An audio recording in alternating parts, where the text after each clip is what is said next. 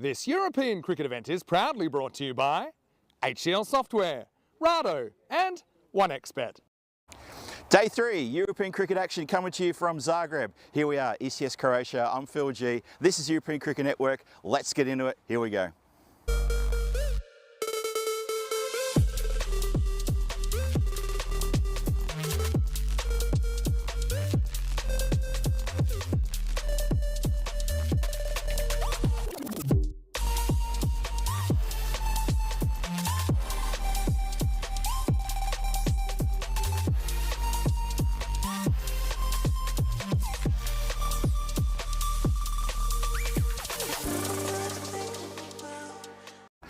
Dobro jutro, everybody. It's lovely to have your company. Phil G here for the European Cricket Network. Welcoming you to Day 3 of this European Cricket Series in lovely, sunny Zagreb, also warm Zagreb as well. It's been a wonderful series so far. We've had 10 fantastic group games in this series. We've got 5 more today, 5 more tomorrow, and we're already looking ahead to the finals on Friday. Speaking of that, what happened yesterday? That team, Zagreb Soccer, well done to them. 3 wins, put themselves on top of the table as well. They have played 6 matches, but they are sitting pretty on top of the standings. We'll have a closer look at the standings a bit later when I join Rico in about 10 minutes time. But at the moment, I was going to say, Zagreb Soccer, well played yesterday, really sort of stood up after a bit of an indifferent day on Monday. For the rest of the teams, a little bit of work to do. We saw for the first time yesterday the team from Split, the Sir Oliver Split. Unfortunately, they came along, the reigning champions from last year too, the winners of ECS 2024, had a couple of losses yesterday, knocked them back on their heels a little bit. They've got a chance to bring it back today, and they've got a chance to bring it back in that first game this morning as well against the Rijeka Markors. And the Markors are looking pretty strong. They're currently 4-0, and they're sitting second on the standings, looking very, very strong indeed. Haven't dropped a game yet, just keep that in mind. So why don't we get across and have a look and see what happened at the coin toss. Happened a little bit earlier, and tournament referee Nilkesh is there with the captains. Take it away. Rijeka Marco is a home team, Split is a away team. Rijeka Marco spin the coin, Split your call, tails is a call, it is head. Rijeka Marco won the toss and decided to bat first. Thanks for that, Nilkesh. So you see there at the toss that the Rijeka Markors, they won the toss, going to bat first on a morning which is a little bit cool to start with, as all the mornings here are, but that temperature's building already. It's probably already about 23, 24 degrees now. The sun coming in very strong, no clouds in the sky whatsoever. The dew on the ground, that's going to be gone probably before the first ball's going to be bowled. It just feels like that kind of day, similar to the days we've had this week and days we're going to have over the whole series here as well. So yeah, it's going to be interesting to see how the Rijeka Markors go. They're 4-0. They're looking super strong. I'm loving the way they're playing at the moment, and they're really posing problems for their opposition. So for Sir Oliver Split, this is a must-win game for them. They can't afford to go 3-0 down. If they go to that point, it's going to be hard for them to catch up, and they'll have to do it the hard way. Well, let's get across to Rico for my co-commentator and good friend who's standing by in the ECN commentary igloo. The news for the toss, Rico, is that the Rijeka Markors won the toss, having a bat first. This is a must-win for Sir Oliver Split. Take it away. Dobro jutro, yes indeed, and nice to have Phil back. I'm sure we'll find out and learn a lot more about his adventures yesterday, and he's a little bit of time off that he thoroughly deserved. But yeah, he's right, this is the big match for Sir Oliver Split. They played twice yesterday, lost both, and only just picked up the 1 point. Very good morning to everybody on the chat. I'm going to see that a lot of people have already started on the robot duck subject. I'm sure we'll touch on that a little bit later. But before then, we always need to have a little look back at what happened yesterday. So let's take a look at how day 2 of this European Cricket Series looked. It was Zagreb Soccer that were in action first up against the Warriors, and Zagreb Soccer did put 129 on the board. Sagar Mansoor 48 of 22, and he was supported well by Saqib Hossain. The Warriors, they just once again just couldn't get the batting to click, and they were dismissed, well, almost dismissed, 8 down for 71, but beaten by 58 runs. Player of the match there was against Sagar Mansoor, who had a good day yesterday, and I was saying that for Zagreb Soccer, those national team players would have to stand up and perform in the next match against Oliver Split. Now, this was a bit of a surprise to everybody. Zagreb Soccer 134 for 7. Saqib Hossain was in the runs. And the left-hander, Ahmed Tukir, he blasted 28 runs as well, with Rashid Hashmi chipping in with 21.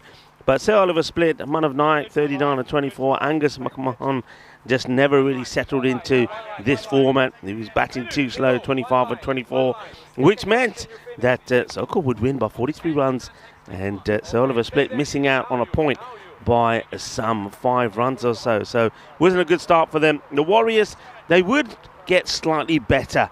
And one thing with the Warriors yesterday, at least they were finding a way to pick up some points. Chanchal Kumar, he was the star for them yesterday, 33, 9 out of 17. But that was all they could really muster with the bat. Nobody else really shone. So they did get to that 100, but Raika Marco knocked those off with ease. They did it with a win of 6 wickets and timed their assault to perfection. Mohit, the wicketkeeper batter, was the player of the match with a fine 28 of just 11 deliveries. Anil Kumar, the little pocket rocket, also did hit a few balls to get them to victory. So a win there for Raika Marco. And then it was back to Sir Oliver Split. What could they do in their second match? Well, didn't really get enough runs on the board. Manav Nayak got to 25, but nobody else did perform really.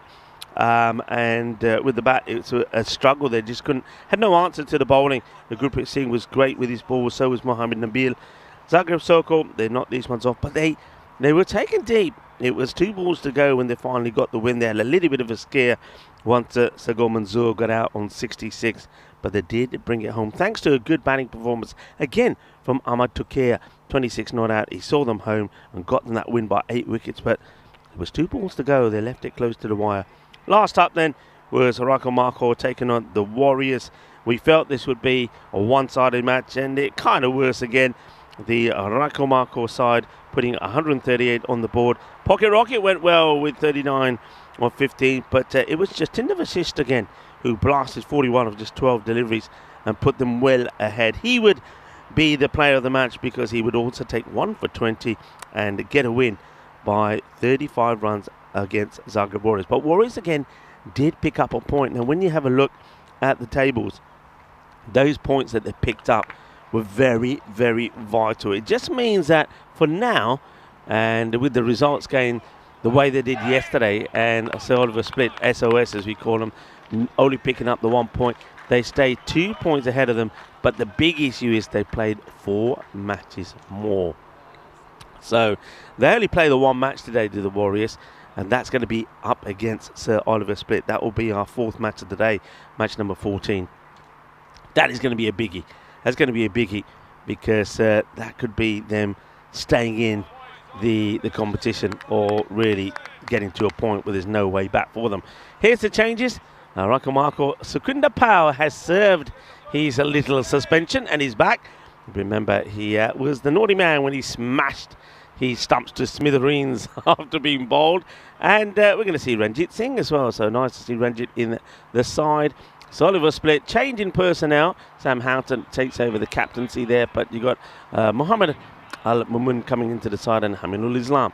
Let's wish them well. Anthony Razmalik is playing, but has handed over the captaincy reins to Sam Houghton. And maybe under his reins, they can start to perform better. But you can see what the wing computer is thinking that because of their form yesterday, SOS, the reigning champions, remember, 70% to 30 against them to win here. So that's a big margin. Luke Vuskovic yesterday was behind the stumps. Sam Houghton has now taken that role. That means that we're going to see Luke with the ball. Now Luke, he was a little bit unlucky yesterday with the bat. He got a first baller and then he found the bottom of his bat when he was going for a shot down the ground and got caught on the boundary. So he'll be looking for a good day today. I think if he has a good day, SOS will have a good day. And of course, you have to say the same about Manav Nayak. He was the only batter really in form for them yesterday. So the reigning champions, they know that today is a big day for them. As Phil said, this is a big match for them. We get ready to go and can see that umpire Maya is out there. Good morning to Maya, out there with Vedran. And I think Helena is the third umpire, the TV umpire. 2 umpires who are learning their trade and getting good coaching from the Sheriff, Charles Croucher, who he's now back. And also well done to Nukesh Patel, who was out there in the middle, just deputising for Charles, as Charles just had a slightly later start time. That's played out nicely. Going to be 4 runs Nice shot then from Anil Kumar. Now Anil Kumar, as most people heard me say yesterday, he is the proper, as I say, proper pucker, sort of pocket rocket.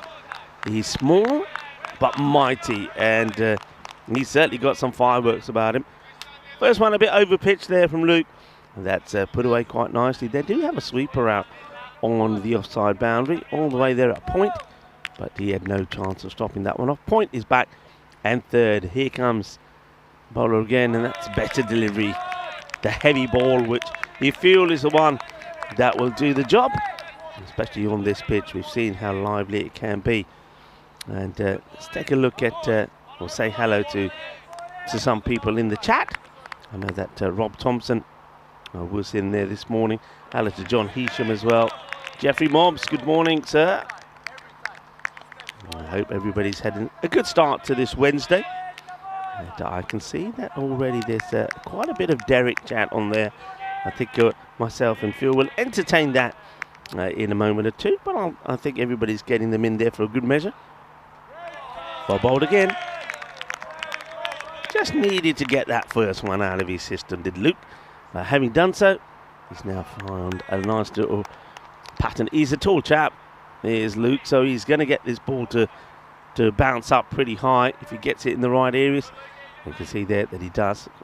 It's good to see him also feature in the national team. And this time he goes a little bit fuller, and this time it's defended. So good start, liking this from the young bowler. Getting the ball in the right areas. Weather-wise, by the way, very, very warm. What more can I say? Already at this time. So just gone past, of course, quarter to the hour. That one stays a little bit low this time. Good way to finish the over. Just the 4 runs come from it. 4 off the very first ball, and then 5 dots in a row. Well done to Luke.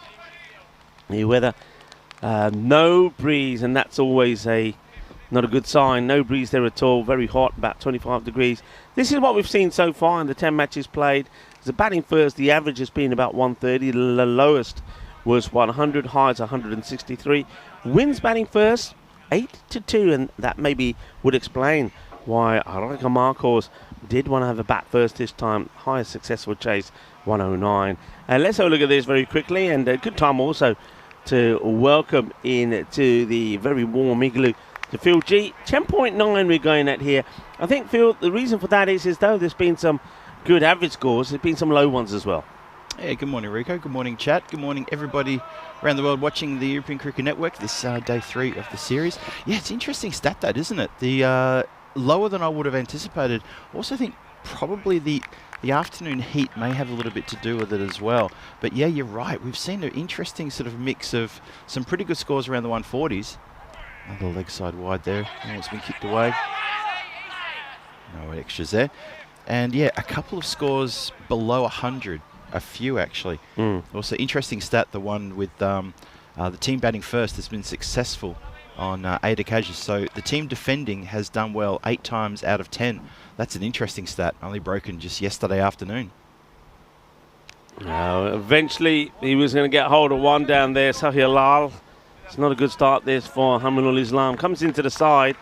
I suppose he'll just take a little time just to adjust his line.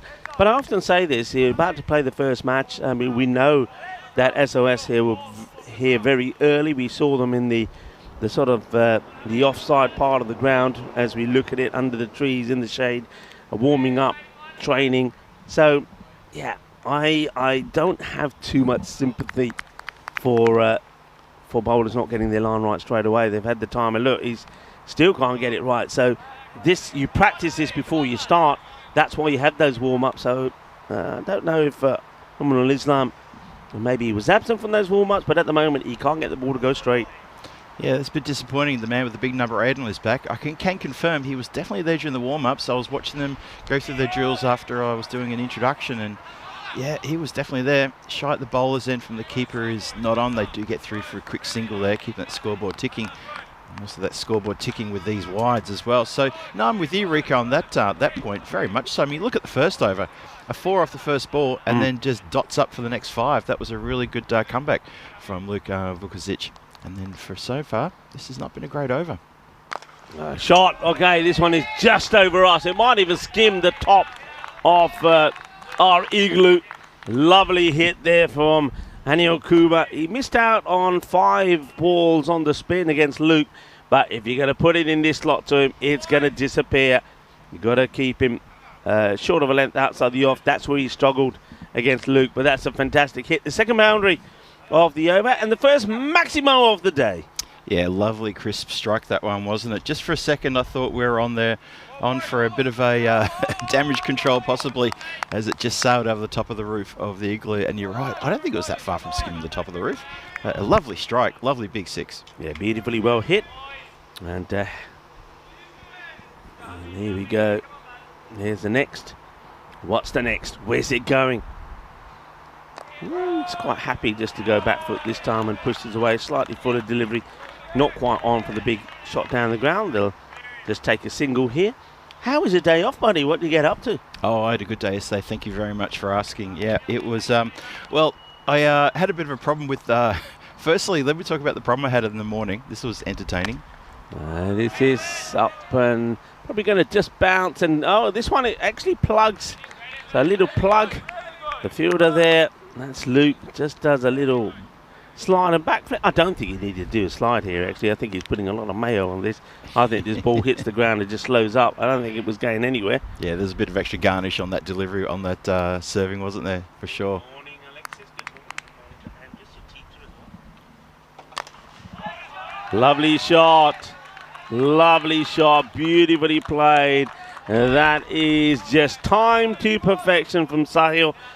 What I like about this shot, doesn't try and hit it too hard. Look, he knows where the field is. It's all about positioning. Gets himself in a beautiful position, and it's a lovely shot. Well, Haminul Islam is not a good start for him. His first ball in the tournament, and he goes for 23. It's a magical over, and it's 27 without loss after 2. He makes amends for that first over, just going for 4. Does indeed. Let's have a look at the standings. So, as I said in my introduction, a good day yesterday for Zagreb Sokol there. Look at that, top of the table with 15 points. They've got a 4-2 record, having come off a 1-2 record from day number 1. So, good day for them yesterday. Wide ball and beautifully signalled there by Mia. And, yeah, I've said good morning to our umpires already. So, yeah, okay, tell us about the funny So, the funny thing happened in the morning is my shower was blocked. And I think I've been eating too many ice creams in the shower. That's what I'm thinking the problem is. So I've had to backtrack on that one quite a bit. Okay, and Oh, it's just on the bag. Just on the bag. There, Just here we popped go. up. It There you did go. come in There you here go. somewhere. There we go. There it goes. Yeah, it was bobbling. Hey, I had one yesterday. Yeah. Which was all. It was from Manav, who just threw the ball back to. It was all along the ground, coming under the table. So I went down, long barrier. It popped up and just caught the top of my screen. Oh, did it? Yeah. Ooh, So. but we're all good. Goes for the Yorker. Good fielding. Very good defensive fielding. Nicely done. Might have hurt himself here, though, Anthony Razmalic. That's not a good sign.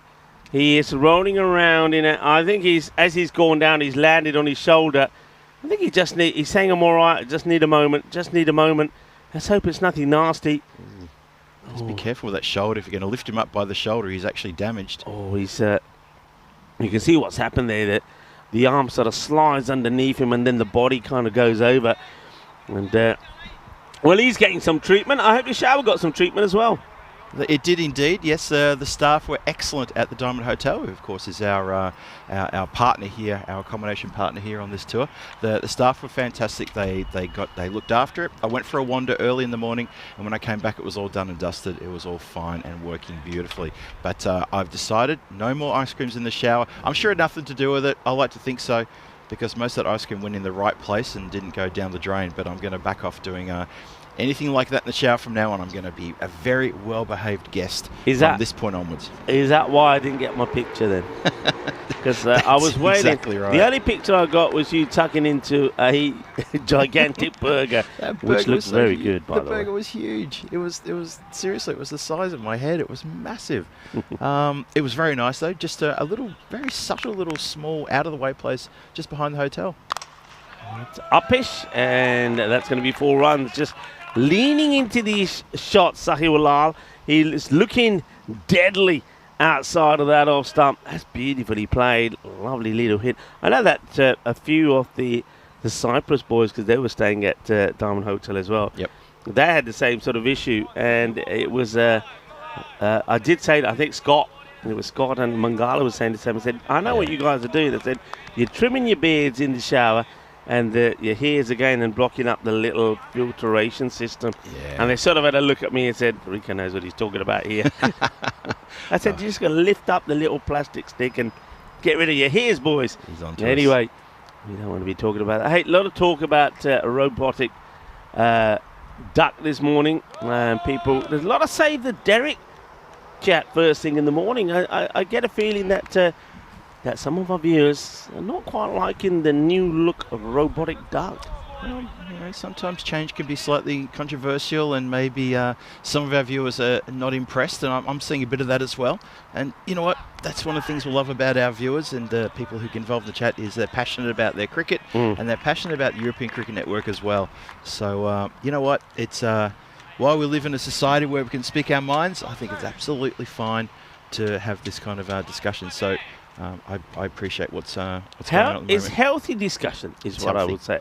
Exactly. Healthy discussion, and I think that's well bowled. Good delivery from Luke. Healthy discussion, and it's not been done in a sort of a dissatisfying taste or anything. People are just sharing their views, and I think that's quite understandable. Look, every time I look at Robot Duck, I mean, we haven't. Oh, he goes across the line here.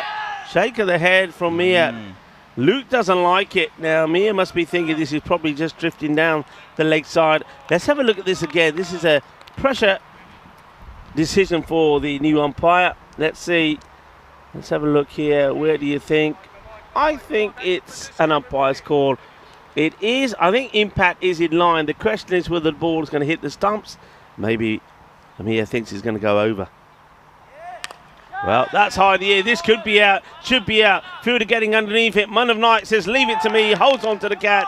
And he may have not got Sahilal the ball before, but Luke does get the wicket. Good catch taken by the one man you want to be underneath anything at the moment, because he's got great hands. Man of Night holds on to the cat. And Sahil Lal, who is looking pretty tasty with some of the shots he plays, will go for 17. Yeah, it was a good quick 5-17, just off a handful of deliveries, but an equally good catch there from Manav there. Just takes it nice above the eye line, no juggle, no wobble, and that's a really important breakthrough. The Raika Marcos lose their first at the end of the power play. It's 3 overs gone, 41 for 1, and that's a right time for a wicket. They probably would have loved to get a wicket a bit sooner as well. But look, they've got the breakthrough, and this is something where they've got to capitalise now, as it's going to be Jatinder Fashish comes in, and he's going to join Anil Kumar, who's also going along nicely. He's 18 from 10. So Raika Marcos, I've been impressed with them in this tournament so far. They've had 4 wins. They haven't dropped a game yet, and they're looking very strong. I think if they can pick up, if they get a win here, and maybe if they can come back later on today and get a win of one of their 3 matches from today and bank 6, that's it. They're in finals Friday for sure. But you know what? They look good enough to be able to say, I'd expect them to be playing on Friday. I like the look of them. Yeah, I agree with that. Manav, who takes the catch, holds on to the ball. He's going to have a little bit of a bowl here. Now, he bowled well yesterday. Was tidy. You expect that, though, from him. The MVP from the Jib 13 series. He's growing up to be a very good cricketer. And let's see how he goes here now against Anil Kumar. Kumar probably will want to continue attacking. Now, we did see a number of times yesterday when one wicket fell, another one soon followed. So here we go. The Vedran is at the bowler's end, where Manav is to bowl his first. So Manav looking to get in the wicket straight away. So just watches this one first up. Does Kumar. I don't think leaving balls is the idea. I think you got to at least get a banner ball and take a single, but maybe he just wanted to have a look at the first one. And here he goes, fielder coming in, it should be taken, and it will be taken. Manav gets the wicket straight away. Well, Anil Kumar had a look at the first, and then he thought, I'm now going after it. And Luke returns the favour. Luke was the bowler when it was Manav doing the catching. Now it's Luke's turn to come in and take a straightforward catch. And Manav gets the breakthrough with the wicket of his first ball. Anil Kumar, yeah, I think he thought, I'll look at the first, goes after the next. He doesn't get his feet involved. He just skies it up in the air. And that's 2 wickets in 3 balls. And just as we saw yesterday, when one goes, another follows. And look at Manav there. He knows as soon as that one's hit, there's a chance to get a wicket. And no mistakes there for Luke. And of course, Manav is the son of Samir. And Samir Nayak. Well, Samir, I know that you had a chance for a catch yesterday. At least your boy knows how to take him. I saw that one from Samir. He spilled that one and gave the camera a bit of a wave because he realised that he was front and centre there on the European Cricket Network, and we all got to see poor old Sammy put the catch down. But yeah, Manav, well bowled, gets a breakthrough, catch just off the end of the previous over, gets a wicket now. Yeah, now bowling to Sakwinda Pal, who comes in, the left-hander. That's going to be a wide, and it may be just more than one, actually. It's going to be a minimal. Is that one? Well, why is he giving byes there? No, you can't be a wide and byes. I think there's a wrong signal here. Yeah, I think we need to make sure we get that one right. As you watch this one again, definitely drifts down leg side. Obviously, that's got to be a wide. Yeah, I think the umpire just got a bit confused here. He does give the wide signal, but then he signals 4 as well, and then also... And then he gets a 4, so the scorers have probably already communicated and confirmed that, and it has, of course, correctly gone down as 5 wides. Hey, interesting to note that Raika Marcos, they average about mid-130s when they bat first. Oh, it gets away. It's getting away again. Where's this going? And this time it is byes, nothing on that. Yeah, interesting. So, yeah, when they've batted first, the Raika Marcos, they've had really good scores. They've made scores when they bat first of 141, 125 and 138. So that's averaging around sort of about 134, 135 when they bat first. And yesterday they chased down 101 for a win, and it was the first time a team has chased successfully in this series. So they're strong with the batting lineup, and when you're averaging sort of around 130s, 130 to 135 when you're batting first, that's it's a little surprise you win the toss, you bat first. Yeah, Sakwinda Pal, we've sort of touched on why he didn't play yesterday. That's a good ball, which he just leaves. He was the one who got quite a high delivery, which was just below the waist with the full toss. It was a slow ball, he missed it. He missed the grizzly, but when he turned around in a bit of frustration, he smashed the stumps. Now, this one should go the distance. It's in the hitting zone. It will go all the way. Bolle, Kinnasona, the 50 on the board. That is a biggie. 52 becomes 58. So that the 5 wides and the 4 byes in the over kind of sort of undo the good work at the beginning, the very first ball that took a wicket. But yeah, when he smashes up, I think a few were trying to say that he was trying to hit the ball. But the ball had already shattered the stumps. It was only the stumps that were there to aim at, and he walloped them. He really did. It's a sort of, I don't think I've seen it on our socials yet, but it's a sort of thing I'd like to see with some music behind it as well, because what was so funny was when he smashed the stumps down, he realised what he had done, and then it was like, you know, you see some of those game shows where you have to quickly put pieces together. It's like a team exercise. Put the pieces together in the right place and then move on to the next. It was like, right, the stumps are all over the place. It was like, I've got to put these together now. It was quite comical. I hope it does make it onto our social content material. If it does, you'll have a good old-fashioned laugh at it. 58 for 2, so they lose a second wicket, but run-wise, they're going okay. That's a really good description, actually, of exactly how that played out. Yeah, it was exactly like that. So, anyway, we are now 4 overs gone, 58 for 2. At the end of this over, there will be a drinks break. I saw a note there from tournament referees saying we will have drinks at the end of the 5th, as the temperature, as you were saying, Rico, is climbing quite quickly this morning on this wonderful Wednesday morning. Wonderful Wednesday. Good morning to Chakvarti, who's saying, hi everyone, have a nice day. What a lovely message. I love messages like that. Yeah, nice and simple. Have a nice day. Well, you have a wonderful day as well. Yeah, absolutely. Good morning to you too.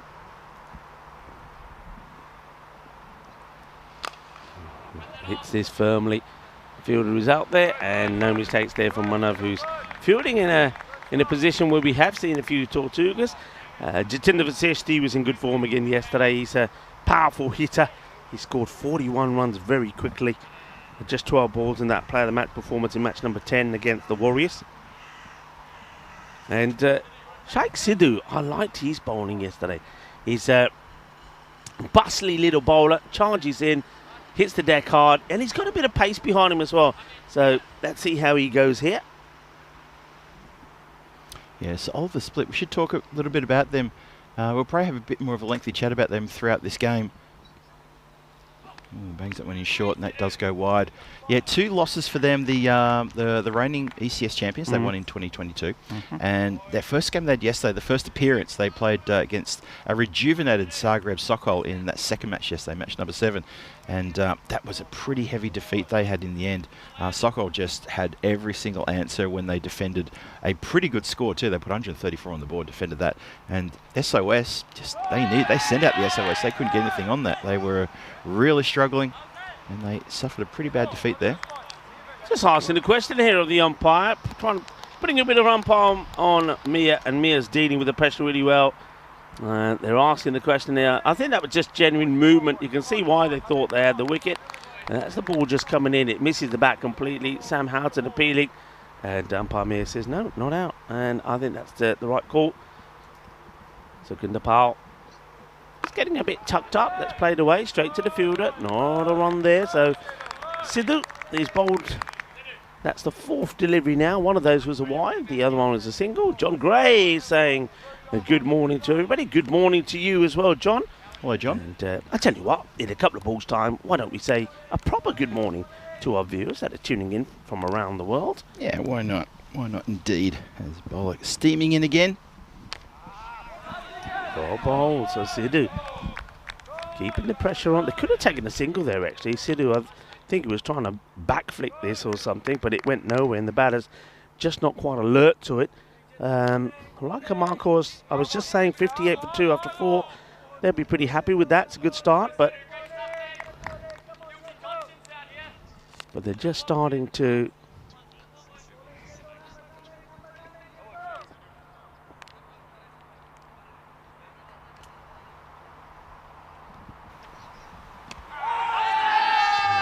another appeal. I think I probably heard a little bit about of this, but what a good comeback this is from Sidhu.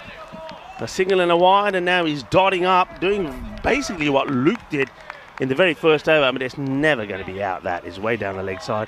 It's a missed opportunity for Sukhinder Pal. He's going to start to feel a bit of pressure here now because he's been dotted up again.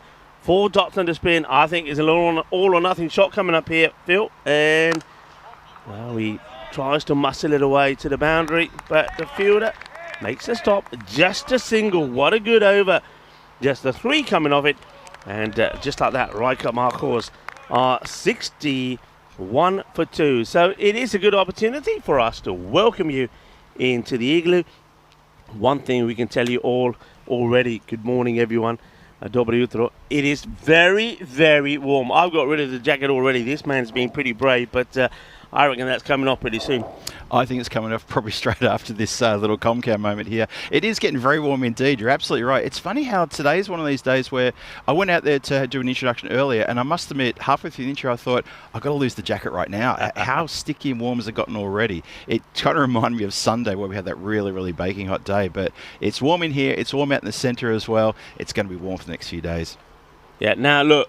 A lot of talk about what we're going to put on your screen now. It is the Robo Duck. And, of course, there is a QR code there for you to scan. And there's an option of names there. He's kind of, I've got to admit, he's kind of growing on me. The actual robotic look, I don't know about. But I'm just looking at his face. He's got a cute, nice eyes, got a lovely smile. Yeah. I like him for that. The names, hey, if I'm honest, my personal opinion, I'm not over the moon about the name. I just don't think any of the names that are on offer there got to, in my mind, go with the character. But hey, that's just my personal opinion. When I first saw the picture, I thought he was holding his egg. Because I couldn't see, no, because I saw it smaller. Yeah. And on social media, and I thought, oh, was that an egg? Then I looked closer. Oh, the stitching. Yep. Okay. Yep. Fair enough. Just for a minute, I thought he was saying, "Do I hit the egg?" No. Ducky, don't hit the egg.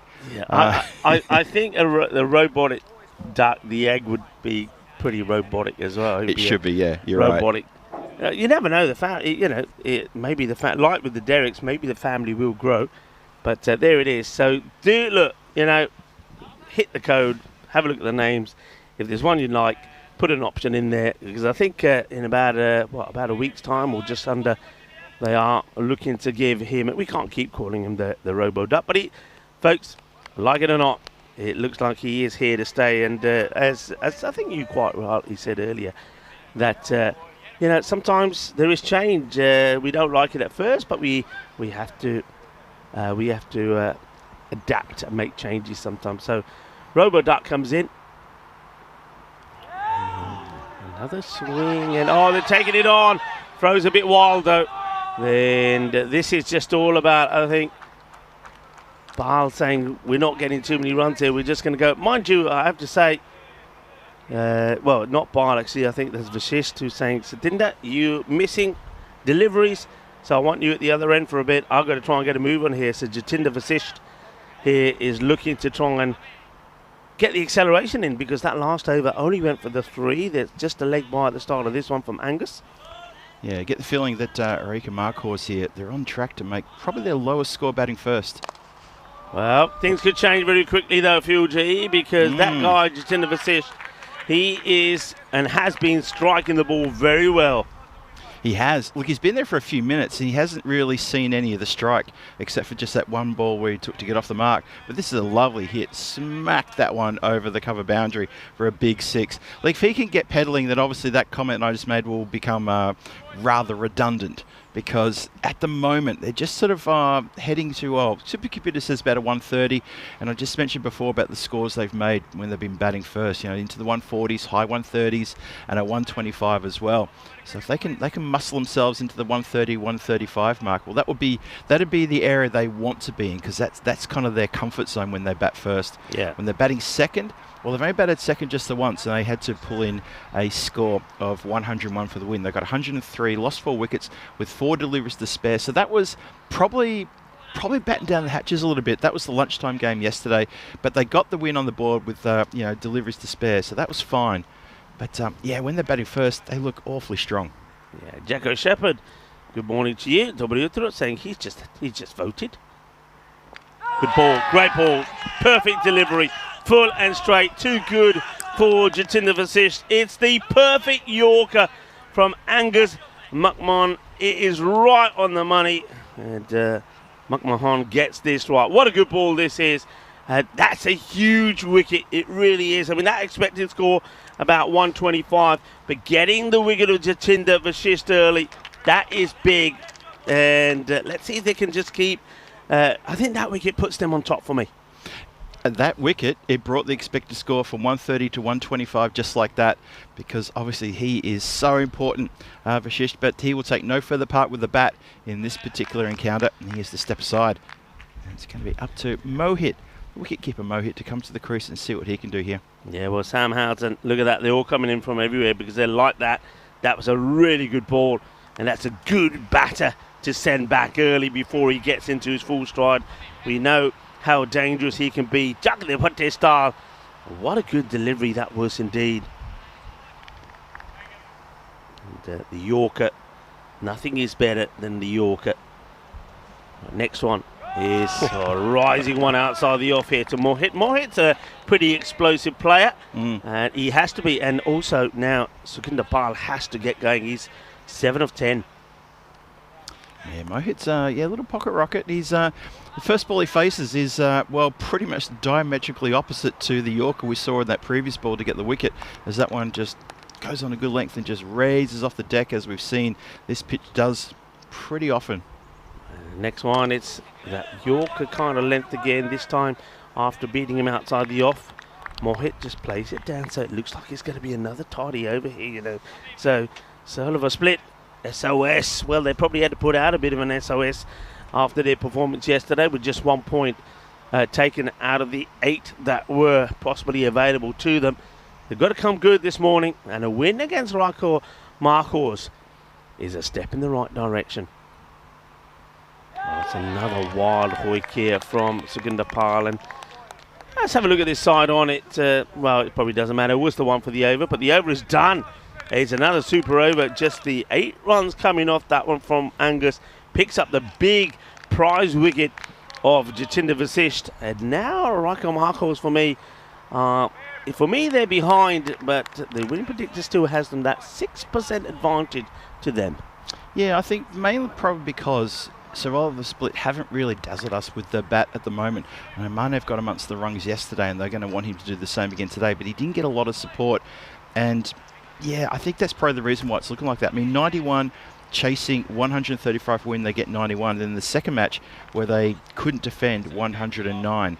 And Zagreb Sokol, only with 2 balls to spare, they almost overhauled it. It was almost a bit of a funny little game, that one. Just up in the air and nobody in the catching position there. It's normally is quite a key area, but with the field the way it's set at the moment, they've got the boundary protected, so little chips in the air there outside the off are not going to go to hand. It's a big gap actually. Interesting field. Now they bring square in to push another one back, of course, on the leg side. So 2 out on the off, a sweeper on extra cover and long off, and then all the other 3 on the leg side as Sidhu comes in again. And well, that's high in the air. Fielder trying to get under it, but I get the feeling it's got the legs to go all the way. It does. Gets clobbered there by Sukunda Pal. Now he has hit 1 boundary already, but he now knows they need to get a couple of big overs in here to get them to that. I think again, 120s are not going to win your matches all the time. You're looking for a 135 plus there, I feel. Oh, I totally agree with you. They really need to motor here. This is the last 4 overs. We're just into the 7th now, and this is the right time to really start put the accelerator down. It goes again, doesn't get this one out the middle, and he's going to be gone. Catch taken, another one bites the dust. So Gwinder Pal will go. It does hit 1 big 6 to take him to 13, but it's the unlucky 13. It's a double whammy, really.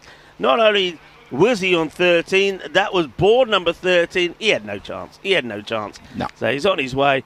13 off 13, and Sidhu picks up the wicket. Straightforward catch there, taken on the boundary. Yeah, it was a good catch, wasn't it? And, you know, good reward for Sidhu there.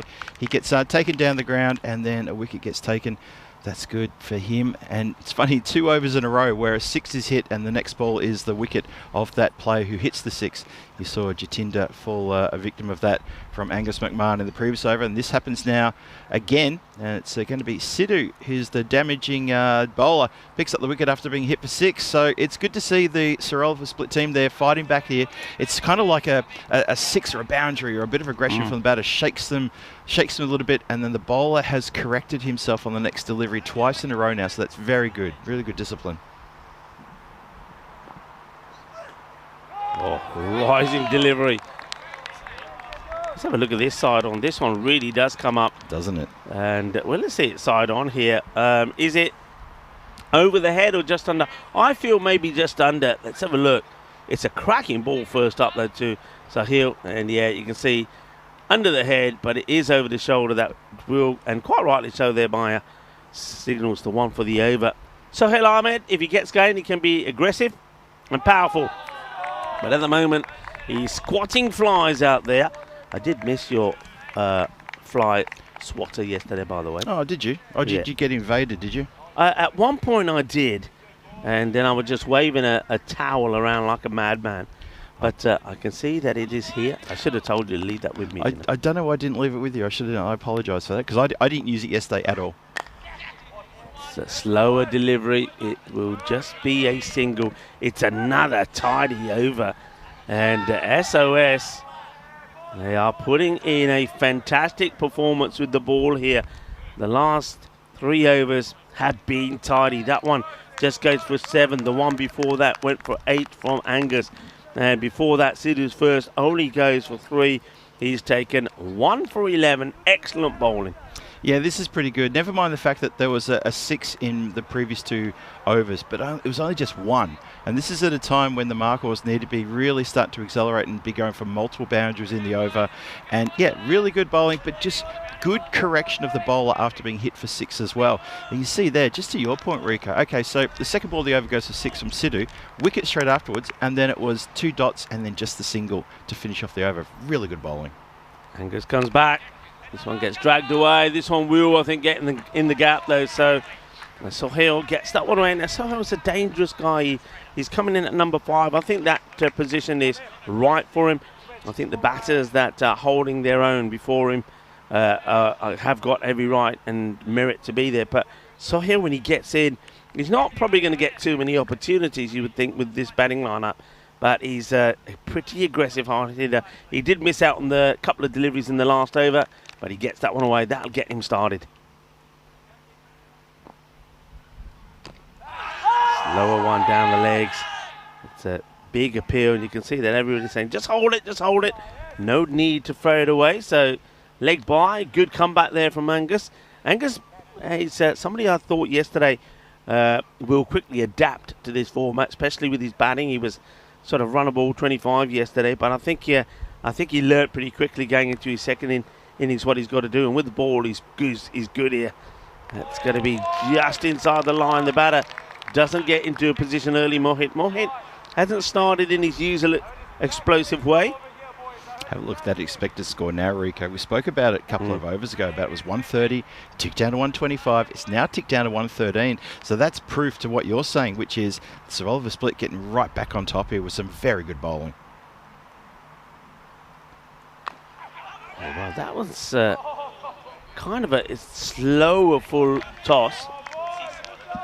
If you have a look at this side on, I mean, it looked like it was coming out the hand pace on, but it wasn't. He held it back. It's his second slow ball that he's bowled, and we'll see it very quickly here. But yeah, it's well below the waist. It's another dot ball. That one is, well, he gets hands to it. He's saved definitely. Our running is pretty poor actually. Should have been looking for at least 2 there, but he saves 3 runs. That was hit pretty well. It takes a bit of a nasty bounce, but the fielder gets good, strong hands to it. Stops it going to the boundary. Yeah, good reaction that, wasn't it? Just for a second I thought, oh, don't wear that one. He doesn't, and the deflection does indeed save 3. Yeah, nicely done. 83 for 4. Last ball, the 8th coming up. And they've spoiled that one as well. It's going down the legs, and they just can't get boundaries at the moment. There was a 4 at the beginning of that over, but then very tidy again, just a 6 of it. And, well, nobody expected this from Raiko Markovs with the bat. They are just struggling big time. A team that is loaded with powerful hitters, but SOS at the moment are containing them and containing them good. Yeah, interesting this, isn't it? That, well, the expected run rate is coming down. The expected score is coming down ball by ball, as I mentioned earlier. And also at the start, when I saw, well, if the Reiki Markovs, they win the toss and want to bat first here on this morning, I thought that's a really good toss to win. And yeah, get out there and bat. It's before it starts getting too warm as well. It's not too bad for batting out there. There's not a lot of breeze going on at the moment, so the fielders are probably feeling it more than the batters are. But right now, all heat's on the batters. They win the toss and they've got 83 for 4 on the board after 8. That is not where they expected to be for sure. They're probably about 15, 20 runs shy where they thought they'd be now at this point. Easy. 58 of the first 4, 25 of the next 4. Incredible. And Manav comes back on. Only went for the 13 off his first over. Shorter delivery, just not playing the right. One thing I'm noticing here from Sohail and Mohit, they're looking to play in one area only, and that's on the leg side. So I'm a bit surprised that they don't bring somebody in from the off and put a square leg back on the boundary. Yeah, that's a good shout. They are looking leg side, aren't they? Even put a mid-wicket in or something like that. Just because if he brings the false shot and then constantly trying to pull towards deep mid-wicket or pull to the leg side, if Manav can't get to it for a caught and bowled and it skies in the air, then you're going to want just a regulation mid-wicket. Quick look at the side on, and now there's the wicket. There it is, a little tickle. Mohit, he will go. He's had a terrible time out there. He only gets 3 to his name. Ball number 9 does him. He just never got going, Mohit, this time. First time, I suppose everybody's allowed to have a bit of an off day. Now, Mohit is a good hitter of the ball, but he just couldn't get anything going. Good bit of bowling from Manav. Manav picks up his second, and Mohit will go for just 3. Yeah, that's really disappointing, isn't it? Really disappointing. You just see there, he tries to play this time on the offside, and maybe he doesn't have an offside game, because the moment he stops trying to pull it towards to the other side, to the leg, he goes. Yeah, and there it is. Well bowled, great bowling, and this is fantastic bowling and fielding from SOS. It really is. They've just, after they got off to a good start, did Araika Marcos. All right, they lost 2 wickets, but they won 58 for 2 after 4. The squeeze has been applied, and they just can't get anything going. Could be another one here. Manav will want it. He could have another. Oh, he's dropped it. Would you have put money on that? No. He doesn't drop them, but off his own bowling. Oh, well, what a let-off that is for the new batter. It also means that the batters do change around, so that could work in favour for a Marcor, but, that's a... Shukla gets dropped, and it was a sitter really having got there. Crunch. And that is what I was talking about. So having dropped the catch, he's also allowed the batters to change over, and it's been blasted for a biggie. Yeah, absolute crunched out of the ground. You saw it, you heard it. It sounded terrific through the effects smoke there.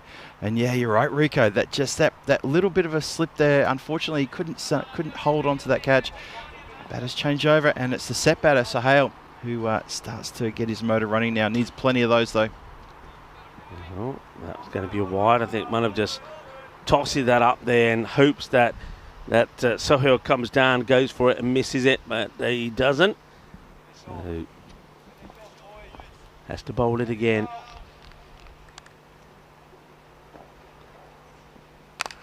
Goes for it, and it's dropped. Dropped and goes for 4. Oh my. Mohamed Al Mamoun, who does come into the side. How's he dropped this one? That's 2 big drops. And that's 1 drop caused the batter Sahel again on strike. And he smashes a 6. And now that one should have been caught. And it's been dropped over for 4. How has he not saved the boundary? That's the thing gets me. All he had to do was just palm it back, and the shoe came off.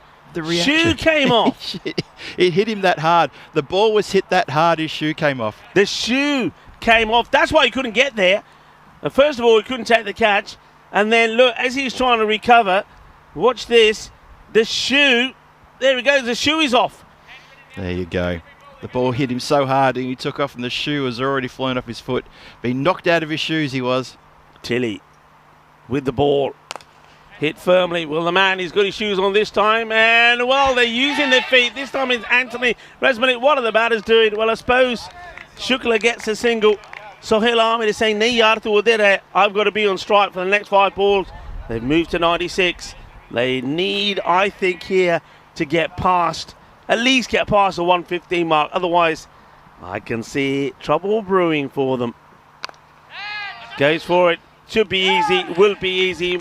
Manav Naik holds on to it off the bowling of Tilly. That's going to be the end of Sohail Ahmed. And I think that's the end of Araika Marcos getting to that 105-10 score that I was thinking about. 96 on the board. 6 wicket goes down. 4 balls to come. Well, the expected score, they don't think that they're going to get past that 103. That's funny, isn't it? In 2.5 overs, it's dropped from 130-something down to now 103, just with this persistent good bowling, good catching as well. A couple of little funny misfields, though, have sort of left that door open just ever so slightly, but you'd like to think they should get at least into triple digits. But this is such a good counterpunch, though, from Oliver Split. After I was bigging up the Araika Marcos for their efforts when they've been batting first in this tournament. In the second half of this tournament so far, not too great. 2 in 2. That is the end of Ranjit Singh. Comes in for this match, gets a first bowler. It's going to be the as he's on his way until he does the damage.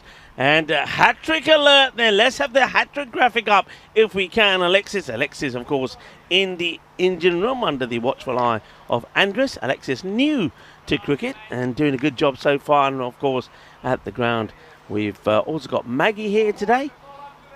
There you go. Just skims the off stump, but, of course, was way down the wrong line. Plays down the wrong line. But, again, I think the criticism here for Araika Marcos is once the top 3 went, all the batters are trying to hit in one area, and that's not the way you play the game, because good teams will get you. So hat-trick alert, in comes Tilly, hat-trick ball.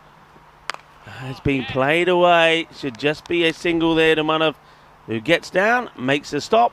The batters take one. So 2-2 in this over. They just get the single.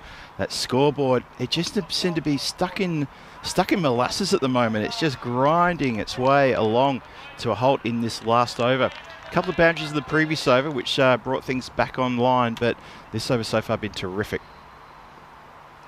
It's another swing and a miss. SOS have just done the basics right. That's what it comes down to me. All right, I know that Human al-Islam got it all wrong. That over went for 23, but other than that, they've got it right. They bowled a good line, a good length. They kept the ball short of a length. The batters have wanted to go out and hit over cow corner. They just haven't had that delivery. Here comes Tilly again. Shukla hits it. Does get this pretty well. He will get hold of this one. That will go all the way, and that will take them past the 100 mark. So Shukla gets them to 103, and that will be the end of the innings. Well, just saying there, the score predictor should have stuck to its guns and stayed on 103. It went down from 103 to 98. And then Arpit Shukla, who was, remember, dropped on 0 by Manav Nayak, has smashed a big 6. But it's way below where they need to be.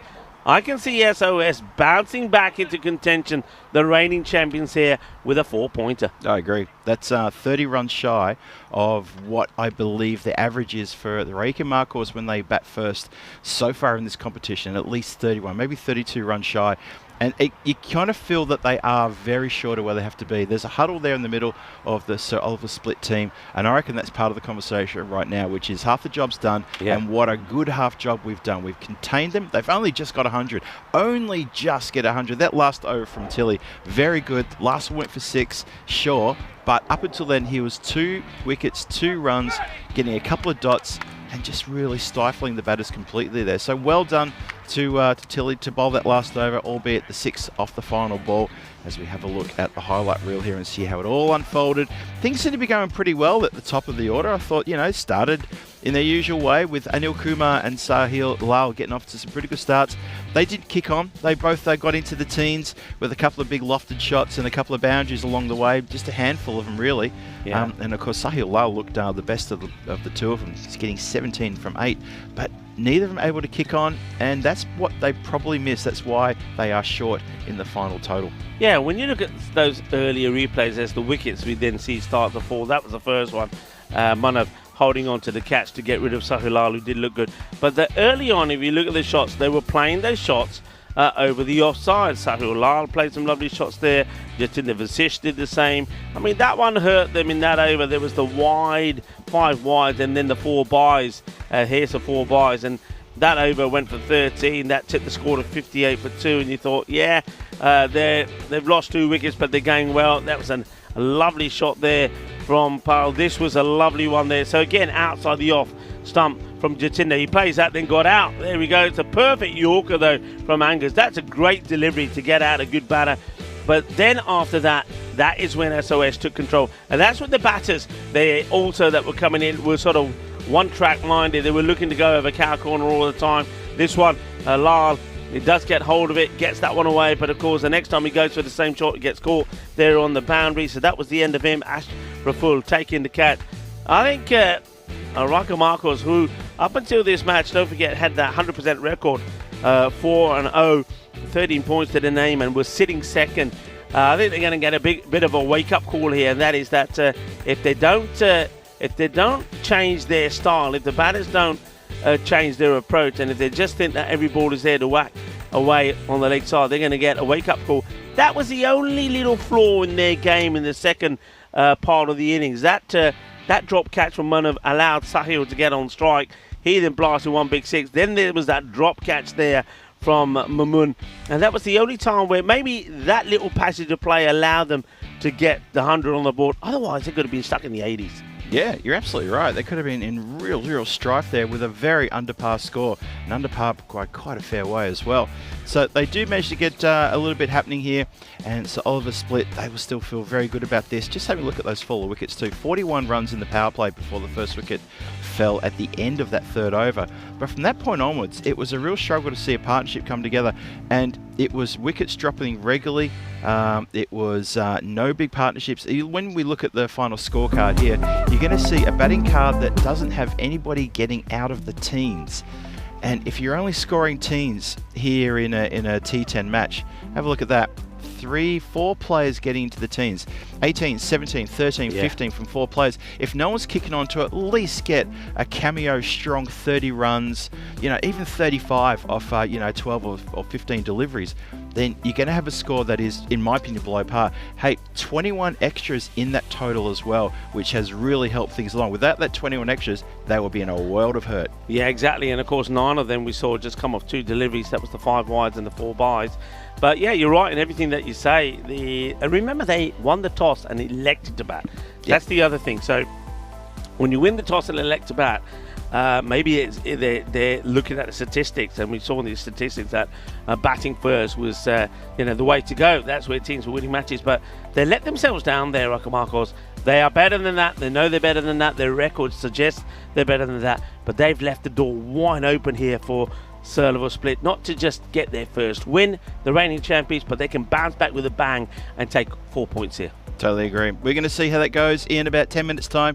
Myself and Rico Full will be back here for the run chase, where Sir Oliver Split will need 104 runs in their 10 overs. Red hot chance here for them to notch up their first win. A danger game for them. They can't afford to go zip and 3 at this part of the tournament, because we're already over the halfway mark of the group stages. There's a bit of work to do. Let's see how they go in that run chase. So join me, Phil G, with Rico Full as we continue this ECS Croatia 2025. We'll see you back here shortly.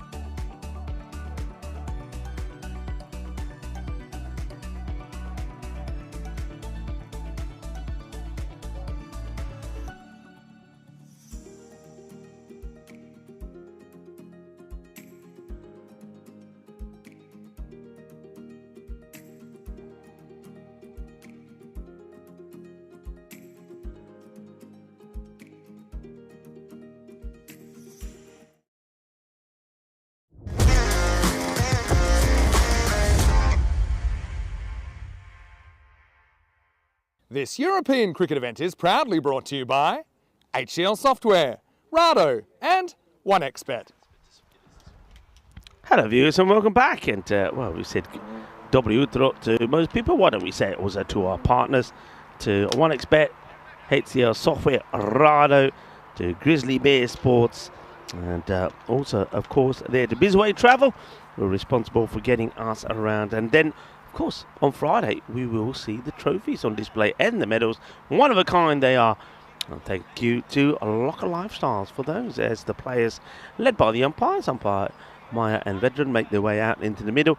And the lovely kits there of Sir Oliver Split. I do like their kits. I like the red that they have. It's kind of in between a red and a burgundy, and the little bit of detail and the white in there makes it looks really nice. So let's have a look at the bonus point equation there based on that score of 103, which they're fortunate to get, really fortunate, because the 21 extras really help them out.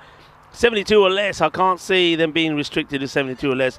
I believe that SOS from here on in are going to get better and better. I don't think we're going to see the hiccups that they had yesterday. They would have learned from that.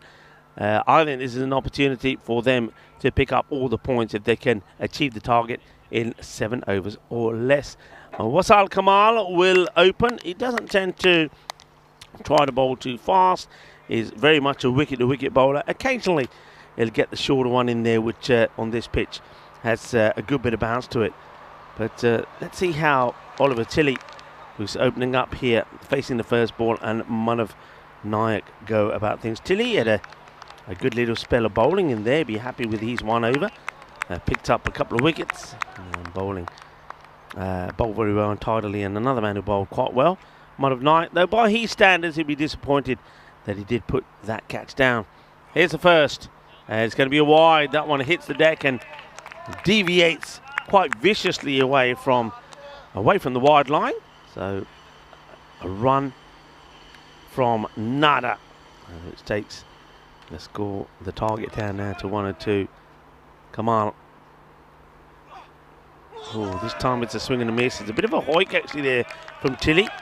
And the ball gets past him and gets over and goes over the off peg. Dot ball.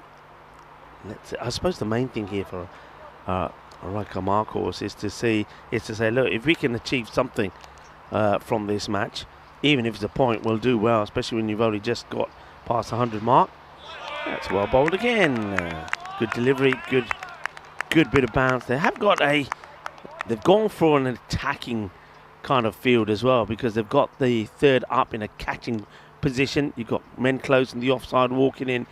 Same with the leg side, and they've got a backward point and long off on the boundary, so you can visualize the field. Maybe we'll give you a little look at that field as well. That's gone, gets a snick and will go. Movement away, Oliver Tilley can't adjust to it. It's going to be a 3-ball duck, a little bit of the old Tilley will go, and Wasal Kamal, after starting on a wide, finds the edge of his bat. Nice catch taken there by Mohit. And the first wicket will go. And a big thick edge there. Wasal Kamal, big smile on his face. Another man who comes back, and that brings a smile to my face, is Phil G. That's the perfect start for Mark Hawes there. I got to say, that put a smile on my face. It's a great delivery, really good ball there from the skipper Kamal. And Tilley just had no answer for that one. Unfortunately for him, he's failed here in this run chase early in the morning, sort of channeling some of the vibes that he showed us in the T20Is from last week, just unable to get started. He just gets that feather edge nicely taken by Mohit, and Tilley, just has to depart, just bothering us for 3 deliveries there. And the wobble has already started. SOS, maybe they're starting to get the old Morse code happening there as well, sending out the SOSs. New batter and a good batter. Didn't quite click yesterday. Luke comes out. Very correct, very good stroke player. Oh, he's played it on. He's played it on, and he went very first ball in his first match yesterday, and he's done the same here. He's gone to play the wrong shot to this one, and he's cannoned it back to his stumps. 2 in 2 to Wasal Kamal, and that's a disaster there for Luke. He's wanted to be super aggressive. The ball it's not the right shot to play. He's trying to play a pull shot to a ball from a bowler who's moving it away from you. So look where that ball is moving away to. Not the right shot to play. Should have been playing that on the offside. I think that's the ball that when you're getting your first ball, you just push that out into the offside and take a signal and say, right, I'm getting started. He wanted to whack it. He wanted to hit it with power. And that means he loses his wicket for 0. Golden duck. Yeah, that's trouble aplenty. So if there was an SOS being sent out, maybe they need to sort of readjust that machine and try to send out a bit louder. That is not good at all. 2 in 2. Yeah, I agree with you, Rico. Wrong shot selection. Just a wrong shot to play for that ball. It's the wrong time to play it as well. Wicket just falls, and you try to get aggressive straight away to a player who's moving it around. Oh no, is that 3 in 3? It is, Rico. It's the hat-trick. Wasal Kamal has a hat-trick. 3 in 3, massive appeal. The batter doesn't like it. He doesn't want to go, but he's going to have to go. He's going to have to keep moving. He's standing there and saying what? And you can see Manav saying, Charlie Archal, get out of here. Because don't forget, he better hurry. They've got 60 seconds for the next batter to get in. And Sam's got to get there pretty quickly. I believe it is Sam. 3 in 3, everybody. We have a hat-trick. And Wasal Kamal has done it. There it is. Gets the edge. The batter doesn't think so. Umpire Mir says, yep, I feel there is one there. Kamal believed there was. Mohit behind the stumps believed it was. And Sir Oliver Split, they are in deep trouble here at the moment as there is a hat-trick from Wasal Kamal. Kamal Nena, Ajda Swere Kamal hi kar ditta. Hat-trick, Lily, and he ain't done yet. Captain Sam Houghton into the firing line. Well, this is really big. Watch this again from the reverse angle. Nice and slow. Let's have a look at this one. Did you see anything there, possibly? Oh boy, back to live action now as it's all happening. It is all happening here in the first over. What a first over this is. That is, let's see, we started with a wide, then we had a couple of dots, then we had the hat-trick, big hat-trick, first of the ECS, and then we finish with a dot. Oh boy. Oh boy, what a start. What a start. Well, what a start for both teams for all the wrong reasons there. So just a wide, that's all that came off that first over. But 3 wickets, the top order in complete disarray. They are an absolute mess. Oh boy, yeah, there's a lot of disappointment there from the 3 batters. You can see their dismissals here, just one after the other. There's Tilly, Vukasic, and then of course the final wicket in the hat-trick was Muhammad Al Mamun. Feather edge. Umpire was satisfied.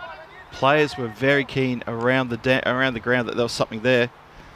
Captain Fantastic has taken a hat-trick, Rico. This game has been twisted and put on its head. Yeah, and need to fire back, and that's a good start. Manav Nayak faces his first ball and says, I don't know what all the fuss is about. And, well, this young man has got such a cool head on him. He doesn't seem to be pressurised at all. He plays that shot really well with the balls. He doesn't hit it. He places it. He times it. And he gets that in the gap, gets 4. Yeah. Manav, when you think of the way he batted yesterday, 2 sets of scores he scored a 39 and a 25.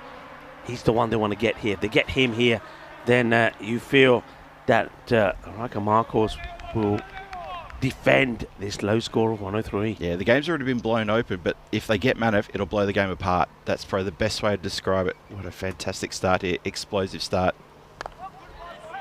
This one gets played away, but this time they do change the field. They said, right, if you're going to go in that area, we'll put a fielder out there. So that would just be a single. 132 matches since a golden ball. Now this game, I would say golden ball vibes, the fact that we went 3 wickets down already inside the first over, just because of the score and just the way the teams are playing and the fact that Oliver Split had a lot to play for here to make sure they don't go zip and 3 as they finish their 3rd game here. Very good delivery cracking from Ranjit. Very good. Yep. Absolute cracking delivery, that one. Well, Raka Marcos, we talked about their batting. We felt that their batting just lacked something, and it lacked someone who could stand up and belt a good 30 or 40 runs. The highest score off the bat was 18, I believe. Yes. 21 extras in that really helped them along to get over 100. But now in the bowling, thank you very much to Captain Fantastic Kamal for bowling a hat-trick in the first over. Well, things have turned around. Gone! Oh, what a catch!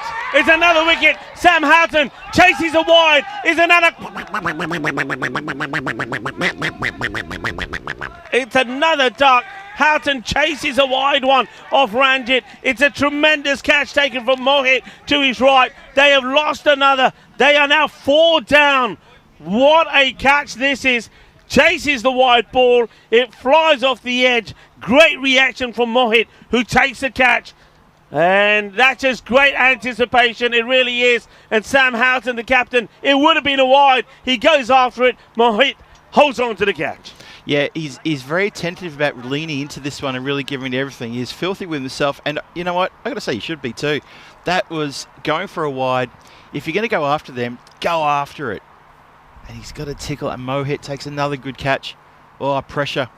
Big time pressure. And, well, he tries to see if the new batter will do the same thing. This is Angus. And Angus McMahon. Now, he's not a bad guy to come out and stick around there with Manav Naik. I still, look, that rate is 11.76. It's not high. I still feel these two, if they bat the way they did yesterday, maybe today's the day for Angus to try and bat that sort of way. A run of ball 25 or 30 would probably be enough if somebody can get going at the other end. Oh, McMahon just tucked up there. Oh, this is good bowling, really good bowling. The two deep players, you got third who's on the boundary and you got a deep backward point, so you can see where the bowler wants to attack. He wants to keep it outside off and he's trying to get the batter flirting, and look what happened. He picks up Sam Houghton, no problem at all, and he's getting the players also to fish out there. Let's see if Manav Naik can be a little bit stronger here and not fall into that trap. He knows at the same time he's got to stay there. Putt also plays shots. He has got a boundary to his name. And that's a sharp delivery, which he plays well with soft hands. Really good delivery. Hitting the deck hard is Ranjit. Well, he gets high fives from the players around him, including Anil Kumar. It's a good over. Goes for 8, but he picks up a wicket. And Sir Oliver Split at the end of 2 are 9 for 4. 4 of those, well, all 4 of those are all for ducks, all for quackers. Oh boy, have a look at the standings here. So the Marquors are 4 and 0. So Oliver Split are 0 and 2. Desperate to get a win here. Don't want to go too far astray at the bottom of the table there, sharing the cellar dweller duties there with the Zagreb Warriors at the moment. But for the Marquors here, a really red hot chance for them to leap into first place over Zagreb Sokol, who are taking the day off today. They'll be back for a couple of games tomorrow, their final 2 games tomorrow. But this is quite something. This is quite an explosive effort here. Yes. Waisal Kamal, he's going to bowl himself out. Yeah, he is, the captain, and that's nicely played. If he gets past the field, it will be 4, but it doesn't. It's a tremendous bit of fielding. It's really well fielded. That's no surprise. Sohail Ahmed gets there, makes a stop. So Manavoli gets a single.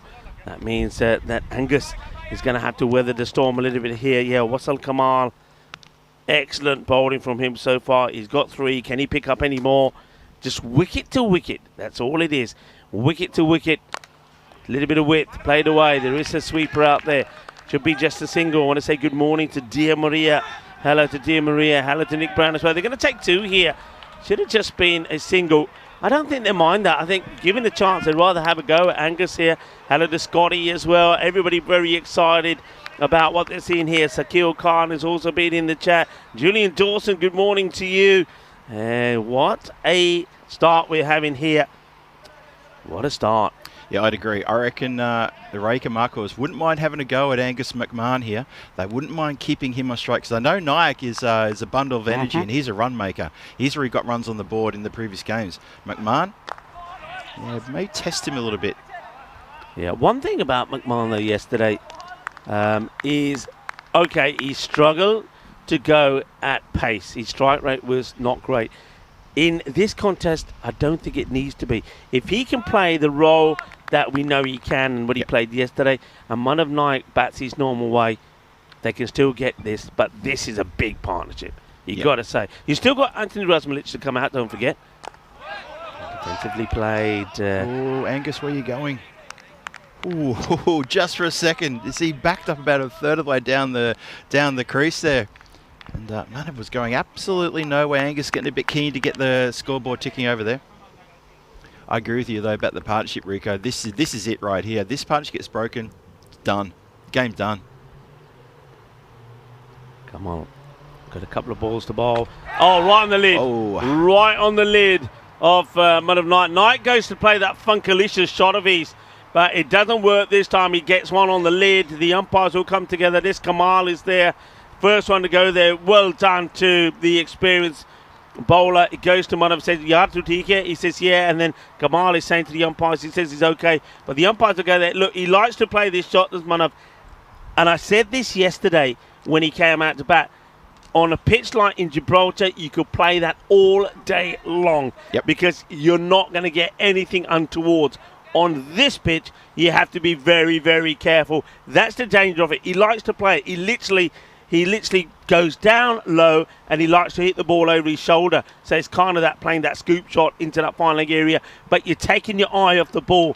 And, well, you can see that Charles, the sheriff, is out there doing a quick concussion test there on Manav. I think they've tested the lid there as well. That's a nasty one. Manav, he'll be a little bit shaken up by that, but he's a strong lad. Did you see what Kamal did when he got down to him? He gave him a pat on the shoulder. There was a few words between them. I'm sure it was, "Are you okay? Are you okay?" And then he did his own concussion test. He actually put up his finger.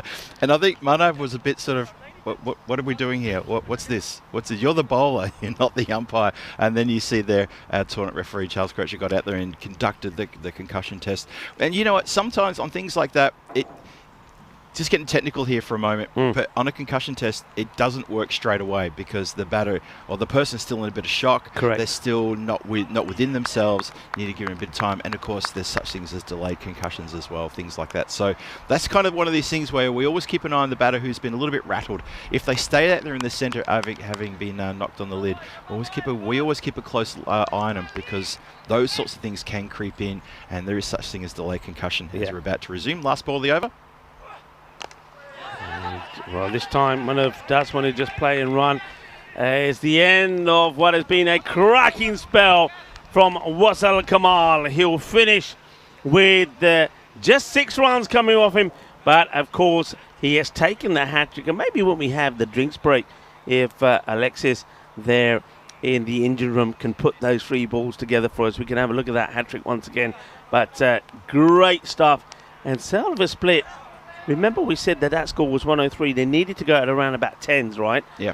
Now all of a sudden it's like they're chasing the score around that 128 because of the start they've had. And if you look at the 2 power plays, look at the comparison, 14 compared to 41. But we do know that Araika Marcos did get off to a good start. They scored 61 in the first 5, but only 42 in the second. So they're not out of this by a long way. Until that rate gets to over the 15 mark, you're very much in the game. Oh, totally agree. Yep, that's a really good point you raise, especially about the first 5 overs versus the second 5 overs. I think that's a really good important one. Well hit and well stopped. He's one thing I've noticed over the years is there's some fielders that always just are always there, always taking great catches, always in the moment. And I've noticed that about Sohail Ahmed. This guy's so good on the boundary. He takes some great catches. He took some yesterday as well. He's a good player and he's a good man to have down the ground. Just take a single. Angus back on strike. Gets a full pitch up delivery. And that is so close. That is so close. You won't believe how close this is of hitting the off stump. Ranjit can't believe it hasn't hit. Look at this. Look how close this is. I think the ball just moved away at the last moment. Watch this. Oh, how does that miss? Oh, I understand why he's jumping around on the middle of the pitch there. Cannot believe that has just done a bit of movement through the air, that it's pitched and gone away from the off stump. That's so unlucky for the bowler. A lot of luck for the batter, though. Up in the air, and work to be done there by the fielder. And at the moment, it's all Marcor. That's what it is. They haven't made a mistake. They fielded well. So at the moment, the tide isn't changing. So Oliver Split needs something to change that tide. A no ball that gets pumped for 6, for example. Yep. A misfield that goes for 4. Something to start to change the tide. Yeah. Ranjit is in no mood for doing it. Bowling to Manav. Manav plays that away. But again, there you see it's tidy. Nothing's going through them at the moment. And while that continues, then Araika Marcos will stay firmly on top of this match. I love that the captain has placed that third player on the boundary for his pace bowlers. He brings him in usually for the slower bowlers when he takes pace off, but for pace he's constantly got that player on the boundary. It's where a lot of runs can get scored from the batters just flailing outside the off stump, so that's very good. And also he's quite fine too there at third, so good placement there. Good bit of thinking here. Bit too wide, I think, this one. Yep, indeed a bit too wide. Also, it's keeping the deep backward point out there as well. Who's looks like maybe just coming inside. No, just coming. He was just coming to the 30-yard circle just for a little bit of a pep talk to some of the other players. And of course, you got the two players down the ground. Sahel, as Rico mentioned before, fielding in front of us in that long off position, doing a sensational job down the ground again for his team. It's a first one that's kind of into the legs, whipped away. They're thinking two. In comes the throw. And it's very good running from these two. They scarper through to take the two. Yeah, good work from McMahon there. He was going to the hot end, the danger end, and he did manage to get through very quickly. They're very quick between the wickets, these two. Nicely done. 20 for 4. Coming to the end of the fourth. They still need to be going at 13.5 and over if they want to get the win here. And they need to keep wickets in hand, especially these two wickets. Nicely driven. Yeah, pushed down the ground. It will be no mistakes once again. So they're just keeping the pressure on. Yeah, they won't mind the singles as we get to the end of the fourth. 21 for 4 after, well, blink and you miss it. Anyone who's just joining us in the last couple of minutes and you missed the first over, I would invite you just to backtrack on the YouTube feed. Have a look at that first over, then come back to live action because, you know, blink and you miss it. 3 on the spin, bang, bang, bang. A hat-trick taken as well. So it's going to be Kamal, the skipper, who gets himself into the Hat-Trick Hall of Fame for 2025. And yeah, I'm hoping maybe during the next drinks break, we might get a chance to string those 3 together. And at the end of the next over, we'll get a bit of another look at those because there were 3 amazing deliveries, but also brought about from 3 players who, well, Luke's dismissal was just a poor shot selection. Yeah. But it was good fielding, it was good captaincy, and it was good bowling. And it's definitely well worth looking at again. Yeah, it definitely is. And talking about good bowling, Jatinder Vasisht, he doesn't often get it too wrong either, does he? He's a tricky campaigner. He likes to come a left arm round. He'll bowl in between. He'll run in between the stumps and Mia, the umpire. So tricky little customer. Let's see how Angus deals with him. And therefore that rate is now coming up to around about the 14 mark. So I think, oh, he's gone. Does him first ball, quick and fast. And have a look at the little celebration there from Mr. Cool. I've said this before about Jatinder Vasisht. He is as cool as they get. He wears the shades. He normally has his collars turned upwards. And he just darts in a quick Yorker. Well, you said, and we know that Croatia is the home of the torpedo where it was invented. Well, how about this for a torpedo? He had no answer to it. It has been homed into the stumps and he knocks them over. The castle has been destroyed. Yeah, beaten for pace. That's what it was. Completely and utterly beaten for pace. I think he was already upset with himself and not even bring the bat down when the ball had clattered into the base of the stumps. And so Oliver split. The team is, well, they're unfortunately splitting to pieces here. They are coming apart at the seams. Look at this one more time. Angles in. It's an awkward delivery. There's no foot movement whatsoever. And by the time the bat comes down, well, the bail's already gone to the east and west. They've completely left the scene. So Angus McMahon has to go. He doesn't bother the scores too much. And the score, oh, it's looking dismal now. It's 21 for 5 and we're in the 5th. This is going to be a problem. Oh boy, 52 required of 35. That's just for the points. So we're already actually thinking that the game might be already gone. So maybe they've just got to try to fight for a point. What I want to talk about is, first of all, Yep. I know that we're giving a lot of things to production to do. If we can see that wicket again, so we're going to see this first. First, let's have a look at this. We'll go to the next page, and guess what? Tom Weston, there's somebody else underneath you now, because Wasal Kamal is there with a hat-trick. Now, what I want to talk about also, and it ties in nicely with that last wicket, if we got it, we can show it again, but I can still talk about this. You know what day it is today? It is World Left-Hander Day. Who's bowling? Who just got that wicket? A left-hander, Jatinder Vasisht. So I wonder what it would be like. Here he is, left-hander day, boom. the first ball he bowls on World Left-Hander Day, he gets a wicket. I wonder what it's like to be left-handed, left-hand point of view on International Left-Handers Day. Today, you can explore the world for yourself. And I tell you what, there were some key people that were left-handers. Ronald Reagan, Bill Clinton, Barack Obama. They were all left-handed, you know. Paul McCartney, Jimi Hendrix, the world's greatest left-handed guitarist. So on World Left-Hander Day, a wicket there from a very good left-hander, Jatinder Vasisht. And a big shout out to my daughter as well, Sonia, also left-handed, and that certainly served her well when it comes to her playing sport. But do you know that in a lot of cultures they try to stop people being left-handed? Yes, I'm very aware of that. Mrs. G, she's a left-hander as well, Renata. Might be lurking sometime this morning. We'll keep an eye open in case she pops into the chat. But yep, my missus is a left-hander. Yeah. And yeah, she told me stories about that, about being a youngster at school in over on the eastern side of, at the time it was Czechoslovakia before they had the split. And yeah, teachers were very hot on any students who picked up the pen in the left hand and tried to correct it and say, no, this is how we do it. You get it in the right hand, please. Oh, that's gone over the keeper's head. I don't know what's happening to Mohit here. Mohit just doesn't pick it. And look at Jatinder Singh should have done like this. What happened to you? It's a funny one, this, because the keeper just doesn't get up. It's almost like he's got stuck in a position, just can't move. It will be just a bye, but it helps to get Manav on strike. Big wicket. It's a nice looking shot. He's hit that lovely in straight. He's going to go all the way. Balle.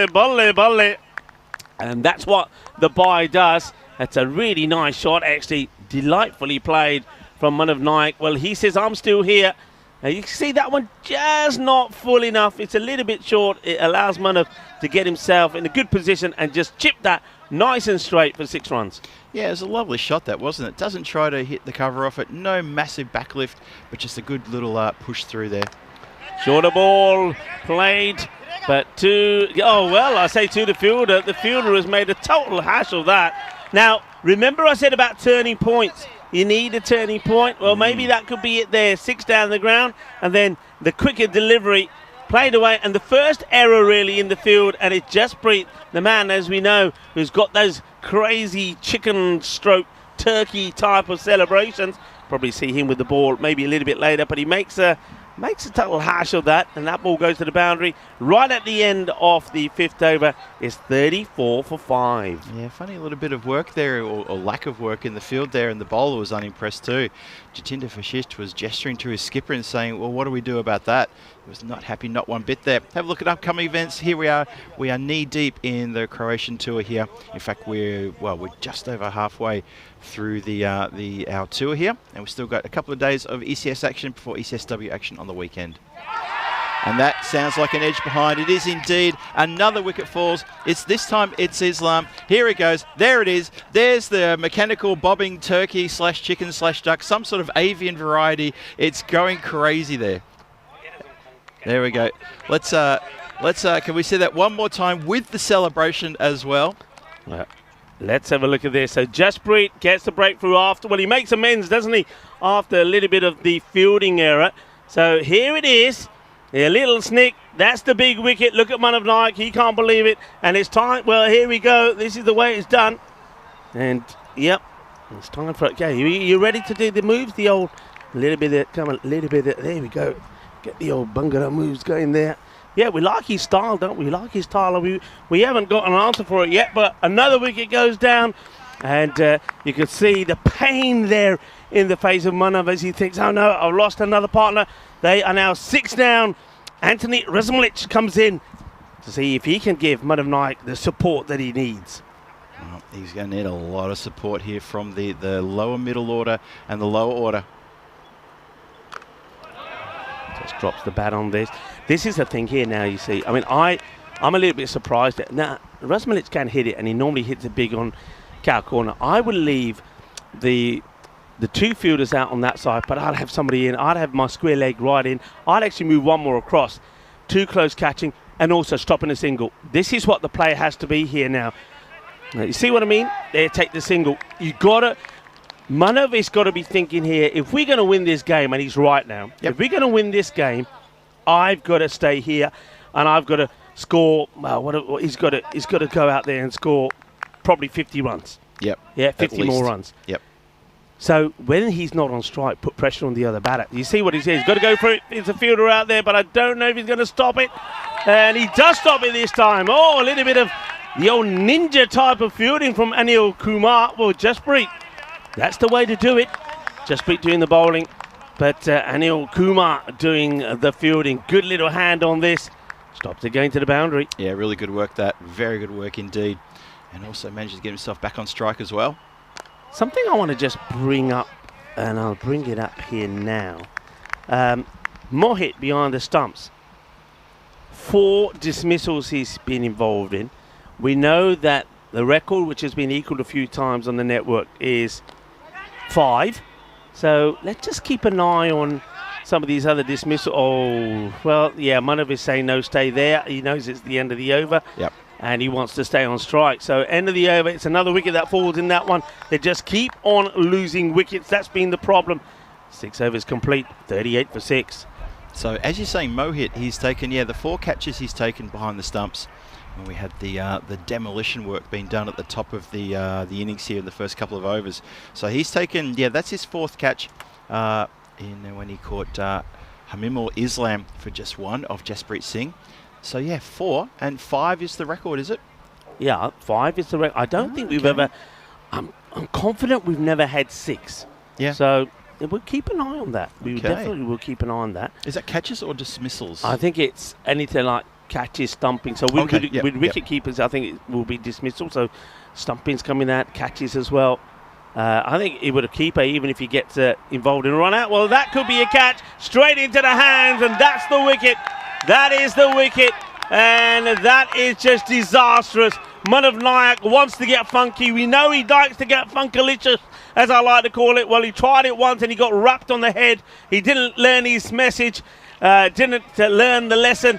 And now he just guides this into the hands of the fielder, and I believe now that has got to be the match. Manav Nayak goes for 24 of 16, and Jatinder Vasisht on World Left-Hander Day, the left-hander takes the wicket. Yeah, he does indeed. Loses sunglasses at the same time, but he won't mind about that because that is a huge wicket. That, we kind of feel that's the game right there. Poor old Manav has to go. He wasn't getting support. It was all on his shoulders. And sometimes that's just a little bit too much pressure, and you find you need to manufacture a little bit of spark. You need to manufacture a bit of magic, and he was just unable to do so. A fighting 24 runs he's put on the board there too for his team. I mean, he's amassed a good score there, all things considered. The highest score of the whole game from both sides, but it's just a bit too much pressure. Yeah, well, now what can they get to? Well, that one might test the fielder, and, well, he did hold on to a good catch. I think that's Aminul who's behind there. He did make a good catch to remove Manav. Yeah, but he can't do anything about that. So runs from Ashraf. Now, of course, you start to think, right, it can't be a disastrous match. So you want to get to that 73. You got to get to that 73. Got to muscle up to that one. Absolutely right, Rico. 31 off 22 to get to that 73 as well. So there's still a lot of work to be done here. Good. Teasing, slower delivery. That's the one thing about Jatinder. What I've noticed with, and we'll keep an eye on that actually from him, his first ball that he bowls of every over is the quick one. And then after that, it's his variation. You've got to try and pick. Is it a quick one? Is it a slow one like that where he lifts up and floats it up? Here he comes again. And this time it's the ball that he goes a little bit wider and he gets that ball to sort of curve back into you. Yeah, it's a good floater, that one too, isn't it? It's not high tossed up, but it comes out of the hand a little bit slower, as you say. And it's that tantalising one for the right hand to think, what do I do with this one? That's a quick one. And yeah, he knows he's missed opportunity there, but they're just going to get just the one extra. And byes indicated by umpire Mia. Yeah, difficult one to keep against as well, because he's not giving you any indication of what he's going to bowl. So you're standing there, it's either going to be quick and it can go over your head, and that's the slower one, which is just going to be pushed away. So Anthony Rasmalik happy to just see out that over and the spell from Jatinder Vasisht, and it's another good spell. 2 for 16, 43 for 7. So 3 overs to go. 61 of 18. Is it possible? Yes, we have seen power plays go for over 60, though normally then, as we know, there's only 2 fielders out. But they've got to go at 20s to do that. What they've got to focus in is now just get a point here, I feel. I totally agree with you. They need to get something from this game. I think the win is going to be too far. When you're 7 down and you're asking, well, you're asking the batters way down the order, 8 and 9 to bring it together. That's tough. It's in the air, catching chance, is it? No, doesn't quite carry. They take one, they think about the second. It's a change in the bowling. They've gone here with Sahil Lal, so they don't go straight back to Jasprit. Interesting change here. Well, let's see how this can pay off. They desperately would not want to have an over that goes magical. They don't want to leak, an opportunity here, and they need to make sure that door has stayed pretty much shut, which it almost is now. Okay, catching chance. He takes the cap off, which maybe is not the best of ideas because the cap maybe is there to help protect you from the sun. Amazing the number of times that we see that actually on the network, but he's quick to whip off the cap and take the cat. So Lyle takes the wicket and Anthony Rasmulich will go just for 1 on the board of ball number 4. Here it is again. It goes for the big shot, just skies it up in the air, and with the cap flipped off the head, the catch gets taken. So another one bites the dust. 8 down here now with the score on 44. Jasprit takes the catch. I'm a cap-on kind of guy for the sky catches. I always kept my cap on, felt it was important just so I could use the peak, just in case the sun does have something to do with it. But I guess a lot of players, they also prefer cap off. They don't want any distractions, as we're now 8 down. Played away to Jasprit again, whose cap is once again on the deck. He likes to whip that cap off pretty quickly, doesn't he? Does he whip the cap off now for ground fielding as well? Well, I tell you what, it's not the wind that takes the cap off because there is none. Yeah, it's true. Yeah, the best breeze we've got coming in here is this lovely fan that we got from production. Oh, and of course the breeze made by the batter as he swings hard at that. Almost felt that down here, actually. That was actually quite nice. Keep doing that. Keep us cool down here with keep swinging and missing. Or even if you hit, you're still going to get the nice breeze. You know who's loving this at the moment? Who's that? Well, apart from Raikart, Marcos, as that's another dot, and that means that the opportunity for Serlu's split to get a point here gets harder and harder. They need to go at about 13s here now almost. That's going to be an ask because they've only got 13-1 once out of the coming up to the end of 8 overs here. True. Oh dear, it's another dot as Ashraful can't do anything about it. Good over there and a quick over there from Lal, just going for 2. Picks up a wicket, is 45, beg your pardon, for 8. Zagreb Warriors, who only play the 1 today, and against Sir Oliver Split, they are watching and loving what is happening at the moment because remember, they are 2 points ahead in 4th spot of SOS. Yep. They played, though, up until the start of this match, 4 matches more. So it's if they get no points here, SOS, then the Warriors, they're going to be thinking, they keep throwing us a little bit of a lifeline. That's a really good point you raised, Rico. Let me just double down on that one. Also tell you that the lunchtime match is Sir Oliver Split against the Zagreb Assassins. So Sir Oliver Split are right up against it now. If they're not going to pull even 1 point out of this, then they'll go against the Assassins. Oh, boy. Well, what's happening? I think he on another bat here? What's happened? What have we missed? Well, surely he's not going to retire himself out. Well, I don't. It looks like, he needs another bat. So the 12th is going to come out. I tell you what, they all needed another bat. They would love to have another bat because they just haven't got anything going here. So Sandeep Kumar has decided he needs another bat, and he gets one sent out to him. I think that one he was looking and showed it to the umpire, showed it to Mia, and Mia says, "Oh yeah, that's got a bit of a crack in it." I'm sure there's a number of cricket bats in the Sir Oliver Split dugout that haven't seen any action today. So I'm sure there was a few options without being too smug about that comment. But yep, here we go. That sounded all right. It's only a single though now. Oh boy, SOS. Well, we did say that they need to send an SOS. The thing that will really hurt them is after such a great fielding performance, especially in the last 6 overs, the way they finished. That's another good ball as it gets jammed in as the Yorker goes over the stumps there from Jasprit. after such a good performance in the field and restricting a good batting team like Marco to a score 103, they've just let themselves badly. That's good delivery on the pegs. This one might go to the boundary. No, it won't. And who stops it? Yeah, Mr. Cool himself.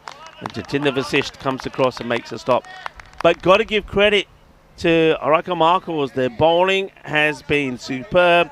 The hat-trick there from the captain, Musal Kamal, was outstanding. But all the bowlers really have just bowled well. And that one, again, a good stop. I don't know if Ranjit knew too much about it. I don't know if he uses his hand or if that gets trapped under his knee. But they stopped the boundary. Yeah, the comeback from Sir Oliver Split in the second half of that innings from Raikor Marcos was excellent. 61 off the first 5, then 42 off the second half. Just very, very good.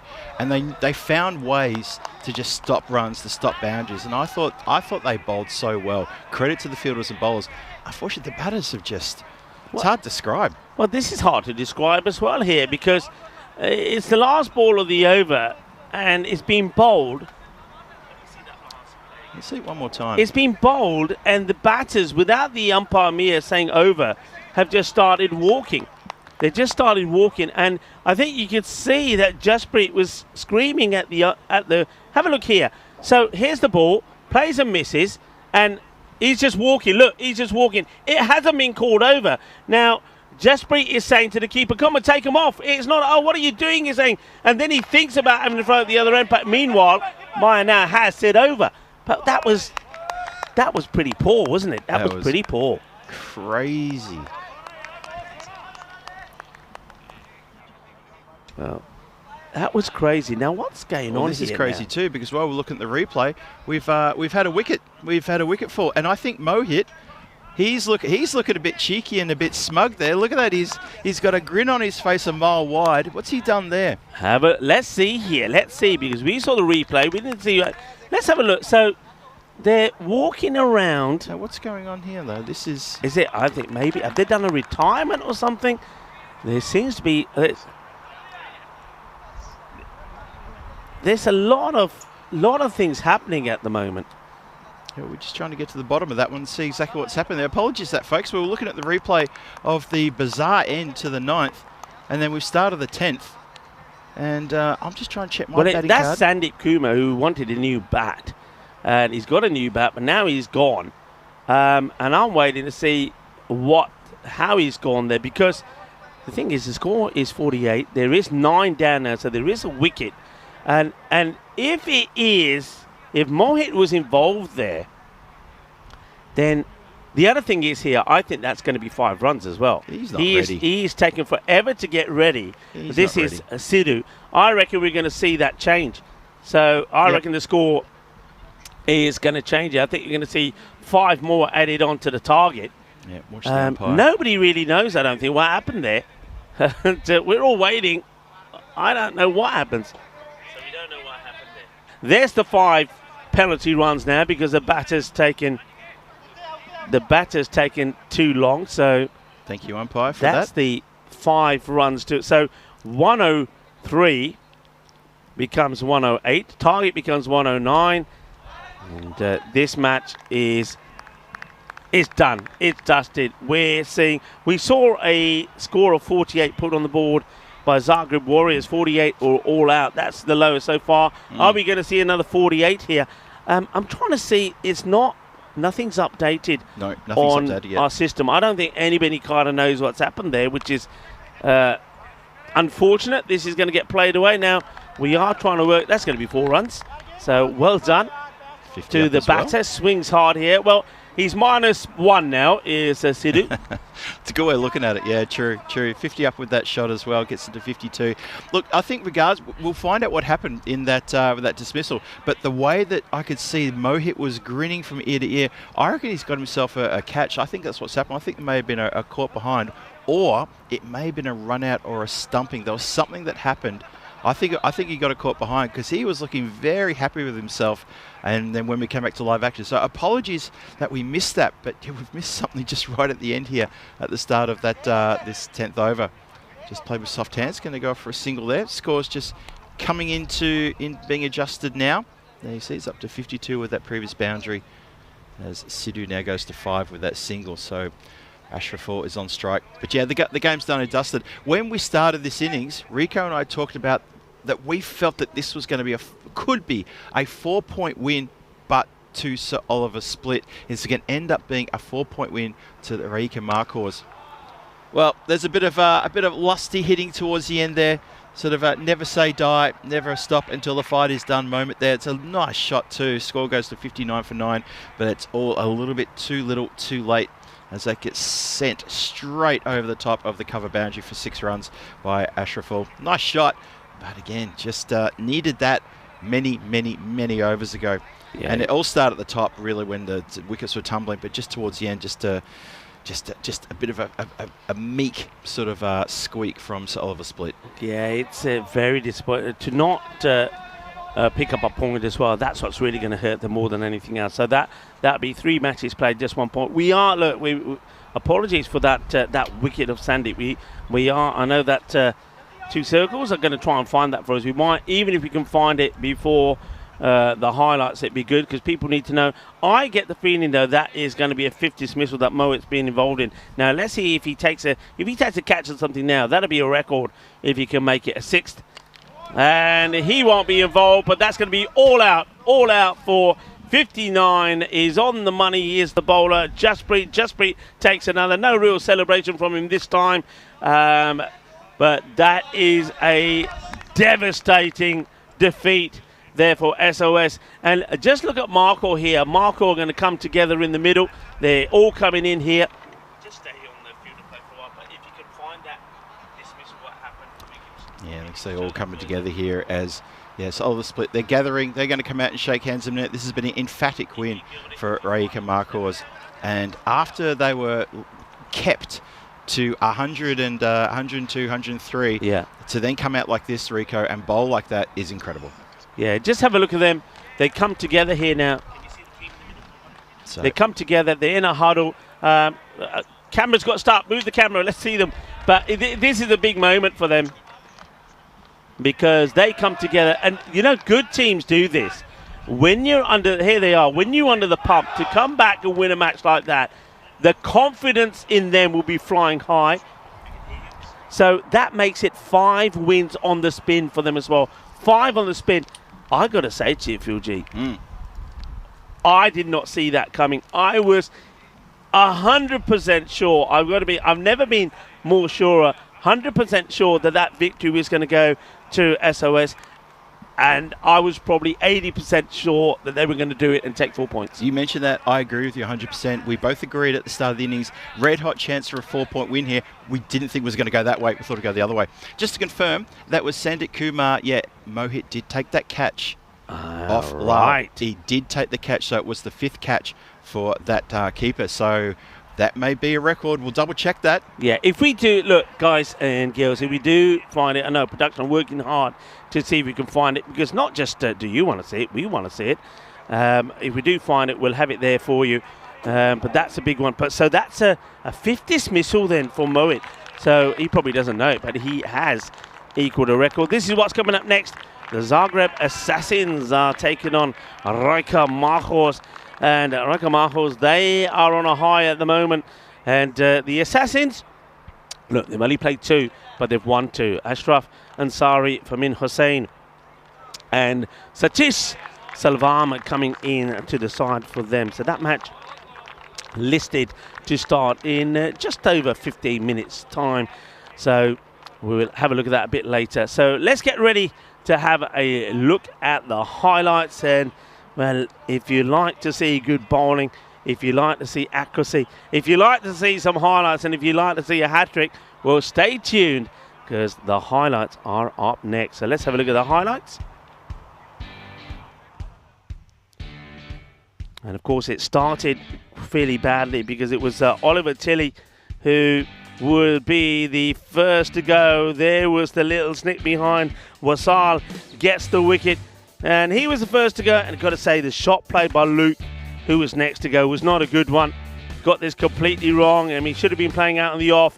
Tries to play the pull shot, just clatters it back to the stumps. And then while we just stopped looking at that hat-trick ball came, and it was Mohit taking the catch. And once again, there was that movement away. So at that point, it was 2 soon became 3, and this was the hat-trick. Just look at the joy.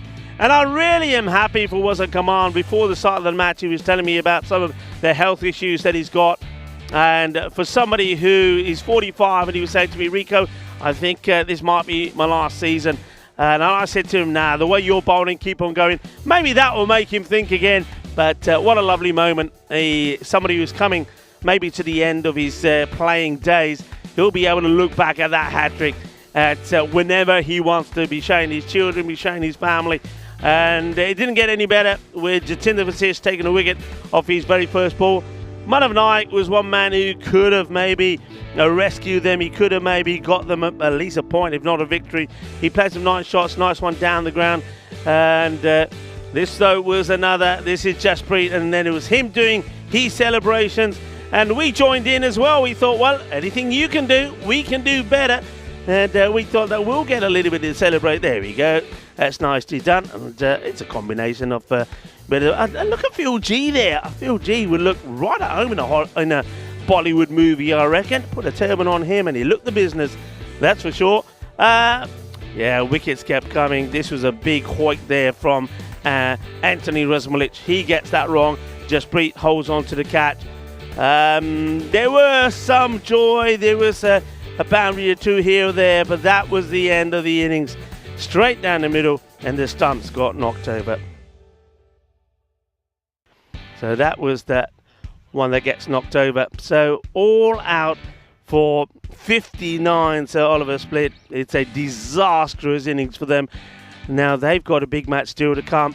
They will take on the Zagreb Assassins. The Assassins, though, have a tough one themselves against Rakamarkos. Dare I say we might have a close match because we do deserve one.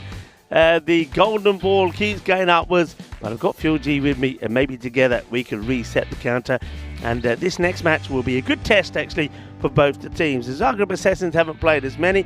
They'll be pretty fresh after a day off yesterday. But Rakamarkos, who have got a big day here, as well as the Assassins, both play 3 matches in the day. But it's a sensational victory there for the Marcos. They looked like they were going to go down after only getting 103 on the ball. That 103 was changed to 108, by the way, because of the last batter, Sheikh Sidhu, coming out too late. Sidhu, though, fair play to him. He may have given away 5, but at least he did score 5 as well. So he'll say, well, I'm all right. I'm on level pegging, but I tell you who's not all right, SOS. And to the joy of the Zagreb Warriors, they take no points from the match, but 4 points there to the Rakamarkos. Rico Full here alongside me is Phil G. We'll be back in just over 10 minutes time to talk you through the second match of this match day 3. You're watching the European Cricket Series, and we are in Croatia, and we'll be back soon.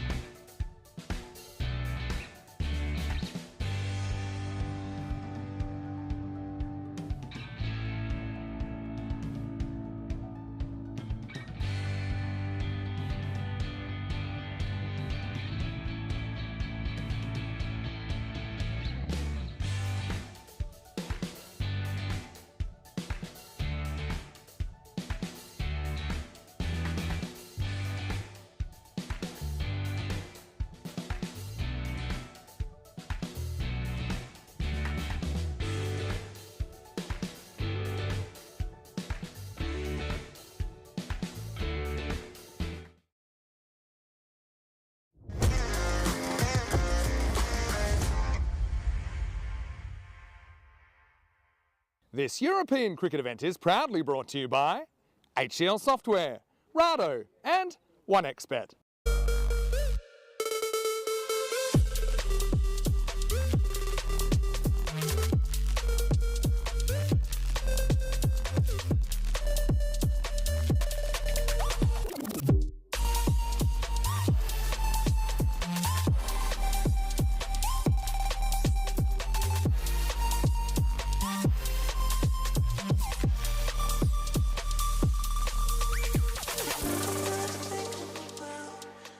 Welcome everybody to the second match of the day. It's match 12 coming your way, and it's time for the return of the Zagreb Assassins. They had a day off yesterday, and I'm sure they enjoyed that after the first day where they had a 2-0 result for them on day number 1 on the Monday. So Tuesday off, similar to yours truly, of course, and they enjoyed yesterday off, and now they're back today with 3 big games. They've got 3 more games tomorrow as well. This is the first of their 3 games. They're going to take on the team that we've just seen just play, and that is the Rijeka Markos, who have, well, what a game that was, getting a below par score, but then backing it up with some excellent bowling, excellent fielding, thoroughly deserved win. They demolished Sir Oliver Split, who were the champions from last year, and that team, we'll talk about Sir Oliver Split a bit later, but that team, they're off to lick their wounds. They have to come back in that lunchtime match. We'll talk about that a bit later on. But for this game coming up, the return of the Assassins against the Rijeka Markos, this is a mouth-watering tussle, this one. I think this is going to be probably the best match of the day easily. I've been looking forward to this one. Just when you look at them on form, Rijeka Markos are now 5-0. The Assassins are now 2-0, but they had the day off, so they've got a lot more games in hand, and this is going to be a massive game. So why don't we get over to the coin toss and see how that turned out. It was done a couple of minutes ago. Let's have a look at that. Thanks guys, and good morning. Welcome to the toss for match 16 with Zagreb Assassins and Rijeka Markos. They'll call. Tails. Tails is the call. And it's a head. So we will bat first. Assassins won the toss and they'll bat. Assassins win the toss, going to have a bat first. That's not a bad result. The sun getting high in the sky, but it's still not blistering hot just yet. It's a little bit warm in the igloo. That's only because Rico and I, we generate heat. That's what we do. And the heat being generated on the ground is something else as well. The Assassins are going to want to really bring their A game here. The same sort of temperament that they showed us on Monday when they had those 2 big wins on that day, and they're looking red hot. I've just got a feeling about the Assassins. This could be their tournament. There's something about them. But then again, there's something about the Rijeka Markos. I just mentioned before that they were restricted to 103 runs by Sir Oliver Split, and we felt that was below par, at least 30 runs below where they should have been. And look what happened. The bowlers came out, the fielders were on, the bowling was sensational. Hat-trick to Kamal at the top there as well. The first hat-trick so far in this ECS as well, so well done to Kamal. Hat-trick, wickets falling, no partnerships, no one making scores except for Manav Nayak, and that fell apart for them. But congratulations to Rijeka for that really terrific win. Now they've got a front up against the Assassins. Big game coming your way. I know you're excited. I know Rico's excited. Let's get over to Rico, my good friend and co-commentator in the igloo. He's set to go. Rico, news in the toss. The Assassins win the toss. Going to have a bat first. I think this is going to be our classic match of the day. Let's go. I feel what you're thinking there, Phil G. I think this should be a good match and a good summary of what's happened today so far, and of both these 2 teams. Zagreb Assassins, as Phil did say, they started well on day 1. They probably didn't get as many runs as they would have liked when they got to that 119, which was then elevated by 5 to 124 against the Warriors. But you have to remember the 2 matches that they have played were against the Warriors, who, well, along with SOS now, it has to be said, are the 2 weakest team. Can you believe that? The reigning champions have lost the first 3 matches. They only lost once last year, so that tells you a lot about them. But it's not that they've lost a lot of players. All right, we know there's a couple of guys not in the side that performed well last time, but they've got some good players in as well, so they're just not clicking. And yeah, the Assassins won both against the Warriors. They did post 158, which also was up by 5 runs to 163 against the Warriors. But of course, the bowling attack of Rijeka Markos is very much different, and it's going to be the hat-trick hero of Wasel Kamal to start with the first. And what's the chance that the first one goes to the boundary? Because that's the sort of things that happens. It is the European Cricket Network. Not that I'm wishing that on Wasel Kamal. And here we go. Here's the first.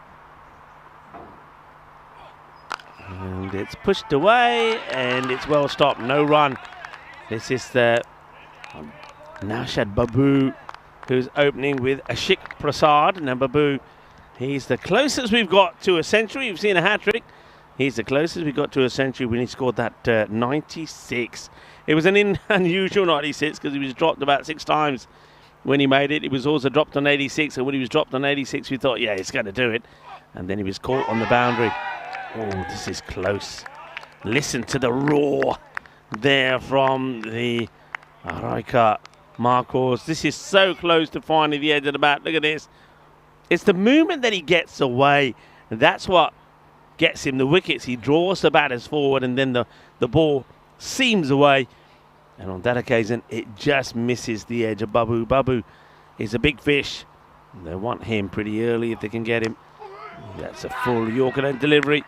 It's going to get through the infield, but they have got a sweeper out there. It's very much the same field being set to Kamal as the last match. They've got the third man back on the boundary, and they've got a sweeper out the offside who's able to cut that one off. So Babu, who gets off strike. Prasad facing his first. And this one is just on the legs. I think this is where Kamal is just hoping that he can pitch one on leg and it come back and be a wonder ball and take the off stump. But Ashik manages to get, I think, a bit of pad on that. And that will go away for another single. So Babu gets on strike straight away. Masal. Good, tidy bowling. 2 on the board. Short and played away. That's what Babu was looking for. Every time the ball is a little bit short and not quite on the money, he's going to launch into it. And this one is a little bit short. Short, dragged down. And Babu is not going to miss out on those. He gets it over to man on the 45. He's going to get 4 runs. So nicely played away. Welcome back to everybody as well. And hello to Dave, John Hisham in the chat. Nice to see that everybody is enjoying the action here in Croatia on this Wednesday morning. Hope you're having a very good Wednesday. World of Left-Handers Day today as well. Hello to Paul Horn, who joins us as well. Taking on the sharp single. A little bit slow to go is Prasad. Wasn't quite expecting that, but you don't know Babu too well. He wants to get as much of the strike as he can get. He takes the run. The score goes to 7. It's 7 without loss. And Wasal Kamal, another good over from him. Just the 6, including the leg by, or excluding the leg by, with the leg by that takes him to 7. Phil G joins me back. Phil, let's talk a little bit about this, the Premier Division at the Carnamo Oval. Indeed, ECC action coming your way, 25th of September to the 18th of October. And of course, you've got the Western Shield and the Meltor Shield as the curtain raiser to ECC. Premier Division here, though, and that is going to be Group A starting things off on the 25th of September. Group B, then Group C. And then in between the finish of Group C and the start of Championship Group, of course, will be the Challenger Division. The Championship Group, it's obviously just the winner. No runners-up. It's just the winner from Groups A, B and C meeting England and Netherlands in the Championship Group. Big marquee event. That's a big shot as well. Speaking of big, you can't say it once, you can't say it twice, but that is a big shot. That is a massive strike. And here we go. Is this going to be the Babu show all over again? Maybe he's still got that 96 in his mind from Monday, where he thoroughly deserved the ton, didn't he, on that day? But unfortunately, he just ran out of space, ran out of time, and came undone with a shot down the ground that was finally caught in the end. That one sounded brilliant. It was. It's still echoing, I think, around the ground. He's hit that pretty well. Smashed, absolutely smashed from Ranjit. It's a crack like a gunshot. So 13 for no loss here at the start of the second. So Singh going to try again. Oh, wow, even better. Okay, where's this going? High, mighty, and drop just the other side of that banner. That is, well, the hang time on this, I mean, that's about 5 or 6 seconds. That's gone a long way up. They could have run 3 if they wanted, but it landed on the other side of the rope, so clearly you're not going to run 3 and that happens. It did go a long way up. It immediately went out of our vision straight away, and we sort of saw where the fielder was slowly jogging to, knowing that it was going to tip over the line, and eventually brings it back. So poor old Ranjit Singh needs to try to find something a bit different with this next delivery. Wouldn't want to go for 3 in a row. 19 without loss. Here comes Ranjit in again. Oh, he's lost his way there. Keeper can't get a hold of that. No one can get a hold of that. That's just, well, I said you've got to try to find something else so you don't get hit for another Maximo. That's not what I had in mind. That's naughty, isn't it? It's naughty. And remember, 2 big sixes. Now he's given a minimo away. So he's in trouble. This could be a big over. We haven't seen too many big and magical overs, to be honest, because the bowlers and the fielding sides have done very well. But Ranjit Singh, he's in a spot of bother as he's already gone for well, how come? Well, something's weird happened here. I've got wide 6 has come up on my score sheet. How does that happen? Now that's got to be changed. Can't be a wide 6. Somebody sort that out. I'm trying to think the last time I saw a wide 6. I think I saw that in a dream once. It's been changed. It's just changed. I was just about to take a picture of it because I thought I've never seen that before. Nah, yeah, it's been amended, and issues still continue though here for Ranjit. Yeah, I think there's just a bit of sticky fingers there with the scorers, but they've corrected it now. That's exactly right. I'm with the scorers here. As this one is another. They were right. It was wide 6 because after the wide 5, it was another wide. Yeah, that takes it to 6. Now it's another. I just think here now Shad is thinking, I shouldn't have run that. I shouldn't have. I needed to stay on stop, but he gets made to run by Ashik Prasad. It's the right thing to do. So I think Ranjit Singh might now get his line right. He might have achieved what he wanted, and that's to get Babu at the other end. He might have a go at Prasad now. Well, Rico, he's gone for 18 off 2 legal deliveries. This over is going to get blown out of proportion. See if Ashik can get onto him here in this first ball he gets to face from him. Oh no. Oh dear, it's gone past him as well. Would you believe it? Is another minimo. Are we seeing the most runs of one legal delivery here? What are your thoughts here? I mean, there was a 6 here, wasn't there? There was 2 6s back to back. 2 6s. Yes, we had 2 6s. So we've now had 10, 12, 13 of nothing since then. So if you add the 6 to it. My scorecard says that was a wide 2. I think that was more than 2 just then. So that's 5. I think the scores are even sort of getting a bit sort of, hang on a minute, what was that? Yeah. Yeah, that'll be adjusted. Just adjusted just then. Well done. Oh dear, it's all going wrong here. 25 off 2 legal deliveries so far, plus that's another wide. Oh, well, at least it wasn't Lakeside. I guess that's some compensation. What's happened to Ranjit here between one match and the other? Maybe those 2 big 6s have just got him rattled. He's trying to get it back, and he can't even get it right here now to Prasad here. I think Babu's got him shaken and stirred at the same time. I know we don't have any references to James Bond or 007, but he's absolutely rattled. 33 for no loss. Okay, there we go. There's a bat on ball, which means it's not going to be a wide, and they jog through for just the 1. It was going wide. I'm not sure if it would have breached the lines, but managed to get something on that one. Well, Babu now gets back on strike, and this is where Ranjit Singh is starting to shake again. He's still got to try and get 3 deliveries in here. The score of the over is already 27. Yep. And Babu was hitting 6s for fun when this over started. Ooh, that's another wide. Yep, you see, it's that one where he tries to bend the back, but you don't have to bend the back. If the bowler's going to bend the back here, that's the kind of thing that can happen, or else it'll just sit up and it will slow down. It's just the good length that you bowl that you can get something short and rising up. That's just how the pitch behaves. So Ranjit Singh just struggling a little bit here in these conditions, and Babu maybe's really got the scares into him. Maybe yes. Well, this over's going to take a while. I'm going to eat a bit of this Toronto, which has turned up here into the commentary igloo. I think it's one of the assassins that have brought these in for us, and they're very nice. Oh. A bit of aloo paronta with a little hint of spice with some nice lemon and lime pickle. I'm gonna take a bite of this. Go for it, Rico. You jump into that, because that was very, very nice as well. So yeah, shout out to whoever is the cook in the assassins. You can keep them coming. We will not be upset about that whatsoever.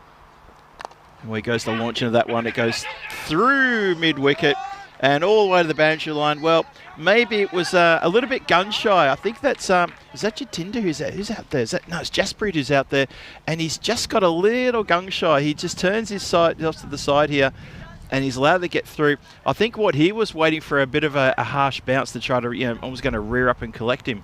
And unfortunately, what's happened there is that Jaspreet Singh, the man with the celebration of the bobbing turkey / avian variety animal that looks slightly mechanical. I know it's a long-winded explanation. He's just completely missed that one, and it goes through him for the boundary for 4 runs. So the over is still not done. It's 32 so far. So we've stepped up here and then some, and there's still 1 legal delivery to come. Wow, this is a bit of a problem now, because this game has already been torn away from the markers here. We haven't even finished the second over. It's 39 on the board. Babu facing up. And he gets a good ball past him. The flaying blade outside the off stump does not connect. So a mini win there for the bowler as he picks up a dot ball on the last ball of the over. But the damage was done with a flurry of wides. There was 1, 2, 3, 4, 6 wides in the over, but there was the 5 all bundled together. And there was 2 minimos in that as well. So that was trouble aplenty with 2 big sixes, 2 towering sixes, like really towering sixes, and a 4 as well towards the end there. 32 off the over. Super Son. I told you I have time to have a bit of that paronta. It's so nice, that is. It is so nice. It's delicious. पता है ना आप भी असी पंजाबी है ना ਜਦੋਂ ਪਰੌਂਠਾ ਮਿਲ ਜਾਂਦਾ ਨਾ ਬਹੁਤ ਮਜ਼ਾ ਆ ਜਾਂਦਾ and मैं तो खुश हो गया. Thank you very much to, we don't know who from the Assassins is the cook. We will try and find out, but that was lovely jubbly. Thank you very much. Yeah, I tell you what is quite surprising. What's that? And this is European cricket in a nutshell. They bowled out a team for 59. 39 is already come off this innings. That's just trying to work that one away. No run. So Wasal Kamal is trying to restore a little bit of normality to this innings. Yeah, I just saw a message in there. I think it was John Gray who said, just watch the clock now because of that previous over. So, yeah, you're right, John. Absolutely right. And good morning to you. Good morning to everyone in the chat. This one clubbed down the ground. There's a very large grunt there from someone there who thought that was quite an amazing delivery. There was a very positive sort of sound coming from the fielders. 40 for no loss. And a bit of normality being returned to your screens here with Kamal bringing himself on to bowl his second. I bet he didn't want to come on straight away. With that last over, he had to do something. He had to steady the ship. Yeah. He's got to stay off the pads of Nowshed, and that's probably a good area to be. Yep. What I'm noticing is when Kamal is walking back to his mark, he's kind of with one hand, he's holding his back a little bit. When I spoke to him before the start of the last match, he sort of, there you go. He did say to me, he said, I said to him, hi, and blah, blah, you're bowling really well. And he said, yeah, I'm 45 now. I think this is my last season. I think I'm going to retire. He said he has a few arthritis issues, as well as 1 or 2 other medical issues. Don't bowl at the legs. That's what I was saying of Nowshed. Anything that's too straight, that he can drive, or into the pads that he can flick away, he's going to punish you. But how about that? So somebody is talking to me about maybe retiring. And I said to him, I said, come on. The way you're bowling at the moment. And then he goes and takes a hat-trick. Exactly. It was a great hat-trick that previous game, the second innings. But yeah, you can see him bowling now with just a little bit of discomfort. Elevates and it's over the top of the long off boundary. That's a lovely shot, that one. His driving straight down the ground and working off the pads is second to none. He is so damaging, so devastating. The 50 is up as well inside the power play.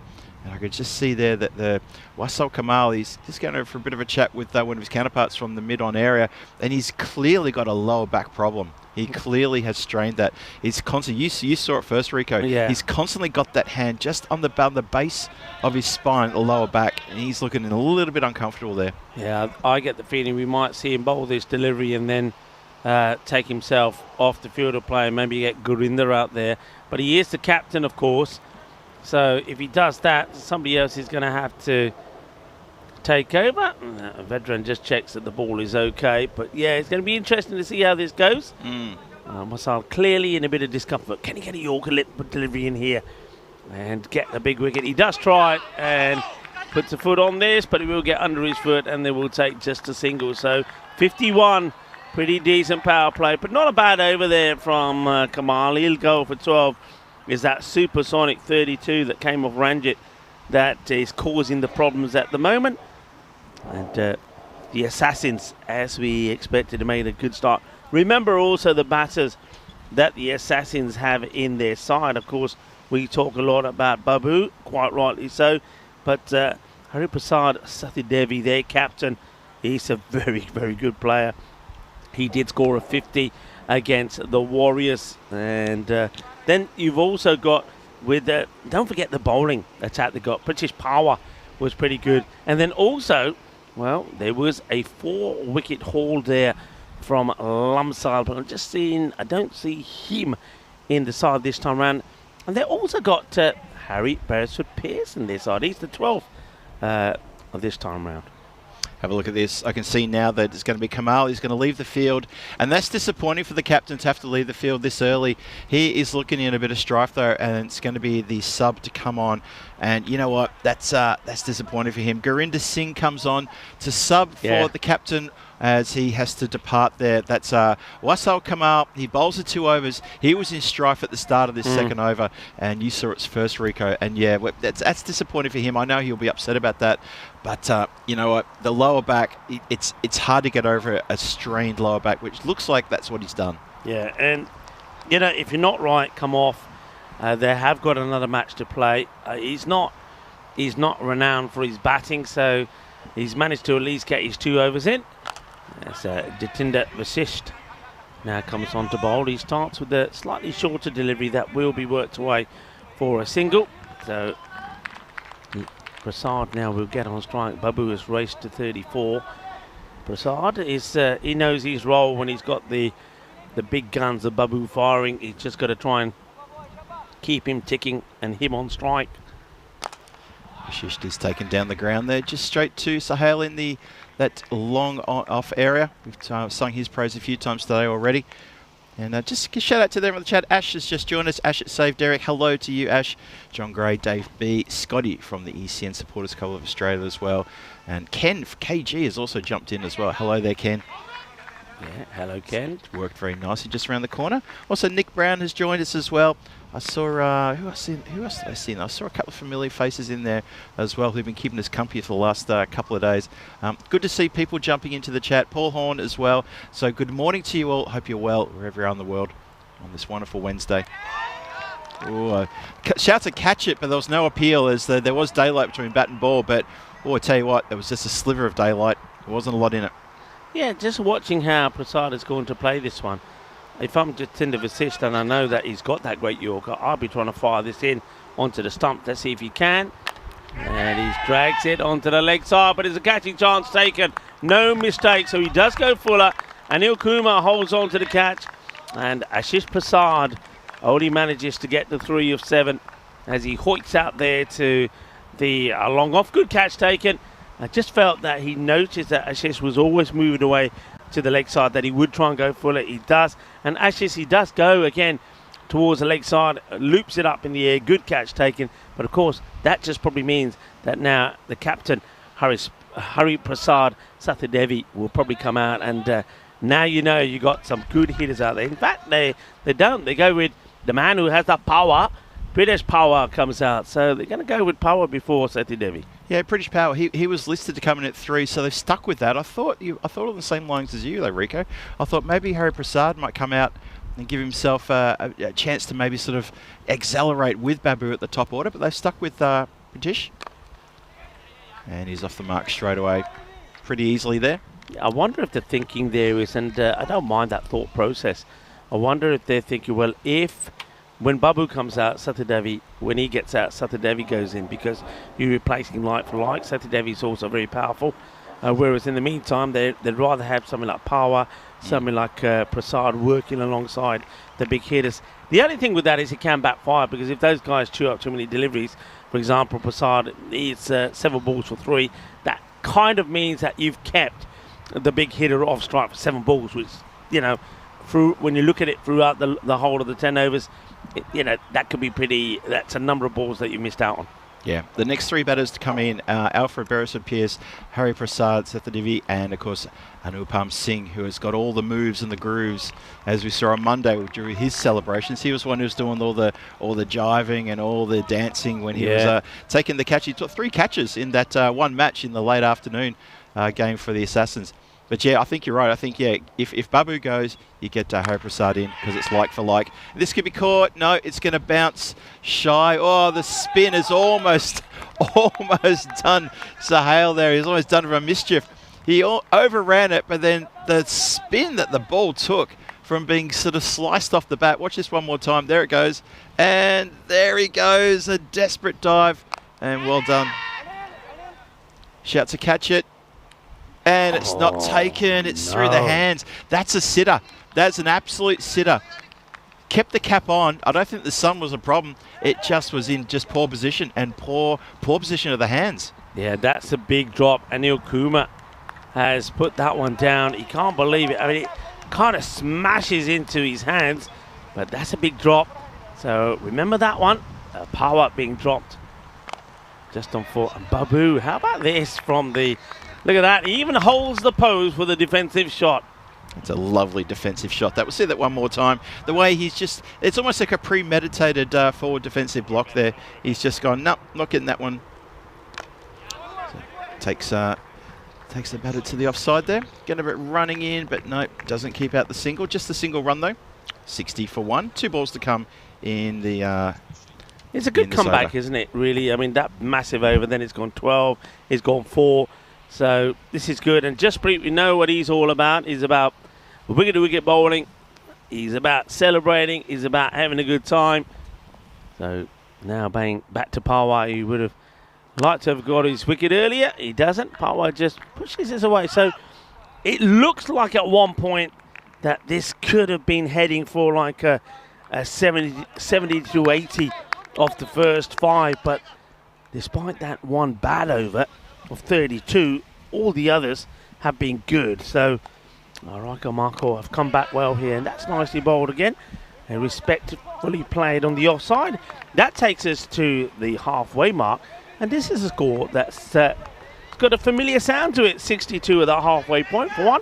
I'm pretty sure that's what we were looking at in that first match. Rico Full here along with Phil G. It's lovely to have you in the chat. It's lovely to have you here and watching wherever you are around the world. I want to say namaste, salam alaikum, sasriyakal, habawan vanakam, and of course, dobry utro, and welcome to Croatia, welcome to the sunshine, welcome to the heat. Absolutely, and welcome into our little home here, which is our home away from home, from home, because I got to count the hotel as well, the Diamond Hotel, who're doing a great job as our accommodation partners. But yeah, now welcome to our little home here. And look, it's not too bad this morning. I've still got the jacket on because I got to say, the breeze has picked up a little bit here, and the players are having a drink break. They're going to enjoy the respite as well. I thought this was going to be the game, which was going to be the potential. These two teams could play in the final kind of thing. You've got the Assassins 2-0. And the Raika Marcos, who are 5-0, going head-to-head. But you're right, I think you said it, that look at who Assassins beat on Monday. It was the Warriors twice. Yeah. So this is kind of it's an interestingly poised match, but so far I think Assassins have got the wood over Raika Marcos, but this is going to shape up to a big match. I still feel this is going to be, for me, I think this will still be the match of the day for me. Yeah, I think so. And the Assassins know how important it is for them to try and keep their 100% record. And we know that here, Raika Marco, they're trying to do the same, having won 5 matches out of 5 so far. So these two are really going to be testing each other out. For the Assassins, remember, big day for them because they got this match here, and then they then play Sir Oliver Split, a team that they lost to in the final last year, and they would love to get their revenge over SOS. And if SOS go down in that match, boy, the match after that, when the Warriors come and play just the one match here today, that is going to be such an important match, because if the Warriors can get a win over SOS, it opens the group up. And what I'm talking about there, of course, is we have 5 teams, but one of them we say goodbye to at the end of Thursday before finals day. So teams are looking to play to finish in the top 4. Short delivery fired in. As I said before, this is a pattern I've noticed from Jatinder Vasisht. The first ball off his over is always a quicker delivery, and he just, I think he catches Babu there. Babu feels that. Now Babu will want to hit back and strike back. Yeah, this will be a good battle between these two. Oh, shouts to catch it. He gets the edge. It flies behind. But the fielder who's back on the boundary line, he's a good 12, 13, 14, 15 metres deeper than where the ball lands. And Babu gets away with that one. He knows it too. I thought, yeah, these two, batter and bowler, this is the battle that I'd be queuing up for. This is definitely the one I want to see. But now it's going to be Pawa. Elevates, shouts to catch it again as it's mishit. Extra cover comes in, kicks it in front of himself just to make sure it doesn't get away. You know, one thing I often comment on a lot is the difference between the men's game and the women's game. The women's game always tend to have fielders in pretty close to stop the singles. You can probably understand it, right? Forget it. I reckon this is going to go over the rope, is it? And yeah, it does quite clearly. You can see the fielder getting underneath it, expecting to take a catch. But Babu, though he goes aerial, it's the second time he's done this, he also manages to get the distance. Sahil Lal, though he was ready for the catch, he's not going to take it. But the reason why I touch on what I'm talking about there about the fielding, you've got Power in there who's 5 ball 6. Babu will now bring up a 50 as he plays that away. It's another biggie going short to him is not the answer. Now said Babu, boom, shaka lagya ginna sona apni 50 banali in just 23 deliveries. And he's hit with that one 5 6s and 3 4s.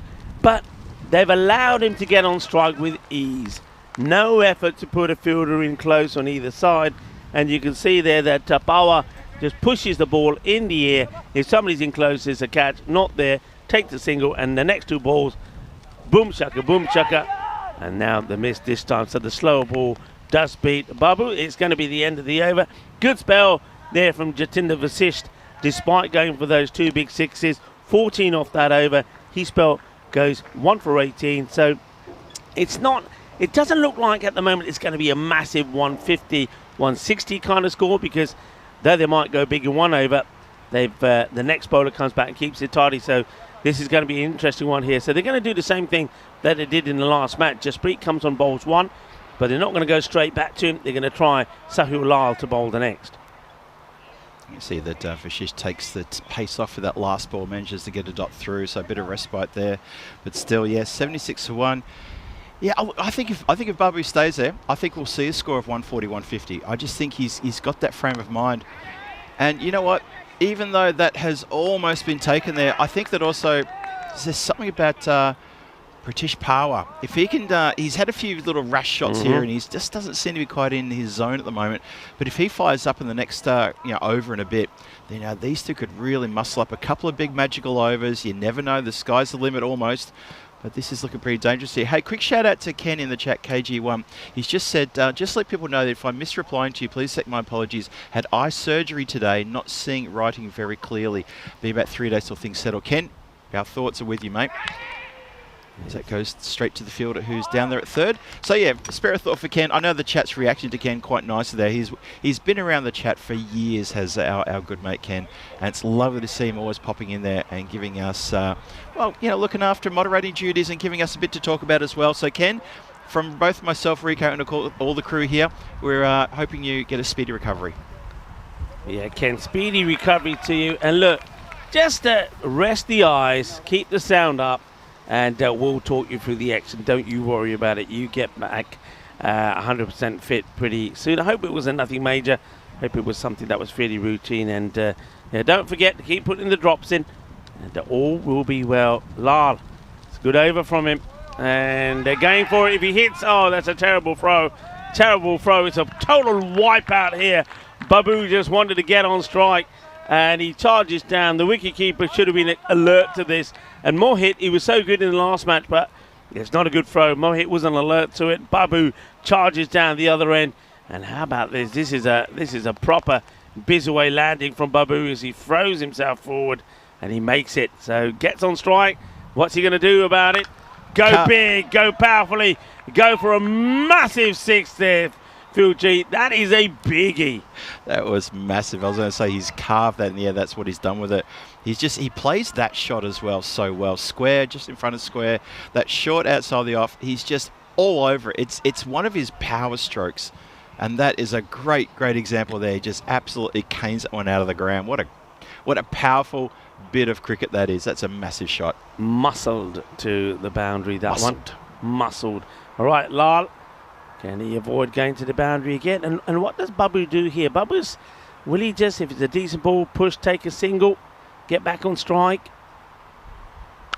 No, he comes down the ground and over the top of comms, over the top of the scaffolding, and it's gone somewhere behind me. There is a perimeter fence down there. There's a very busy road behind that, and if you'd have to hit it pretty hard, hit that busy road.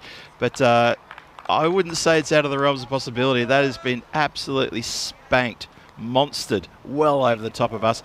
For a second, I thought, oh, coming towards... No, not coming towards us, Phil. Not one bit, not even close.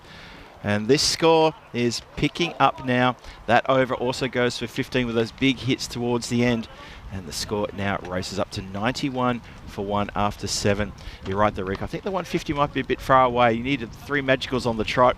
Just a reminder too that the Western Shield is coming your way 18th to 24th of September at Cardham Over, as we got the road to Malaga as well and truly started. And we're counting down, and it is, what's that, less than 5 weeks away now. So we're getting closer.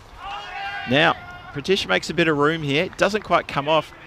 He's trying to play his normal game, but Rico, I get the feeling he's just a bit out of sorts here. 7 from 8, and he was a bit more free-flowing against the Warriors on Monday, but against this attack, he doesn't have that. It's just, this attack's just a lot better. Yeah, the attack is better. The only man who's getting the upper hand at the moment is Babu, and he just hits it so hard, that's going to just fly between us and the scaffolding. He's hit that so hard. Well, now should Babu, well, saying about the 150, but if this guy keeps getting the strike, and that's the one thing that British Power is doing. All right, he may not be getting too many boundaries himself, but every time he's on strike, he just gets the single and finds a way to get Babu on strike. And when he gets on strike, oh, he hits it hard. You know what, Babu? I reckon you're right. He's trying to make amends for missing out the other day. Are they going to stop this one? Oh, dear, no. That's not the best bit of fielding there, is that, from Sukrinder Pal? Yeah, that hurts. It's got. I think you know that the batters want to take 2. He knows that too, but still, you've got to save the 2. He is in the 70s. I don't think he's going to miss out this time. Yeah, the first thing the fielder has to think of is get the ball. Just stop the ball, process. Stop the ball, get it cleanly, get it back in there. Jasprit Singh is getting a bit of stick here. Oh, gets a dot through, a rare dot, and Babu he's gesturing to the skies. He's making all sorts of non-verbal communications here about how he knows he should have got that one. I think he's a little bit sort of, come on, what was that? Babu, get into it. Oh, 2 dots. Pratish wants to go, Babu doesn't, and then he has to go. It's actually clever from British Power, because he said, look, let's go now. There's a ball to come now in the over. I'm going to try and muscle it to the boundary. Then you have the next over. But, yeah, I mean, Babu, I said he's on for a ton here. He wants it. He wants to get that 96 out of his head. But missing out on 2 balls there doesn't help. And now that's going to be 3 misses. So, Jasprit, he was under attack in the first 3 deliveries, but he's come back well, and he will only go for 12 in that 8th over. Yeah, interesting over that one. As Babu, he's lamenting about what should have happened there, because he hit those 2 very crisp boundaries. There was one of the 6s he hit there. I reckon it's probably gone about 85 metres, and it was pretty flat as well. So I think he's feeling a bit sort of, he should have done better, up to his standards, and also up to in his mind, about the fact that he wants 27 more runs to get that ton that he missed out on Monday. I think you're right, Rico. I think that's in his head, and he's thinking, I can go that one better. That extra 4 runs that I didn't get on Monday, I reckon I can get it here against this attack. I'm not so sure. I think this attack is an awful lot better than what we saw on Monday from the Warriors. No disrespect to the Warriors at all there. There he goes, cramped up, and it's a single off the first ball of the over. So that sort of puts paid to the point there that he's playing against a much better lineup here. Yeah, and I think he also maybe now has accepted that he's probably better off playing back on merit again, taking a single when it's a single, and not trying to muscle and chew up delivery. So makes that call. Power. Yeah, my thought here, Phil, if Power doesn't hit a boundary, that Seti Devi comes out.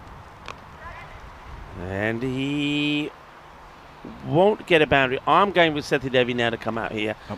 There's no, for me, no matter what you say, originally we were saying, yeah, power coming out, he can rotate the strike, give the strike to Babu. I appreciate that, but 11 balls for 9, I think Sethi Devi come out and try and hit a few bombs himself. Okay, chance. I don't think anybody's going to get here. He's going to get lucky. He's going to drop just in short the fielder. They should maybe have thought about going for 2. They didn't. Only a single. That was in the air for long enough for 2, I thought. But yeah. I'm not sure. Babu. I think Babu's back to running the first, not as quickly as he could be. I got a funny feeling. You said this before, and we've both seen a fair bit of him. He's not a good runner.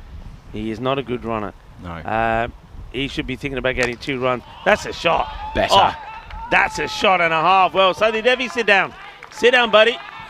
Things have changed because British power, he's shown that he's got the power as well. That is a glorious shot. One of the shots of the day. Lovely. How about that? That's lovely, Rico. That is a lovely shot indeed. It's a glorious shot. I love seeing that one. Correct with the height of the elbow, flat and everything. That is great. And Sethi Devi has just taken his seat again in the dugout away to our right. Just as I thought, he was just going for the gloves, then he sat down again. So 8 legal deliveries left to come. 112 for 1 wicket falling on the board. And yeah, with only 1 wicket down, you'd sort of look at it and say, well, maybe you should have retired him out a bit earlier because it's taken a little while for him to get the motor running. But if he can capitalise these next 2 deliveries in this over with a couple of big hits, well, that's going to help matters because that's a leg side wide. Gets a bit of lift off the deck, but it's misguided as Lal is just drifting there. But still 112 now on the board. Sorry, up to 113 now with that wide. 113 for 1. Still 2 to come. Possibly score at 130. Fighting hard, aren't they? Like Marcos, we saw them do that against so now that's going to be another wide. As Lal just, he's disappointed with himself there. One thing you don't want to do here after what's been a pretty hard grafted bowling display. 1 big over, which remember, 1 over went for 32. Yeah. That makes a massive impact to this innings. Now, in the air, Mohit won't get there. Fielder will get taken out by the catching opportunity. Rahul Amin. I think that's another one that he's put down. This one is probably, I think this gets him on the chest. That's I bounced don't off know if he his gets chest. hands on it. Rico, not for the first time, that's bounced off the chest. Oh, Madre wow. mia. Ouch. That is right off. Well, that's right off the middle of the chest. That's going to leave a nasty bruise. Oh, man. That's not how you catch it. Chest first. Go with the hands next time. Bowler in again. Oh, whipped beautifully straight down the throat of the fielder, who also lets it get through his fingertips. Oh, no. It went straight to the field. He had nowhere he had to go. He didn't have to come forward, didn't have to go back, left or right. And they're going to get through for a buzzer just to add insult to injury there, as it's a little bit lax there from the bowler, who refuses to pick up the ball. He kicked it with his back heel. He actually kicked it in disgust with his back heel, and it's cost his team another run. That's a little bit slack from Areika Marcos there. Just a momentary lapse of concentration, and they just let their emotions just fill their heads a little bit there. And Sahil Lal, well, we know he can be a little bit emotional. He's just hasn't clamped down on that. That's naughty, and a little bit of, I'm not saying that it will happen, but by allowing that second, which never should have been there, Nachad Babu gets back on strike. He's on 75, and he is going to try everything to try and get a massive over in here. They've allowed him to get on strike. It looks like it's going to be Sukhwinder Pal who's going to try and have a bowl here. That's a bit dodgy as well. It's going to be the first time we see Pal. So I'm not sure why they're reverting to this. I know that it was a nightmare over there from Ranjit, and Ranjit also just put that catch down. So they're going to have to do something different here, and they're going with Pal. Ranjit won't get his second. If I'm Sukhwinder Pal, I'm filthy on Sahil for letting that last extra buzzer, because I'm now bowling to Babu. Carved in the air, Is it going to be caught on the boundary line? It is. It's going to be the one who we can always rely on. He gives us a little bit of a 360 spin as well. That is a nice catch. That's a really good catch there from Sahel Ahmad. He is one of the players, one of the fielders that we have called Mr. Reliable, fielding down here in front of us. He stops everything, he catches everything, and his team are very happy to see the back of Babu at the start of the 10th when he could have lit up these day skies, these blue skies with grizzlies through the air, and he's come undone. Look at that. That's a really good catch. Would have gone for 6, but it's a nice catch. Really good. Such a good, reliable fielder is Sohail Ahmed. That's why he's out there. That's why he's in the part of the ground where he's going to be kept busy and active. A good knock there from Babu, 75 or 34. So he's going to be right up there as your leading run scorer. But here's that catch again. Makes it look easy. We start with Satya Devai, who smacks this one towards deep mid wicket. It's going to beat the fielder. It is. The race was on. The ball was always going to beat the fielder. He's hit it to what I would call a regulation deep mid wicket, but the two fielders, one at long on and at square, just were never going to get there. He's out of position here. He's totally out of position, Rico. This is Ranjit Singh who put that catch down. He has drifted from where he should be. He was almost touching hands with the man who's behind square, and that's why that ball has gone for 4. Yep, out of position, 100% correct. Oh, good. That's a nice effort there. They've brought third up, and in doing so, they're then going to be pushing the deep backward square right back on the line. He's literally starting on the rope down there. That's a good dot ball to follow up there. So wicket 4, dot 3 to come. And here comes Bal again. Oh, dots him up again. Ugly little swipe here from Sati Davis as Sequinder. Well, it's been a good little change here. Not going back to Ranjit, trying something different. And Sequinder Powell, just for now, has well, he's put a bit of a stop to the running of this. That's in the air. Sahil, I don't think going to get any chance on this one. Nah, that's gone all the way for 6. That's even someone as good as Sahel can't stop that one from sailing over the boundary line rope. It didn't go by very far, but it goes over by far enough. So a 6 there. That's 10 off the over so far. A couple of dots and a wicket in there as well. So Sequinder Pal, he's not doing too bad a job, but he's got one more to come. That score is now 128 for 2, plus this. Oh, he's mishit that one. It's going to just go along the deck. Going to look for 2 here. They should get back for 2. And it's backed up, and they're not going to go for a third. So 130 is the final score after 10 for the Zagreb Assassins. After a blistering start with a very amazing over of 32. I think that was the second over went for plenty, thanks to Naushad Babu. And you see that a couple of players just down on their haunches having to think about things. But that's the score on the board, 130 for the loss of 2 wickets, Zagreb Assassins. Yeah, and well done actually there to Raika Marcos. There was that one big over which went for 32. And other than that, all the next highest was 15. 2 went for 15. That last one from Power going for 12.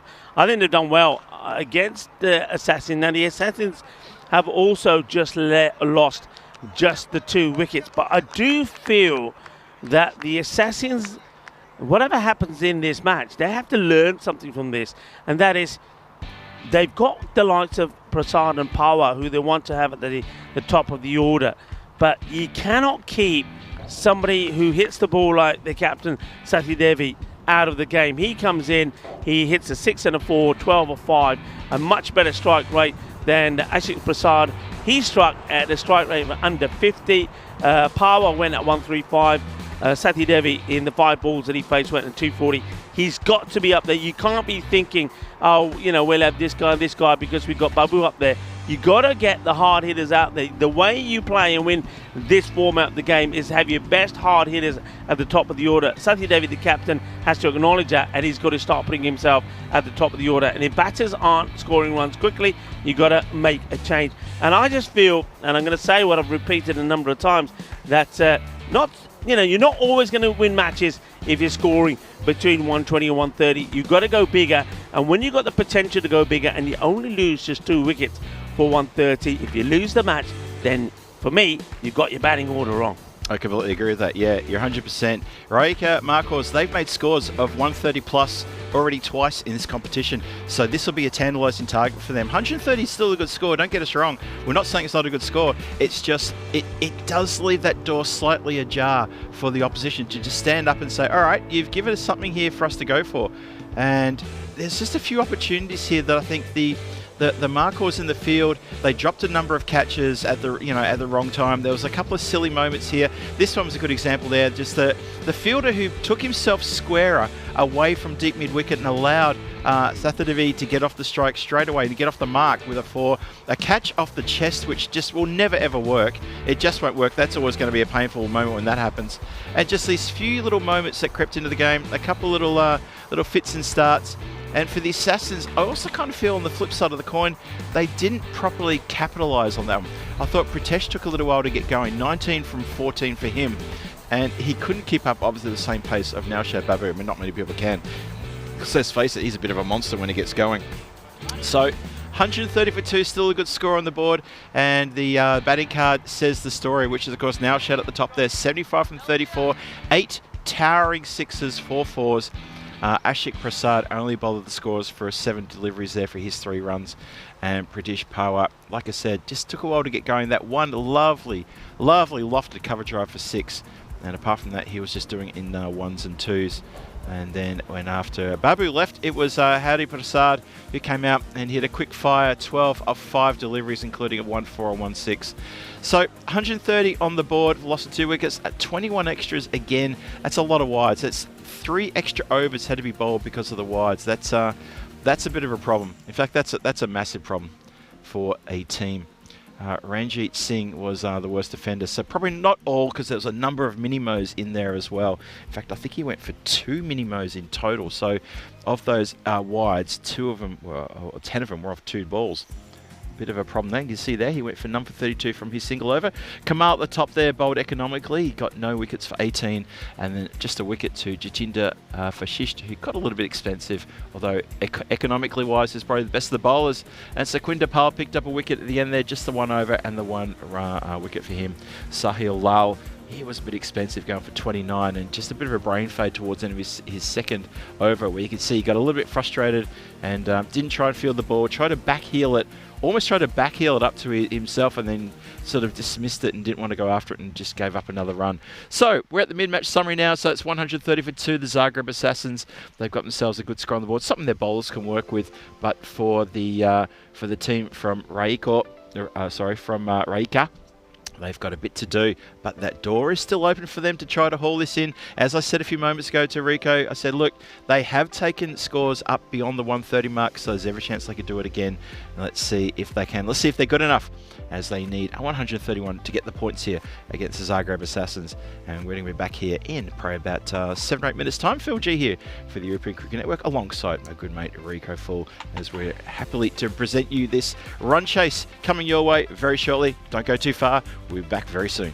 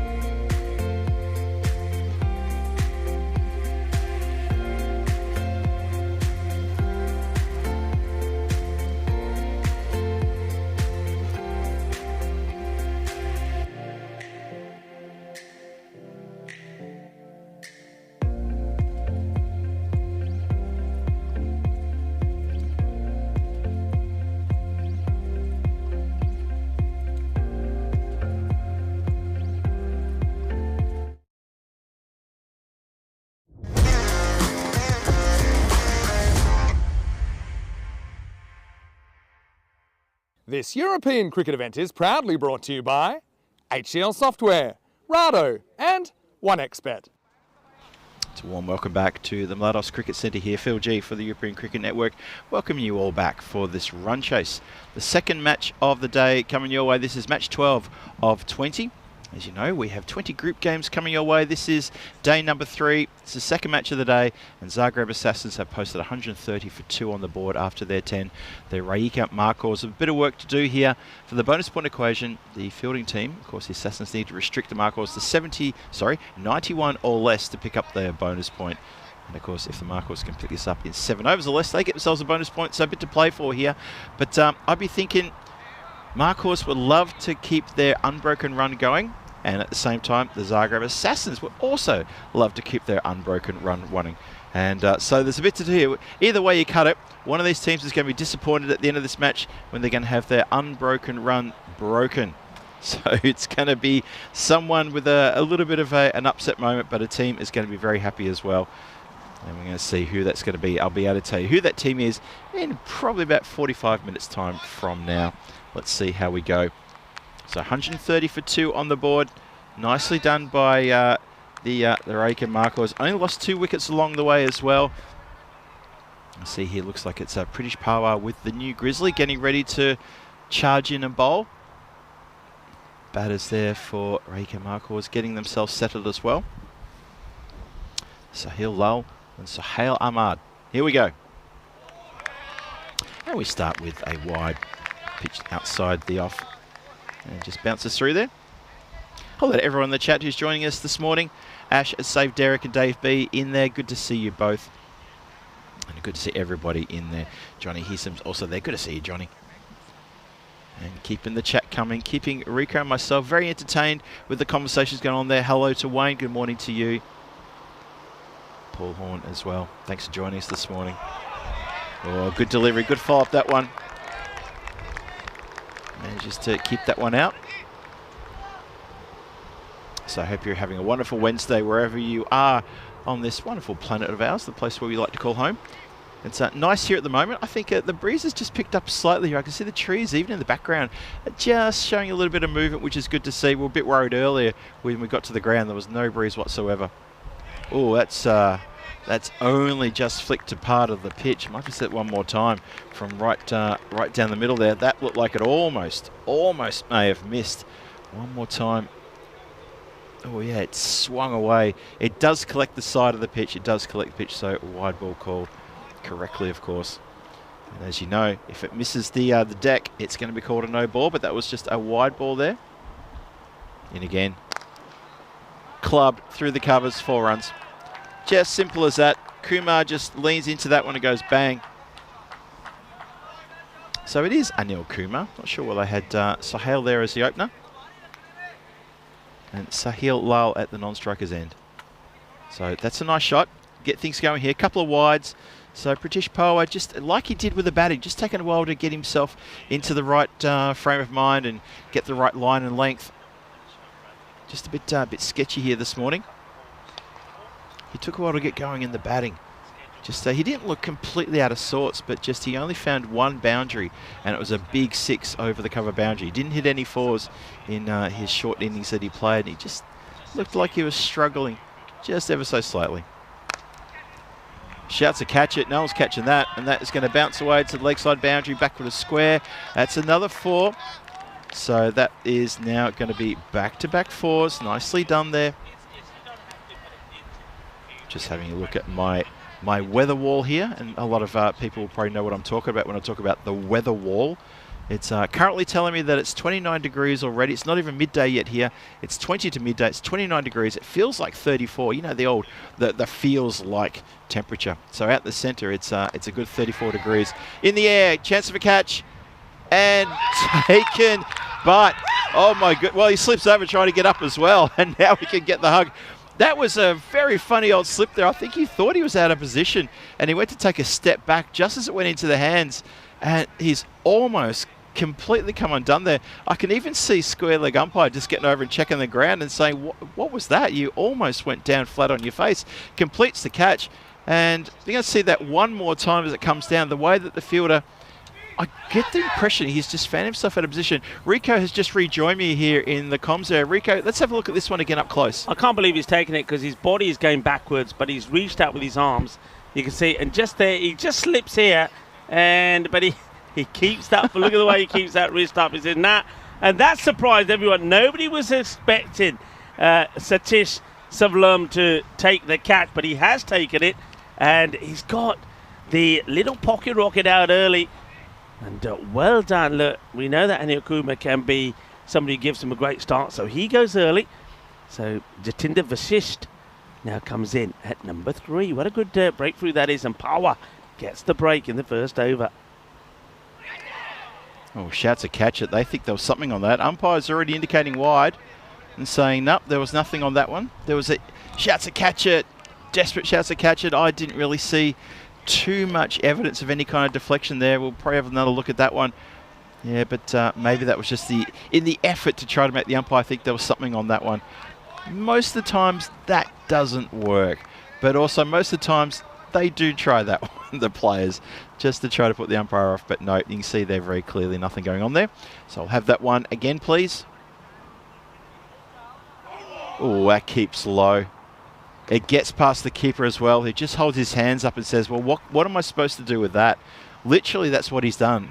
It's bamboozled everybody. A little bit straighter, the timber would have been hit. Well, even the throwback from the boundary has kept low when it gets to the fielder who had to get it too. That's Satish again, who's in a bit of the wars trying to find the ball on the ground. Oh, it's all happening out there. So we've started with a few wides. This over's it's like a bag of licorice, all sorts. We've got a couple of wides, we've got a couple of fours, a wicket, a wide 2, 4 byes, and a dot ball and a partridge in a pear tree. Let's see what happens on the last ball of the over. Oh, nicely played. Just pushes that one out. Puts a bit of pressure on the fielder, and he's just done the right thing by the batter and let him down. None able to pick that one up. So a single. And that's a nice start for the Rieko Marcos. There's 17 on the board. The loss of just 1 wicket as Anil Kumar has found himself caught there in the extra cover position to a tune of only 8 runs from 4 balls. And Sahil Lal, he's got 1. Jatinder Vasisht, he's yet to bother the scorers. And the rest of those runs all come in extras. 8 extras already with 4 wides and 4 byes. 133 games since a golden ball. The number continues to climb bit by bit. We've got to do a bit here. We've got to do a bit and make a change to that, haven't we? We need to step up. We need to, okay. Shall we try today? Well, you know what? Tomorrow I'm going to take it easy with regards to the golden ball because I don't want you missing out. I said the same thing yesterday. The viewers will be my witness. I said, you know what? We do need one, but not when I'm on my own. If we're going to do one, we've got to do one together like we did in Romania. Then let's see if we can do that. So, hey, okay start. 17, go at 17 to win the match quite easily, but they have lost one of the key batters, and they feel that they need to get a bit of a partnership going now between Lal and Vasisht. Both these guys are great players. They hit the ball well, unlike some of the other batters that we may see from them. They do play ball of merit. They do play out on the offside. So I think they know that they needed a pretty decent, a pretty big partnership here between these two. Yeah, I think this is a very key partnership. I agree with you 100% there. I mean, the runs are on the board, but you know they can't afford to let too many wickets go. And that's a lovely strike as well. I think it's going to be straight over the top of the rope for 6 there. Nice hit. Yeah, they need to keep the momentum going. They need to be going at, well, just under 13 and over. So the run rate's not something insurmountable right now, but they can't afford to let it get away from. A couple of short overs could end, and anything could possibly happen. But yeah, this partnership's absolutely key. And for the bowlers, well, they need to make sure this doesn't get away from. This game's still very, very much in the balance. Have a look at the percentage there, 48 to 52. Yeah. The Goldilocks zone is reigning supreme here at the Mladost Cricket Centre between these two. Yeah, good shot there. Gunga Haran just a little bit too short, and he is short again. And it's got past the fielder. Won't go to the boundary here, and it's going to be called a wide. There's no bat on it. A lot of action for a wide, that one. I want to say hi to Dave. Dave, I know you can't eat boiled eggs at the moment, but I just had a boiled egg, and I thought about you with your scrambled eggs, and there you are in the chat. So hello, Dave. Hello to Helix, who's in there as well. Nice to have you all with us. Yeah, Dave loves his egg in the hole. It's club just down to the covers. Oh, straight to the player, the shy, the bowler doesn't want to take the... He doesn't want to take the grizzly because it's too hot. And he says, no, I'm sure someone's backing me up. I'm not going to stop that. It came in like an absolute Exocet missile, like a torpedo fired from one of the Croatian inventors in this country who made the torpedo, the self-propulsion torpedo. Oh, how about that? Elevates safely, and it's going to go all the way for a big 6, massive 6. And the Rijeka Markos here, they're getting on top of the bowling attack. Zagreb Assassins, they're just struggling with line and length here. It's too short. You can't bowl like that. Take a look. Shakal again. I'm loving the work out there from Mia. And look at this. This is me getting up in the morning having a good old-fashioned stretch. Seis carreras. And Mia puts her hands up in the air. Well, there you go. So Rico's given a bit of a hint here. He gets out of bed and he signals a 6. Yeah. Is that what you do when you get out of bed? Big stretch. Well, I've always been... Because I've got... Sometimes I have a bit of a quickie back, and the doctors always said to me, when you get up, before you get sort of out of bed and start walking around, do a few stretches. And I think Mia, her 6 signal is fantastic. Maybe we'll, if it get another 6, we might see it. I tell you what, that is spicy. Well, this time she's doing a different kind of stretch. This time she's stretching her hands. That's going to be called a wide because of the shortness of the ball. Let's just see this side on again. There's the one for the over. And a wide ball because it's gone over the head. And that was spicy. Have a look at this. A little bit of masala on this. Ooh la la la. Oh, yeah.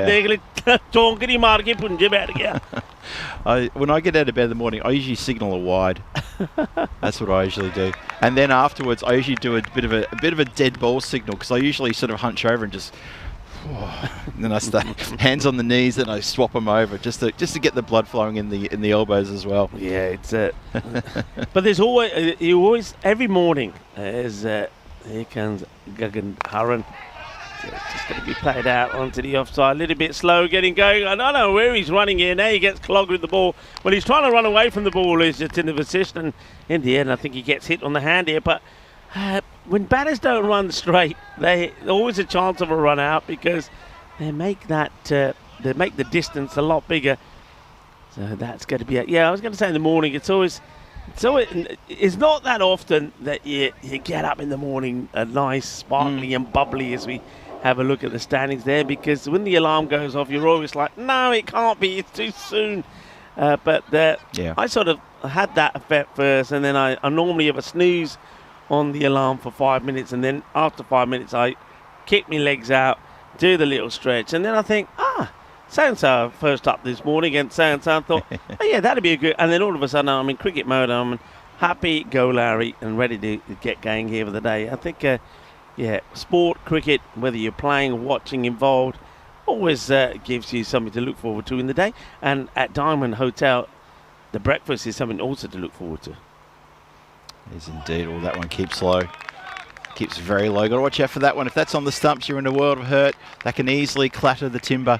As just occasionally a ball does that. Yeah, give a shout out to Diamond Hotel. Absolutely, Rico. The breakfast is very good. It's not the biggest breakfast spread you've ever seen, but it's very tasty and there's everything there you need. And I got to say, I'm enjoying it. I'm sure the crew's enjoying it as well.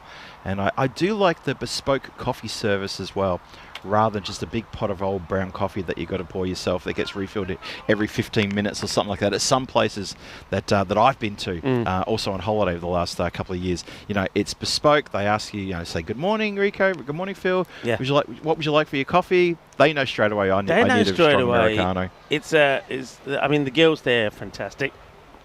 They actually said within a few days, they know what coffee I like. I know they know the coffee you like. Yep. But for me, as well as the service, the quality of the food, quality of that is pretty good. That is mammoth. That is a Bizaway Supersonic 6. Goes a long way. Jatinder Vashisht, he's missed out on scoring a decent score in the last sort of 3 innings, so he's looking to get back into the runs. And that is just a lovely pickup. It's too straight. It's drifting onto the pads, and Jatinder goes boom. Shakalagya, but the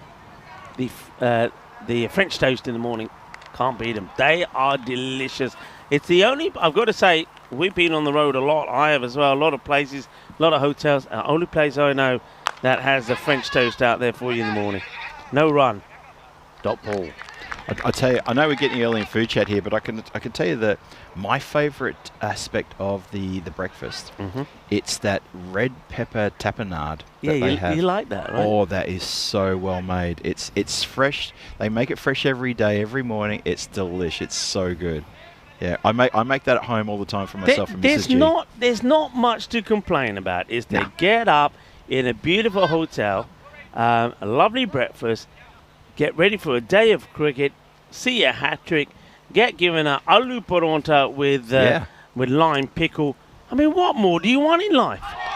Oh, and you get bowling like this. Just to put an emphasis on that point you're making, Rico, that was a great delivery. What a cracker. Unlucky not to find the edge there as Fashish plays a bit of a nothing shot, just looking to guide that possibly. He almost guide it straight into the gloves of the keeper, he's not up at the stumps, but he's not standing far away as we've seen some keepers. You can see him at the top of the screen there, well inside that worn-out bowler's run up there. A little bit closer. What a great delivery that was. Bends the bat, hit in the air, club, chance for a catch. 3 players running. It's going to outstretch the lot of them. And, now, hang on a second. I think that's a foot on the rope, Rico. Can we see that one more time? I think that's a foot on the rope. We're going to have to go to the replay here. Let's have a look here. Now, umpires want them to wait here. Listen, wait. We got to see the replay. I reckon this is pretty close to the wait. The foot, he's on the walkie-talkie. Hang on a sec. The walkie-talkie. Yep. I reckon I'm with you. It's a wide. It would have been a wide. He gets it over there. Look at this, by the way. 3 Stooges. They're running hard. But just keep this going. Keep it going to when it comes. Oh, what is...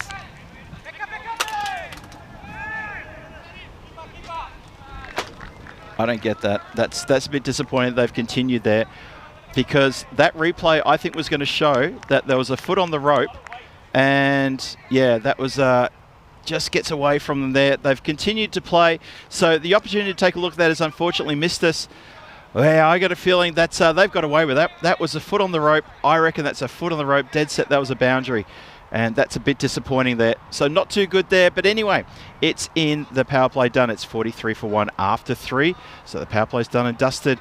As the Markhors are marching along quite nicely here. Still need to go at 12, just over 12 and a half and over here. And that's a bit, that's good start for them. Lal and Vashisht continue. Vashisht lucky in that last over as he elevated one over 3 fielders who converged at the boundary line. And for us, as we had a pretty good view to the side to the naked eye, we could see what happened there.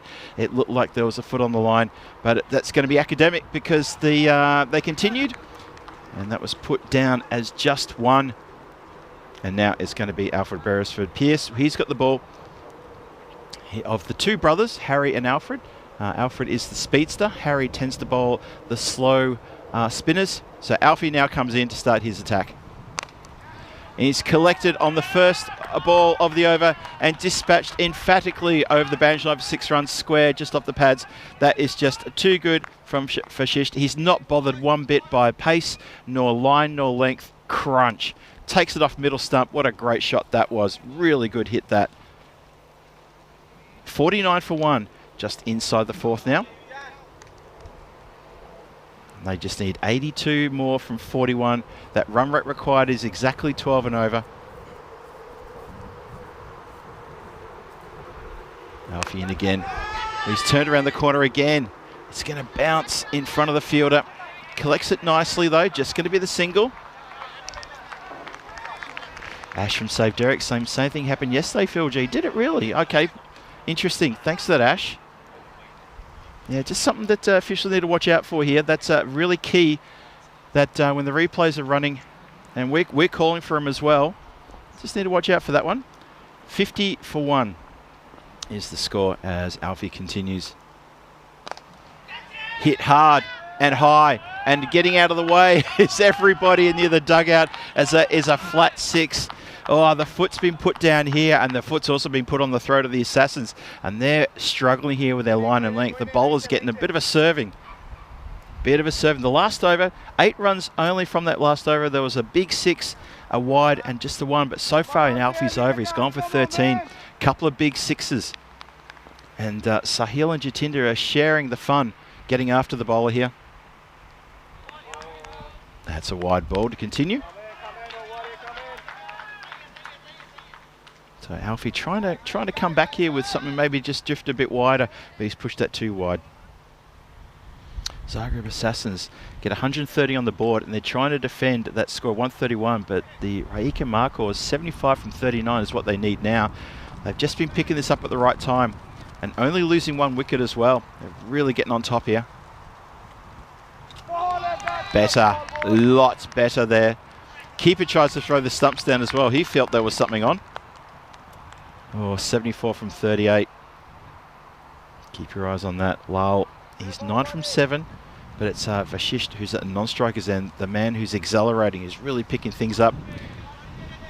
Hello to Helix, who joins us in the chat as well. And obviously Dave B still there. Hello, Dave B. I was just about to mention your egg in the hole. About I haven't tried that recipe yet. I need to do that. Obviously can't do it in the hotel because I haven't got a hot plate. And that's been cut beautifully for 4 runs all the way along the deck. No problem there. Square, slashed at that one, middled it. It was a lovely cracking sound too. Nice shot. This is going along nicely, isn't it? These two playing some beautiful shots. There's a lovely one for Sahil Lal. He's been kept quiet for a while, but that's straight out of the textbook. I like the way that he gets on top of it and plays it away. This is Alfie. He's somebody else that could have had a look in with the bat. We forgot about him for a moment, didn't we? And now that's in the air. Fielder getting underneath it, but can't get there. He's going to go over him. I'd like to see exactly where he is when this goes over him. Is he right back as far as he can be on the rope, or is that one, if he's standing on the boundary, he might have been able to take? I wonder if we get a chance to have a look at that. But what we can tell you is that Rijeka Markors are right on top here at the moment. I think they reached a score here, or past the score, where the Assassins were at the halfway point, 67 for 1. Yeah, have a look at that white line there, which is keeping up and then some with the blue line of the Zagreb Assassins. The Assassins didn't really have a great time when it came to the white line. It was not a bad score. 130 is still a good score on the board, don't get me wrong. But they just, at a certain time, they just couldn't find that acceleration. And they relied pretty heavily on Babu. Here's a chance. Keeper wants it, and Keeper is going to take it. So finally, a catch is held. Vashish, danger man, Vashish has to go. And it's going to be Parwa who comes on to bowl his second, who gets the breakthrough. This is a big, big moment of the game, and that is a vital wicket for the Assassins. They know how important that is, and that may stop the rot here in this run chase for them. Yeah, just this shot from Jatinder, I think what he was trying to do, maybe just step into an area and just give it a little guide down the leg side, but he gets this completely wrong. And it's a soft dismissal. Players will probably take their drinks now, so we'll have a chance to have a look at this again. Yeah, you can see he's just, it's probably not the shot. If it's going down the leg side, I can understand that. Not the shot to play. It gets heavy on him. And another wicket then for Pritesh Parwa. He takes his second, and I think you're right. That is a big dismissal coming at the right time to remove the dangerous Jatinder Vashisht. He'll be disappointed. He'd made a start. It was going well. 4 big sixes to him. No fours. 4 big sixes. And then he kind of gives away his wicket at a crucial point. Yeah, he just wanted to deal in Maximos, didn't he? And he was dealing with them quite well too. You're right. Interesting. Yeah, no fours. But I guess if you're hitting big Maximos, who cares about fours? Just keep bringing it on, I say. Yeah, and he was doing exactly that as the players are having a well-deserved drinks break right now. Yeah, World Left-Hander Day. We've talked a little bit about that today. Famous left-handers, Ronald Reagan, Bill Clinton, Sonia Full, Barack Obama, Rene, and Paul McCartney, Jimi Hendrix. They're all in there. And also, it's World Calligraph Day, which is celebrated annually on this day. This year in the day, the holiday is designed to remind everyone the importance of handwriting. Got to say, that's something that's getting forgotten these days. With a lot of schools now going on to using computers, etc. Things like reading and writing skills are starting to go out the window. Yeah, people using tablets. Yeah, youngsters using tablets in schools, things like that. It's becoming a lot more prevalent, isn't it? You're right, Rika. That's a really good shout. Parwa to the new batter. Well, he does get ready and then stops. Not quite. This is now Sohail Ahmed, who we have a lot of time for Sohail Ahmed, especially as a fielder. Let's see if he can continue going at this pace. Let's have a quick look. Remind ourselves at the rate required, just under the 11. Good delivery, cut straight through him. Well, that probably almost deserved a wicket, but he gets a generous round of applause from the Zagreb Assassin fielders as they're feeling a bit pumped now that they've got a vital wicket on the board, and they come back from that drinks break hoping to get another breakthrough. Hey, with it being International Left-Handers Day, yeah, can we talk about favourite left-hand batters and bowlers? Okay. Just want to get your thoughts on some of your favourites. Yeah. Okay. I'll come to you on that one in a minute. I've got a few names. Swing, shouts of oh yeah, not too sure about that one. So the screws tightening here after being a little bit loose in the first 4 overs. Now here in the 5th with the wicket falling at the start of the 5th. Just a gentle little screws being tightened here. That run rate required just bumps up a little bit more. And Assassin's going to want a lot more of that indeed, a lot more. Yeah, so left arm bowlers. I could give a shout to Mitchell Johnson. Yeah. Of course, as you expect me being Australian. David Gower as a left-hander. Oh, stumps akimbo. Hold that thought. Smacks into the stumps. 2 wickets in the over with a couple of dot balls in the middle. So the drinks break does yield another wicket. And this time, it's Sohail Ahmad has to go for a third ball duck as Pritish Power smacks into the stumps. Just a bit of a rash strike there. A bit of a swing towards nothing. Not sure about that. We'll see this one more time in just a moment. I'm interested in the footwork of the batter here because he's really missed that by quite a ways. I'm a little bit surprised. Watch this. It's a bit of a shuffle. His right foot is pointing well away. It's sort of pointing down towards mid-off by the time he swings the ball. It's completely out of position. And that is a well-deserved wicket. Just not a good bit of play there either. Yeah, it's not a good dismissal at all. He's put his team under unnecessary pressure. You know the reason why that's not smart? I mean, by the way, Power is showing that he has the power, Pritesh. You just see him out. He's the one who's hurting it. He's taken the wickets, yep. 2 of them. It's in his second over. You're needing just under 11 and over. See him out and just carry on with the others. Don't let him get your wicket. Now he's put pressure on. New batter comes out. Oh, he's just manages to get the toe end of the bat on that. That's Sukhwinder Pal. Yeah, things are just turning around a little bit here now after Reika Marcos got off to a terrific start indeed. It's very similar to what happened in their batting when they were batting first against SOS. They start well. We know they've got a good top 3, top 4, but they just keep getting themselves out. Now is Lyle going to carry on and get to a big score? But just look at the bowling here at the moment from Power. He is causing all sorts of trouble. He really is. It's been a breathtaking spell of bowling. 3 for 13. Class bowling. And he definitely has got the power. Double wicket maiden, Rico. How about that? Double wicket maiden for your ECN bingo card. If you had that on the card, you'd think, come on, that's not fair. It is fair because that's exactly what he's done. He does have the power indeed. 3 for 13. What a great return from him. Hey, just remember, if you've got access to the Telegram network and Hindi is your preferred language, then look at European Cricket Network. Hindi is what you want to search for on Telegram and get all the information, the updates, and get involved with us on social media on that particular platform. We'd love you to join us there. And share with us your thoughts, get amongst it, share with your friends as well. If Hindi is your language, that's where you can find us on the Telegram social media site. Okay, let's see what you can do. Shot. Glorious shot. Beautiful, wasn't it? Where is Dana Ora? She's got to be taking pictures of this because there's a massive pose there from Wadaka. Wadaka's not doing the posing. Wadaka's the one who's being hit. The posing, of course, is from the batter. This is delightful from the batter Sahil Lal. What a shot. And the pose, I wonder if we can see the pose from him. As he plays that shot, he demonstrates the pose. Delightful. Could watch that all day, Rico. I 100% concur with your sentiments there. I could watch that all day, no problem at all. As Wadaka, Mr. 111 comes charging in. Big appeal. Very heavy appeal, wasn't it? Just going down leg. So once again, well done to Maya. He's been well tested here, Tamai, in the first 2 games. They put a lot of pressure on her. LBW appeals caught behind, but she's been super cool. And going down the leg side, and there's a shake of the head saying, no, not out. Yep. it's good that she immediately gives the shake of the head, which means you know she's concentrating on the tracking of the ball, and she can see exactly what's going to happen there. So well done to Mia. I'm really loving her work. 74 for 3, just at the start of the 6th. Oh, this run chase is getting a little tasty now with these wickets tumbling. Catch, shout a catch in the air. No one's catching that because it hits the scaffolding on the full. No one's catching that.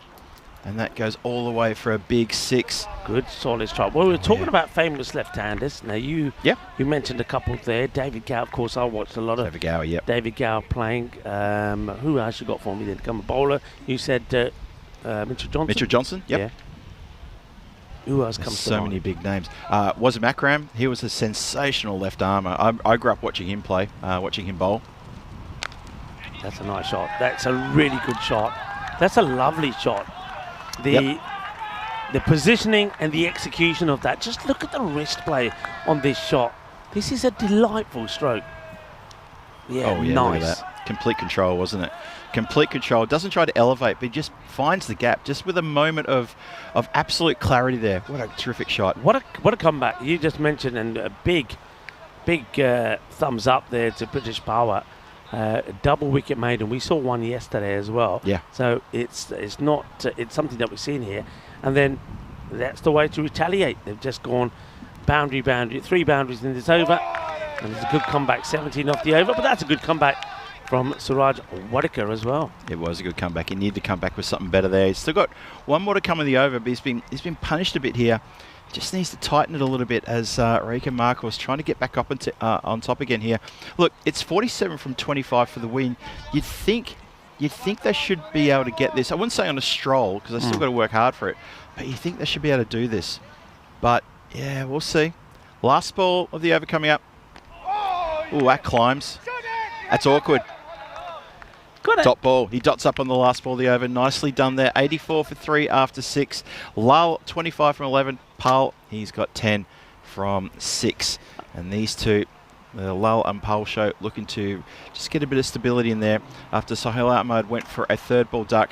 And Jatinder Fashisht also went in the same over, but he went for 27, looking very dangerous off those 12 deliveries. Yeah, I was just about to say there, both teams here could learn from or could be better at one thing. That's taking the singles. I saw that was one complaint I had about the Assassins. Babu is a good hitter of the ball, but he doesn't like to take those singles. And again, I think there's 2 opportunities even in that over that you take singles, you take 19 from it. So they've got to take these singles. Gangadharan, who went for 18 in his first, is going to come back here.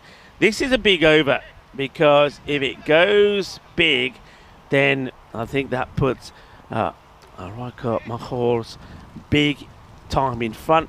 If he can keep it tidy, which he's not going to, that's going to get past and go for 4.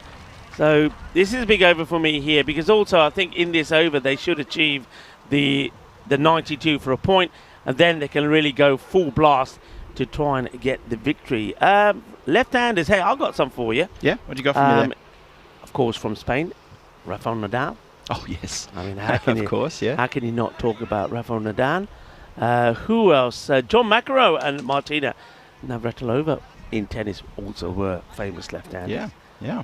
I can see the chat lighting up with a number of cricketers as well. And in football, Messi. Yeah, of course. Come on. Yeah, that's where you start. Good shout there, Rico, indeed. Yep. Yeah, the guys in the chat are lighting it up with Chanderpaul, Cook, Sir Garfield Sobers, Sir Clive Lloyd. Of course, can't forget Clive Lloyd. Yeah. Absolutely not. Fantastic player. Matthew Hayden, of course, from Australia. Sir of Ganguly. Sir Brian Lara. Shouts to catch it. It's not going to be a catch. It takes an awkward bounce, so they may get back for 2. Oh, no. Shouts of get back. You heard it through the effects mic. And that's exactly what the players have to do there as Pal was going a long way down and Lal's like, what on earth? No. Ooh. Just get a little bit of an edgy moment here. When you're going at 12 runs required per over, that's 2 runs per ball. And when you only get 1, suddenly maybe it gets in your head. You think, oh, well, for the next ball, I'm probably going to have to hit a boundary. I'm going to have to make sure we do this again. It's not quite like that, but I think the batters sometimes get into that frame of mind. Yeah. As this run chase is getting a little bit bubbly now. Liking it a lot. Yeah, other names, I've seen some people saying Sir Alistair Cook, Chandrapur is in there, Saeed Ammar, Alan Border. I don't know if anybody said it, but of course, how can you leave Brian Lara out of that? Yep, Sir Brian Lara. I mentioned him a few seconds ago. Sir Brian Lara. Sir Garfield Sobers. Yeah. A lot of Sirs. David Warner, of course. I just saw Chris Smith mention David Warner. Hello to Chris Smith. Saw you in the chat before. Michael Bevan, of course, the finisher from the 90s. Very popular Australian batter from New South Wales. 90 for 3, 2 balls to come. Cut nicely into the ground. Good stop there in the covers. Takes pace off. Doesn't take it cleanly though, but it's just the one. You mentioned pace off. They need to, I think in the bowling department, that's one thing that's probably been missing here for me for Zagreb Assassins. They need a slow bowler. They need a slow bowler can take the pace off, can try and buy a wicket or two. That's one thing that works well. I think we've seen that from the Marcor side. Let's let go of the wide there.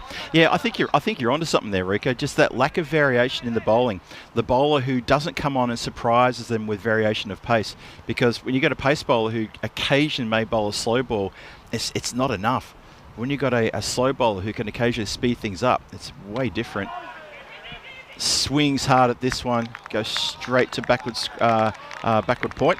square, and no run there. That's how they finish the over. Only 8 runs from it, so not a bad over there at all from Prajin. Well done. It's a good over. It is good over. 92 for 3, 3 to come, 39 required from 3. It's up to 13 per over now. Yeah, and the one thing about that was they do get to the 92, so they've got the points, and now they can just focus on the win. This is what's coming up next. Massive match. Sir Oliver Split, who are 0-3, the reigning champions, up against the Zagreb Assassins. Now, of course, going into this match, the Assassins were unbeaten. We don't know the outcome of this one yet, but there are some changes.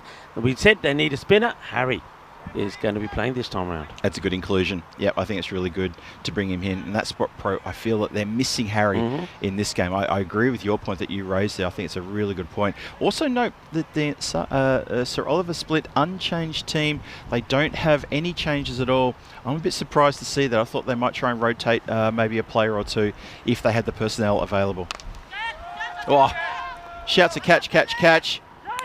Oh, it's just been put down on the boundary line. That was so close. Going to see that one more time. Just want to scope the rope there and also see how this came out. But I thought the player had done enough to get to it. Done a lot of hard work. I wonder if he's put it down because he's wary of the boundary rope. So here's the effort. And what happens here now? He's quite lucky because I think it drops onto his foot. And then let's see where the ball ends up. I think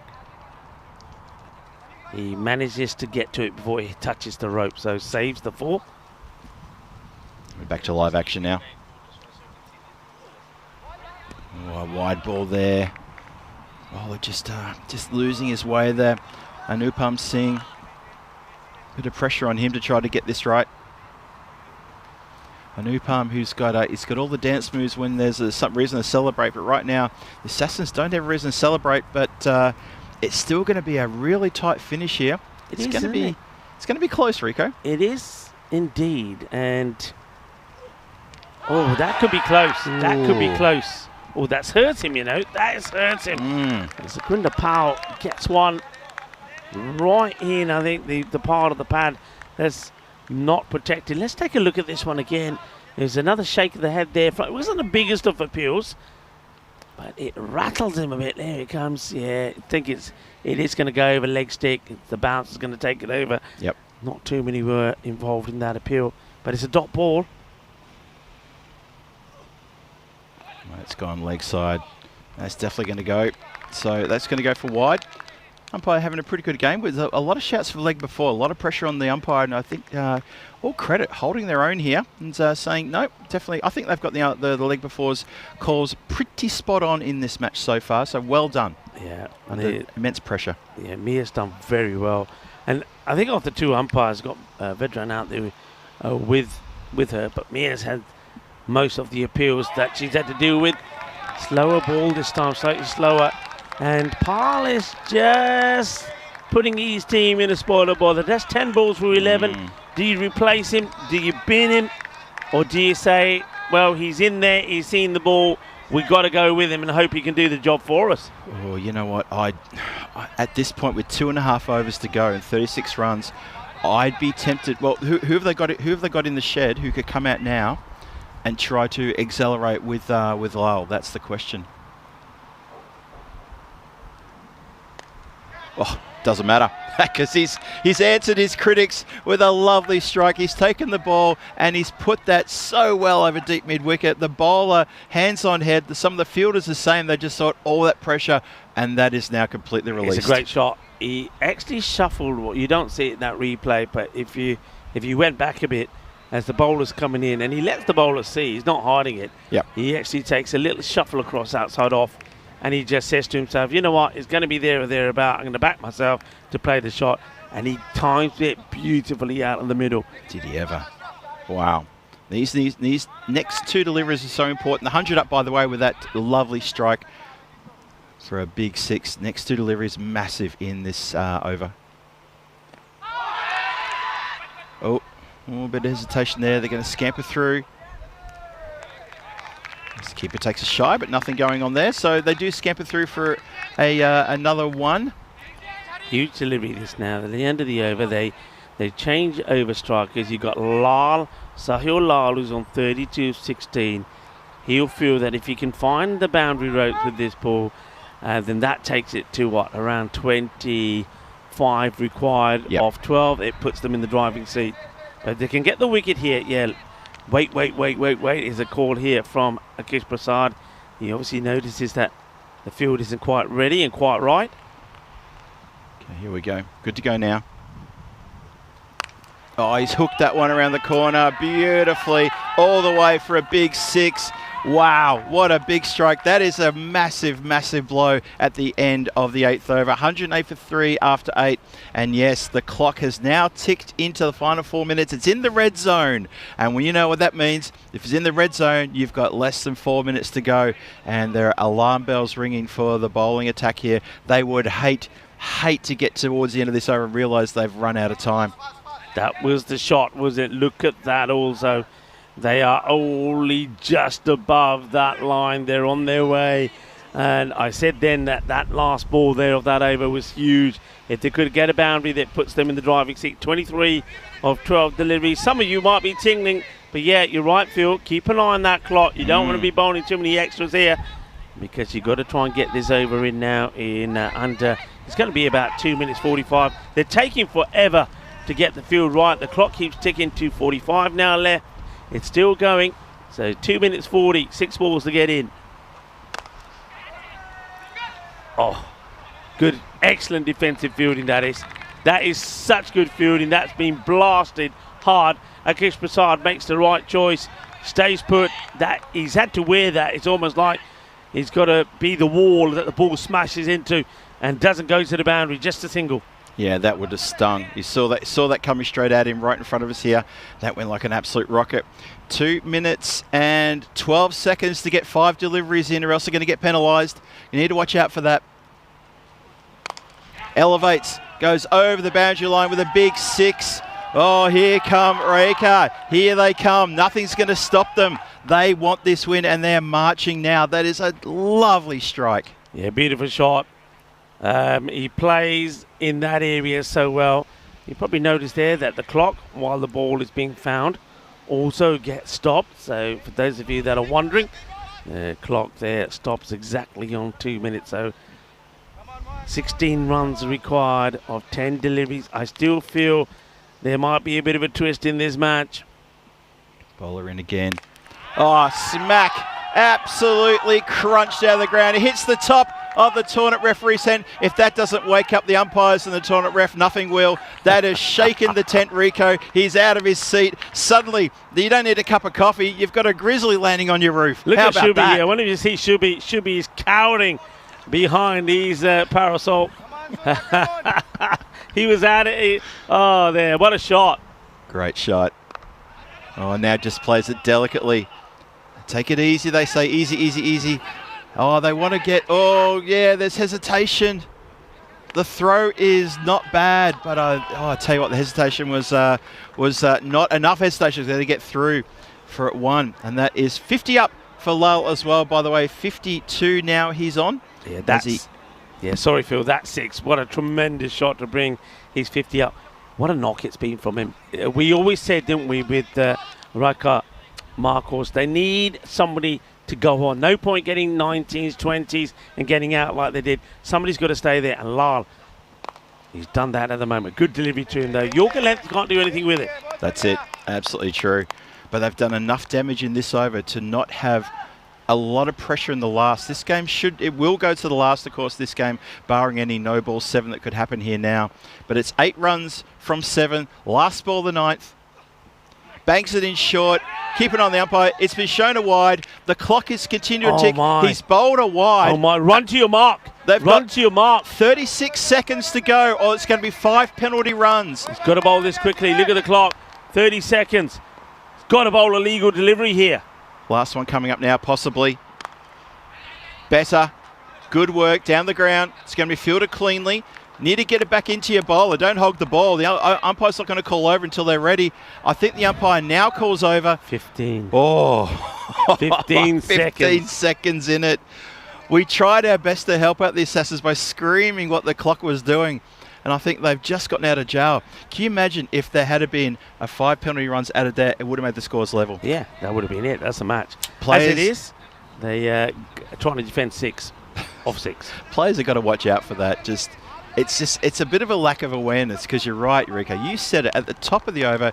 They were moving the field around. They were stopping the bowler running in. They were yelling at each other. And all the time, you and I are going, 2 minutes, 2 minutes 40, 2 minutes 35. Get on with it. So they do make it in the end. They do manage to avoid the penalties there. So that's something, I guess. As we continue now with the 10th. They've taken it to the 10th. And once you take it to the 10th, anything can happen. First ball of the 10th over. It's a slow ball. It's just missed the stumps. And I mean, that has just missed. That's going to go for 4. Oh, boy. Almost chopped on. How unlucky. How unlucky. Yet mucho suerte here for Lal. It could have quite easily gone anywhere. In the end, it goes for 4 from Sahil Lal. Satya Devi comes on the bowl, the last over, the captain, to see if he can make something happen. And now he's only defending 2 runs, 5 balls left.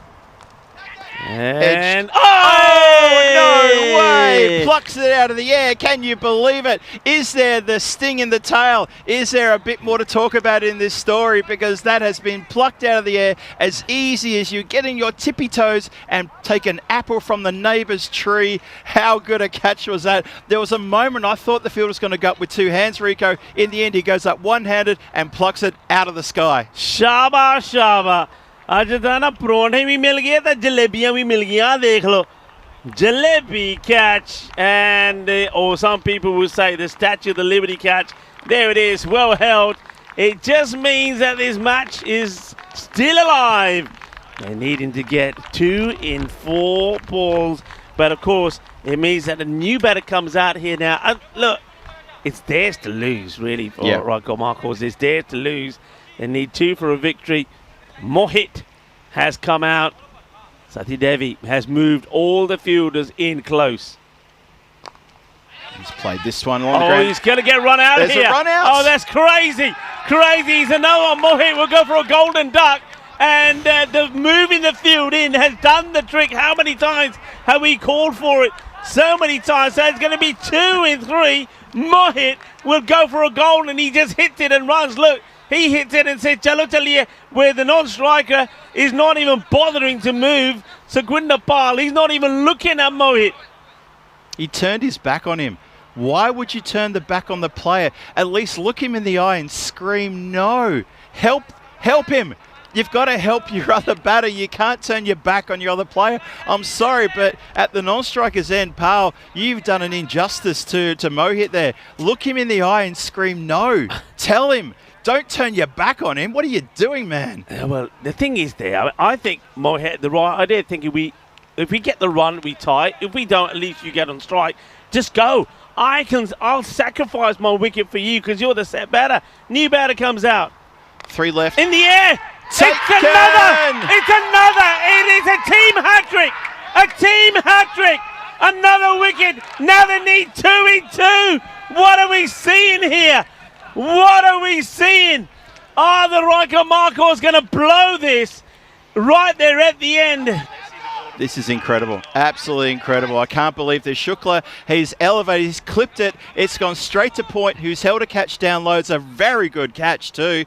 Oh boy. Are they going to bottle this? You wouldn't believe they're going to bottle this. Could it possibly happen? Madre mia. Madre mia. Well, sport is a funny old thing. From winning this easy and me saying it's theirs to lose, Riker Marcos are certainly making it interesting. Mohit runs himself out on 0. Harpreet Shukla gives Alfred the catch. Alfred holds on to it beautifully. What a good catch that is from Alfred. Sathi Devi, the captain. New batter is Ranjit Singh, who's had a miserable match. Ranjit, remember, he was hit for a supersonic over. 2 balls to go, 2 needed. Let's see what Ranjit can do. Strap in, 2 from 2. Here it is. Swing and a miss. Oh, Rico, what are we seeing here? What are we seeing? Oh, I tell you what, someone get on the bat phone and call Batman, because he needs to come down and help out the teams here. We're here for this. Oh my. I got to say, Sukhwinder Pal, if you lose this match, standing there at the non-strike, so whatever happens here, you got to run. You got to be looking to run. Last ball, 2 needed.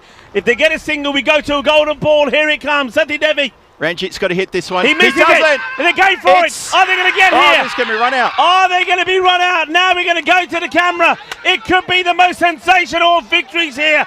Or are we going to go to the golden ball? It's either a loss for Marcos, or we go to a golden ball.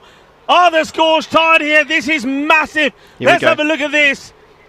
Well, we've got to be nice and slow here. Ranjit misses it. In it comes. They needed 2 to win. 1 will tie it. Let's have a look at this.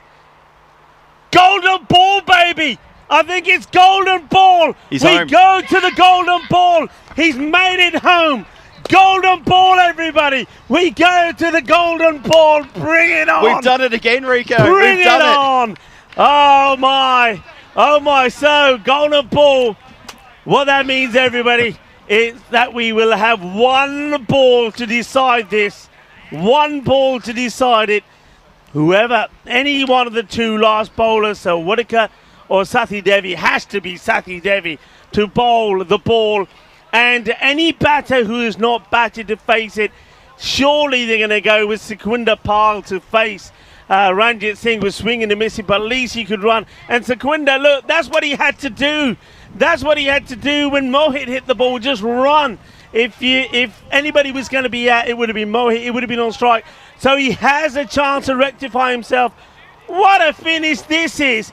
They needed, it looked like it was going to be an easy victory for them. They needed 6 of the last over, a runner ball. They got a boundary off the first, and they only needed 2 off the last 5, and it went wicked, wicked, wicked. Team hat-trick, dot and a bye.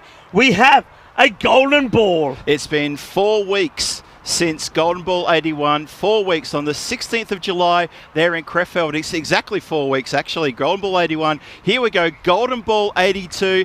You can see the official mark is out there. He's explaining the rules. He's telling the fielders and the players exactly what it is, how it works, what has to be done. Rico's also just done the same for everyone in the chat as well. You can see it, but there we go. That's what has to happen for a golden ball.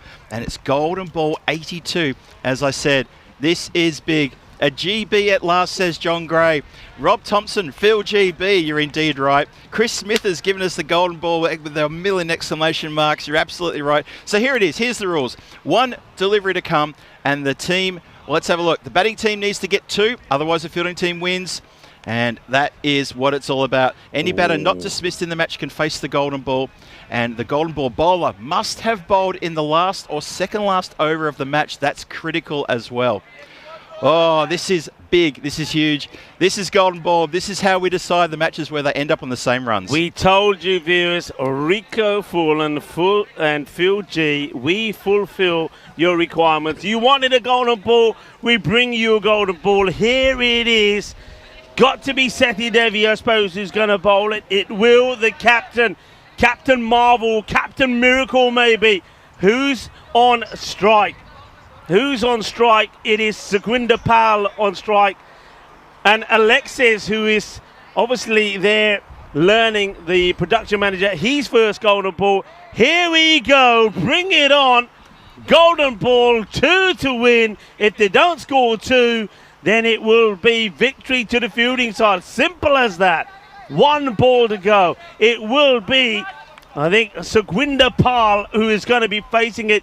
The man who probably has the weight of the team on his shoulders, because he will probably feel that by not running or taking that single that Mohit wanted, that he's made it difficult for them. But he can redeem himself. Golden ball, everybody. Golden ball. Sathi Devi to bowl. I told you that I thought there was going to be a twist in this match, and here it is. Just note, no one behind the keeper. No one behind the keeper on the boundary line. So the keeper's got to take this clean if it gets past him. Here we go. Golden ball 82. It's hit towards the mid-wicket area, straight to the player. He throws it back in. They need 2. You've got to go. You've got to go. They don't. It's a win to Zagreb Assassins. This is huge. Oh, my goodness. Unbelievable. Raiko Marcos were all over this match, and I mean all over this game. The Zagreb Assassins have won this in a golden ball. Golden Rico, talk me through it. Finish. And I still don't quite understand the batters there as well, because why they're not quite running full pelt, I don't know. It's been played out. First of all, well done to the fielder. Under pressure on this outfield. The ball is bubbling away, but they managed to make the save. And the throw comes in to the keeper. No mistakes. And Babu takes the bells off. We've had a thriller, folks. We've had a thriller. Let's have a look at it again. Here's the shot. So look at the fielding.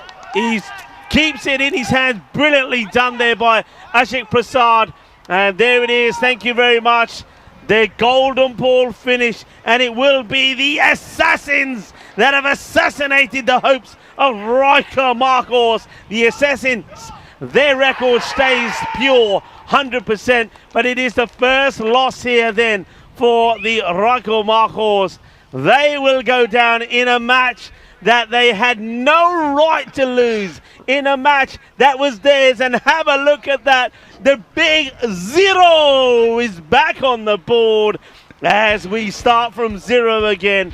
What a match, Phil. And Marcos have just shown us how you lose a match when you got it in the bag. Hey, it gets reset back to 0. Can I just say to the European Cricket Network family, friends, chatters, the lot, you are welcome. You are more than welcome. Let's see how it all unfolded here. And we felt the Marcos were off to an absolute fantastic start.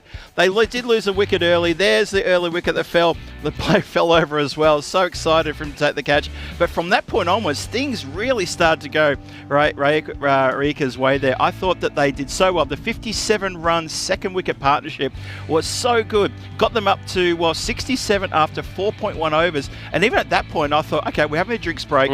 You know, they're so in control here. They're all over halfway there. We're not even halfway through the overs. But then there was a second wicket that fell in that over, and that's when a bit of the wobble started. You know when it started for me? When's that? You know when? Jalebi catch, baby. Jalebi catch. Yep. Sathi Devi came on to bowl. Sahil Lal was smashing the ball over the place. The very first ball, inside edge, went to the boundary. And I thought, that then took it to, remember this, it was 6 required. That then took it to 2 required of 5 balls when that went to the boundary. And then there was that Jalebi catch from Fahim Hossain. But a little bit earlier on, I don't know if we got it on the highlights, there was a stop that was made right in front of us by Ashik Prasad, the same man who did the fielding of the golden ball. It was hit hard. It looked like it was going to get to the boundary, but he made the stop. And in matches like this, this is when the fielding from a team becomes absolutely crucial, because you win this match in the field. I mean, these are the glorious shots that were being played there by Sahil Lal. He batted beautifully. He rode his luck, and he got lucky to Sathi Devi when he edged one for 4. I mean, that was a lovely shot there from Lal. And how'd they lose that match? They are going to be so down. You will not believe how down that they are going to be, Raiko Marcos. They're going to have to pick themselves up, because you know what the beauty of this You know what the beauty of this match is? I'll tell you the beauty of this match, everybody. They do it all over again in the final match of the day. So if you like that, remember, stay with us, because the same two teams will do it again. But you see, at this point, it was all under control. It was all going in the way of the Rako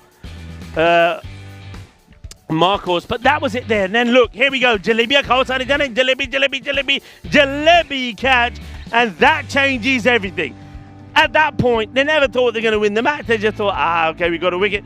Then Mohit here, I think he does the right thing. He gets bat on ball and he says, why aren't you backing up? Why aren't you running? Because a run there would have tied the scores. What are you doing, man? Next batter comes in, plays it straight to the hands of young Alfred, who throws himself forward, holds on to the Cats. Team hat-trick. Look at the reaction there from the batters. Look at Pal. Pal is now... He now wants to get to the other end. He runs hard, and it got really close to the wire here. The wicket-keeper there, if he threw at the stumps, probably would have run him out, but he threw when he wanted to play it safe. They got the run anyway. This match may not even had to go to the golden ball. It did go to the golden ball, and then it was the Assassins that held their nerve. Once again, Ashik Prasad. Great bit of fielding from him under pressure. The throw comes to Babu. Babu doesn't mess it up. And that is that. It is done. And Reika Marcos have lost a match that they will never know. No matter how many times they look back at that, they will never know how they managed to lose that. But you've got to give all the credit there to the Zagreb Assassins, who somehow they've held their nerve better. And what about that over from Harish Brad? Sathi Devi picks up 2 wickets for just 4. There was a run out in there as well, a team hat-trick. And then he keeps his cool, keeps his calm, bowls the golden ball. They take just 1 from it. And that's the end of that. I've got to say, I was a little bit disappointed with the running of the 2 batters there of that golden ball. You thought they would have been running like everything depended on it. But they weren't, you know. That's that, folks. So we're going to have probably about a 10-minute delay because of that golden ball when we come back. Quick look then at the bowlers. Pritish Pawar, don't forget the impact that he had on this match. 3 for 13, 2 wickets there for Sathi Devi. So, what a game, everybody. But the big news, the golden ball counter has once again been changed to 0. And Kroom, I think, Kevin, saying exactly my thoughts. The fielding was sensational, and well done to the boundary fielder there, Ashik Prasad, for making the save. And a lot of things being talked about here, but of course, and one thing that somebody is mentioning, and Rob Thompson saying, what about the bit of fielding where the foot was on the rope and 4 wasn't given? Okay, these things happen, and there's a lot of talking points there, but I still feel that the good fielding there of the Assassins responsible for them winning that match. Right, so it's time to take a break. You can see that we have got an extra 10 minutes or so added on to that time because of that extended match. We will be back in, it's going to be just around 30 minutes time. We're going to have to get a breath back and be ready to talk you through the next match coming up, which will be the Warriors. Big match for them, taking on, of course, they're taking on the I beg your pardon, I'm ahead of myself. It's Sir Oliver Split coming back, taking on the Zagreb Assassins. So the Assassins staying on the park. They'll be upbeat, especially after that victory. They retain their 100% record. They keep that intact, whereas, of course, it's the first defeat there for the Raiko Marcos. Rico Fool here and Phil G. We're going to have to go into the oxygen chamber for a moment, but we'll be back to bring you all the action from match number 13. And remember, strange things happen in match number 13.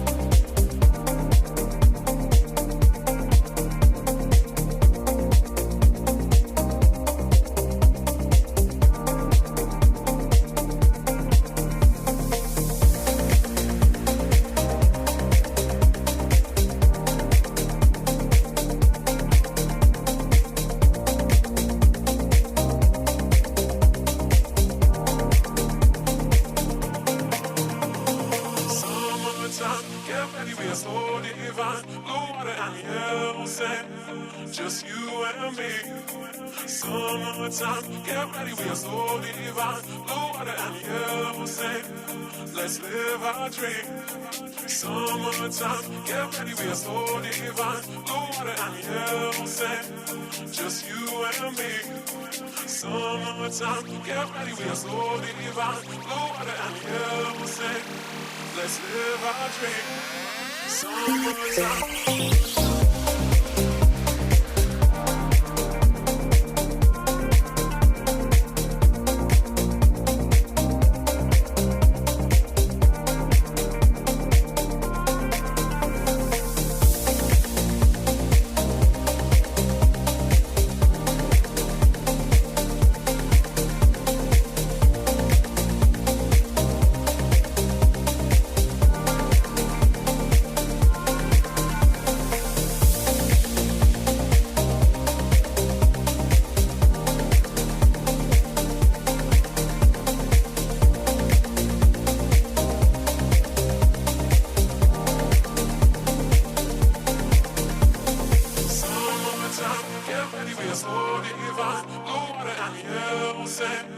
Just you and me.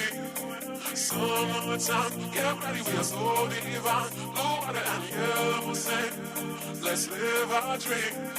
Summertime, get ready, we are so divine. Blue water and yellow sand, just you and me.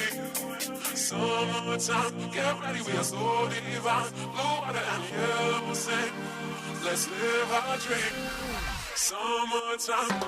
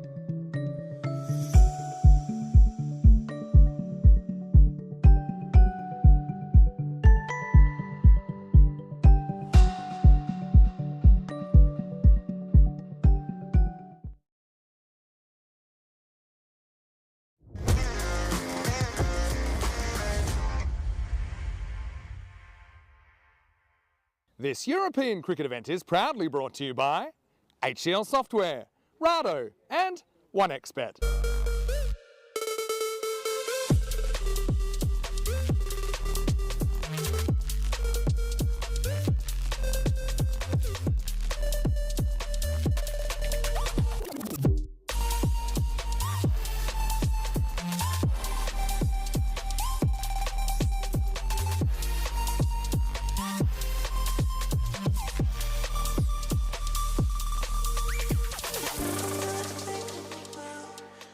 Ladies and gentlemen, welcome back to the third match of the day. It's match number 13 coming your way.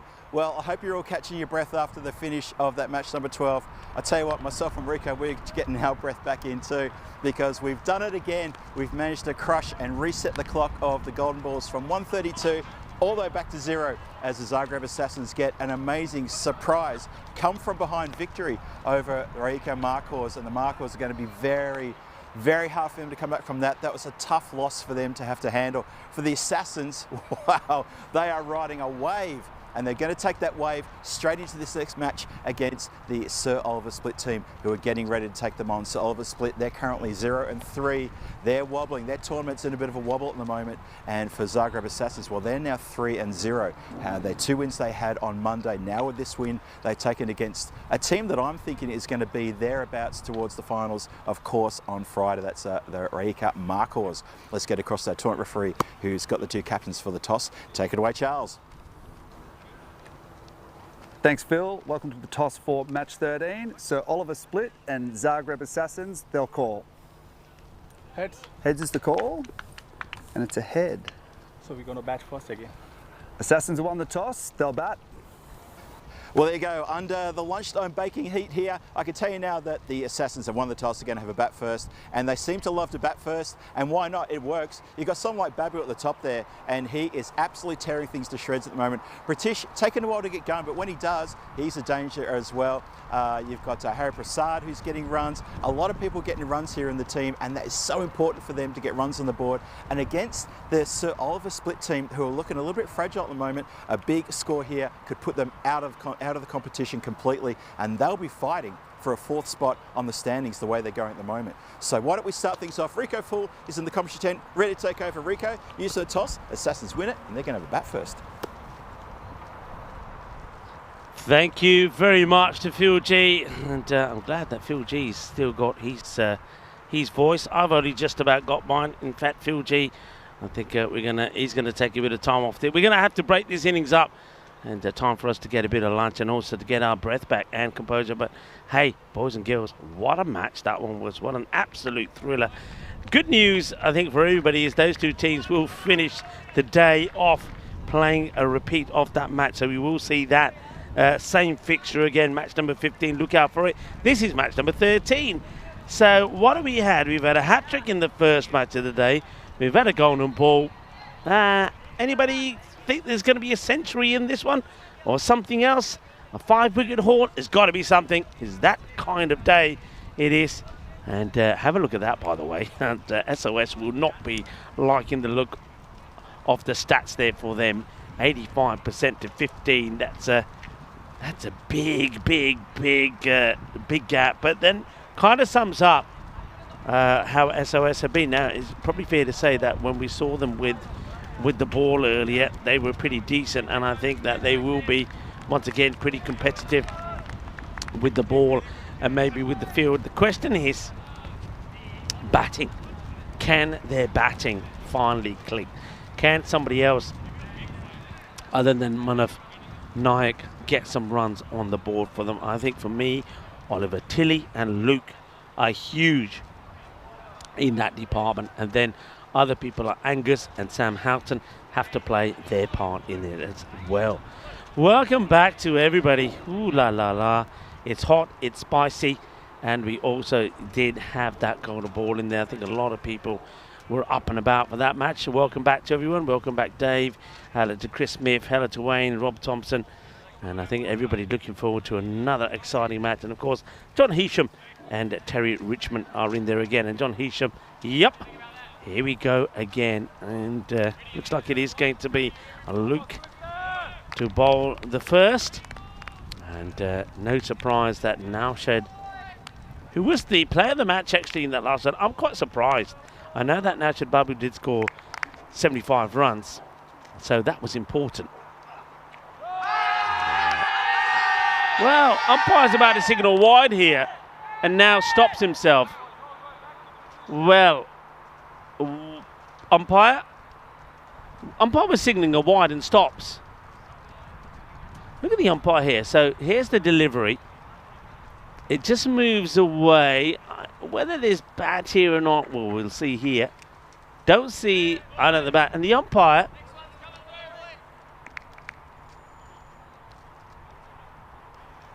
in the process of calling a wide. Here we go. And then he stops. So it's just going to be a dot. That one's not a dot. That's crushed away for 4. Now whacked away. So that's the umpires that are out there now. We've got umpire DJ and Popovic.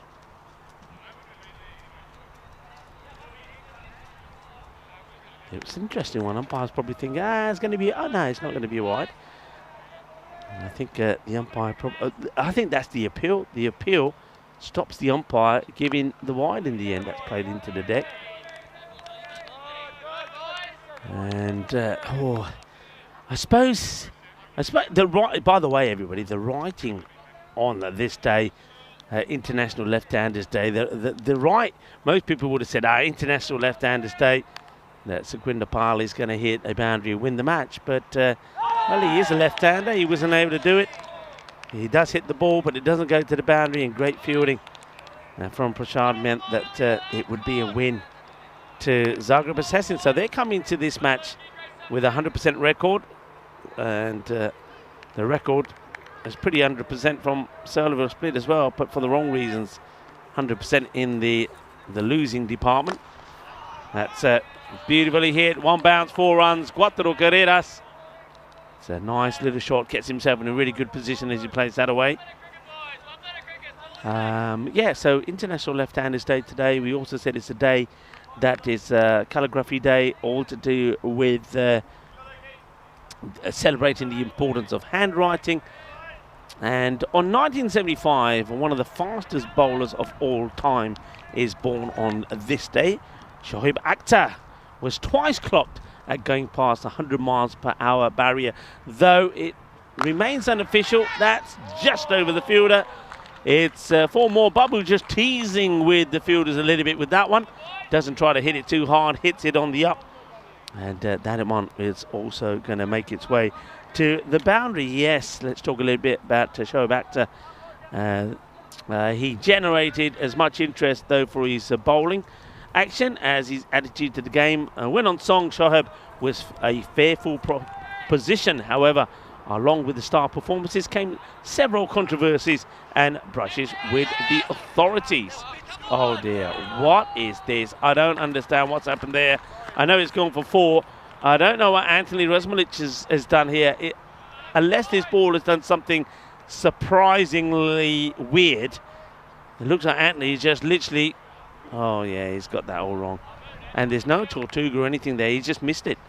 He just missed it. And then there's a chase there for the fielders. Not going to get there. So it's a decent start. 17 off that first over.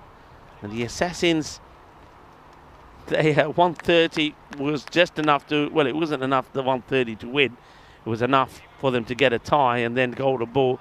They're a team that needs to be looking for more than that, but they're also a team that are looking to get a lot of their runs from Babu. So maybe 1 or 2 others have to stand up and perform. Challenger division looks a bit like this, starting on the 25th of September, going through the 18th of October.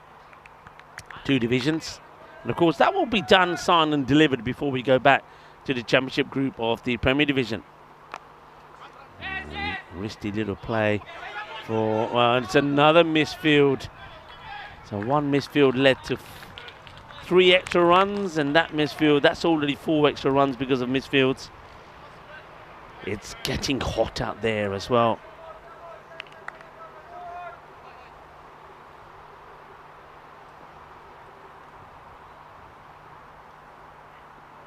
Well, that's going to be a big wide. Don't really know why Prasad is playing at that. Yeah, Prasad A lot of people in the chat were actually saying that his fielding, Akshak Prasad, was outstanding. That ball was bobbling around. He took it cleanly. If there was any wobble, if he didn't take that cleanly, it probably would have been the 2 runs. Oh, good quick reactions this time from the bowler.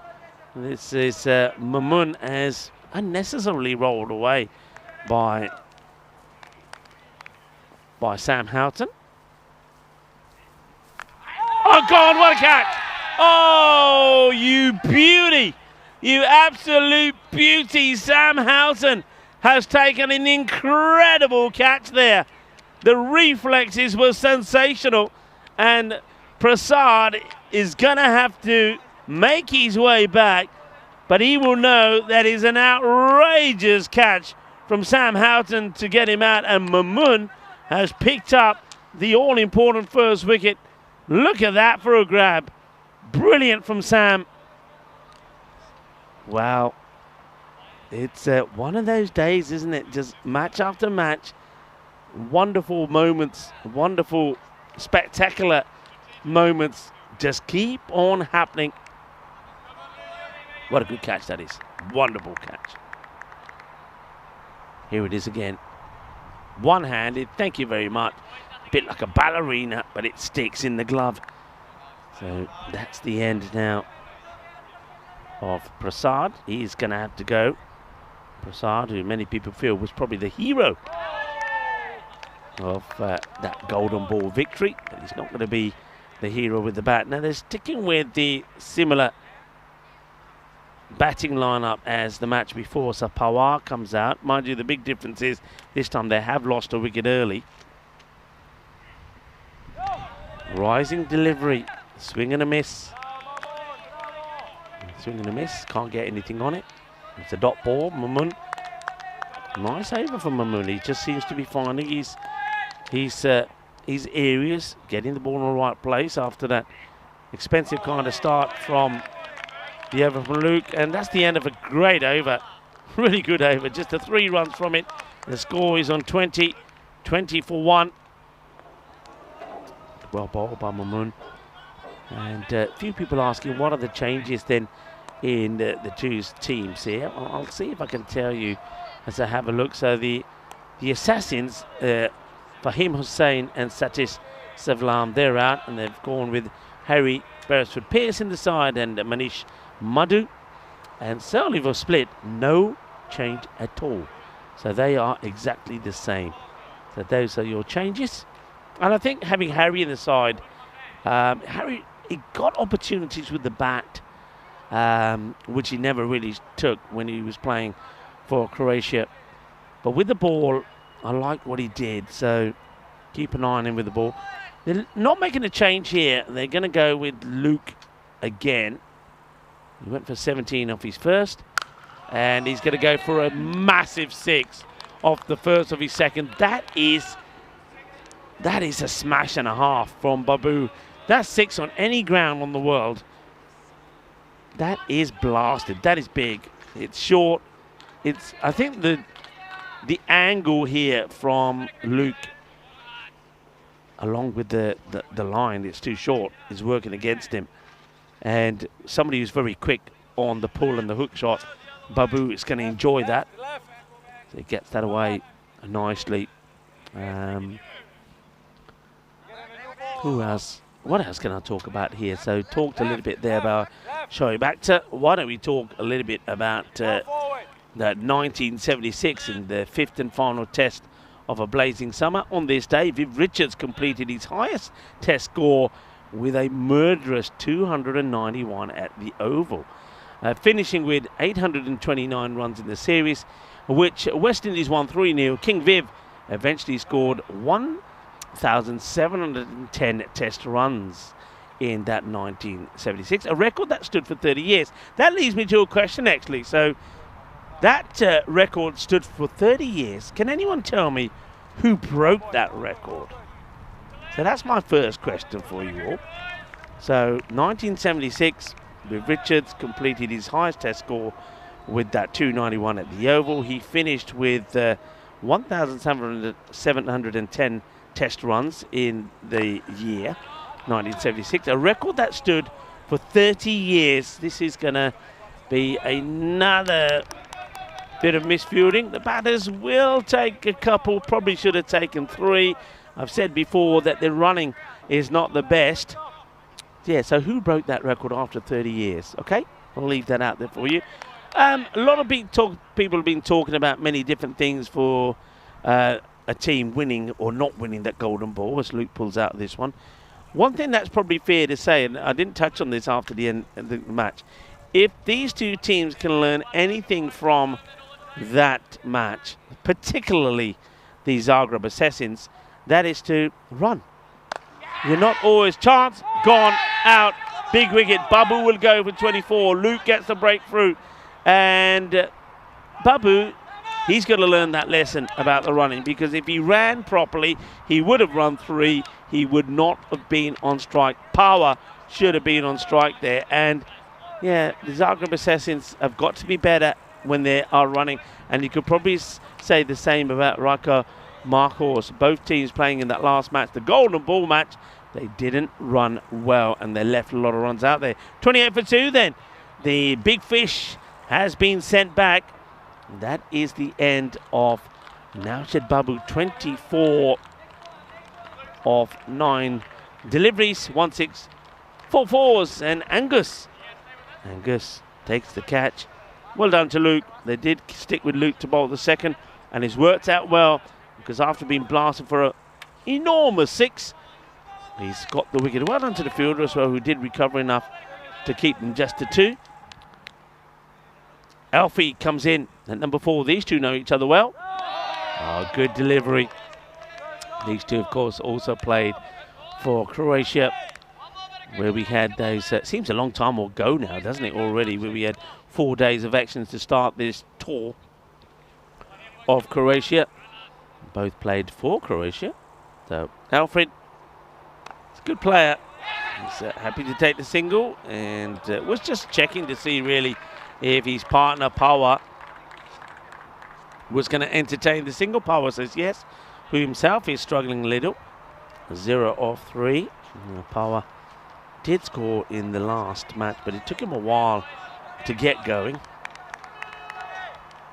And we were saying at the time that maybe Sati Devi should be coming higher up the order. Sati Devi doesn't back himself, you feel. The captain up in the air, and easy peasy.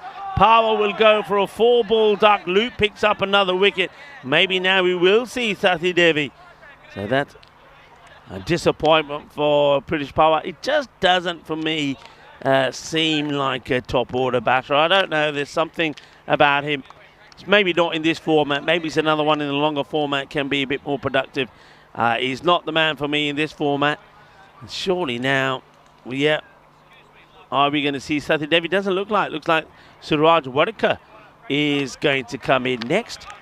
So there's something about Sati Devi, even with the ball. Remember, he only bowled that last over, which ended up being the match-winning over, where 3 wickets fell when he defended 6 runs.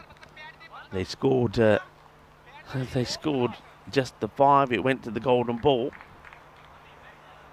And here's that wicket again. Just a nothing shot, really. The field is set perfectly well.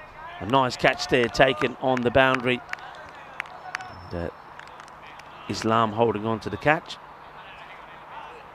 So after a good start, 17 off the first, come back well. That last over from Mamun, only going for 3. The over then from Luke, the third over, goes for 9. He picks up 2 wickets there, and it's 29 for 3 wickets. So what was looking like it was going to be a pretty high scoring power play after the first over, certainly it ends up being one that is below average.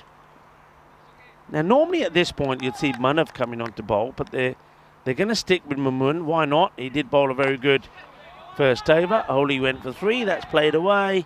Oh, misfield, and it won't go to the boundary. There'll be 2 runs from it. Alfie strokes that away quite nicely. Well, the last time that fielder made that error there and allowed the batters to get 2, it resulted in a wicket.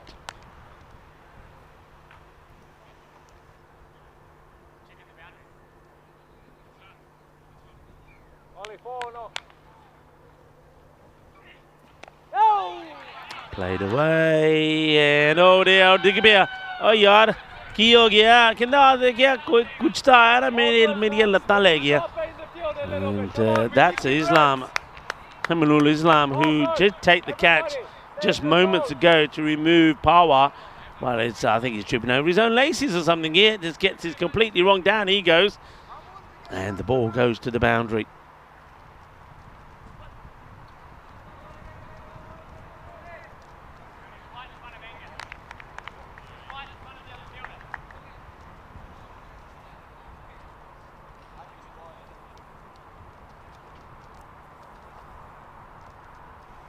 Mamun. It's kind of clipped away towards the leg side. Interesting shot that from Alfie. Rather than go straight, he's just... Yeah, that's probably... He's practicing here. Look at him practice. Look at him practice. That's what I should have done, he said. He lets the bat kind of roll in his... The hand roll in his hands and it ends up going onto the leg side. It's climbing delivery that stays inside.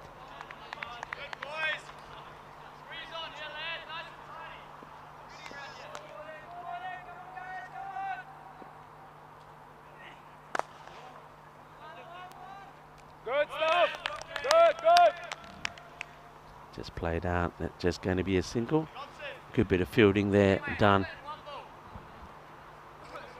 Thereby, I think that's Luke. Yeah, that's where Luke likes to field. He said that's it.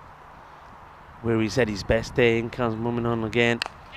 It's up in the air and doesn't carry to Luke. Just will be a single. So end of the over. End of a very good spell there from Al Mamoun. He comes good in this match, doesn't he? 1 for 12.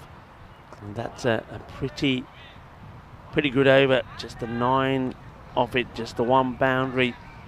38 for 3. You kind of get the feeling that these two, Alfie and Suraj, just trying to, again, get a little partnership going. Have a look at that. That's the way it started. And then 17 off the first, 3 off the next. It went way down, and then the last 2 have gone for 9. That's why it's kind of flatlined a little there. Now, Manav Naik looks like he is going to bowl this over number 5.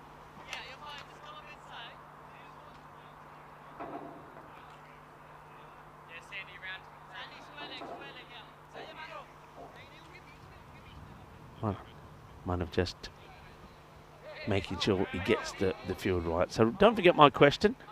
The question was that in 1976 it was a bumper year for Viv Richards. Scored his highest test score at the Oval, 291. Finished with 829 runs in that series in the year 76 in tests. It's played away. There is a fielder out there. Will he be able to stop it? No. He gets beaten. Nice sweep shot there played by Alfie. 4 runs. Yeah, in that year he scored 1,710 runs. A record that stood for 30 years. And my question is, which batter broke that record? Can you tell me who broke it? So I'll give you the answer to that maybe in a couple of overs' time. Hello to Liam, who joins us in the chat. Also, Narendra is out there as well. Good comeback from one of these two. Will enjoy a little battle, won't they? 2 youngsters, 2 men around about the similar sort of age, both enjoying in playing their cricket. Gives himself a bit of room and he hits that really well. Good shot. Really good shot.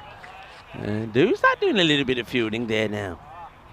Well, who's that out there? Can't see from this far. I don't know if it's one of... I don't think it's one of the 2 circles. The crew, because they'd be busy. Bring us the action. Who is that that's got past?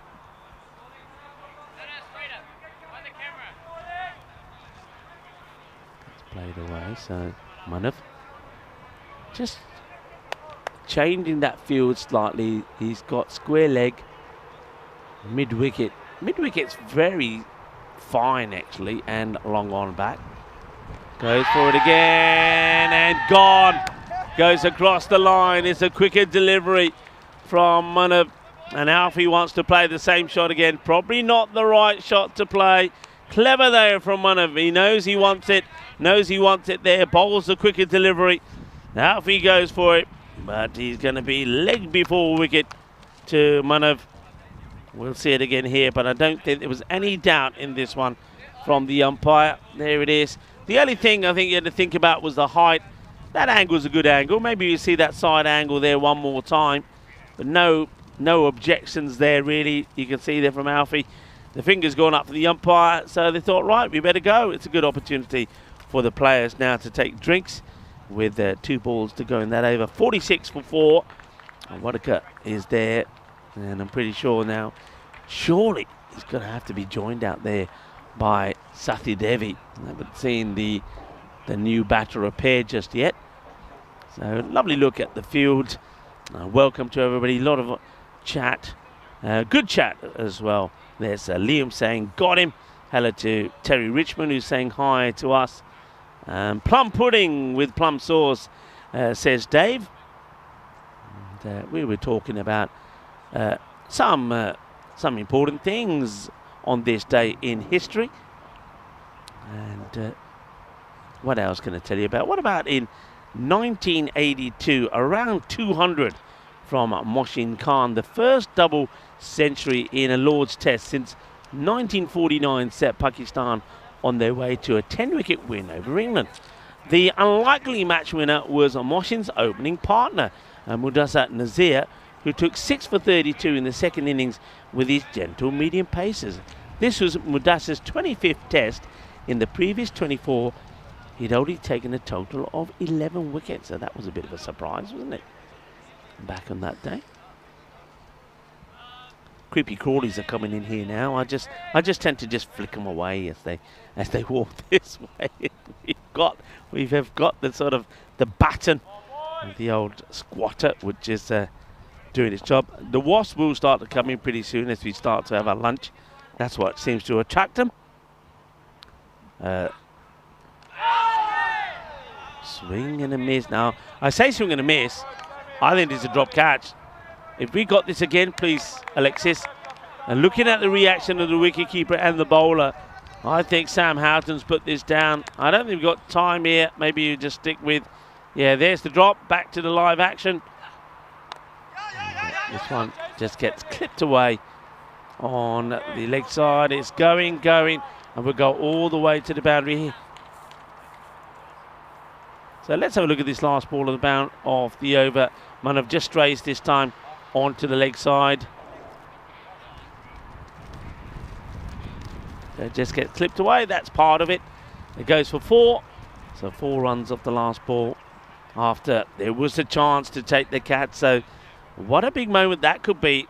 Sathi Devi could have been gone very first ball.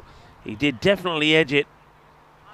You could see the reaction there from Manav and from Sam Houghton, the keeper himself. 50 on the board at the halfway mark. 4 wickets down. A nice over there from Manav. He'll be disappointed about the last ball that he bowls it down the leg side. And let's have a look at the events coming up. So of course, Croatia. From here we go to, well, we'll have on our side of our finals day, there'll be Norway, where Corey will be in action. Germany, Kiel, Romania, Hungary and Switzerland. That leads us nicely on to the Melto Shield and the Western Shield, followed by the European Cricket Championship. And then we continue with a couple of more events away from Spain. Of course, we saw Italy there, Cyprus. But then we finish our season in Spain with an event in Valencia, Alicante. Then, of course, we go back to the Karma Oval. Lofted, nicely played. Good shot from Wadaka. Now, his first boundary. These two need to get a pretty good partnership here. But they don't want, at the moment they're going around 10s. They need to try and elevate. Need to try and see if they can turn the 10s into 14s, 15s, and try to get to a score that's better than the proposed 105 at the moment. Though they know that Oliver Split haven't had the best of times with bat, they also will know that they could click, or their batting could click at any point. In the air, shout to catch, and well taken. He's got good hands, is Manav Naik, as he sort of drills his back, spikes it back into the ground. I think he feels that on his fingers, but he's smiling now, is Manav. After taking a wicket, he takes the catch so that Oliver Tilley can take his first. And Wadaka, after hitting a boundary, loses his shape and he skies that up in the air. So this is dangerous times here now, I feel, for the Assassins. We do believe that, of course, quite rightly so, I think Naushad Babu is a prize batter for them. You get him out, then you will have them struggling. Now, the likes of Pawar and also Prasad haven't really, for me, shown that they are top order batters. So somebody else has got to step up. Satya Devi we know can. Let's see how Anupam Singh goes. You also got Harry. Now, he didn't have the best of times in the internationals, but maybe he will come good in this series. So Wadaka goes for 5 or 4. Manav takes the catch. Tilley back in again. It's played away, but straight to the field. A good throw could be in trouble. Ooh, Satya Devi, the good thing for him is he caught it. It went straight away. And, Singh gets off the mark straight away, and he's just given a thumbs up there to Satya Devi, saying, yep, well run. We've seen them do this before, Oliver split.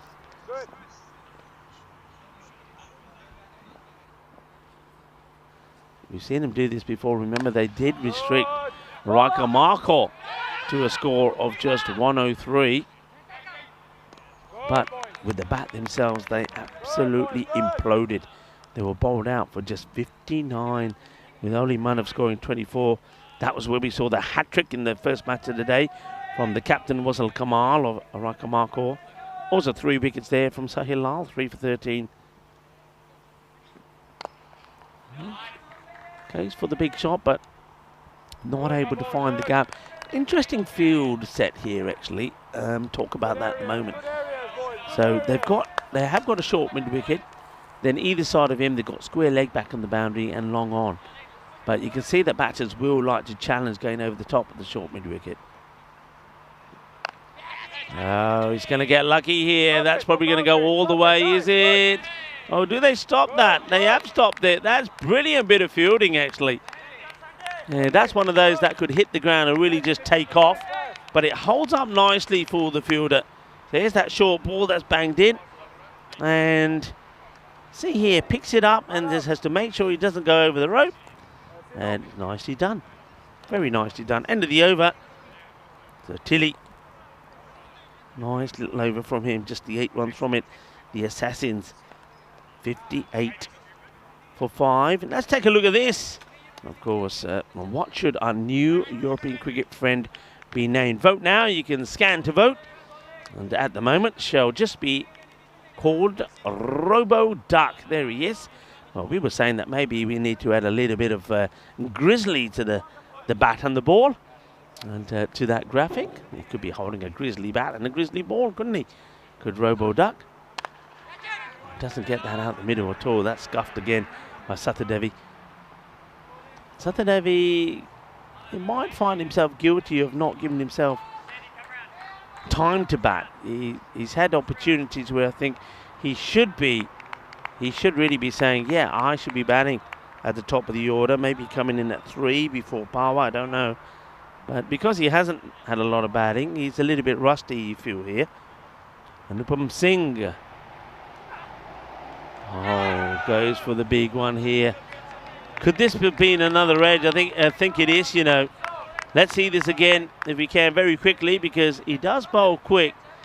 And if he ain't got it, we'll just have to pause on it. I think we'll pause on it because he's ready to go again. But he gets an edge on it. Next delivery gets played away, and it's just a single. So after that chance single.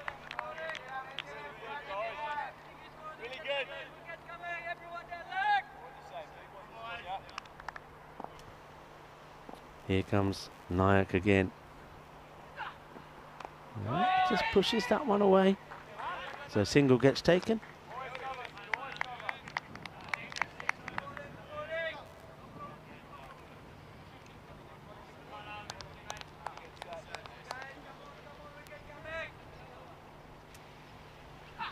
flighted.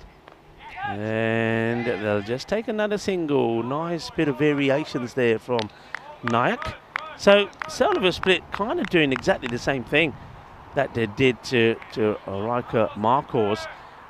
Even though there was a good start in the first over, they've now kept it really tight. There was that one over that they gave away that went for about 32 in the last match, which hurt them.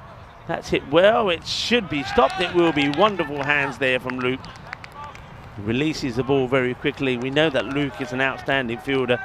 He demonstrated that enough times to us during the international. So another very tidy over. Great spell there from Manav Nayak. Just the one run off that last ball. 17 off his spell. That leaves the Assassins on 63. They have lost 5 wickets. The last 2 overs, the one for Tilly went for 8. And that one from Manav just going for 5. So everything going in their way at the moment. But can they find some acceleration? We just had a look at this a bit earlier.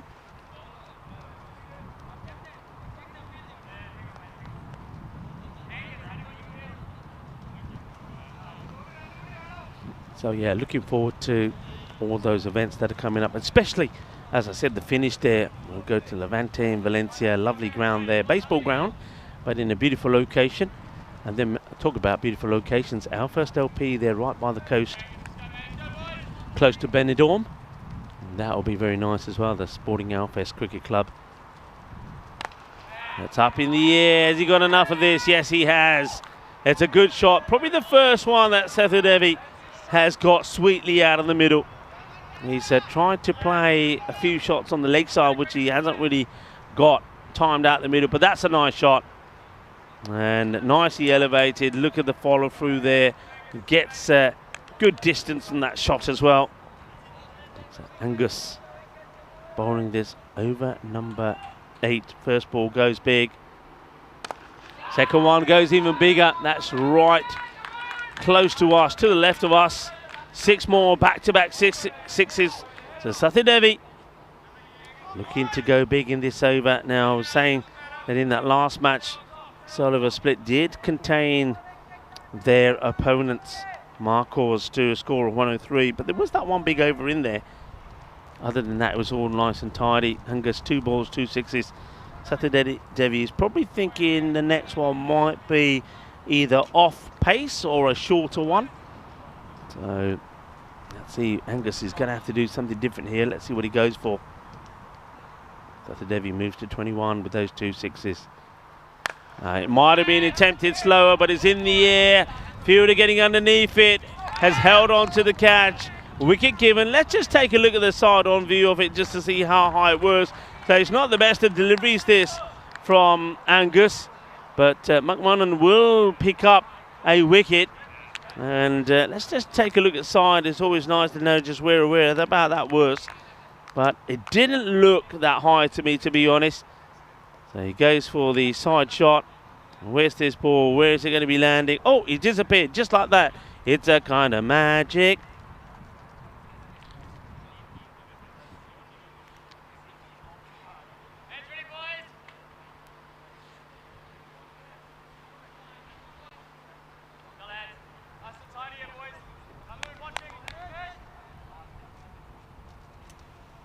Angus. Great delivery. But I think that catches a bit of the bat and then pad. It's a great ball though. It's full right up there. Could quite easily have gone anywhere. As Harry Beresford-Pearce comes out. Just have a look at this ball. It's a great ball. And it's bat pad. Bat pad. That's what saves him there. It's a good ball though. Good comeback. Well, how things can change after 2 big sixes. He gets a wicket. The big wicket. And now a dot. Harry, that's gone. That is gone. It's going to be a duck for Harry Beresford-Pearce. He's having a bit of a mare with the bat actually here in Croatia. He wasn't able to score too many runs in the international series when he was given the opportunities. And he was given opportunities at the top of the order. I think a few times he came in at number 3 and so, but just gets that all wrong, gets an edge on it. It's going to be a 2-ball duck. And Angus, after starting with 2 sixes, now finds himself with 2 wickets in this over. 12 runs from it, those 2 big sixes, 2 wickets. And the Assassins The team that you thought would be on a bit of a high after that golden ball victory, no, it seems to have rubbed them up the wrong way because they don't seem to be performing too well in this one. And not only did we see Sathi Devi go there for a score of 21 of 10, we've now seen Harry go for a 2-ball duck. And it's Angus who seems to be doing the damage here. Still a ball to go in this one. Nice catch there taken in the deep there from Razmilic. He's been really good, hasn't he, with his catching. I think every time he's had a chance, he's not one down. This, by the way, I'm pretty sure is going to be 5 runs. Keep an eye on the umpire. Let's keep an eye on the umpire. So just keep an eye on the umpire. And he's in no hurry at all, is Ashraf Ansari.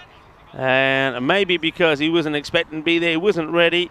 And let's see what the umpire says here. That's got to be 5. Got to be 5 runs going to the fielding side here. He's still not ready. And you know what? On appeal, he could be given out. I think it's more, if somebody appeals there, I think it'd be out. If they appeal, he could be out. They're appealing. If they're appealing, he's out. Now, they say they're appealing. If it's more, I reckon he's more than 90 seconds. If they're appealing, he could be out.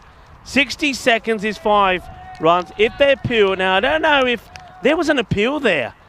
There definitely was an appeal. Oh, I like to follow that up, you know. And he could be out here anyway. The umpire says no. Now they keep appealing. It's interesting here. Popovic says not out. It's the end of the over. Angus could have had a 3rd. Maybe that's just caught the arm. So interesting. I'm still looking to see if I saw any penalty runs come aboard. My screen doesn't show any. There had to be penalty runs there, surely. There had to be. I've not seen anything come on the board yet. I mean, of course, that will be not showing on the screen here. It would show on the opponents, but I didn't see the signal. So, of course, there's no way for me to check this because, of course, Selva Split haven't batted yet, so we'll never know. The only way we'll know is if we see 5 runs appear. But that's good. I'm sticking with that's 5 runs. So you might as well, for me, I'm saying that's 70. You might as well say you got 70, not 75. There had to be. He was too late coming out. Also, I saw Luke appealing. There was a couple of appeals there, which if it was 90 seconds or more, that should be out. So maybe the umpire said, no, it's not quite 90 seconds. I don't know. Right, start of the 9th. In comes Tilly. Hit in the air, Luke underneath it. And he doesn't drop him. It's another wicket. Tilly takes another. It will be the 8th to go. So Singh goes for 4. This is really what this is showing us about the Assassins. Now, I know we spoke quite highly about the Assassins and we said that they're a team that are really wanting to show their intent and this time around show that they can not just get into the final but win the final. What I'm seeing here is that if 2 of their batters don't click, then they will be in trouble. So I've just seen that coming up there, that 5 penalty runs will be awarded to the bowling side, so Oliver Split when they go to bat. So they will start on +5. So that's correct. I still would like to know why the appeal wasn't honoured, because I think that was more than 60 seconds. Maybe somebody can go back and check. I know that we always have somebody that goes back and says, that was this time. So come on, somebody go back there and check with me how long that was before he was. I mean, I reckon it was more than 90. There was appeals. Luke was appealing, I know. And I think Popovic heard the appeals but didn't really act on it. Unless, the other thing I'm thinking is that gets played away. Trying to get a boundary, will get a boundary. So this is Manish Madhu who is coming out. He's joined Ashraf Ansari out there. Yeah, the only thing that could have happened there, and of course we won't know unless the umpire afterwards or Charles afterwards says to us, well, actually the captain himself probably turned around and said, nah, it's okay, we don't want to enforce it. So that is possible. They could have said, no, we'll be pretty sporting, but batter's got to be ready. There's no excuses for not being ready. In comes Tilly. Slower ball. Just gets a bit of bat onto this. They will take a single. So Madhu gets one and hands the strike over now to Ansari, who himself hasn't got off the mark just yet. 8 wickets down, 80 on the board. Myself and Phil will be with you for the second innings. Now myself and Phil, when we were seeing them doing this earlier, that is going to be probably gone. Yep, the batter is walking. It doesn't need the umpire, DJ, to give him the decision. So that is the end of Ansari. Ansari looks a little bit of a sorry sight, the same way that this innings does. He's going to go for a 2-ball duck, just the same way that Harry did. And Tilly picks up another wicket. That's his third. A nice catch there taken by Sam Houghton behind the stumps. So Sam, it's been a good day for wicketkeepers. That's another dismissal that Sam is involved in. So he's been involved with 3 now. We did see in the earlier match Mohit be involved in 5. That's a kind of a joint record. Tilly to the number 11 batter now, who just pushes that one out. This is Gagada Haran. Over comes to an end. Tilly takes his cap, 3 for 13. Says thank you very much. And they're all going beautifully so far. However, and we have to point out that, however, as unlikely as it may seem, don't forget we're talking about a team who have really struggled with the bat themselves. It's quite surprising, really, when you think of the batting that they've got. Manav Nayak, Oliver Tilly, Luke Vuskovic is in there, and you've got Anthony Rasmulich in the side. All good batters, and we know that Angus McMahon is useful as well. So when you consider all of that, it's been quite strange that they haven't been able to score runs, and they're a team that were bowled out for 59, chasing 103. This time it looks like it's going to be even a lower chase than that. And gets dug out. They will run. Well, a good throw here is not a good throw. Will they try and come back again? They will. And they will make it. They'll take 2. A little bit of a bonus there.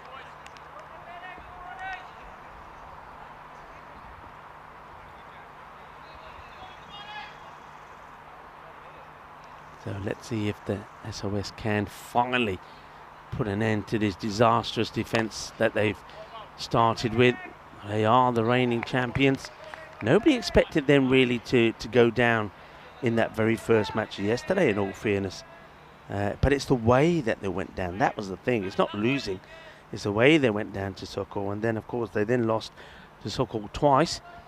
If that was bad enough, they lost this morning to Marco when they restricted him to 103 and then got bowled up at 59. That was an even bigger surprise.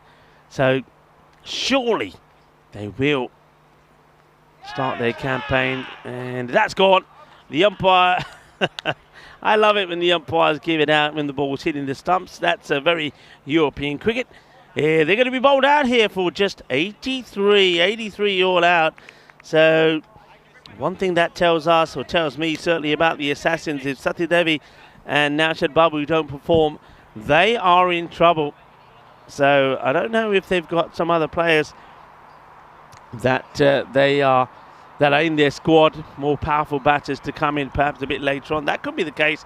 We do see that from time to time, that squads are submitted, and because of work reasons, etc., early on, not all the players are available, but that one just skims a bit of the stump there.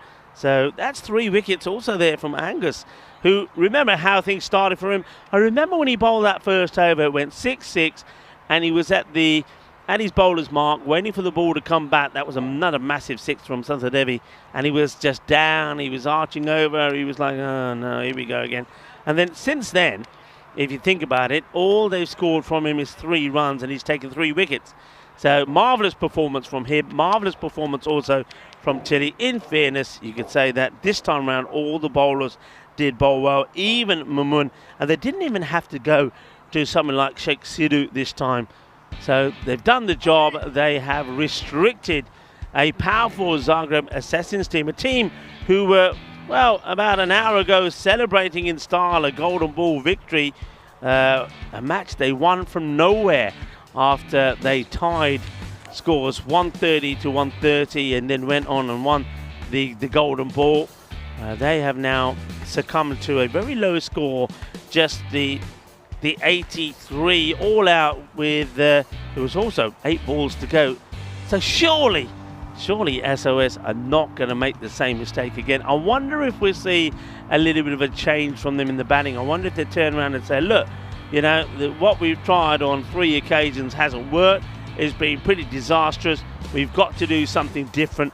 And they might even say, you know what, we're not going to go with the likes of maybe Luke, or maybe you stick with Munham. He's been all right. Maybe you go with Munham and even, you know, make a real change. Go with someone like Anthony Resmalic at the top of the order and say, you know, we want somebody who's going to be able to bang the ball out the game. They could even go with Sam Houghton, but they've got to do something different. That one was absolutely plum pudding, is what it was being called on the chat. And Chile just made things happen. That was a nice shot though.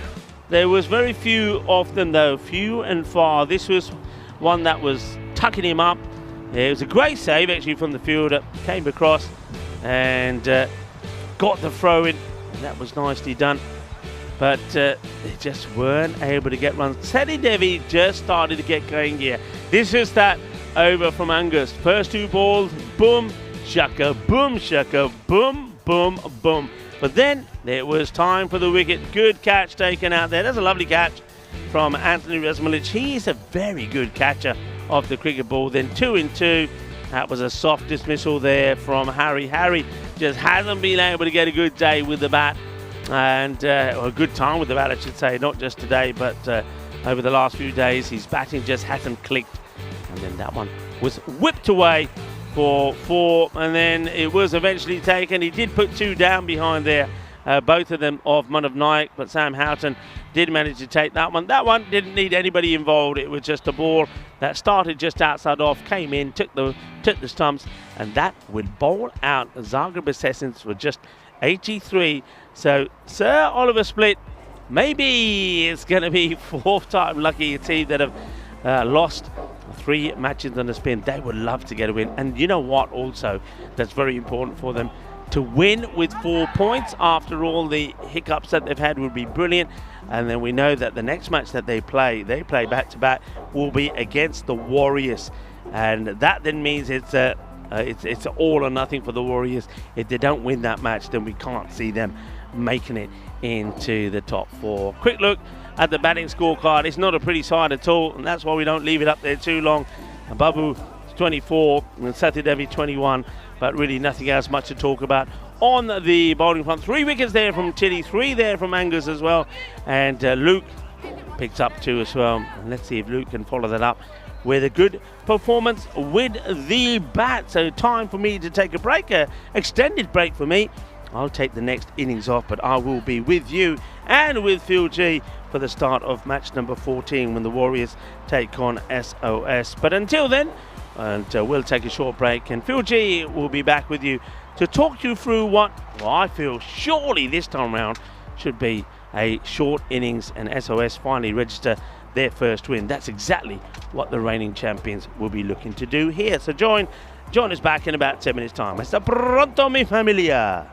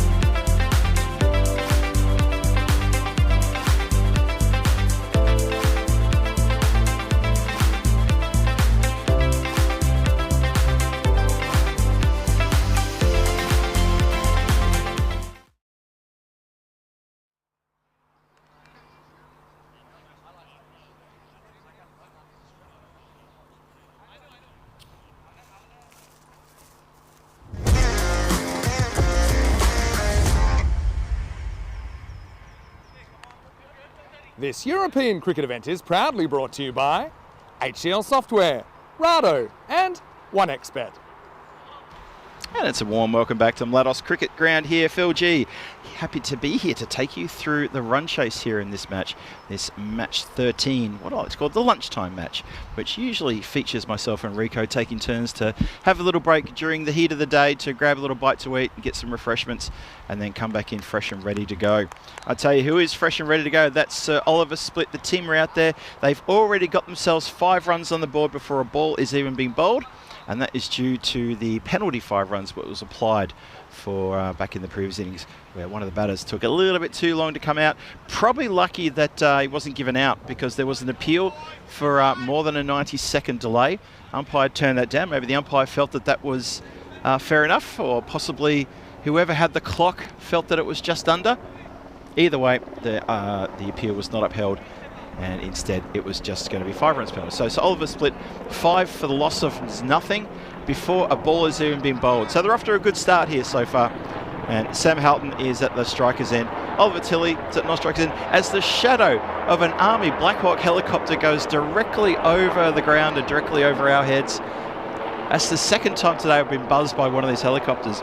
I was doing a match introduction, my first one actually of the morning, and the helicopter went straight over the top of our heads. We had to stop and wait for it to leave.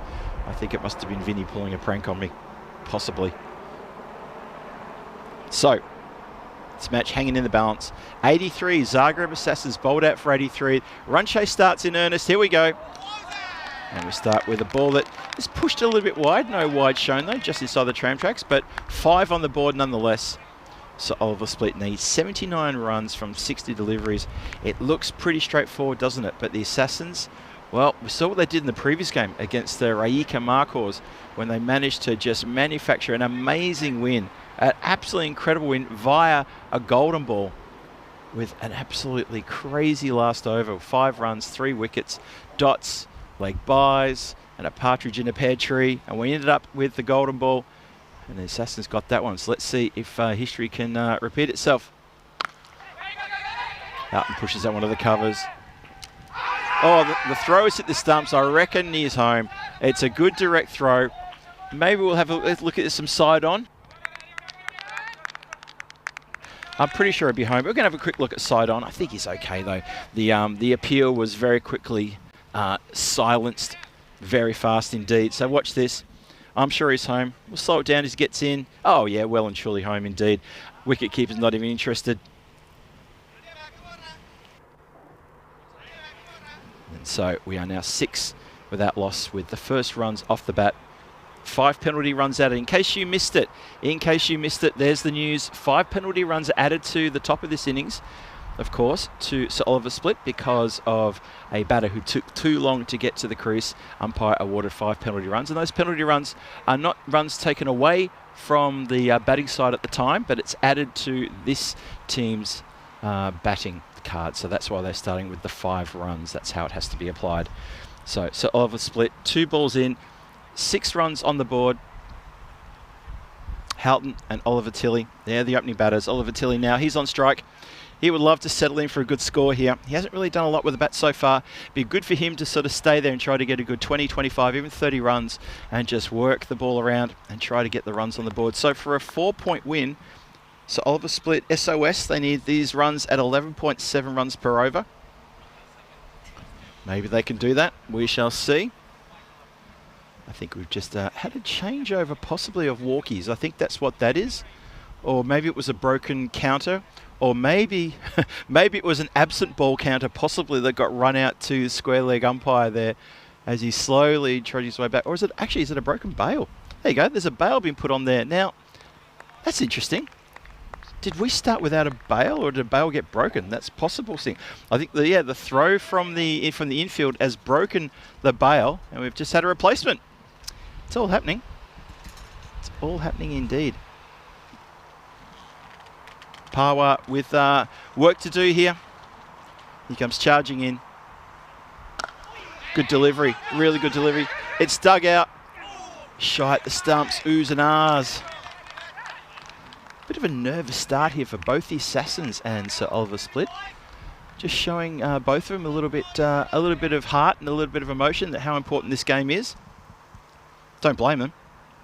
Massive game for both these two teams. So Oliver Split, they lose here.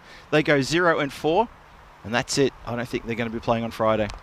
Oh, it's off a leading edge. That is going to just fall safely backward a point. Could have gone anywhere and did.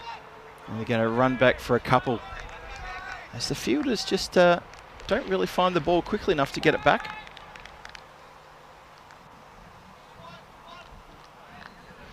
And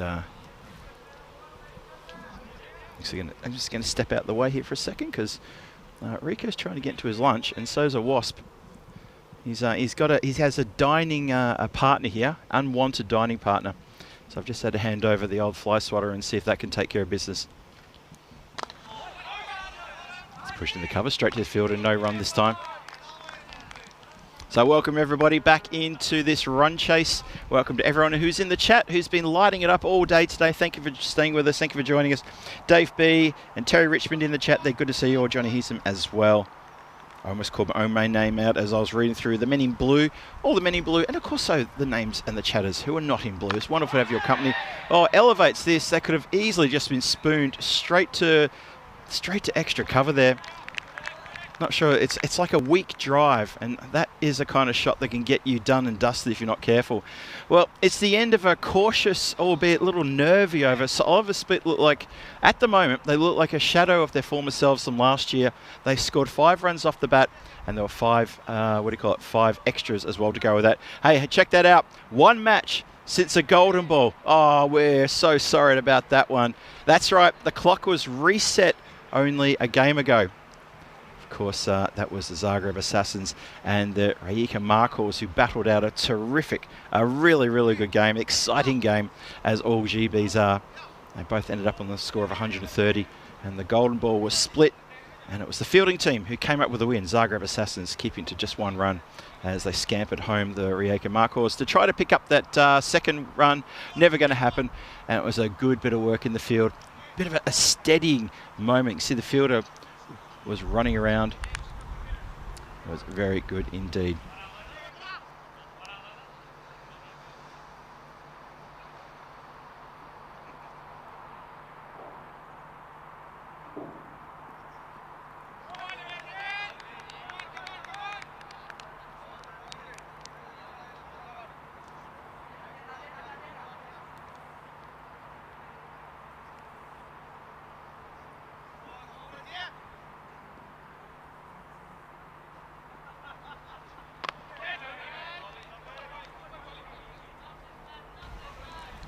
Back to live action now. 11-12 for no loss. As I said just a few moments ago, a bit of a cautious quick start here for both fielders and for batters. So Oliver Split in with a red hot chance of a win. Could also talk about possibly if they start strong, if they shake off these little cobwebs, these nerves, with shots like that. 1 bounce, 4 runs. Nice shot straight down the ground. Clubbed really well from Tilly. Well, that'll settle him down and that'll get him into the groove. He just needs a couple of boundaries to settle into his routine, does Oliver Tilly, and that's a nice straight shot right in the slot. And he's picked the right shot down the ground too. Hasn't tried to go leg side, hasn't tried to make room to go offside, just gone, nah, straight down the ground. Good hit that. So yeah, it's been 0 matches since the golden ball, because the golden ball was last game. So if we complete this and it's not a gold ball, then you'd say, well, it's been 1 match since a golden ball. So golden ball has been disrupted. Reset the clock. Nicely bowled. Good comeback there.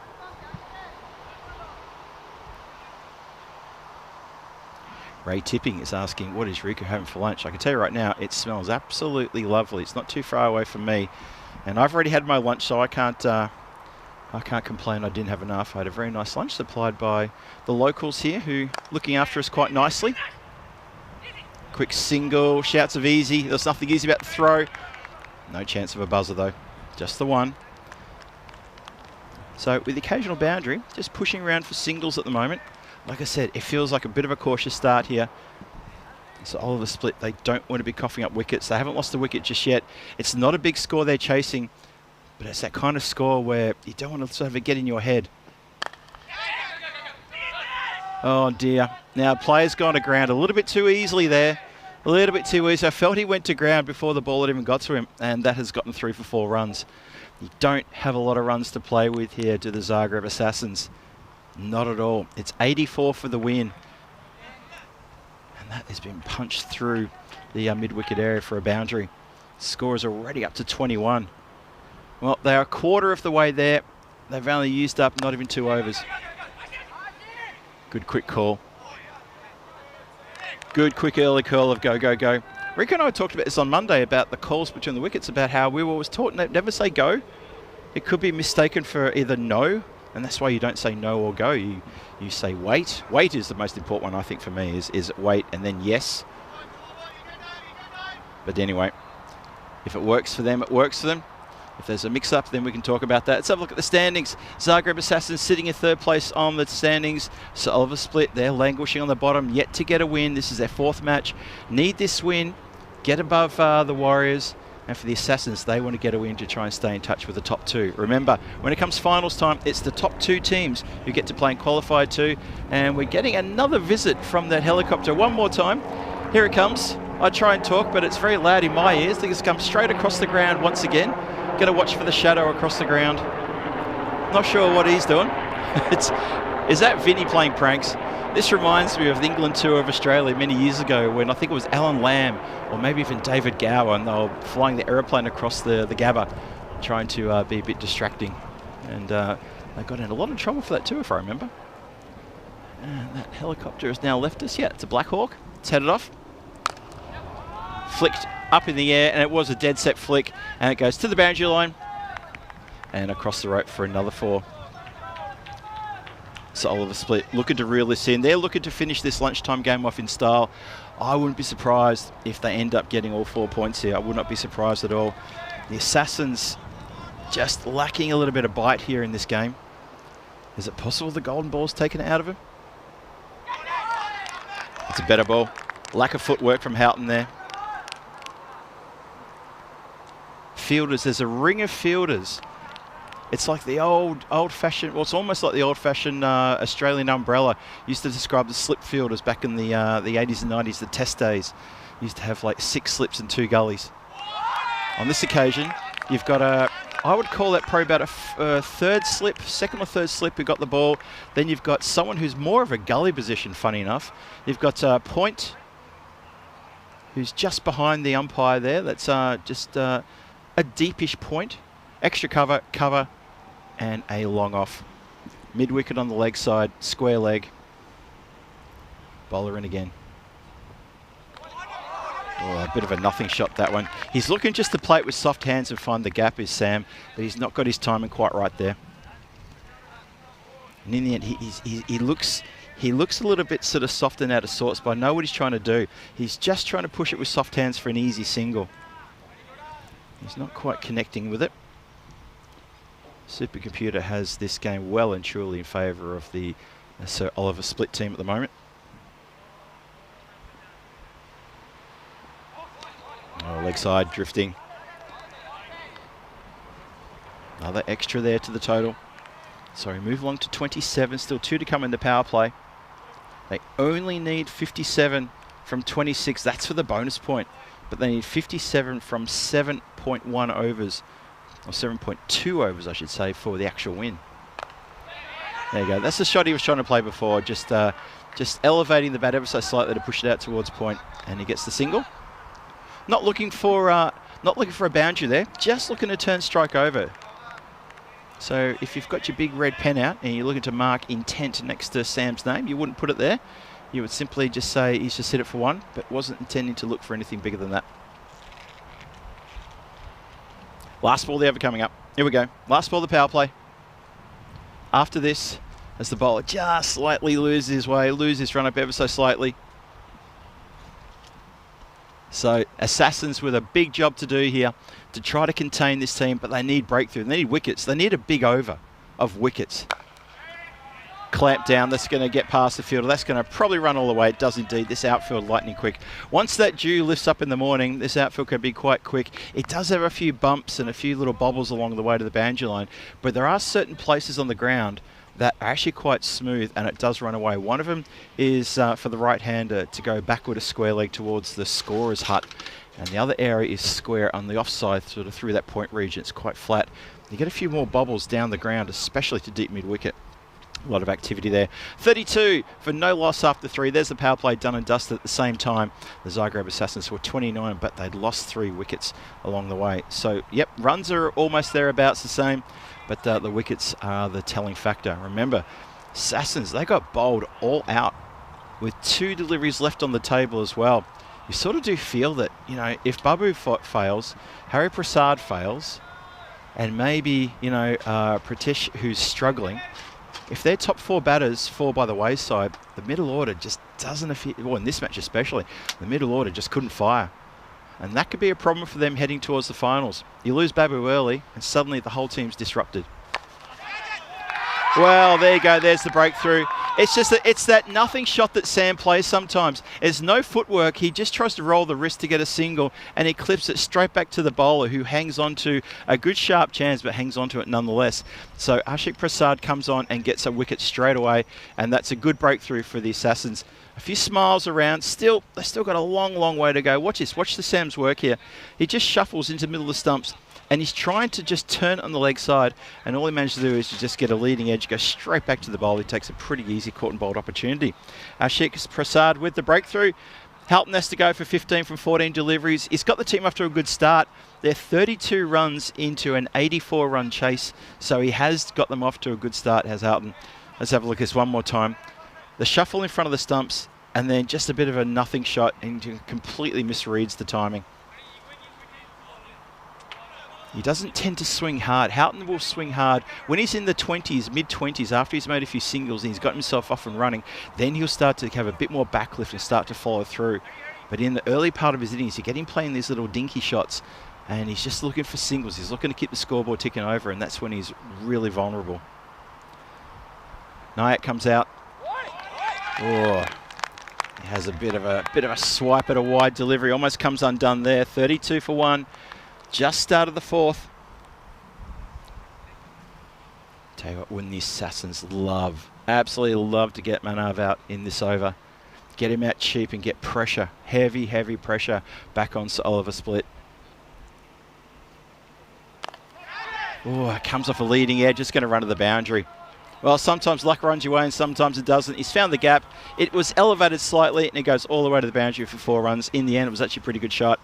Didn't really get on top of it, though. Didn't manage to keep it down.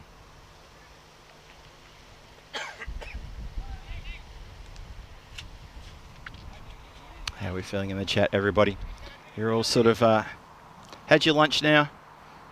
Settling in for a big afternoon of Croatia ECS cricket. We've still got 2 matches after this one. This one could turn into a low-scoring thriller, but Zagreb Assassins need to grab some wickets here.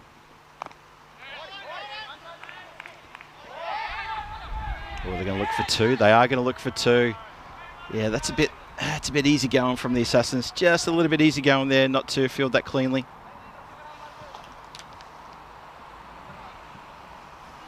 They get back for a couple. Manav has been very impressive so far in this tournament. Been heading the runs for the team. So Oliver Split, heading the that list of players, the list of batters who are getting runs. He's definitely at the top for this team. Goes to guide that one just wide of that slip fielder. I would call it slip fielder. It's more of it's more like third is up inside the circle, but he's inside the circle and then some. Especially for a bowler who's got just a little bit extra pace on him. Also remember that Sir Oliver Split, they've got a game straight after this one. They've got back-to-backs. That's the shot he was trying to play in the previous ball. It's exactly the shot he's trying to play. Sees the gap between backward point and that deep slip, short third position, and he's carved it beautifully through there for 4. You kind of feel while Manav is out there, the situation is well in control of Sir Oliver Split.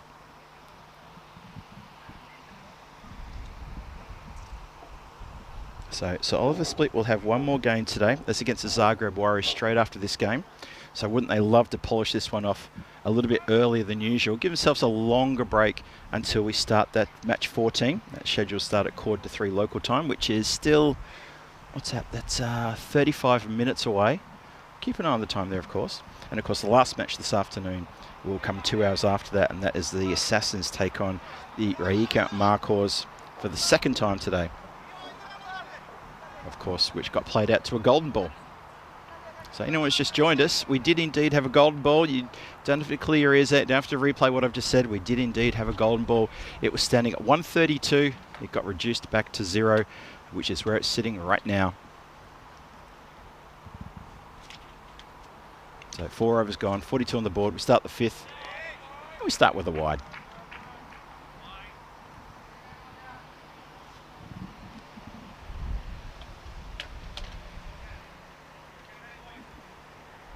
It's a wonderful Wednesday here at the ground. It's a bit warm. We do have the fan trying to cool us down here in the igloo. We've got an ice box full of ice and drinks as well. We're doing our bit. We're doing our best. It's very warm conditions here this week in Zagreb. Go, go, go. Oh, the ball hits just outside the edge of the turf, and you see the puff of dust where it takes it, and then it just ricochets off and goes off to nowhere. And so far, you have to say, so Oliver Split are really quite in control here, needing just, 40 runs. They've got 35 deliveries to get the win in total for the end. Obviously, if they want to get themselves a bonus point, they would have to knock this off in 17 deliveries, which is still doable. Oh, Gundy ball, and gets the treatment. Gets belted. Naik doesn't quite get every bit of that. He's looking down at the toe of his bat. It's collected on the toe. That was there for the hitting. Watch this one more time. He gets in position so fast, but he just maybe kind of like gets a bit too excited, and his timing isn't quite right, but he still gets a boundary, still gets 4. Could have almost popped it over the rope for 6, but it was there to be smacked, and Manav obliges. He's now raced to 14 off 6 deliveries. Tilly's on 11 from 6 deliveries.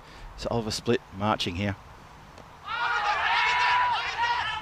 Now, big appeal, big shout there. Now, umpire not interested. Let's have a look at this again. Oh yeah, going way down leg side, no chance. No chance, doesn't hit him in line, and it's continuing down leg.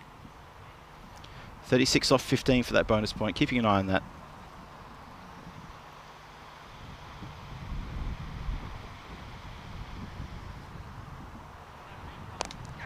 Oh, hooks that in style. He gets every bit of that. That's muscled over the top of the scorer's tent.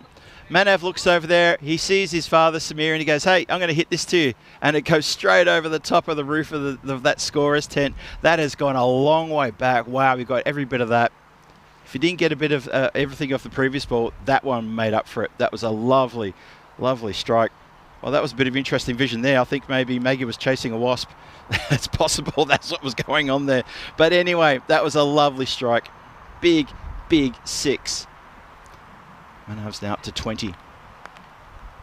And then it's a wide one, just way too high. And you get the feeling that Zagreb Assassins, the wheels are starting to rattle as the bolts holding in place are starting to come undone. Oh, that's a shocker. That's a very, very wide ball.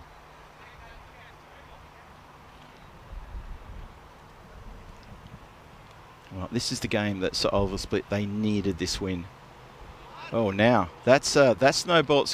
It's bounced off the wicket, but it's hit the ground on such an angle. It's actually come back in again, and almost completely undone the keeper. Even he's laughing about it as well. Free hit time coming up. Watch this one more time. Look at that. It hits the edge of the pitch, and then it comes in. It darts in on an angle as though Shane Warner's just bowled a wrong one the other way. A wrong one that should have been an offie, that became a leggy, turned into an offie and a googly, and it just completely almost undid the keeper then. Oh, it tries to get a bit funky here. This has gone straight backwards, and that is so close. So very, very close. It was good close attention from the fielder to run around all the way from third towards a fine, fine leg to try to catch that. He misses the catch, goes over to the boundary line for 4 runs. So Naik now just starting to sort of show us some of his goods now as he turns on a little bit of the charm, a bit of the finesse first, then a bit of power. Now he's just trying to get a little bit creative and trying to show us a little bit of something. Doesn't mind being a bit of the show pony, does Manav, because it works. And then he does that.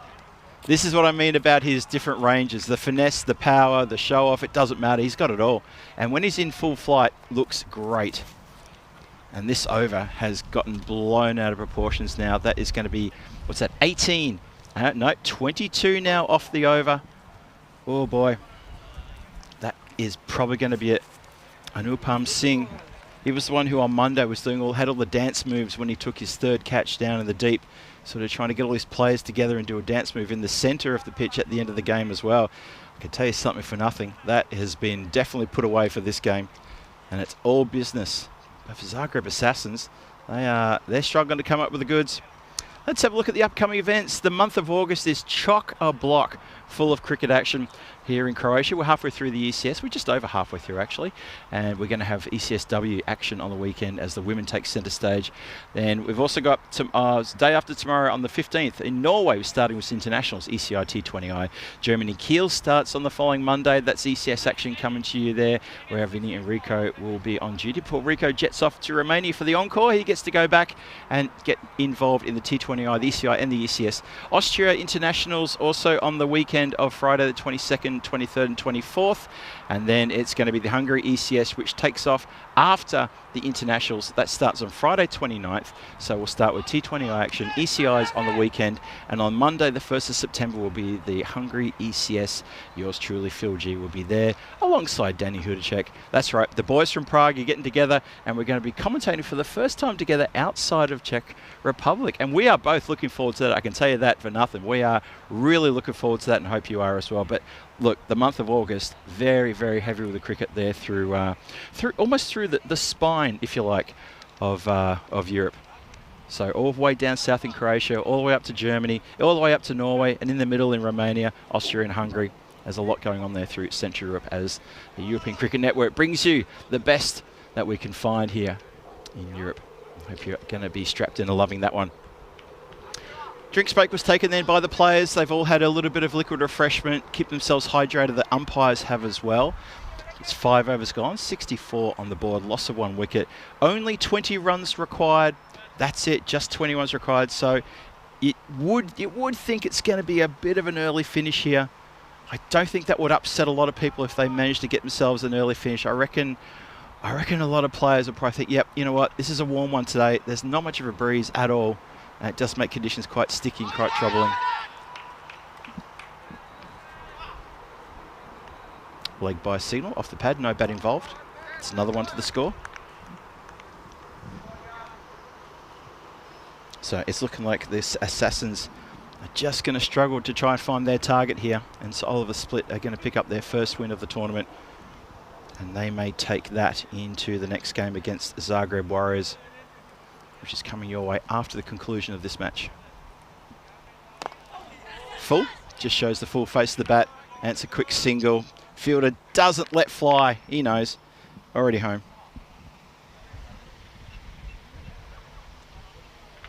Hello once again to everyone in the chat. You can see Wayne's in there as well. Hello Wayne, Johnny here, Dave, Paolo. There's a whole bunch of our well-known friends in that ECN community in the chat, keeping us company. Thanks guys, thanks once again.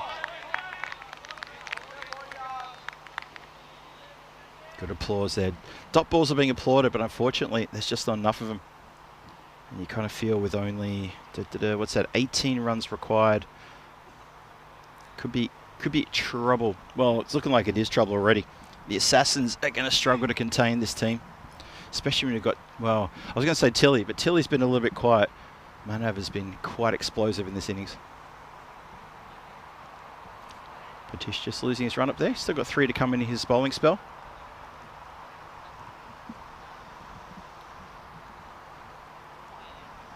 Looking forward to your next video, Wayne, of your fishing expeditions.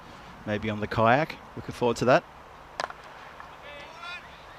I just punched away there from Tilly. He's in no rush. I thought maybe with Tilly exploding with a boundary at the top of his innings, he might actually sort of come out, you know, jack in the box and really start to sort of push the ball around and try to motor up for a big win, a big 4-point win here. But he's kind of withdrawn a bit now. I think he's maybe looking at that Manav and saying, well, I'll play support to you. You can see just there with that shot, he's sort of going back to his very sort of tentative stroke making here, and he doesn't look threatening at all when he gets into this frame of mind. I'm sure he was very aware that there's only 7 deliveries left until the opportunity for a 4-pointer win is going to be gone. You never know, it might be needed. Bonus points so important in the European Cricket Series. It really does determine who finishes where in the finals, the bonus points. Sometimes you get competitions where you get some teams who are absolutely exponents of a bonus point, win or loss. And they pick up bonus points left, right and centre, and suddenly they're in the top 2 position. They get to have a double chance going into finals Friday. You get some teams who just can't get a bonus point for love or money. And so right now, have a look at this after 6 overs. 67 for 1. They've got 1 more over to try to pick up all the runs. I'm not sure if they're going to do this. You never know, though. If Manav can get on strike and if the bowling's a bit loose, I know it's a few ifs right there in that sentence, but it can happen. But we're going to start the 7th with Tilly on strike. And let's see who's coming on to bowl. Ah, okay.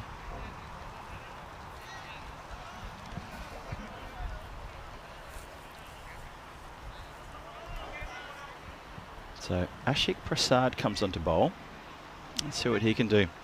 He was outstanding on the last ball of the golden ball match, where his fielding to stop the golden ball get to the boundary, the steadying throw, which was an excellent throw too, by the way, and he was off balance. He did so well. Good first ball, gets past his outstretched fingertips, just the one. So Tilly turns the strike over to Manav and says, there you go. 16 from 5 for a bonus point. All 4 points for Sir Oliver Split if they can knock off the 16 runs in 5. We'll see.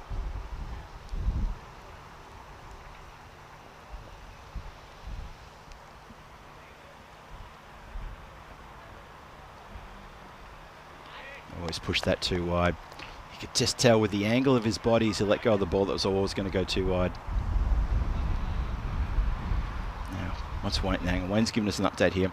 I'm camping in my boat this weekend, throwing the swag in the boat and just sending it out to an island. Spend the weekend offshore, record it for my second video. Fantastic stuff, Wayne. Make sure you send me a link and make sure you post that. I'm looking forward to seeing that.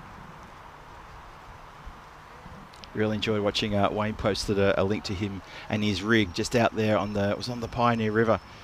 And yeah, look really good. Good stuff. Good setup he's got there too, Wayne. Shouts of come on, come on, come on. So the opportunity for a 4-point win is slipping away ever gradually here. Unless this hit next ball can go over the boundary rope, I'd say they're going to have to settle for just a regular 3-point win. And Zagreb Assassins may sneak themselves a point here as well. Here we go. It's cut nicely, just square driven for 1. And that's pretty much how that's going to happen now. So the score goes to 70 for loss of 1 wicket. What you'll see now is Zagreb Assassins, they're going to hang on for a point, so they'll get something out of the game to go with the golden ball win they had today. So they've had an exciting day. But their day isn't over. I'll get to that in a sec. Oh, now, I tell you what, mid-off running around, should have grabbed that, and that could have been a red-hot chance for a run-out. Just mistimed the lone hand that went down to try to grab it. Hari Prasad, just a little bit pedestrian there as he ran across. Could have maybe had the player under a bit of a hassle to get home in time. 71 for 1. 2 balls to come in the 7th. Short, Gundy, smacked 4. That's pretty much how you summarise that. Just not a good delivery at all. Prasad looking to get some elevation off the deck, which, as we've explained several times, you pretty much don't need a bowl like that. In fact, it's quite dangerous to do that. You're giving the ball too much opportunity to just slow down, rise up, and send a personal handwritten invitation to the batter. Maybe using a bit of calligraphy, because after all, today is World Calligraphy Day, as Rico pointed out in the earlier match, the day where we're reminded about how important handwriting is, and I think that's a really good one. Uppercuts this one, smacked, and oh, now what's happened here? He stuck the hand out to save it. The throwback went straight into the ground. And I have to have a look at this again in the replay.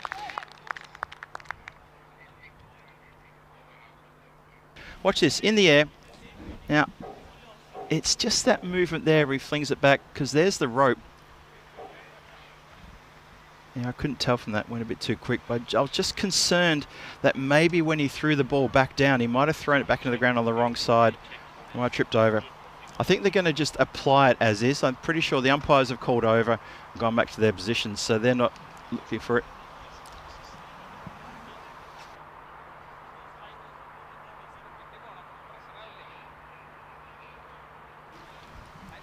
So 7 overs gone, 76 for 1 on the board. A desperate save on the boundary line. Looks like it's done the job. It's funny, I'm looking at the square leg umpire, also looking back to the fielder, and maybe he's even saying to him, you didn't throw that back into the ground on the wrong side, did you? And the fielder's saying, course not, me? No. What you talking about there?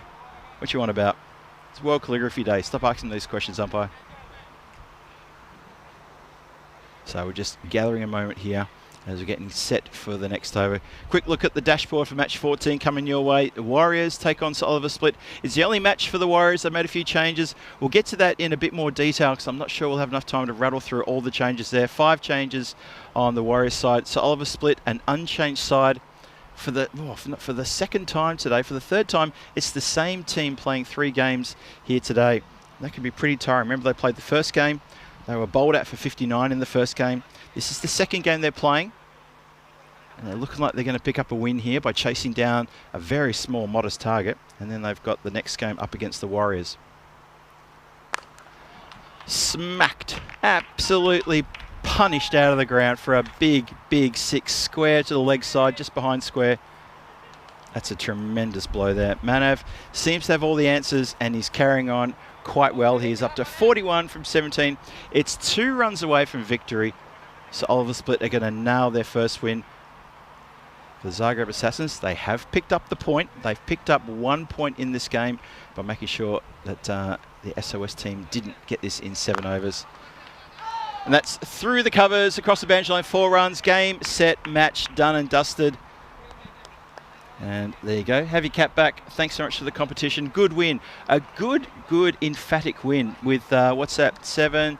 That's 2 overs and 4 deliveries to spare. That's quite a powerful win from St Oliver Split over Zagreb Assassins, who had the big run chase in the previous match and ended up winning in a golden ball over the Rijeka Markors. In this match, though, they've come undone. So Zagreb Assassins shaking hands with umpires and with each other.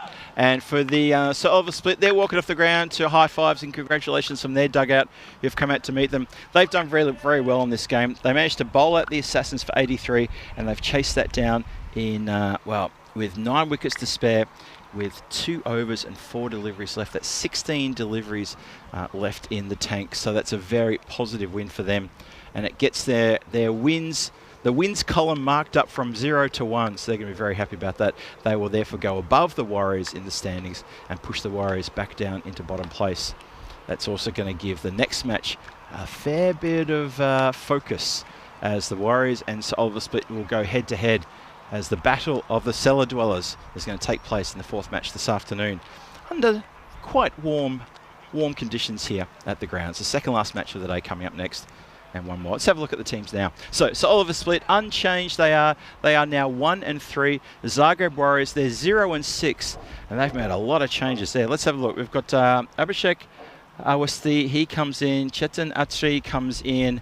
Alan Magdalenic comes in as well. Petar Bosniak and Abbas Said for his first game. He's going to come in as well. So it's a big change.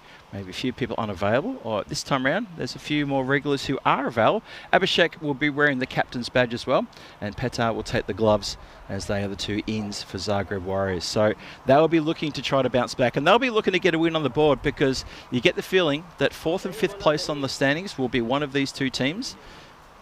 And obviously the team that comes 4th gets to play Friday. The team that comes 5th, well, they get Friday off.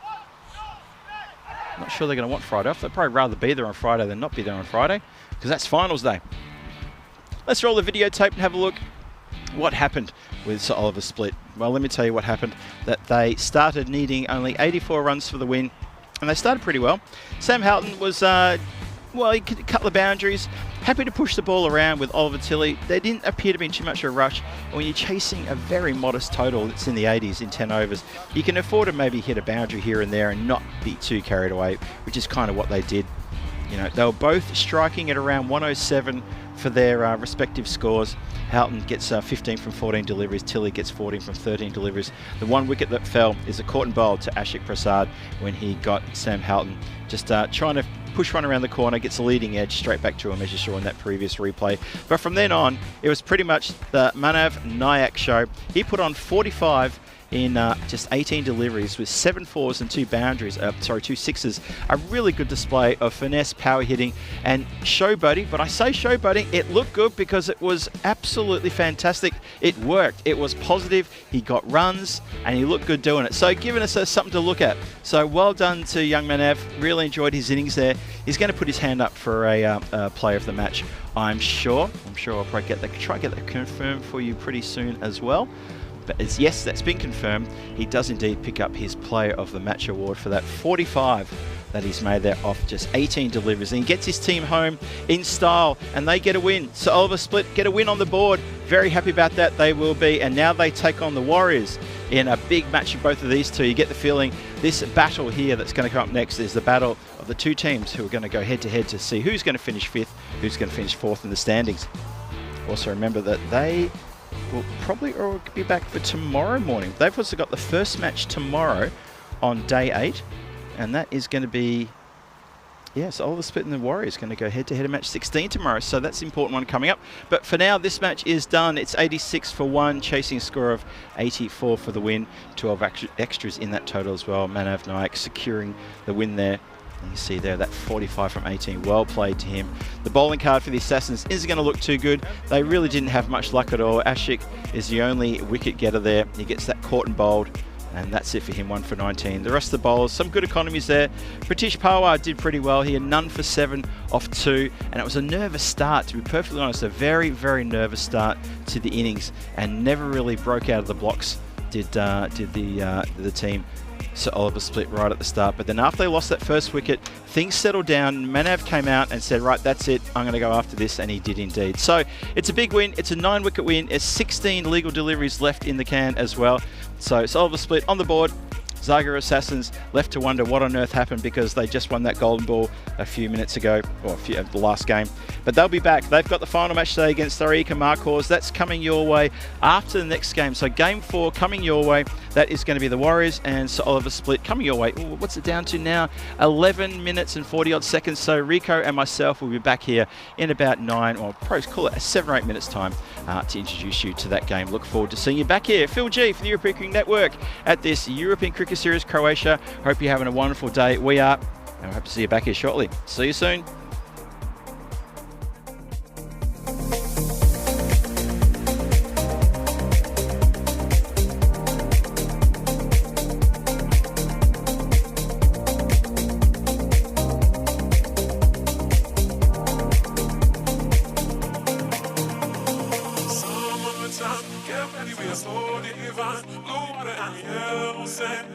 Just you and me. Summertime, get ready, we are so divine. Blue water and yellow sand. Let's live our dream. Summertime, get ready, we are so divine. Blue water and yellow sand. Just you and me.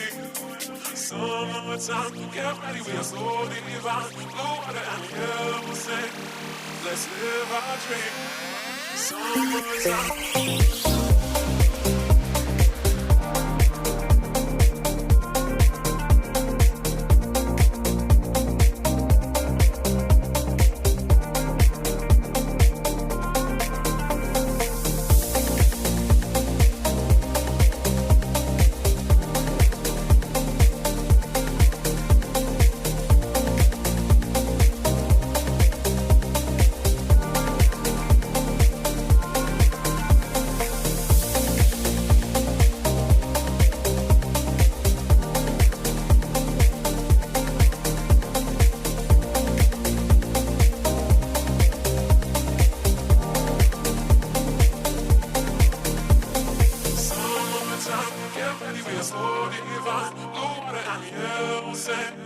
Just you and me. Summertime, get ready, we are so divine. Blue water and yellow sand. Let's live our dream. Summertime, get ready, we are so divine. Blue water and yellow sand, just you and me. Summertime, get ready, we are so divine. Blue water and yellow sand, let's live our dream. Summertime.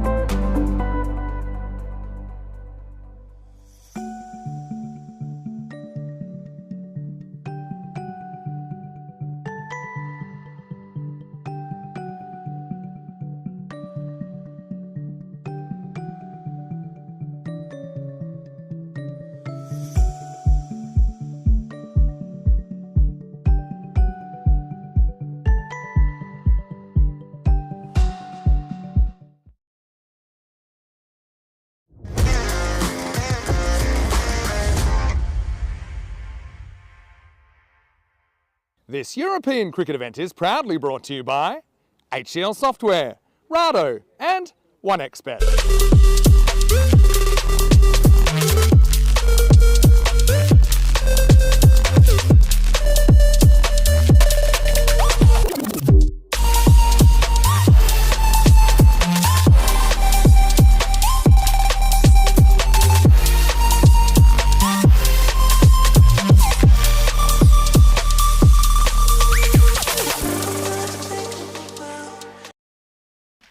Good afternoon, friends and family, and fans of the European Cricket Network. It's wonderful to have your company here for Match 14. This is ECS Croatia 2025. Match 14 coming your way. Zagreb Warriors are back to take on the Sir Oliver Split team, fresh from a win against the Zagreb Assassins, and a good win they had as well. For the Warriors, this is the only match they've got today. So why don't we get over to Charles Croatia, who's got the captains, and see what happened at that all-important coin toss. Thanks guys, welcome to the toss for match 14 with Zagreb Warriors and Sir Oliver Split. They'll call. Tails. Tails is the call, and it's a head. We would like to have a bat first. Warriors have won the toss, they'll bat.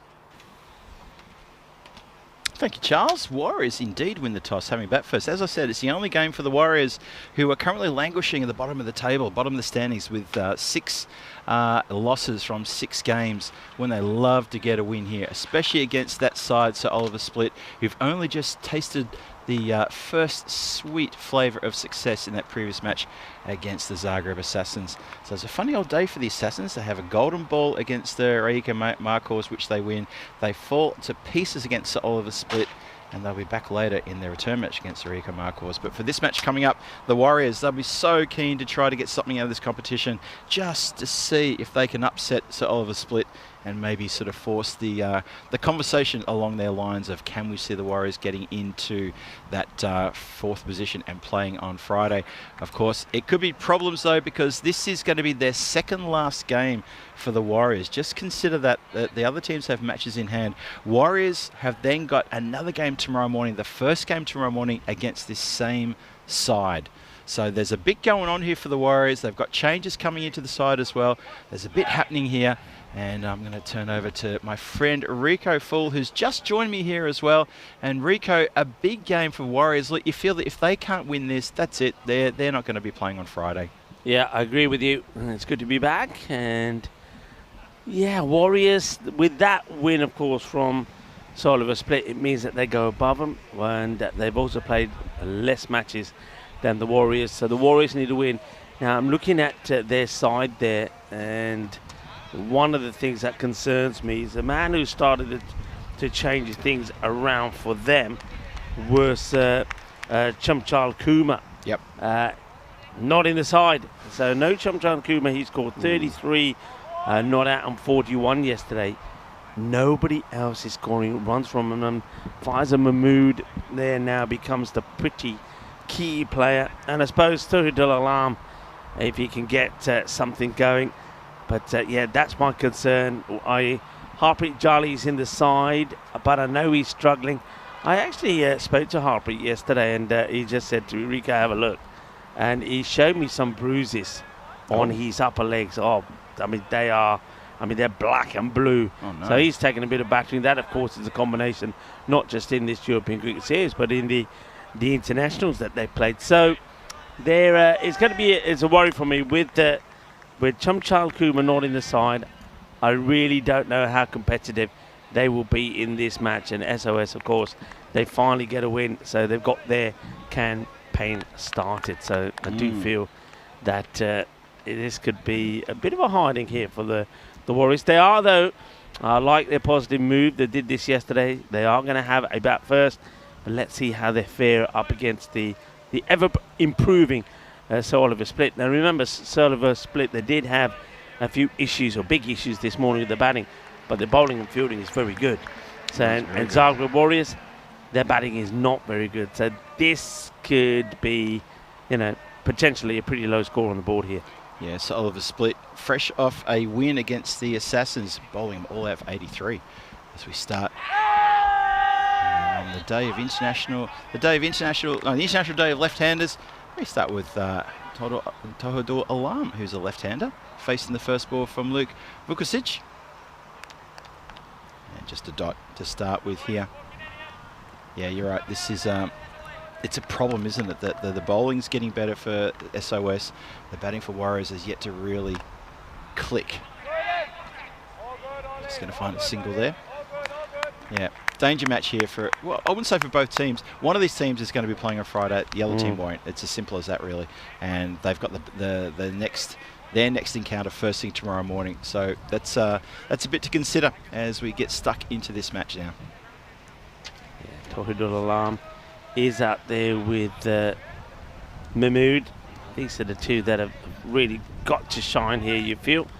And Jawad is saying, Rico, it's Chanchal Kumar. I thought I did say Chanchal, but if I did say Chum Chum, it's because he was the only sparkle yesterday, Chum Chum. He sparkled, did Kumar. But that's a nice shot. As Mahmood, who did also score 37 not out in one of those matches, goes big first up. It's a good shot. And Luke gets sent over the rope. Yeah, it was a good shot. That's a nice bit of invention there to go aerial nice and early. Just about to charge in, waiting for his fielder to come back up. Here he comes in now, bustling in. Oh, that sounded good. Square leg, or call him the point umpire if you like, but square leg umpire has to get out of the way of that one. We've already seen on the weekend one of the the umpires at square leg get taken out by a travelling ball towards him. But on this occasion, he does the old two-step and gets out of the way. It goes off the fielder, goes to the boundary. We have seen that today, actually, that look, because I think how bright it is, the umpires. Normally we're used to seeing it the last match of the day, but I did speak to Charles a little bit about it, and he said the umpire, oh, it's gone. Gets it with a heavy delivery, gets a little touch on this. That's going to be the end of Mahmood. He gets tested with a shorter ball this time by Luke, and it's a little bit of a defensive try to push away here from Mahmood. He gets tucked up by the short one. And, well, that's why I wouldn't be taking Mahmood to a discotheque, because he'll get into trouble with the bouncer, as he does there. So that's the end of him. And after a couple of boundaries, it's adios. Yeah, have a look at the way he's played that. He's tried to shape to play it and then not realising he can't play it, doesn't get the bat out of the way in time. And he's come undone early on. And, oh, boy, that's a... Yeah, Warriors, you said it before, Rico. We're worried for the Warriors for the batting. And you said Mahmood needs to fire up here. And he has not fired. He's fired up for 1-6 and 1-4. But they needed a bit more than just 10 runs from him in this match. Yeah, that's a worry, because with no, as I said already, you haven't got that guy in the side, Chum Chum or Chanchal, whatever you want to call him. Well, there's going to be no fireworks from Chanchal. He's not there, Kumar. And therefore, the other batters, especially, I think Mahmood had to go. So, Jali has come out to join Alam. And 11 come off that first over. 11 with 1 wicket down. If they go 11 all the way through and end up with 110 on the board, I think they'll be more than happy. Yeah, I think so too. They'd probably take that. If you offered it to them now, they'd probably say, yeah, if we could get to all out for 110 at the end of the 10th, sign us up. Happy to take that one. And that gives our bowlers something to do as well. Let's have a look at the summary for the ECC men, the Premier Division and the Challenger Divisions coming your way from September the 25th for a few weeks there. Premier Division Groups A, B and C kicking off on the 25th of September. Challenger Division, the filling of the sandwich, starting from the 7th going to the 15th of October. And that is knocked around the corner very emphatically there by the left-hander. Adios. Has that gone straight over the fence? It's bounced over the fence. It's gone into the road. Luckily, there's no car over there. We did see, well, if this car going by now, if it was coming a bit earlier, it would have been a bit of a knock-knock. So somebody's going to have to try and find that. I know that the other day, it was Helena who was out there. Yeah. And had to find the ball when the ball crunched into the bonnet of one of those cars. It did. Yeah, one of the silver cars parked. Yeah, very square, copped one on the full. And we never found, I never heard the end of that about the owner. Oh, goes for a shot and misses that one a bit too close to the body there. 17 for the loss of 1 wicket just at the start of the second.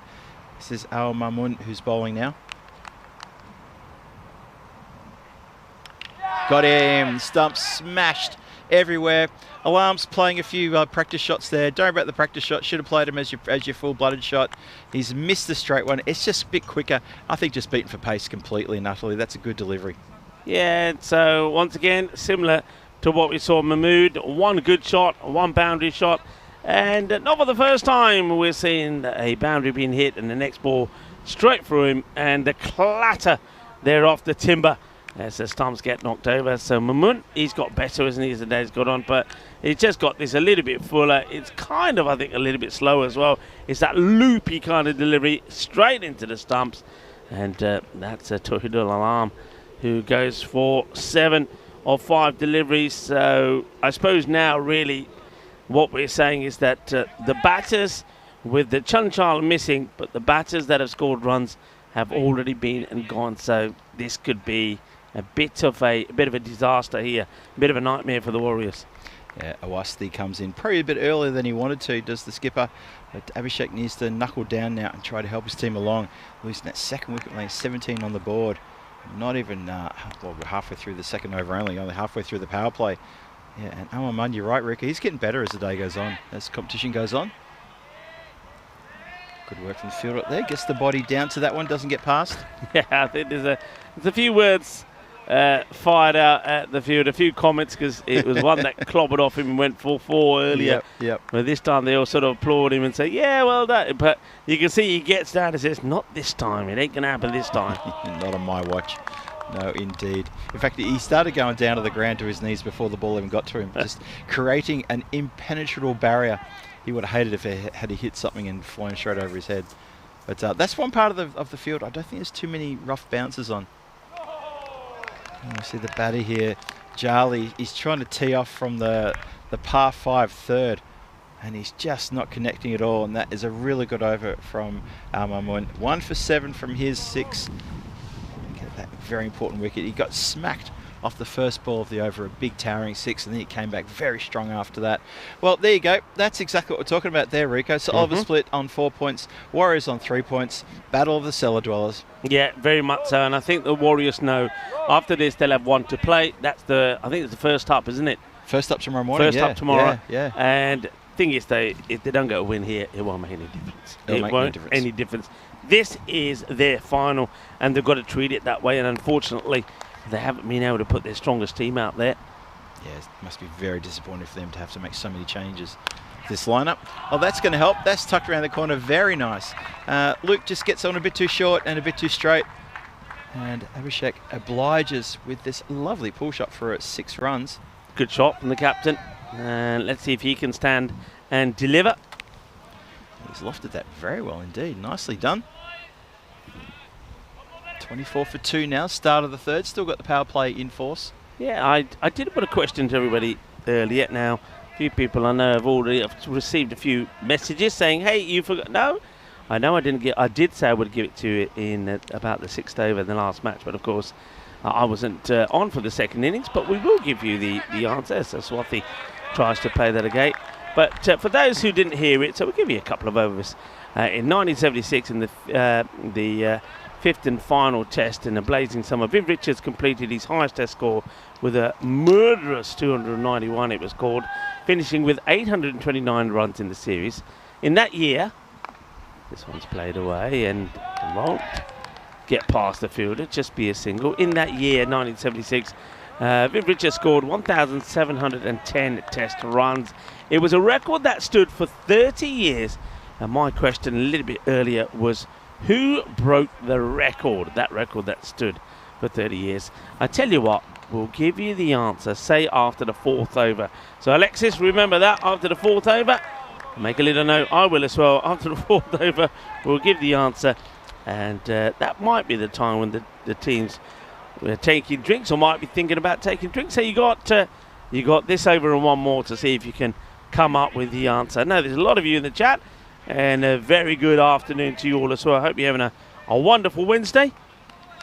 Good to have you with us. Hey, have you seen my trick here, by the way? I came up with this yesterday. Oh, well, he wants to get funky. What a lovely shot this is. Hariva and Harpreet Jali. Jolly good show. That's a really good shot from Harpreet.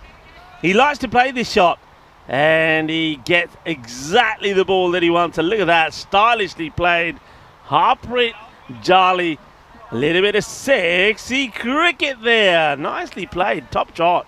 It's the perfect shot for that length. You can see he's got the bat on the ground. He barely have to elevate it either. So he just uses Luke's length to just help that on its way. It's a very clever shot. Comes back with a ripper. Just gets it moving away from the right-hander. 29 for 2. And that is at the end of the over. Yep, 3 overs gone. That's how we finish the power play then with that top ball. And yeah, 29 for 2 after 3. See there? A couple 11s and a 7. Is that 29 for 2? So the run rate just below 10. They'd love to try to pick this one up, wouldn't they? The Zagreb Warriors got a fair bit of work to do here against the Sir Oliver Split. But Sir Oliver Split, they've been pretty impressive as well. Containing things, not letting it too much away from. I kind of feel for Sir Oliver Split, a score of about 110 to 120 is pretty much in their very much their comfort zone. And the Warriors, look, if they can get, well, expected score says 90. It's probably a little bit harsh, but sadly, it's also probably true that they just haven't. It just hasn't clicked with them with the bat, and they are slightly under strength as well. With 5 changes coming in, it's yeah, they're obviously struggling. Oof. Al Amun is back. Let's see how Al Mamun can go here, if he can maybe pick up another wicket. He was very economical, 1 for 7 off that first over. It was a very good first over that he bowled to. Got hit for 6 off the first ball. Everything after that was all gravy. Tough around the corner, just the one. Pretty straightforward one after all that good backing up from the non-striker to get down there. Yeah, just couldn't get enough bat onto that good Aswathi. Yeah, so my trick is, you know that the ice box is doing a brilliant job. Yes. This time of day, so we got this innings and one more. Yeah. So you don't want to waste the ice. Put a bit of ice on the floor. Yeah. Put your feet on top of it, even with your shoes on, and then pour a little bit of cold water on top. Yeah? It's a game changer. Okay. I mean, look at this. You can see the ice there. Yeah. Shoes on top. And my feet are now nice. Because the problem I was having, and also, you'll notice that I put a chair in front there. I saw because that. Yes. I think I said to you the other day, I was sat here, and then when I went to stand up, I thought somebody's not right here, and the leather on my shoes had melted, and it was like I was had my feet into some slime and some gunge. Oh, wow. Shoes were out. Yeah. So now the chair's there to stop the sun coming this way, and the water and the ice cubes keep my feet cool. It works. Wow, that's a really good tip, actually. It works. I was wondering why you're putting ice under your feet. I was thinking, is Rico trying to get some crushed ice in his margarita over there? Well, I did put a shout out to having a what we say, a paddling pool. The paddling pool never come, so I thought, you know what, the cold water that the ice has melted down here. That's good. It's almost it's gone. I think this is another one out, is it? No, he survives. Umpire says no. He survives. So, you know when you're in a sauna and you pour water on the cold and it goes... Yeah. That's what's happening right now, This is my equivalent of that. The cold water on the cool pots up with my feet, and the feet are going... Shh. Can I ask? I'm going to ask this on now. I want your honest answer as well. Yesterday when I wasn't here, yes, when you finished all the drinks in that ice bucket, did you then take your shoes and socks off and put your feet in there for the last match? Are you noticing a slight a different smell coming through from the bottom? Actually, I'll tell you honestly what I almost did. Yeah, what's that? I almost poured it over me. Oh, when wow. I finished, I saw that cold water and I thought, if I had a towel and I wasn't going to be getting into somebody else's car, I would have done that. I reckon I would tomorrow. I'm going to take my towel. At the end of the day tomorrow, I'm going to put my towel into that. I'm going to let it sit in there. And then when we finish and done, we go off air, I'm going to take the towel out. I'm going to wrap it around my neck, around my face.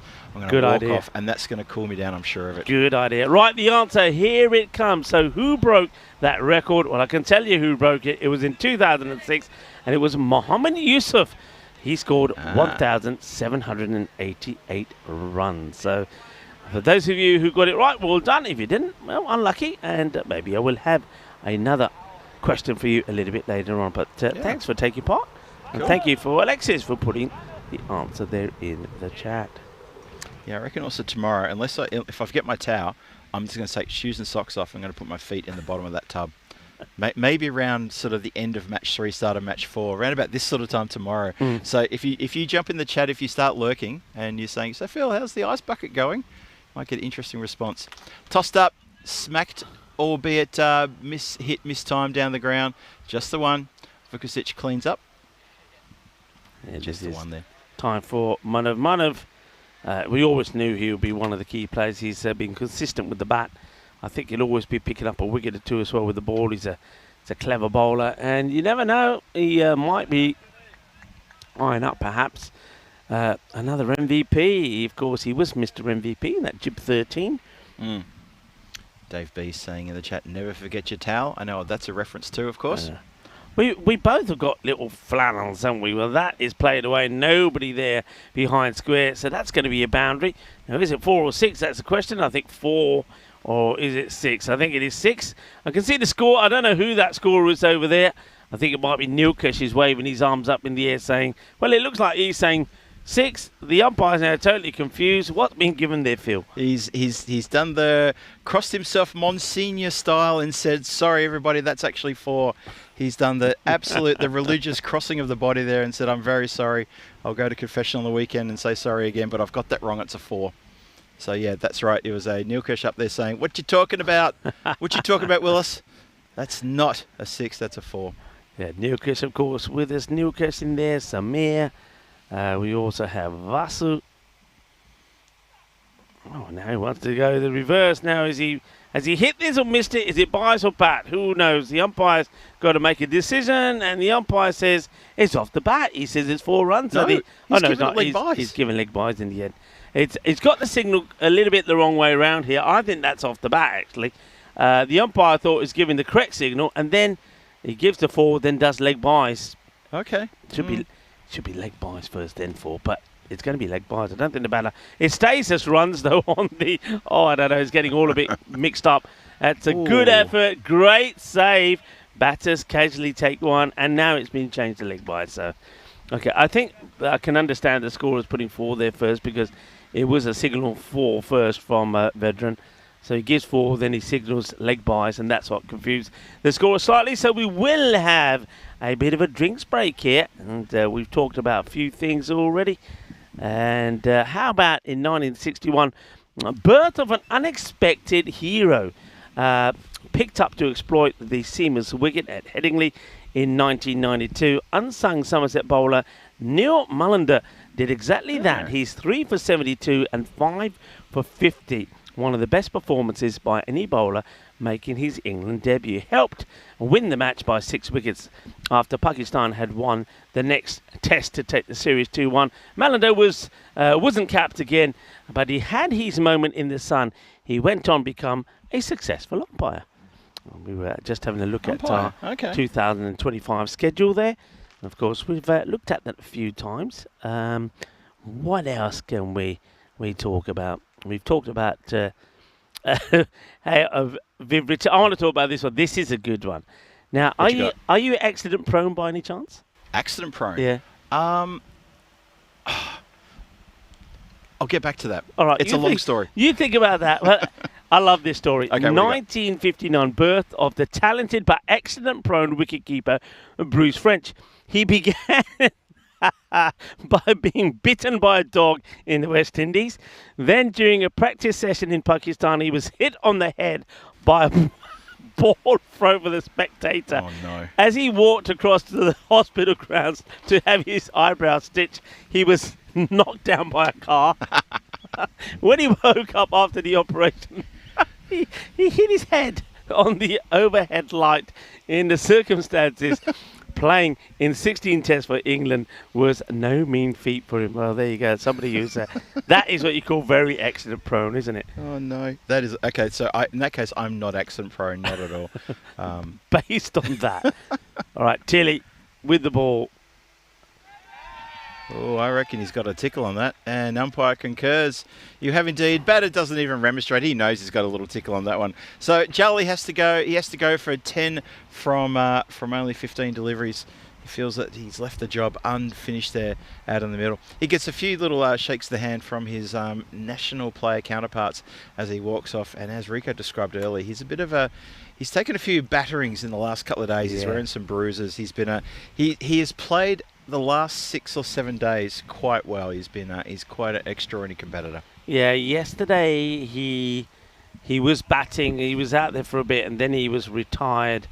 He just retired hurt, or retired out actually, but it was because he was hurt, and he never came back. He didn't play again, so he's struggling. So, but you're right. He's been here every single day, including the 4 days of international. But his body is peppered with bruises. So I did actually say to him, I said, I'm actually quite surprised you didn't take a day off after the international. And he said, well, the team is really struggling, and you can see that today with the number of batters and players that haven't made it.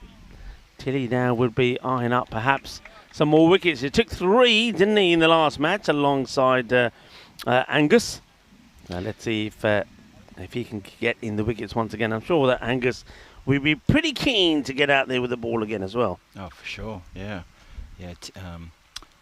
Harpreet also picked up the MVP in the ECIs on the weekend. You may remember the name, everybody.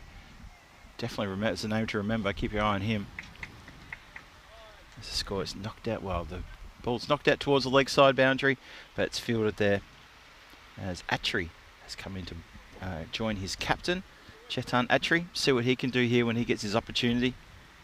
And Tilly's bowling quite nicely. He's got 1 for 1. Yeah, they're just swinging themselves out of trouble. That's what they're trying to do, but they're not succeeding. You see there, that's just a swing and hope that I connect. And if I do, it'll go for 6. If I don't, it's a dot. If I edge it, fingers crossed, it goes for an edge for 4. But it's tough. It's tough going for the Warriors at the moment. Yeah, it is. They just haven't been able to find any sort of form or consistency. That's a catching opportunity.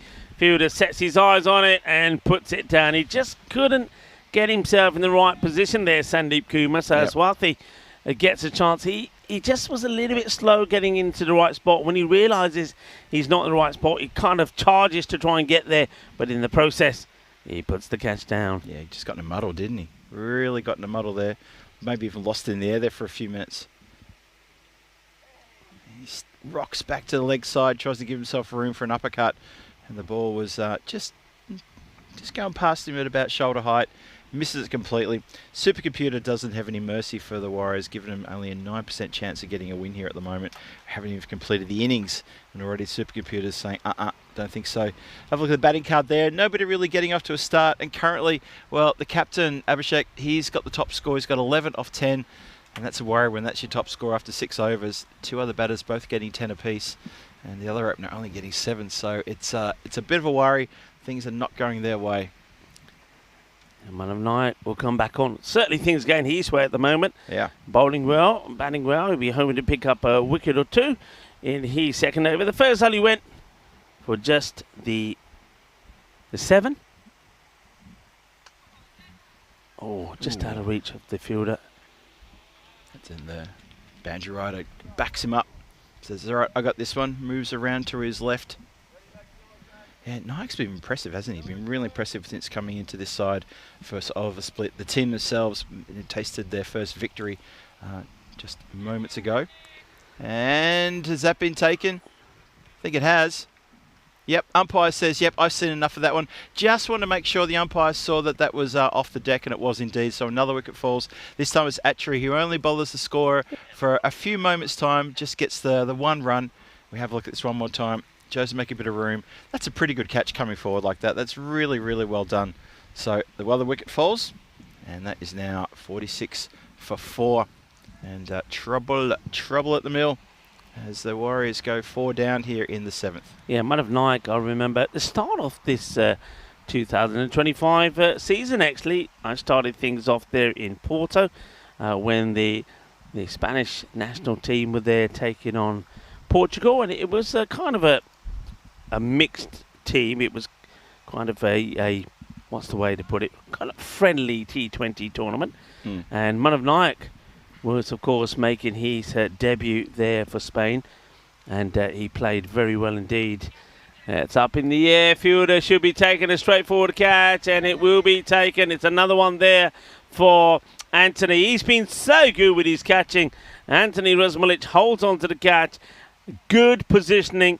And Manak Naik, we're just talking about him, a sensational young player. Saw him start off with Spain in Porto beginning of the season. He bowled well, he batted well. I know that Corey was very impressed with him, and he's obviously putting in a lot of time and practice in his game, and it's paying off, not just with the bat, but with the ball. So 2 in 2, everybody. We've had one hat-trick in the day already. Will we get another? Yeah, every possibility to get another, as Ellen Magdalenic has to walk off without bothering anybody whatsoever. I'm not trying to hit your head, Rico. There's just going above your head. I saw a little wasp just buzz you then. And I've got the swatter in one hand. I've got the side of the desk on the other hand. There he is. Oh, there he goes. He's down there. He's down there now. He's after my little foot spa. Hat-trick ball coming up. Here we go. Knight comes in. And well left. It's a wide ball. And keeper just tries to affect some sort of stumping, but the batter was going nowhere. Well, you know what we call that? That's a Danny Hudacek, isn't it? A hat-trick ball and your bowls are wide. Hello, Danny. I know you'll be with Danny pretty soon, won't you?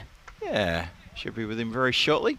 He and I are going to go off to Budapest to do the Hungary ECS together at the end of the month. I'm sure. I'll probably have to catch up with him next week. We've got a few things we've got to sort out with regards to our Hot Nugs entertainment evenings we do. And we've got to talk about a few quizzes as well, because he's off to do the Austria Internationals as well at the end of next week. So I'll be looking after the quizzes for him in Prague. As that one gets knocked away very fine. It's a Gundy ball, and the batter gets every bit of that, gets a good chunk of it, and it goes for 4 runs. I'm liking this. This is like Manav Naik bowling to himself, because this is a Manav Naik shot, and it's the captain Aswati, and says, well, anything you can do, I can do better. Manav will probably think, hang on a minute. That's my game. That's my game. What's That's that my about? shot. What are you playing at? I should have a trademark on that. How dare you? That helps the 50 to come on the board. It does too, yeah. 52 for 5, yeah. Oh, elevates down the ground. Doesn't get enough of it, though. Probably lucky. It's one bounce and just falls in front of the fielder who comes charging in. That's Al Mamun, who rushes in. They've got a few fielders out there a little bit deep. Sorry, I've just, out of the corner of my eye here, I can see the red legs of someone else on the boundary line. But the tent side is covering the top half of that player, and I thought it was another player. Turns out it's the sub with water. I was going to say, how did they get that many players crowding the deep mid-wicket area? Calendar for 2025, a lot of cricket still to come this year before we get to the ECC. And obviously we've got Germany, Romania, Hungary, and we've got the Austria Internationals, we've got Norway Internationals. Got a lot going on in August before we then get to September. And in September, we've got Switzerland kicking off on the 8th before we get to Khartoum for the Meltle Shield and the Western Shield on the 15th September. Coming your way in about 5 weeks' time. Going to go to a little bit of pace now for Angus. I thought Angus would be back. He wants to try and see if he can add to the 3 that he took in the last. That's a good start from him. Could be go. He just lost his footing.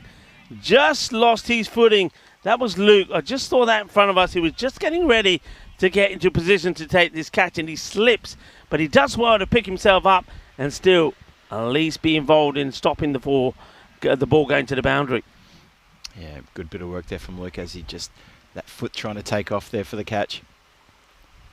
Swing and a miss. Good lift off the deck after the ball pitches and bounces from McMahon. He's been pretty impressive with the ball as McMahon, not so much with the bat, but I like what he's doing with the ball. He's trying a few different things. He's putting on a good length, and he's not falling for that trap of, I've got to bang it in short to try to scare the batter, because that doesn't work on this pitch.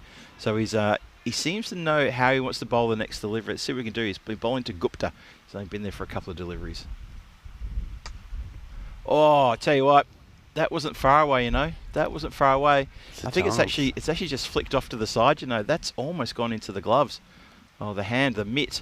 The big, massive paw there of McMahon. Let's see this camera 4. That'll give us a good shot of this. Yeah, if we can get that camera 4, that will give us a very good indication how close that was. Now, I think we're going to run out of time.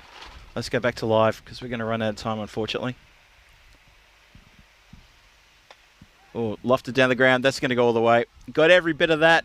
That looked good. This time it's skipper Abhishek who goes downtown. He moves up to 24 with that big strike for 6. He is the shining light in this little bit of a disappointing batting performance from the Warriors, but he is standing tall, the skipper. Well done him. Yeah, that's a really nice shot. Look at his positioning here, and lovely Lovely hit, clears the boundary quite easily. And now, well, asking the question probably comes off the pads here, I think. Sam Houghton still asking the question, but of course, the bowler not involved in the appeal. I thought maybe Sam was a bit unsighted there, realising it did come off the pad and trying the old, let's make sure the umpire thinks about other things before putting his arms out for a wide shout kind of manoeuvre. But it definitely hit the pad. Last ball, the 8th. And he gets it past the flailing blade there of Abhishek. Finishes the over then. It's 61 for 5 after 8. McMahon, he starts with his first over, only for 8 runs. So a fair bit to do here, but the Warriors looking like they may get into the 80s. Well, they should get to the 80s. Maybe they can get into the 90s. Oh, I'm not sure if I got him then. I didn't hear any noise when I brought the bat down. Yeah, this blooming wasp that it's just this one, isn't it? Got a death wish, and I think we're gonna help him accomplish it because he's wound me up now. Because he keeps coming back for more. Rico, if he's got a death wish, we are the Make a Wasp Wish Foundation. That's who we are. We're going to grant him that wish any minute now. Where are you? Come back. I like it. I'm here to get you. I like it. Good over there from Angus. So they've gone here, 18 of 3 overs. So they're just pooling along to a score maybe in the 70s, unless Aswathi. Hang on, what's happened? I've noticed something's happened here. Yep, Abhishek has retired himself out. Why? He says 24 from 17, I'm done. The skipper has walked off. He has retired himself out with 2 full overs to go. He's retired himself out, and Saeed has come in. What is that about? I mean, unless he's not feeling well, of course. But if he's not feeling well, you put that down as retired hurt, probably. He walked off okay. I didn't see any limping. But Tilly bowls a slow one. He's got a good slow ball, has Tilly. Good work. Yeah, I didn't see him walking off. I saw him walking off right at the end because I was too busy chasing a wasp. But there was no limp. He wasn't hobbling. He didn't look in discomfort. So if he's got something or something's happened to him, then yeah, maybe he should be retired out. Yeah, well, I saw Saeed there, and I thought, well, what's Saeed doing there? Well, Gupta's now gone. Yeah, well, remember he's retired out, so he won't be able to come back. I think that was a pretty, unless he's injured, a pretty foolish decision there from the captain, and he was the only one scoring runs. So just about, you heard me say there, so well, it says 77 unless Aswathi can do something special, and he's not even there. And what happens? Tilly goes straight, the batter goes across the line, so Kartik will go. So you basically got 2 brand new batters out there, so he doesn't face the ball. And who's this is going to go out there and join him? I can't believe he's done that. I'm a little surprised by that, and I hope he's got a good excuse. I hope he's got a letter from his parents explaining why he should be excused from duties. The same way at high school, you should get a letter from your parents if you're not going to be playing sports, or that sort of thing. Be interested to find out. We're trying to find out if he's okay. Obviously, that's the most important thing. Is he okay? Is he maybe complaining of the heat? I'd love to find out what the reason was. We'll try and get that information for you. It's got to be the reason. I don't think it can be any other reason. That's nicely bowled from Tilly. It's nice, full and straight. And that will be Peter Bosnich will get off the mark with a single. Yeah, all the information I got is he's not retiring hurt, he's retiring out. That's the only information that I've got at hand at the moment. So sorry folks, I don't have anything more than that for you on that. So 2 more to come in this over. Big dance down the wicket from Saeed. He literally leapt out of the crease to go to meet the ball from Tilly. And anyone will know that it's 9 times out of 10 that doesn't work. Maybe just stand your ground. So Saeed, he's faced 1 ball, he's got nothing. Petar Bosniak, he's got 1 from 1. 62 for 7 is the score. And the Warriors are just struggling here to stand tall. They're going to get 1 here, just squirts out to the leg side.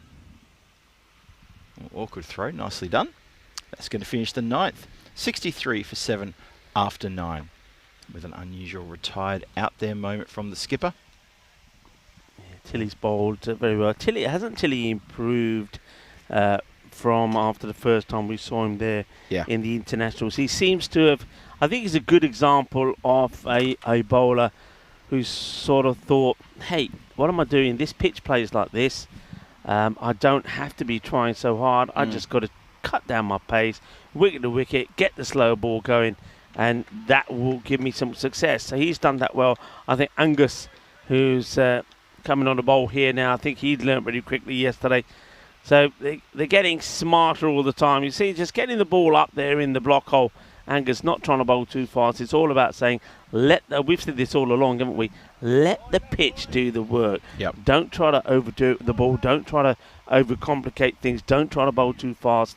Line and length, short of a length, and let the pitch do the work. Yeah, I think Tilly's been great. I think he's been absolutely fantastic. You're right. He has gotten better and better, and he's so much better than what we saw when he kicked things off in the T20Is when he had a bowl. He was getting carted around. He wasn't bowling clever, and now he's bowling very smart. Yeah, he's bowling smart. And I suppose the only thing is that he would like is for the batting to start and click. We know he is a decent batter. He has shown little snippets of what he can do, but he hasn't done it continuously, and he hasn't been able to get some good scores. So he's hoping that his all-round game in terms of batting can also improve, and I think it's very much the case for this guy with the ball as well, Angus. Yeah. Oh, I got him. Yep. Exactly as you say, Rico. Right. Case in point right there, just bowling smart. Mm-hmm. You're bowling to, the sort of like the 9 and 10 batters here, the guys who are coming right down the order who aren't supposed to be making all the runs. Just bowl it nice and full and straight. Keep it constantly doing that. Don't try to bounce them out. Don't try to buy their wicket with short balls outside the off or anything like that. Just keep going straight at the stumps. And Angus McMahon picks up a well-deserved wicket there. Bang, straight in. Stumps knocked over the place. Batter has no choice but to just scatter off and say, "Yep, I've done what I can do." And you won that fight, so I'm going to step aside. Yeah, so SOS, as we'd expect, it's taken longer than what we expected. In fact, I don't think any of us expected the way they started yesterday. But it happens. They lost one, they lost two. They surprisingly this morning lost a third when they had to chase 104. But they are starting to come good. But we have said all along, the bowling department and fielding has been good, as that one's been hoiked away quite nicely by Mubashir Ali. Now, he's somebody who surprisingly low he's coming in. Now, watch out for him, of course, with the ball, Mubashir. I like Mubashir. Remember when we were together a couple of days ago? Yeah. That was the match when he was dropped, or he was bowling, and he had Babu drop 3 times of his over. Yes. And he just picks himself up and keeps going. He doesn't scream and shout at the fielders. He just sort of, okay, don't worry. And yesterday he had a good day. He picked up a few wickets, and I was pleased for him. He had a little bit of luck that went his way. So, I've got time for a play like that. He just goes out there, does the best he can, but he never gets too niggled with his other fellow players. He just literally says, don't worry, get him next time. I like that. Yep, I like that too. Yeah, that's right. He had Babu dropped 3 times in a row, and then I think the last ball of that same over he got dropped again. Yeah. Babu went over and gave him a hug straight afterwards to say, sorry, mate, just not your day. And here we go. Flick this one out to the leg side. Last ball of the innings. Going to get a boundary with it as well. So well done to the team to try to muscle their way up to, 73. And that's going to be, 73 for 8 after 10. Mubashir Ali comes in and just goes bang, bang, gets a couple of runs under his belt and says, geez, it's not that hard. Batters, why didn't you do that? I did that. I did that off a couple of deliveries. Why couldn't you do that? And so it ends up being 73 for 8 after 10. The Warriors, not enough runs on the board, you feel. Yeah, it's a shame that, of course, I guess we know when it comes to the fielding what the issue was with Abhishek Aswathi, because if he doesn't take the field of play when they're fielding, then we know there's something wrong with it. But otherwise, really, you needed Mubashir Ali out there with him, and maybe the two of them could have given them, maybe, 20 to 30 more runs, got their score to the 100 mark. Now, we know that Sir Oliver Split have struggled occasionally when they've been the hundreds, but I think they're getting better all the time. I must admit, though, I know you completed the second innings of that last match. I'm very surprised that they never went for the 4 points. I didn't see a big effort in them trying. I know they got the win, but you would have thought they wanted 4. So, again, what I'm thinking is they're going to get the win, I think. That was a nice shot there from Jali. Probably the shot of one of the shots of the day, but that's the same shot he attempted when he got out. But going back to what we're talking about, I think this time round you've got to go for the 4, especially that it's up against the Warriors. If they get 4 against the Warriors, then we know which team won't be coming back here on Friday. Oh, exactly. The The story will be told, the book will be signed, sealed and delivered if that happens. I agree 100% with that. You sort of feel it could go like that. Yeah, the 4 points that was left beckoning from the previous match, just felt that Tilly got a bit bogged down there in his partnership with Nyack there. Ben Nyack ended up being the hero of that game, but couldn't get himself on strike in that 7th over to get enough pressure on the bowlers, and ends up just being a 3-point win. So for this one, interesting to see what happens here. But you're right. Look, it's a similar-ish score. It's a few runs less, a few runs lighter. Maybe, you know what? Maybe don't open with Houghton, and it's no disrespect to Sam. Maybe Sam, who's a bit stuttery in his first 2 or 3 overs, he sometimes starts a bit cold, and maybe he's better off coming in maybe the middle order, especially if pressure is off. So maybe start with someone else. I'm not sure. Maybe even Tilly's not the one to start. We're going to see very shortly, though, when they come out and start the run chase as we get to the end of the highlights reel here, as we're starting to run out of highlights for the Warriors as well. You can see here a couple of big hits towards the end of the innings there. We finished with, a 6, a dot and a 4 in the last 3 balls of the 10th over. 73 for 8. Here's the score on the board. Manav Naik gets 2 for 15. Oliver Tilly gets 2 for 4. Well done to him. Top scorer, Abhishek Aswathi, the captain, getting 24 from 17. Well done to him. A couple of players getting 10. 10 and out goes to Mahmood and Jali. 10 not out goes to Mubashir Ali, who comes in and just goes, what seems to be the problem here? Bang, bang, cut the boundaries as simple as you like. 7 extras in that total, and 2 wide, so well bowled. So Oliver Split, very disciplined with the bowling, and 73 for 8 after their 10. Have a look now at the bowling card. Pretty good economies all around them there, except for Luke, who went for a few runs, run for 22 from his overs. Muhammad Al Mamun really bowled so well, 1 for 9, very economic there. Manav 2 for 15, and Oliver Tilly 2 for 4, the most economic and the most wickets. Well done to you, Ollie, well done indeed. Angus McMahon chips in with a wicket as well. Have a look at the fuller wickets there. Pretty much at regular intervals, just prevented a score on the board, and 8 wickets down. They struggled right from the get-go. There was always going to be trouble there all the way through. So Oliver Split, they need 74 runs when it's their turn to bat in a few minutes' time. We're going to see how that goes in that run chase. This is it for them. If they don't get the win here, they can pretty much kiss Friday action goodbye, because they're already behind the 8 ball when it comes to Sir Oliver Split. If Sir Oliver Split get the win over them, then there's no way the Warriors will possibly catch up with them and try to challenge them for that 4th position on the table. Remember, it comes finals time. If you're in 5th place out of 5 teams, you don't play finals. It's as simple as that. So all to play for. This is Phil G for the European Cricket Network alongside Rico Full. We're going to be back here in about 7 or 8 minutes time for the run chase. We'll see you very shortly.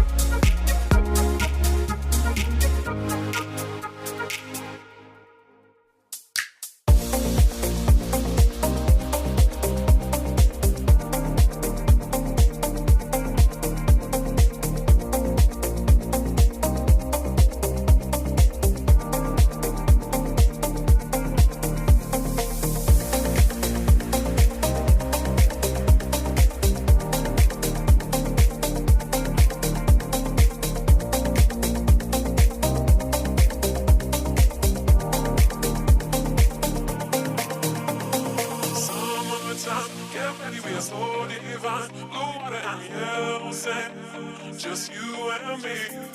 Summertime, get ready, we are so divine. Blue water and yellow sand. Let's live our dream. Summertime, get ready, we are so divine. Blue water and yellow sand. Just you and me. Summertime, get ready, we are so divine. Blue water and yellow sand. Let's live our dream. Summertime.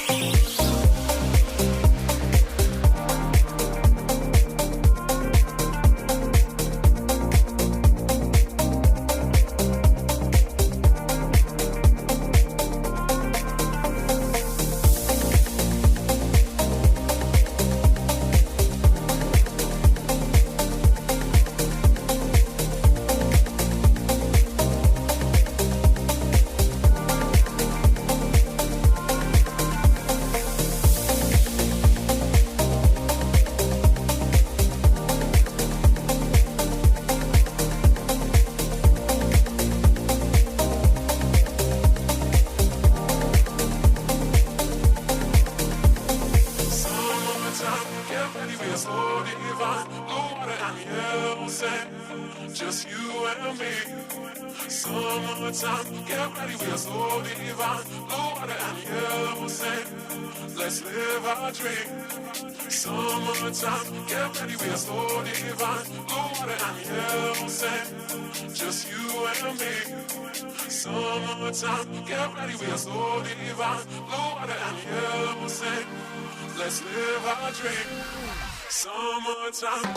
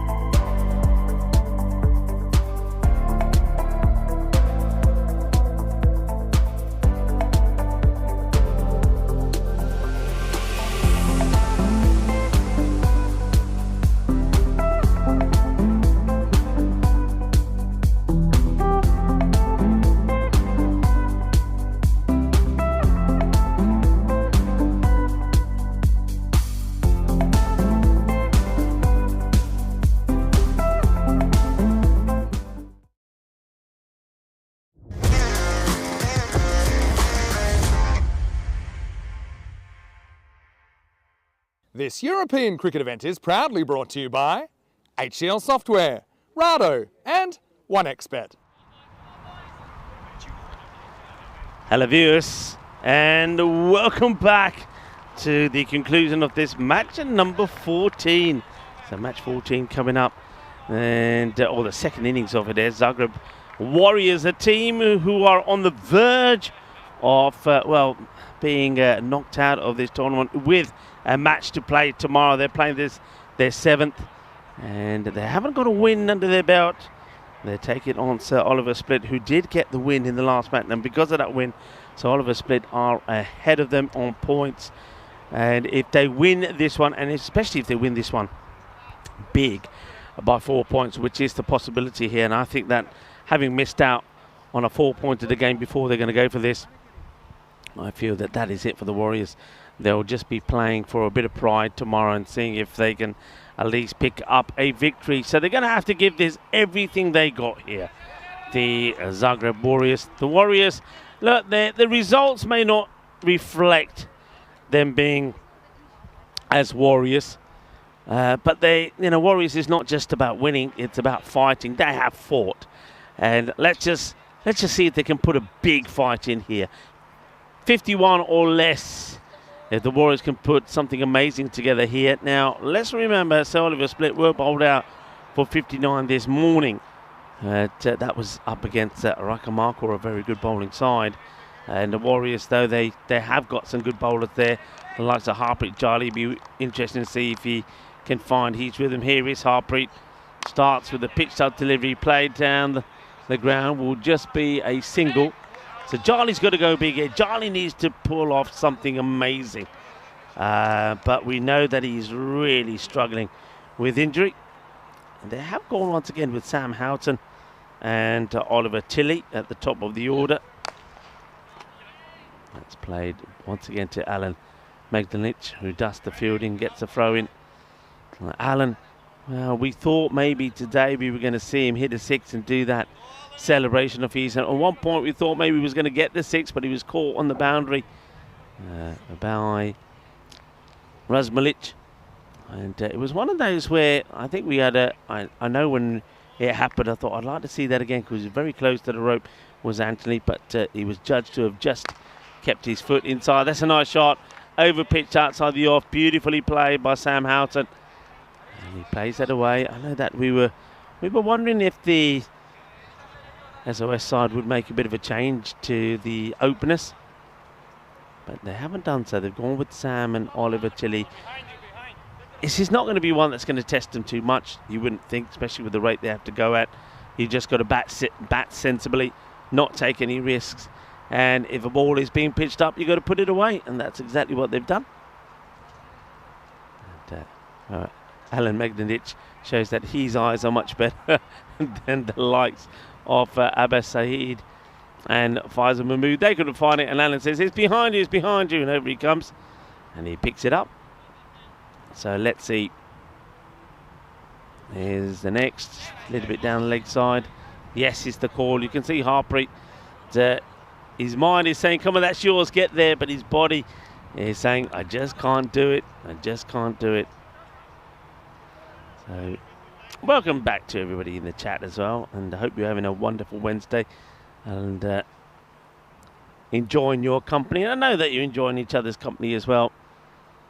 And Tilly facing up here, and you see it just, yes, they're taking those singles, early calling.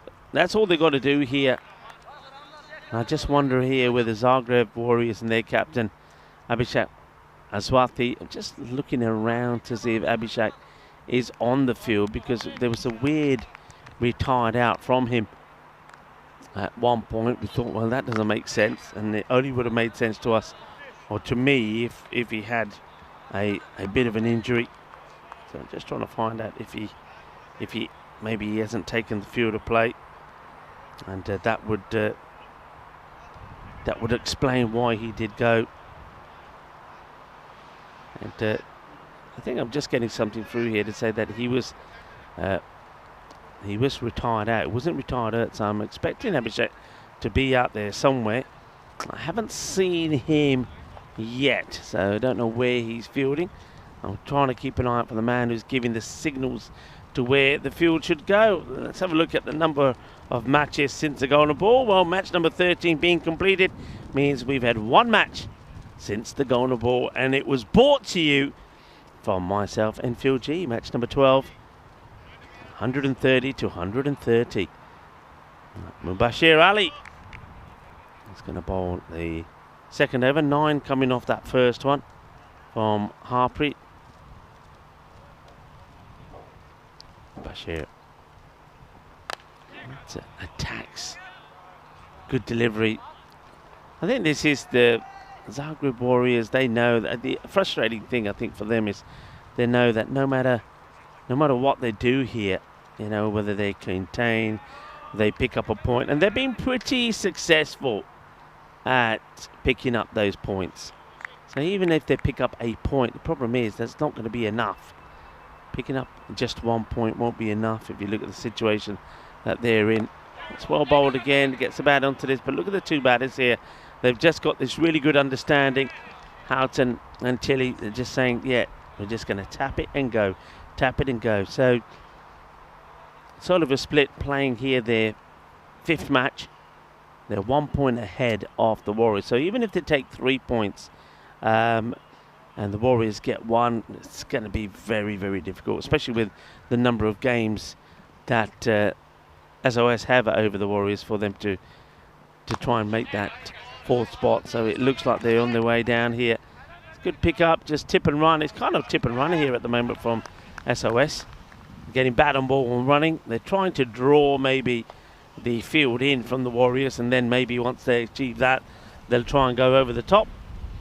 But Mubashir, good from him. He's trying hard. Trying hard to make something happen, to get a few highlights, maybe pick up a few wickets. A good little bowling performance from him to take something back with him, and then of course they can have one last push tomorrow. That's a good delivery. He's got the kind of that little slingy action. Not really sure why the wicket keeper here throws the ball away. That's Peter Boschnick. We've seen a lot of that today. Keeper just gets the ball and gets excited and throws it back on this occasion.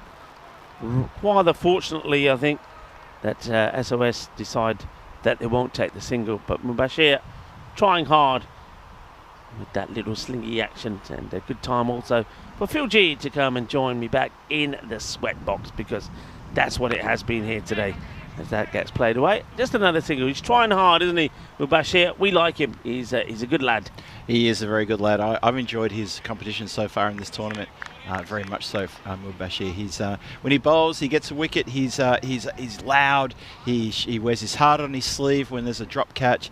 He shows a lot of emotion, but he shows so much fire, and it just shows how invested he is in his own game here.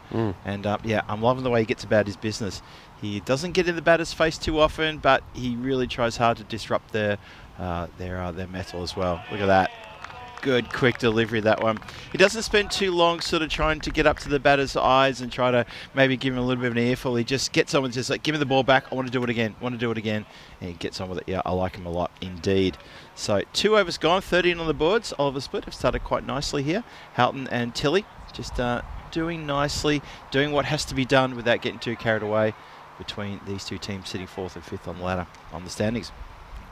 Hey, I've tried that thing that you did about the ice. Put the ice on the ground and stand on it, and then have put a bit of ice on top. What I've done there is I've put some ice on top of my shoe, and it's soaked right through my shoe because I don't have leather shoes. But also have a look at the sole of my shoe. Look how thick that is. Yeah. I'm not getting any cold through that whatsoever. Ah, dear. I'm just crushing it into the carpet. You've got, I mean, I suppose that's got the wrong shoes. Yeah, well, my sole's not so thick. Yours are much better place. Yeah. How are you getting your shoes? Chance. Oh, dropped it. No. Dropped it. Oh dear, that's a bit of a sitter, really. I think that's Chetan Attari, who has the opportunity, gets himself in a position. It's in the hands of down, and unfortunately, Mahmood should have had the wicket there, Tilley, but he won't. The chance goes down. Yeah, he got in the position for the catch and then just couldn't complete it. Just the last 5% of that catch needed. Wow, that has not missed by much at all. Wow, let's have a look at this one again, as Houghton just doesn't really get to the pitch of this ball at all. This almost clatters into the timber. One more time from straight down the pitch. Have a look again. Yeah, it cuts in, and it cuts in a little bit late, goes almost behind the stumps. And then just a quick single here. Till equal to the task being called through. Yeah, once again, that rate's only going up though, isn't it? It's coming up to about 8. So unless they, but I was thinking this in the last match about SOS, unless they're just going to take a bit of time and then think, yeah, in 1 over we'll just go boom, boom, boom, and that will make the difference, like with a ball like that. But that's down the leg side, and it's a good shot played actually there by Tilley. So unless that's what they're thinking, hey, you know what, let's take 3 overs to get in and then let's go ballistic and get the 4 points. But they didn't do that in the last match, even with Manav Naik scoring that 45 not out. So you score 45 not out, you lose just the 1 wicket, you're chasing 84 and you don't get 4 points. So though it's a win, it's not quite a performance from a team who's the reigning champions. Yeah, I agree. As reigning champions, they just look, just look a bit out of sorts. I'm a bit surprised. Because you think that they would say, look, it's a small total, it's not even 100. Yeah. Not even 80. Foot down. Yeah. Foot on the throat. Let's do this. Let's get 4 points. Let's start to worry the teams above us. I mean, unless they're quite happy to settle for 4th on the placings and go the long way around, which is be rather bizarre. It's the way of doing it, but anyway, I guess it's easily to be done as the catch is taken. Nicely taken. The fielder gets rid of the ball very quickly, but the catch was cleanly taken, and just part of his celebration was to throw the ball quickly underarm, as that is the first breakthrough there. So Houghton has to go. He's got 10 from 10 deliveries faced, and on the last ball of the power play, so Oliver Split are now 20 for the loss of 1 wicket. Yeah, well done to Attari. He makes amends for the one he puts down, and this time Mahmood will get a wicket. It's not that of Tilley. He gets that one of Sam. And it means probably that young Manav Naik will come out again to try and get some more healthy runs to his score. I know that Naushad Babu with his 75 in that Golden Ball victory was now sitting at the top of the highest run scorers. He'll get another chance to improve on that in the final match today. That's right. But Manav has been consistent. He's been scoring runs, always getting above the 20s in each match, and he'll be looking to continue to do that in this one as well. But good. Again, the Warriors, as I said, they're not winning matches. So the Warriors, we were saying before, they're not quite the Warriors in terms of the results they're getting. But in terms of their fight and desire, you can't fault them for that. Not at all. Not one bit. They put on 73 for 8, weren't bowled out, but they just lacked the bite and the penetration with the batters that they needed to get a good score on the board. They're also trying different bowlers, so even though the likes of Harpreet, Mubashir earlier have done all right, and now Mahmood, they try something different. Tawhidul Alam, who, now remember when they first played the first match and he bowled so well, and I said, left arm round, I think he could be very key and take a lot of wickets, but it just hasn't worked out. That's a lovely time shot from Tilly. We know Tilly likes it on his legs. That was one thing we found out very early about him, even when he was playing those internationals. If you bowled to his legs, he would muscle the ball away, playing those sort of shots. But if you bowled to him and kept him outside the off, he would get a little bogged down and tended to sometimes give his wicket away. And again, sit down towards us. It's going to be fielded cleanly. Just saw the ball take a little bit of a bounce there just before it gets to the fielder just down here in front of us. Could have almost caused a bit of an issue, but that's Faizar Mahmood, who's equal to the task. He's fielding just down here in front of us at the long off area.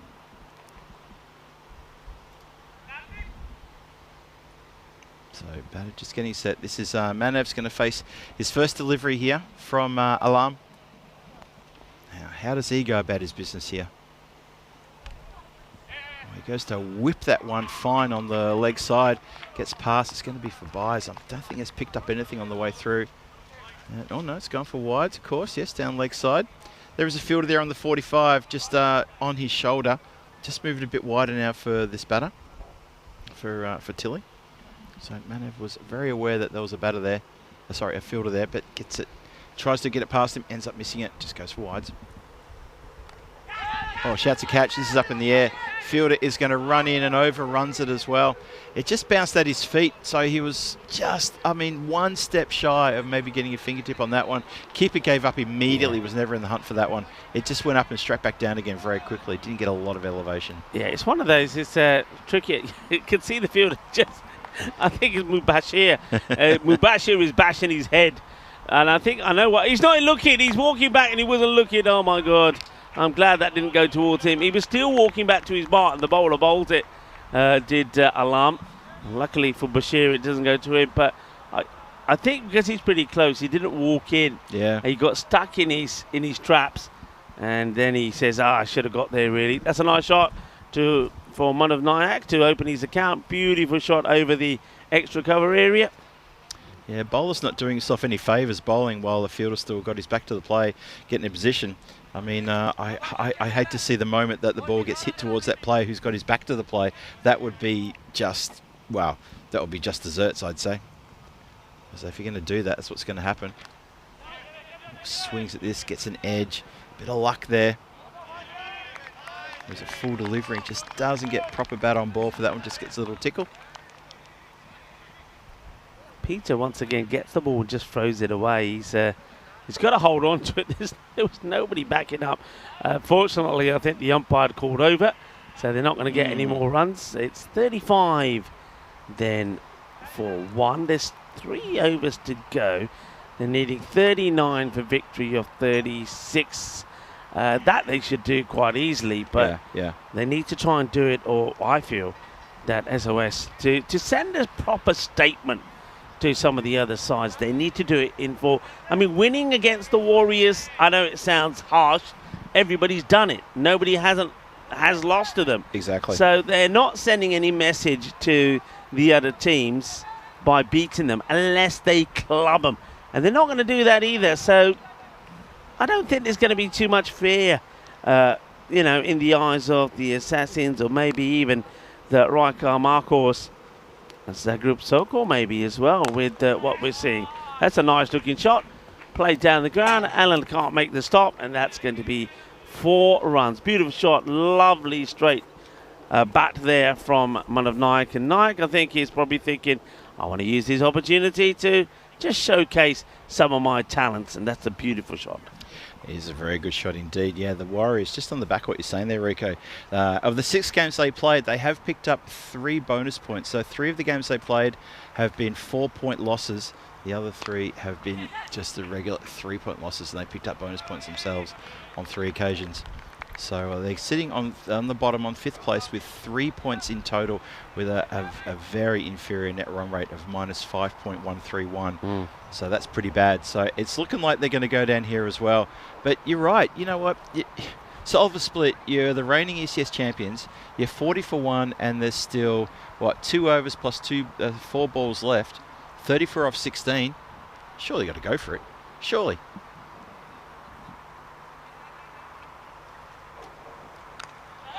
Edged, flies away, and oh no, really put down? Yep. Oh dear, oh dear. Second catch that's put down. They've dropped 2, taken, well, probably dropped 3 actually. I think the one from Bashir probably won as well. So yeah. 3 dropped, only 1 taken. Bashir just applauds the fielder. He's such a gentleman, is Bashir, and says, all right, don't worry, you tried. But it's just not happening here at the moment, is it? Not happening. Yeah. It's a funny one, isn't it? I mean, as you know, one of your teammates puts a catch down and you want to rev them up for the next one, but at the same time, you just want to remind them, should have been taken. Oh! What a snorter that was. Shaba, what a delivery. It'll go for 4 buys. This one, well, Manav Naik did that. Do you like it spicy? Do you like it hot? Well, how about this? Take a sniff of this. Wow. What a delivery. What a delivery. And unfortunately, though, it goes all the way to the boundary for 4 buys. Mubashir Ali, he knows that was more the pitch than him. Well, what a ball that is. And, well, Manav Naik was sniffing a little bit of leather. Tell you what, Manav, he better watch out. He's going to get whiplash the way he pulled his head back out of the way there. Here we go. Daisy cutter coming up. Daisy cutter on middle stump. Edged. Oh no, the fielder's having a nightmare up there. Absolute nightmare. Firstly, he puts down a catch he should have taken, and there's a couple of fielders taking their hats off and they're hitting their legs. They're a bit upset now. So that's a couple now. Look at this, just completely wrong-footed. The ball just takes the slightest of turns as it bounces and pitches, and the fielder just goes straight to the ground, and he's on all fours, watching it roll away. Even Mr. Nice Guy, 007, and even he's holding his head now. You got to feel for this guy. The amount of bad luck that he's had when he's bowled. I tell you what, I give credit to him, because I think by now the little bit of hair I've got left would have been gone. I would have ripped it out. I really would have been. I would have been cussing some of the fielders. And now, well, he says, well, I can't get you up, and I'm going to try and knock you out. Oh, no. I wonder how high this is. Let's have a look at the heights on this side on, because don't forget, the one that went over him probably was the one for the over. It's worth having a look, but it does kind of get him on the body. Yeah, on the chest there. Well, Manav, that will leave a nice little bruise. That should also, I think that brings probably the 50 up, doesn't it? Yeah, 50 comes up. They're going at 10s. They need just 24 runs. They'll be looking to do it in the next 2 overs. The players will have some drinks. We invite you to get, well, if you can and if you want to and if you're able to, get involved in the European Cricket Hindi channel. They're on Telegram, and that's something new for you to get involved with.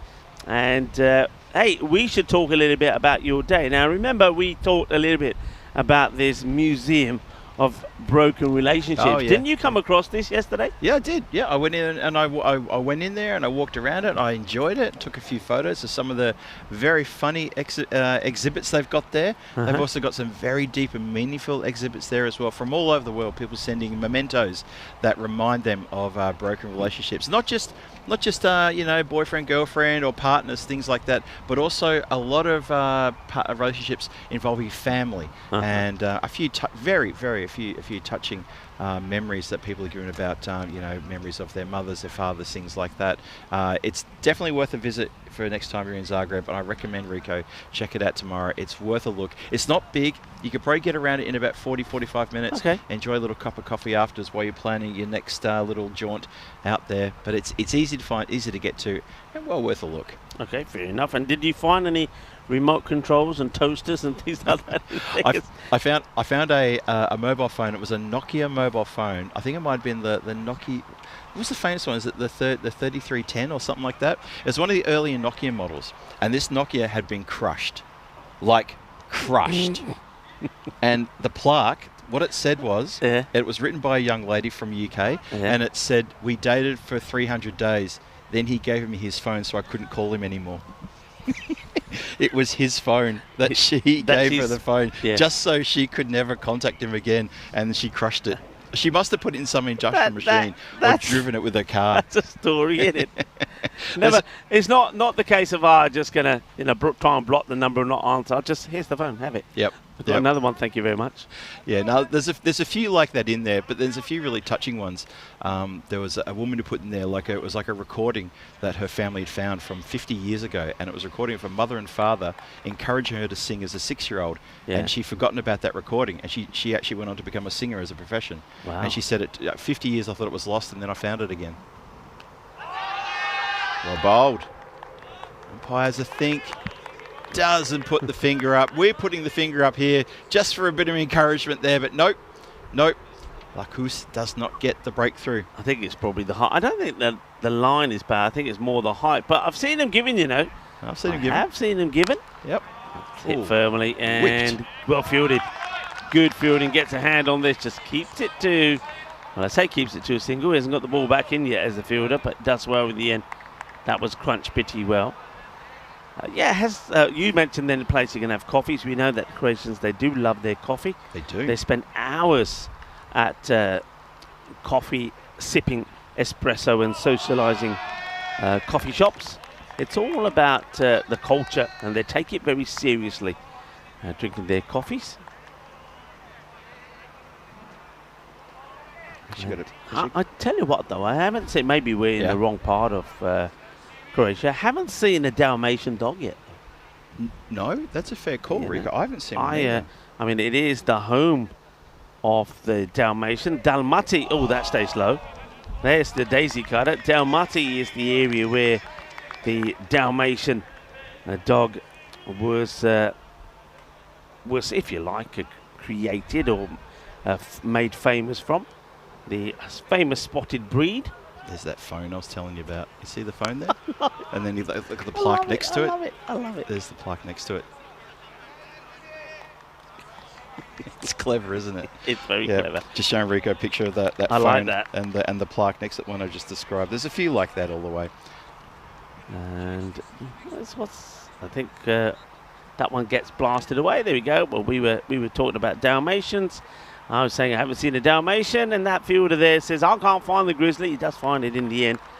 With the boundary being hit, it's a nice little shot, whipped away for 4 from Tilly, who's now moved into the 20s, and looking to go big again. Oh, that's a crunching blow.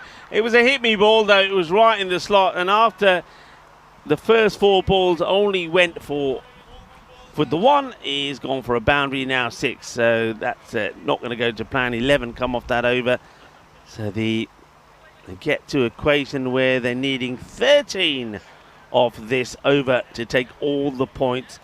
Manav Naik is going to be on strike first up, and this time round I'm pretty sure the captain Sam Houghton has said, I don't want to mess up, I want the 4. That's a bit unlucky there from Sibi Lacus. He's bowled a pretty good first 4 deliveries, and then the ball number 5 fair enough, but that last one was just right in the slot, and you knew that Tilly was going to go after it. He wanted that boundary, and he's made it a smoother path for them to get the 13 they need to take all the 4 points in this contest. Yeah, look at the batting card there. Tilly putting together a good innings here. He was due for a good innings. I thought he might get it in the previous game, but this is the game for him then, as Manav faces up for the start of the 7th. Have you just read that from Luca Papa Stubbs about that Museum of Broken Relationships? He mentions that his parents got married there because it used to be a bar.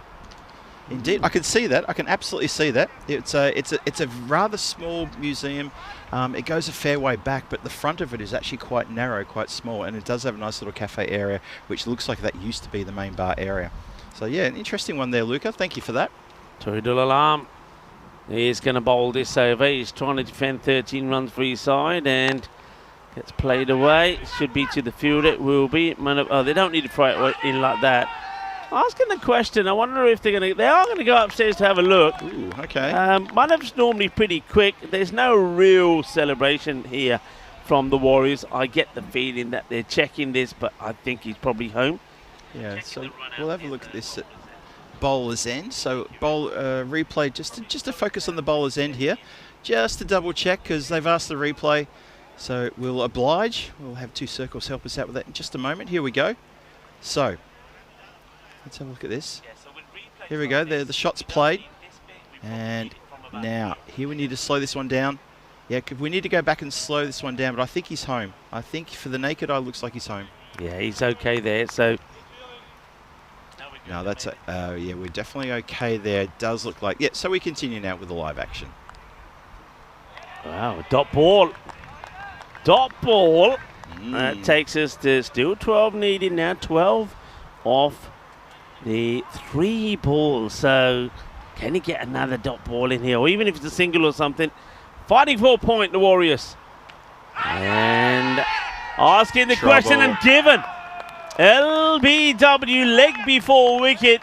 It's a wicket, that means it's a dot. So if they are going to get 4 points, the next batter has to come out and bomb 2 sixes. So are the Warriors going to steal a point here? Let's have a look at the LBW. Tilly didn't look happy about it. So at the moment, he steps right across. Yep. And yeah, I don't think there's too much. Not too much doubt there for me. He stepped across. The ball is in line. He's probably going to go on and hit halfway up the top of the middle stump. And Tilly didn't like it, but I think when he looks back, he's going to have to accept it. He's a goner. It's a funny one from Tilly, isn't it? I'm not sure why he steps across as a first move. He does that well before the bowler bowls the ball, and the bowler just goes, I'm just going to put this on the stumps. Yeah. You know, so you've just made yourself a bigger target for me.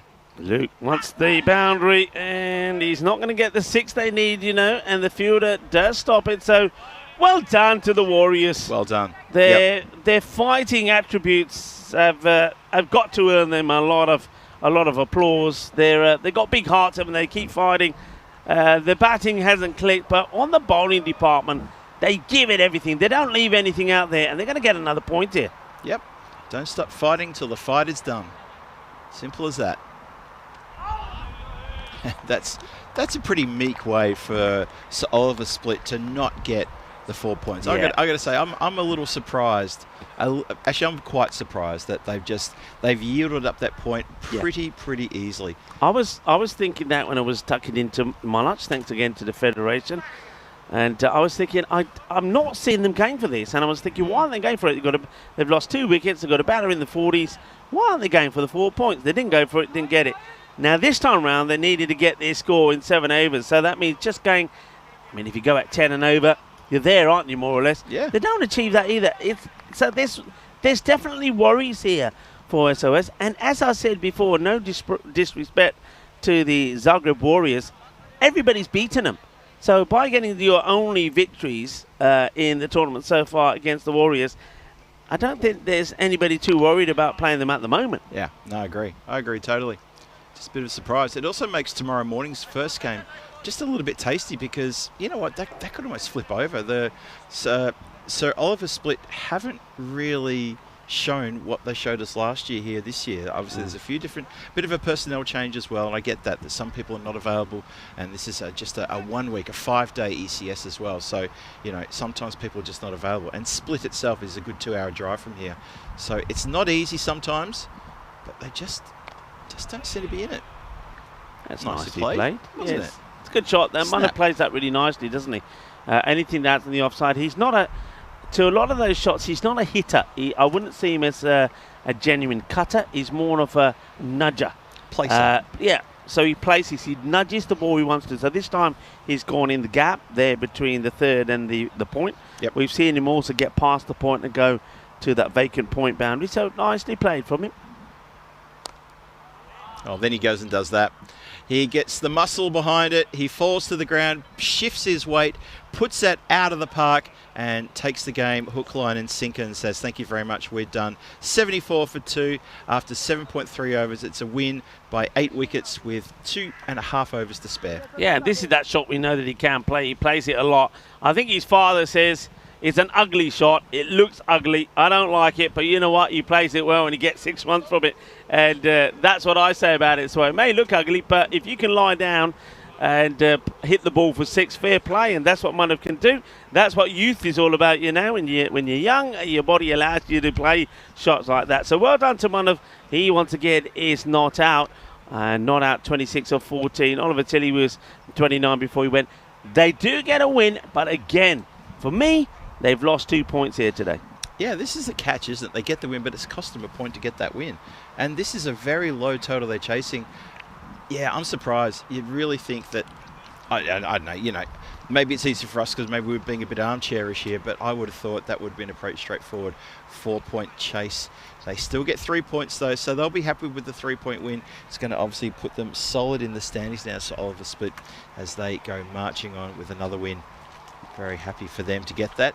As now, so Oliver Split, they can now sort of relax, and now their day is done. They get to come back tomorrow and take on this team again in the first game tomorrow morning. But don't forget, there's still one more game coming your way, match 15. The Assassins back in action against the Rijeka Marcos. This is going to be a replay of the Golden Ball match, the second match earlier, match number 12.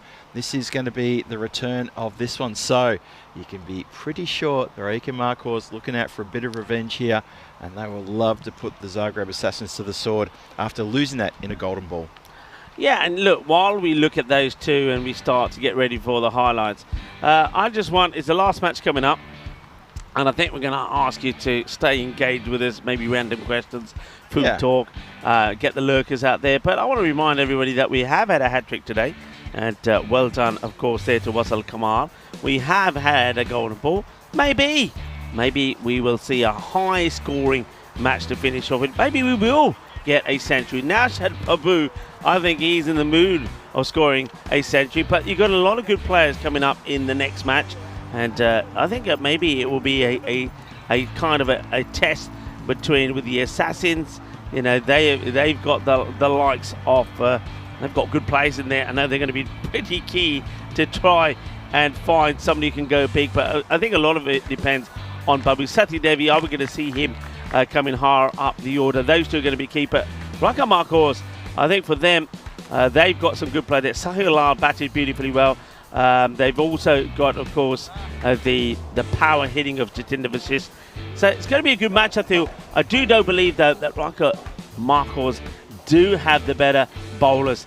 But and they also do want revenge after that golden ball defeat. Oh, definitely revenge. I mean, you're losing a golden ball. Surely that's the first thing on your mind is like, we're going to see him again later on. We need to turn that around because last thing we want is that living rent-free in our head. Look, the golden ball for players, it must be so nerve-wracking, whereas for spectators and for us, we love it. We love the competition. We love what it brings. We love the excitement. So, you know, there's that as well. We're going to find out, sure enough, how that's going to go when that match comes your way very shortly. And yeah, as we just wrap up the final little summary here. But anyway, it's going to look pretty good though if you're a Sir Oliver Split fan. And the Zagreb Warriors, they go down here, but they go down fighting.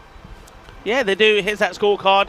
Man of Night, once again, he's just clawing away and getting the scores on the board for him. Another 26 from him. Oliver Tilley, as we said, getting better all the time. Sam Houghton, I think the captain might need to rethink about where he bats when you consider some of the other players in this side. On the bowling front, well done to the Warriors. They went hard, they tried hard, they picked up a couple of wickets. Good bowling there once again from Alam, and also Bashir really tried hard. Mahmood picks up a wicket, but they do go down. They'll have the next match off. We'll see them again tomorrow, but I think they probably already know that their chances of coming back here again on Friday look pretty slim. But we'll see how things go tomorrow, and I'm pretty sure that you, along with us, will probably be giving them a nice farewell, because they're a team with a lot of heart, but just lacking the batters that have not been able to click and give them the wins that perhaps on other days they could be getting. So we're going to take a break now here. You'll see that on the counter, with that match finishing very early, we got over half an hour. So do join us back. It gives you a bit of time to get yourself something to eat, maybe make a pot of tea or get an ice cold homemade lemonade. But do join us back as we get ready for the final match of the day, and think of some random questions to come back with us with as well.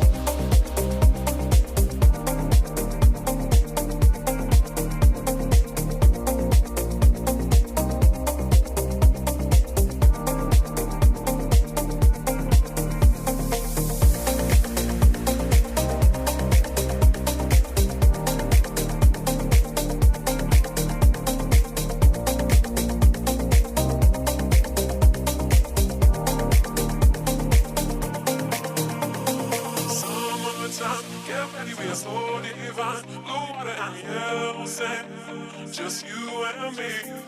Summertime, get ready, we are so divine. Blue water and yellow sand, let's live our dream. Summertime, get ready, we are so divine. Blue water and yellow sand, just you and me. Summertime, get ready, we are so divine. Blue water and yellow sand, let's live our dream. Summertime.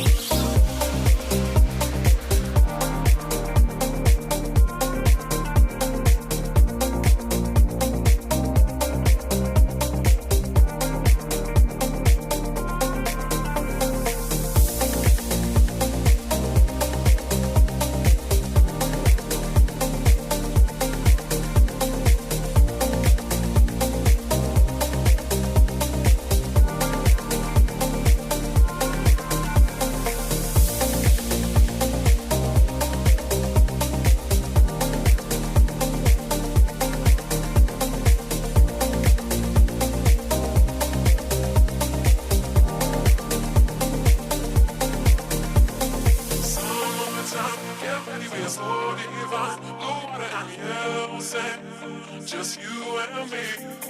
Summertime, get ready, we are so divine. Blue water and yellow sand, let's live our dream. Summertime, get ready, we are so divine. Blue water and yellow sand, just you and me. Summertime, get ready, we are so divine. Blue water and yellow sand, let's live our dream. Summertime.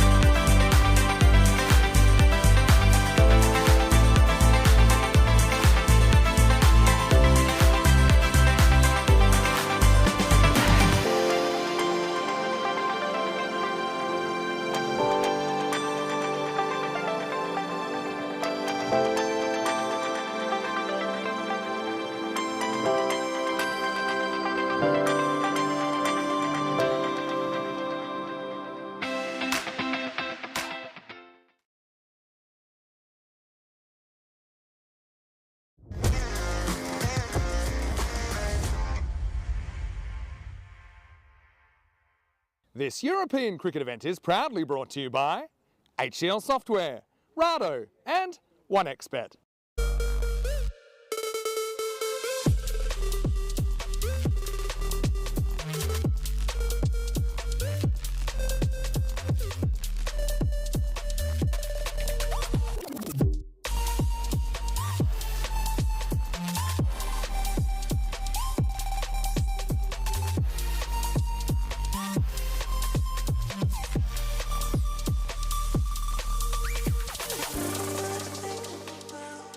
And hello viewers and welcome back. I hope you enjoyed the slightly longer break that we had there. But now we are back into the action. Match number 15 features two teams that gave us an absolute humdinger earlier. It was, of course, the Golden Ball. So we're going to see the Assassins taking on the Rijeka Markers. Now, last time round, it was a match that we thought that the Markers, they had it in the bag. Remember, it went to the last over. They needed a runner ball to win. There was an inside edge which went for 4, which meant they needed just 2 runs of 5 balls to win. And you know what? They blew it. There was a team hat-trick there. It went to the Golden Ball, and it was Sathi Devi who was the key component, bowling that last over and then the Golden Ball, and they got themselves a win. So I think this is an opportunity. I think Rijeka Markers will be taking this to try and get the win and get some revenge. But the Assassins, after winning that match, they got blown away in the next match, so they want to come back strong and finish on a high as well. Big match coming up. Let's go straight over to the tournament referee. The Sheriff is in town for the all-important coin toss. Thanks guys, welcome to the toss for match 15 with Zagreb Assassins and Rijeka Markers. They'll call. Head. Heads is the call. It is a head. Markers have won the toss. They'll bat. Thank you very much there to Charles. And as we heard, it will be Rijeka Markers that will be having a bat first. So very much the same as before. I want to talk about what we've seen in the day so far. It's been a really hot day. So first of all, well done to all the players and everybody else at the ground for surviving the heat. And of course, I'm talking about the umpires who've been great. I'm talking about 2 circles. I know Maggie's here in front of the camera. Maggie, give us a little shake to say hello. Yeah, Maggie's been great. It's been a fantastic job from everybody.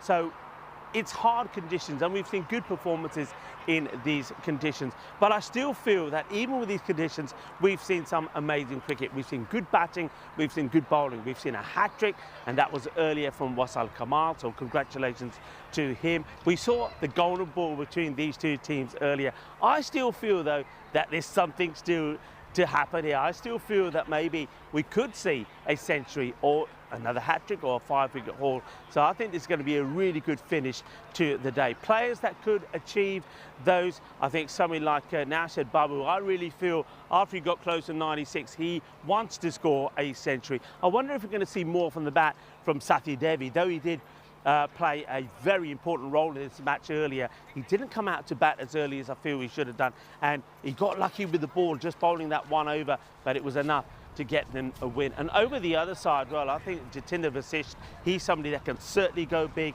and someone like Sahil Lal, good players coming together for the final match, and I feel that there will be something sensational here. What's been sensational, though, once again, is to be reunited with my commentary partner and very good friend, Phil G, who had the day off yesterday. Well, Phil, I'm going to be off tomorrow, so this is our last match together until we meet on finals day. So let's have a good one. Straight over to you. Tell us about the 2 teams before the first ball. Thank you very much, Rico, for excellent introduction there. And you're absolutely right. Rico gets to have a very well-deserved day off tomorrow. Thursday's his day off after I had my day off yesterday. So we've got to come back together to talk you through these 5 games today. And then tomorrow I'm going to be running solo. Let's have a look at this lineup for match 15. The 2 teams there you go, side by side. Zagreb Assassins taking on the Rijeka Markers. For the Assassins, let's have a look. A couple of changes there. It's going to be Satish Selvam comes into the side. Suresh Sabin comes back into the side as well. And that is going to be Puneet Kumar, the wicket keeper, is going to come in for the Rijeka Markers. And also, we're going to see Gurinder Singh. He's going to come back for a chance as well. So a few changes there. Obviously, it's a very warm day here today. Both teams with several games to play today. This is the rematch of that golden ball game, as Rico talked about there. This is the rematch. We saw a fantastic game from these two teams earlier in the second match of the day. So they get a chance to butt heads together one more time and see how they go here. What does it mean in the standings? Well, the Rijeka Markors, they are going to be, what are they? They're 5-1. So they're looking to put together a pretty good win here if they possibly can. For the Assassins, had a few little wobbles here. Hasn't really gone all their own way. They've lost that previous match against that they had earlier, the lunchtime match against Sir Oliver Split when they were bowled out for 83. It was a real shock that. Supercomputer can't split them and just goes, flip a coin. It's a 50-50 split between these guys now. I was very interested with that match 13 though, the lunchtime match where Zagreb Assassins bowled all out for 83 in 9.4 overs, and Sir Oliver Split chased that down with still 2 overs and 4 deliveries, 16 balls left. So that was a real thud back down to earth for the Zagreb Assassins after they had that fantastic golden ball win where they managed to get 130 to level the scores and then held their nerve in the field to make sure that the bowling side picked up the golden ball win. It was a good shot that was played, but equal to the task was that man. It was Ashik Prasad who did the fielding to stop the ball going to the boundary and then made sure they couldn't get through for a second run. So he was Mr. Golden Ball for them in that team. This is a completely different game though. It is the same teams going head to head, a few changes in it, and it's guaranteed the Rijeka Markors, they're looking for a bit of payback here. They're batting first on this occasion. The Zagreb Assassins, they're going to be chasing in the last innings today here in match 15 on day number 3 of this ECS. And it's get towards the end of our 7th day here on tour. So after today, we've got the final 5 group games tomorrow. Then, as Rico said in the introduction, we're then going to have finals Friday coming your way. So Peacock Friday / finals Friday. Had a few of those this year, the old Peacock Friday and Finals Friday combined. He and I will be together for that. And then ECSW starting on Saturday. That's still a fair way away. We start now. Pratasha's got the ball. Starts us off with a very good first up delivery to Anil Kumar. Anil Kumar can't get bat on ball for that one. Looks for the drive. Misses. Good start. Very good start indeed. So have a look around the ground. What do we got? We've got one fielder deep. That looks like that's going to be Prasad. Ashik Prasad, who I just mentioned before. He was the saviour in the golden ball match. Did some good bit of fielding there. That lifts and goes leg side. Keeper drops, spoils it, but managed to save from getting through. So Ashik is deep there. Just looking to see who else is deep around the ground. And also going to be down there at the, where are we at? Third man. Third is way down on the boundary line.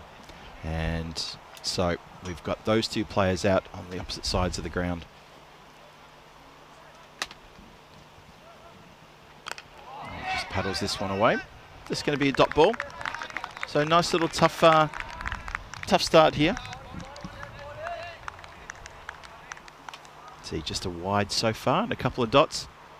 Rijeka Markors looking to make a solid start, but they're making just a cautious start as well. When they've batted first, predominantly they've done pretty well. It was just earlier today. They were batting first in that match 13. They got bowled out for 83, so they had a big hiccup there. Oh, so close to getting through there. Almost manages to get through. Pawa there really showing some power there with that delivery. Watch this one more time. Just clipped and goes into the pad. Could have easily gone straight onto the stumps there. Nice start. So just 2 runs on the board. A wide, a single. Sorry, just 1 run on the board. Thought so. I was wondering where that single might have come from, but no, there's no single there. Scorers getting a bit ahead of themselves, maybe experiencing some time travel. This is taken around the corner, elevates, and that is a lovely strike. Got every bit of that. Got a fair chunk of that is probably a better way to describe it, and that goes all the way out to the boundary there. So yeah, that score has just been adjusted there. I think the score is maybe eating a few chocolates in the afternoon and maybe the sticky fingers on the buttons possibly. They just gave an extra run that wasn't there, but it's all sorted now. It's all good. And then that 4 will be added to the score, so it's going to be 5 without loss here. Oh no, it's gone all the way from Maximo. Take it back. It's going to go for 7 without loss early in the first. So still 2 to come. Nice strike there. Anil Kumar leaning back into that one and just getting all the weight behind that. Mr. Little Pocket Rocket. There's not a lot of him. Oh, what a snorter of a delivery that one is. Oh, boy. Doesn't have to bend the back. He's hit the pitch right on that spot. And I say that in inverted commas as Rico Full joins me here. Rico, it's a 6, and then the next ball is an absolute peach. It's a gem, isn't it? Look at this. What a beauty. What a beauty. And sometimes they say a ball is too good to even catch the edge of the bat. And that's that one from Pawa. He bowled so well, remember, in the earlier contest between these two teams in that, and of course, the match that went to the golden ball. 3 for 13 he took. Nicely done there. Just pushes on to the offside. Going to be a dot ball to finish. Very good fiery over there from Pawa. Very impressed with that. It does get a 6 off it, but that was it from the bat. There was that wide as well, and dots across the board. Yeah, speaking of 6s, I always like to have a look at this graphic. It sort of shows us the number of 6s that have been hit overall and the maximum rate. And then you have a look at compare the scores. So Croatia, because there have been some low scores, and we saw that today as well, with teams being bowled out for 49 and 70. There's been 74s in there as well, 73s batting first. But this is the one I want to see, the 6s, maximum rate. And when you have a look at that overall, so Marco, they're top, most 6s. Assassins haven't played as many games, only played 4. They are second. Zagreb Sokol then top 3. So if you're hitting 6s, you're up there. The team that are struggling at the bottom at the moment are the ones that are not hitting the maximos, and that's one thing that has to change pretty quickly, particularly there, as we said, for Oliver Split. Yeah, it's interesting. We saw that same graph not too long ago. I think it was the last time we were together, maybe in Belgium, and it spoke exactly to that point, that the teams on the bottom of the table are not hitting the maximos. And if you haven't got the firepower, you can't get the score. If you can't get the score, your bowlers don't have to defend to, and that's why you end up losing matches here in the T10 action. Really good point. Yeah, and that's why you also see that, especially when it comes to things like the ECL and the ECC, that a lot of those coaches out there, the one thing that they're always talking to the players about is not partnerships so much, not about getting yourself in, but hit 6s. Go out there and hit 6s. Yep. Hit 6s. Look, if a few players go out there, they belt 6s and they go out, but we lose 3 wickets, but we get 30, 35 runs. That's 35 runs. Great. We need the runs. Oh, it sounded good. Equal to the task was the fielder who manages to smother that and stops it getting through the infield. That was a terrific save there at extra cover. Yeah, that was crunched. Absolutely crunched. It sounded great. It echoed around this ground. But what a good stop. Sati Devi just giving us a little hi. Hello to Sati Devi. Hello, Sati Devi. I mean, I know what Hari Prasad Sati Devi wants to do. He wants to go straight back, sit with his mates, get some cold beers ready, maybe order a few pizzas, and watch that golden ball match again. That's what Sati Devi wants to do. Watch the golden ball match again, and then one thing about matches like that, Phil. I mean, both of us have done a fair bit of coaching. We've coached kids cricket and whatever, and I think we're both of kind of the same school. Where this one's going to be another swing and a miss, but quarter wide here. Let's see that one more time. Yeah, we're from the school of where coaching is about players' ability, skills, and whatever. Probably just catches a bit of the line there, but I like the fact that this is Ivano's out there, by the way. Nice to see her out in the middle after doing some third umpiring.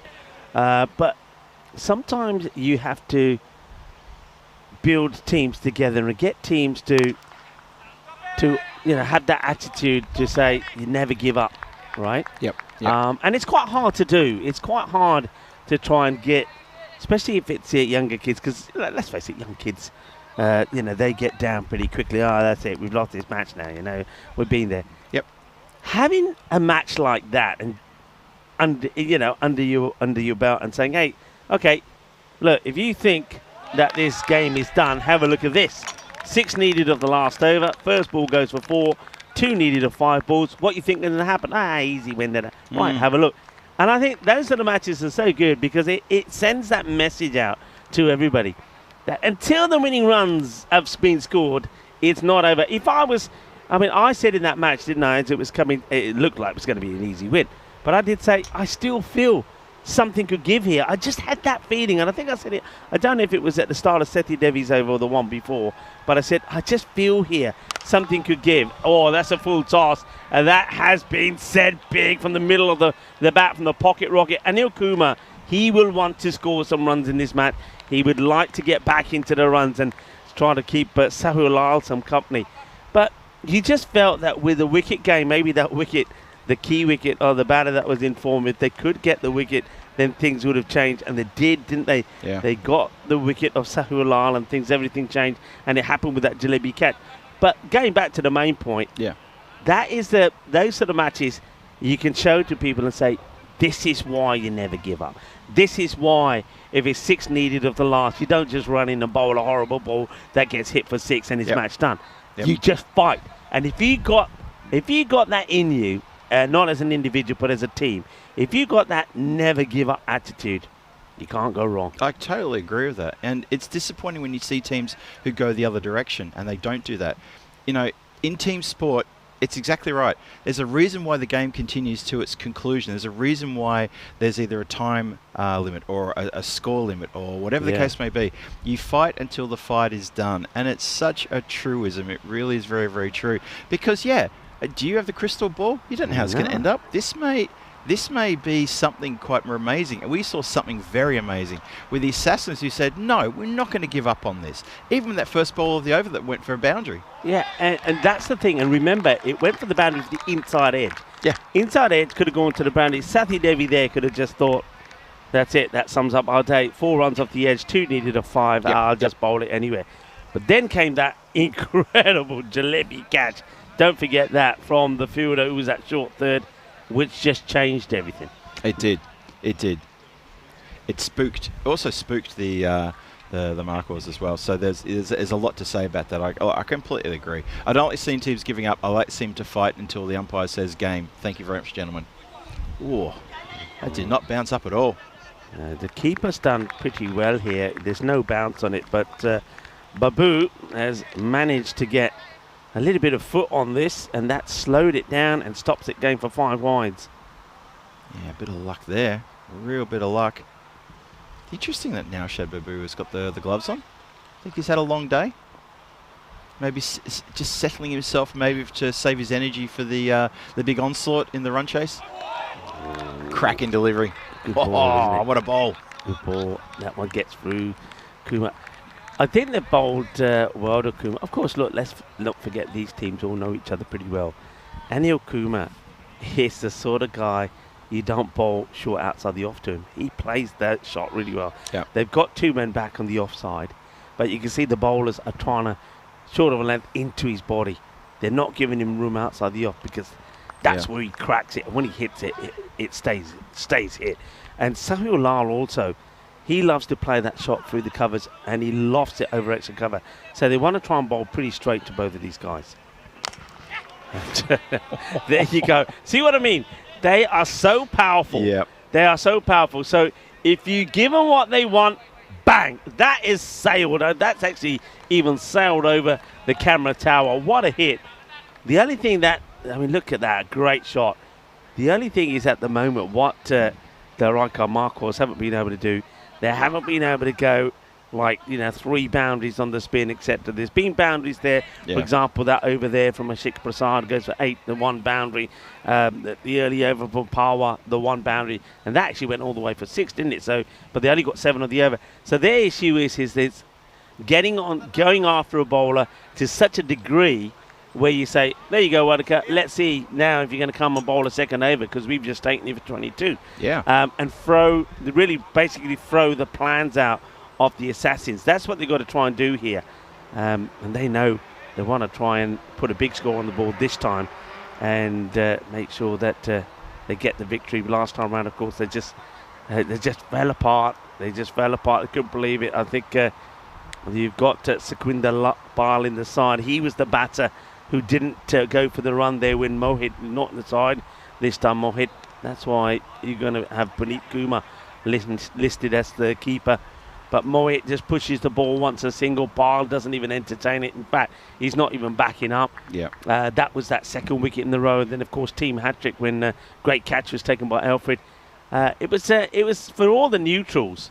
It was just a wonderful game of cricket, and I know that our chat, they're even talking about it now. It was just sensational. It's always nice to be a part of something like that, and whether you're here at the ground, whether you be watching it wherever you are around the world, it was just a brilliant game of cricket. Yeah. Here's something interesting for you. We've had, if you take out the extras from this innings so far, we've had 11 dot balls out of 15 deliveries. And just to go with what you were saying before about what's been happening in the last couple of overs here, that's why the score is only 25. Yeah, that is the issue, and that sums it up here. They're just not being able to get back-to-back boundaries. Good delivery again. Another dot as well. Yeah, they're not ticking the scoreboard. They're looking late in the day here. Are they just looking to maybe try to conserve what little energy they got left and just go, look, it's either boundary or bust. You know, that's how we're going to go. And if so, I'm not sure they kind of got that right.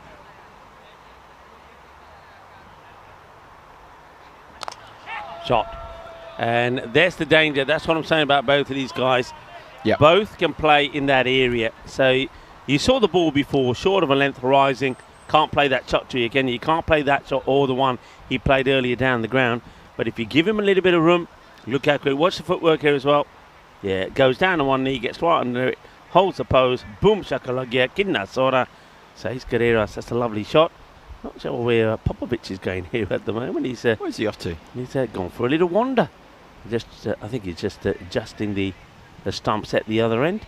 What's he not happy about there? And already Ivana at square leg. They're trying to call the player back in because they're worried about the time here. They're saying, look, come on back in. You know, we'll get a new Grizzly. It's okay. Oh, he's found it. Here we go. Well done. Bravo. Well done. Good stuff. Well done, you. Well, he's found it. I don't know. Send it out there. Throw it out in the centre. I think what he's saying is I don't know if it's the right ball, which is a good point because there's been quite a few going up there. There's got to be one that was hit out there earlier. They're having a look at it. Popovic says, oh, well, they said get rid of it. It's probably not the right ball. Yep, it's been sent over towards our tournament referee, Charles Croatia, who's now got the ball. Just for a second, I thought, here we go, finally, multi-ball. 2 bowlers at the same time. Awesome. No, not yet, Phil.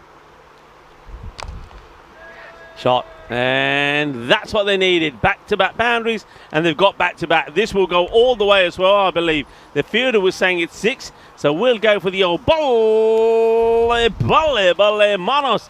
Arriba. Suraj Wadekar. He's probably heard me say this plenty of times. If you bowl wides, it means you bowl extra balls. He bowled 3 wides, so 3 extra balls. One of those was a dot. The other 2 went for 6 and 6. So 12 of 2, which he shouldn't have bowled and wouldn't have bowled if he didn't bowl the extras. And that's why that over goes for 22. Yeah, it does indeed. 37 for no loss here. And Anil Kumar having a bit of fun in the centre. He looks like he's getting set to make a big score himself. And that'll be good for him too. He hasn't really dazzled. I mean, he's done well. I enjoy watching him play, but it'd be good for him to try to kick on here. And you know what? Maybe help himself to a little bit of a milestone, possibly. I don't like to say it. I don't want to put any comms curse on him. But Salhil Lal, he's had a good day as well with the bat. He's made a fair few runs. So he gets a chance now. Having only faced 3 deliveries, he's going to get to face he was the one who got out at that crucial time. Yeah. But even then, we say crucial time. We thought, when he got out, we thought, he's out. But, you know, they only need 2 runs or 4 balls. They should do it quite easily. Yep. It never happened. So he's going to be determined. And remember, Rakamarkos are at the moment at the top of the standings. They've played the same number of matches as Zagreb Soko up until now. They want to try and get the win and stay ahead of them. This is going to be a long chase for the fielder. He's chasing. He's going after it. Iwa. But he's not going to be able to get there. That is going to be 4 runs. The Assassins, they have got 2 games in hand over Marcos. So if they can get a victory here against them again, then they'll be in a good position to themselves finish top of the standings. Now, a lot of people may be wondering, well, okay, one team drops out, so we're pretty confident that that is likely to be the Warriors, even if they get a good win over SOS tomorrow morning, which seems pretty unlikely. SOS have got 2 games in hand over them, and if they get just even a point in any one of those 2 games, so a losing point, they will finish in that 4th spot. But of course, if you finish at the top then technically you play the easier match, and that's the key here, isn't it? Playing that, trying to get that easy match, and of course, that's a big wow. wide. The only thing is, it's so wide, it goes to third. It's so wide, it goes to the man at third. Otherwise, that could have been a disaster. As soon as it came out of the hand, we both at the same time just jumped. Like, wow, that was quite wild there. Gangadorani there just loses it completely. Kumar on strike now. He's on 30. It's going to be another wide, and probably one for the over. So can we see side on this? I think this is wide, and maybe one for the over. It's pretty hot. Yeah, there's the signal. Well done to Ivana. It gives the bowler the little signals to say that's one for the over as well.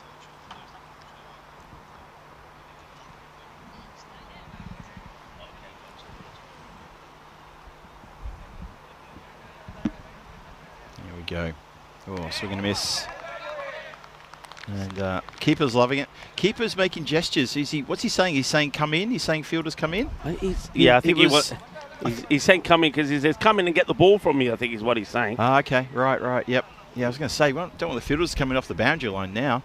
I mean, you probably want to keep someone out there.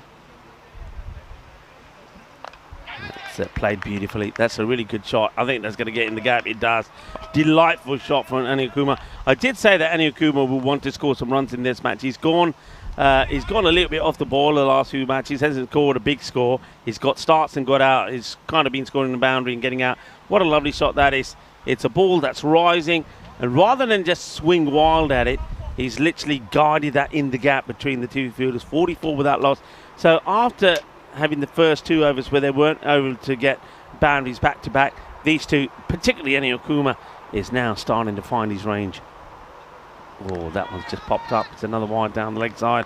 Wide balls are hurting them here at the moment. You said that at the time. Yeah. There was a lot of dot balls, but a lot of wide balls as well. So extras are creeping upwards. Yeah, it's kind of like the dot balls in this innings are the batter's worst friend, but now the wides are the bowler's worst friend. And I think the wides are getting on top of the dot balls, if that makes sense. Well, I think the umpires are discussing something here. Oh. I wonder what the discuss. I think is this over. Have you still got this one, Alexis? Have you still got it? If you have, can we see side on it if you got it? Because what the issue could be here is that it might have been the second one that's over the shoulder. Remember, there was the one was given before. And let's see the umpire. Yeah, it's the second one. Okay. So no ball. Free hit coming. It is changed to a no ball. So free hit coming, Rico. That is going to be a problem for the fielding team here. Have a look now. The batting now getting ready. Free hit coming. Where's this going to go? Straight up in the air. If you set yourself for a catch, it's just practice because it's a free hit. Well taken. Get the ball back in. Get the ball back in. Half of the team cheered. The other half said, get the ball back in. So 5 people didn't get the memo, but 6 people did. Importantly, the captain had the memo, and he's like, get the ball in. Get the ball in. Look at the smiles. The thing about this is, remember, the umpires actually came together, discussed it, came back, said, no ball. Yep. They still half the team celebrate. There was celebration for the 50 as well. Yeah. And a get past. There's going to be 4 runs. Cuatro carreras. Nice shot. All the way along the deck. It beats the 2 fielders there who converge, but it's been placed perfectly. That's one thing I've got to say about these two. They have placed the ball so well in their innings today. This one from Anil Kumar is terrific. And I also got to give a shout out to Sahil for his excellent innings previously in that golden ball match. I thought he placed the ball so well. So that's why the score is on the board of 54 after 4. Loss of no wicket as well. That could be troubling for the Assassins, wondering where the breakthrough is going to come from. Going along at 13.5. Well, that's pretty good. On course for a score in the 130s, 140s. You like to think that they could probably press on and try to do that. And now it's going to be a change of pace. I think that's Harry Beresford-Pearce is going to come on. He's going to have a chance to try to slow things up here. This is a really critical time now, because they're really going to want to have a bit of a change up here. So from one shot of square leg, it was the 161 that was Harry. Then bang, he's there. He's the 161. He's about to start bowling. Pace off here. See if they can change things up and maybe get a wicket. But it has to adjust and just hits it straight to the play. Good start, good dot to start with. There, have a look at those last couple of overs. We've gone 17 off the previous over and then 22 on the over before that. And there's been wides and no balls in those overs as well. So these extras are starting to really mount up. Oh, crash downtown and then some. That heads out towards the AFL ground on the side here. That's gone a long way back, square of the wicket. Crunching shot, that one, as Harry strays.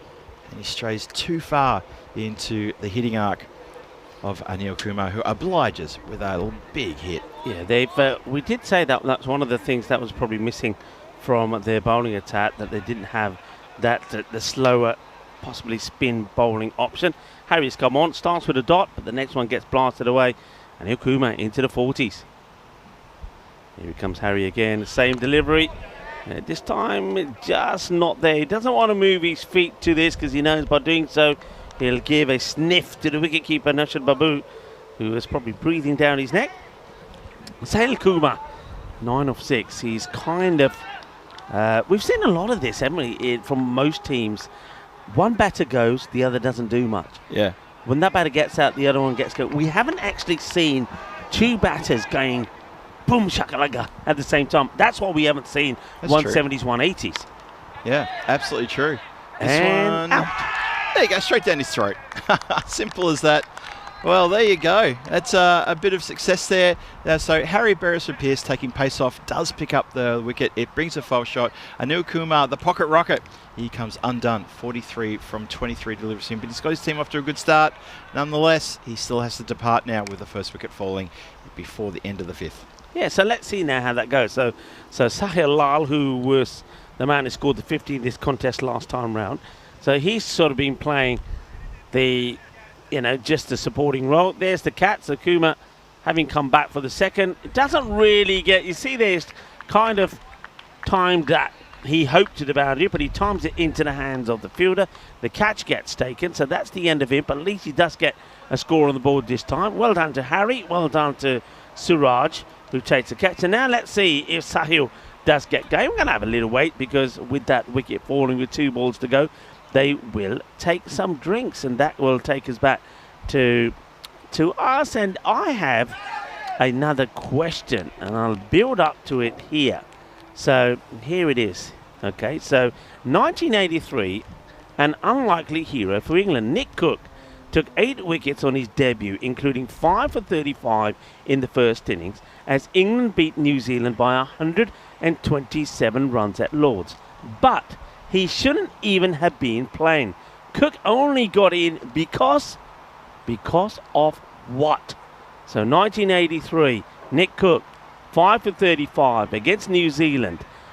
England beat New Zealand by 127 runs at Lord's, but he shouldn't have even been playing. He only got in because of what? So I'm going to leave that with you. So what do you think? Why was he playing? What happened? That's a bit of a curling one. That's a good question, Rico. Nice one. Okay, get your thinking hats on. Try to go back in time and put yourself in a bit of a time machine mode. Try to remember what happened there. So I'll tell you what's happening here. 62 for 1, 2 to come till the end of the 5th. And it's going to be Jatinder Vashisht comes out, face the music with the fall of that wicket, which brought the drinks break on. Harry, I'm pleased for Harry. He's had a bit of a mare with the bat, it's fair to say. It's fair to say that, yes. I'd love to see him get some runs before we're done here. Yep. But with the ball, I like what he's done. Flights it up, not afraid. A big appeal, probably hitting him outside leg. Wants to go the reverse Malasi. Does Jatinder Vasisht to get off the mark, misses out on it. Yep, there you go. Yep, there was a half-hearted sort of ask the question, but no real full-blooded appeal there. So 1 more to come in the 5th. 62 for 1. Expected score, maybe high 120s, low 130s. Depends what can happen. Well, and this time he gets it, and he gets it straight down the throat of the player there who's at point. And suddenly, because he reverses it, he becomes square leg and straight down his throat. Couldn't have picked him out better if you tried. It's a funny old game, innit? Jatinder Vasisht, who's a very good batter, wants to do the reverse Malachi, misses it first time around. He said, I'm not going to give it up. But Corey here, if Corey was with us now, Corey, of course, with his coaching hat on. Corey would have been spitting feathers, and he would be putting his headsets all over the place and saying, what is that? And the reason he would be doing it is saying, you play those shots, the reverse, the scoop, when the field is not there. You don't play those shots when the fielders are there. So that's a terrible way to get out for Vasisht. It's true. Why play that shot if the fielder's there to take that catch? You could argue you could argue what he should have done, but I'd be arguing, but he wasn't even looking to go finer. Yeah. He played it square, hit it straight down the throat.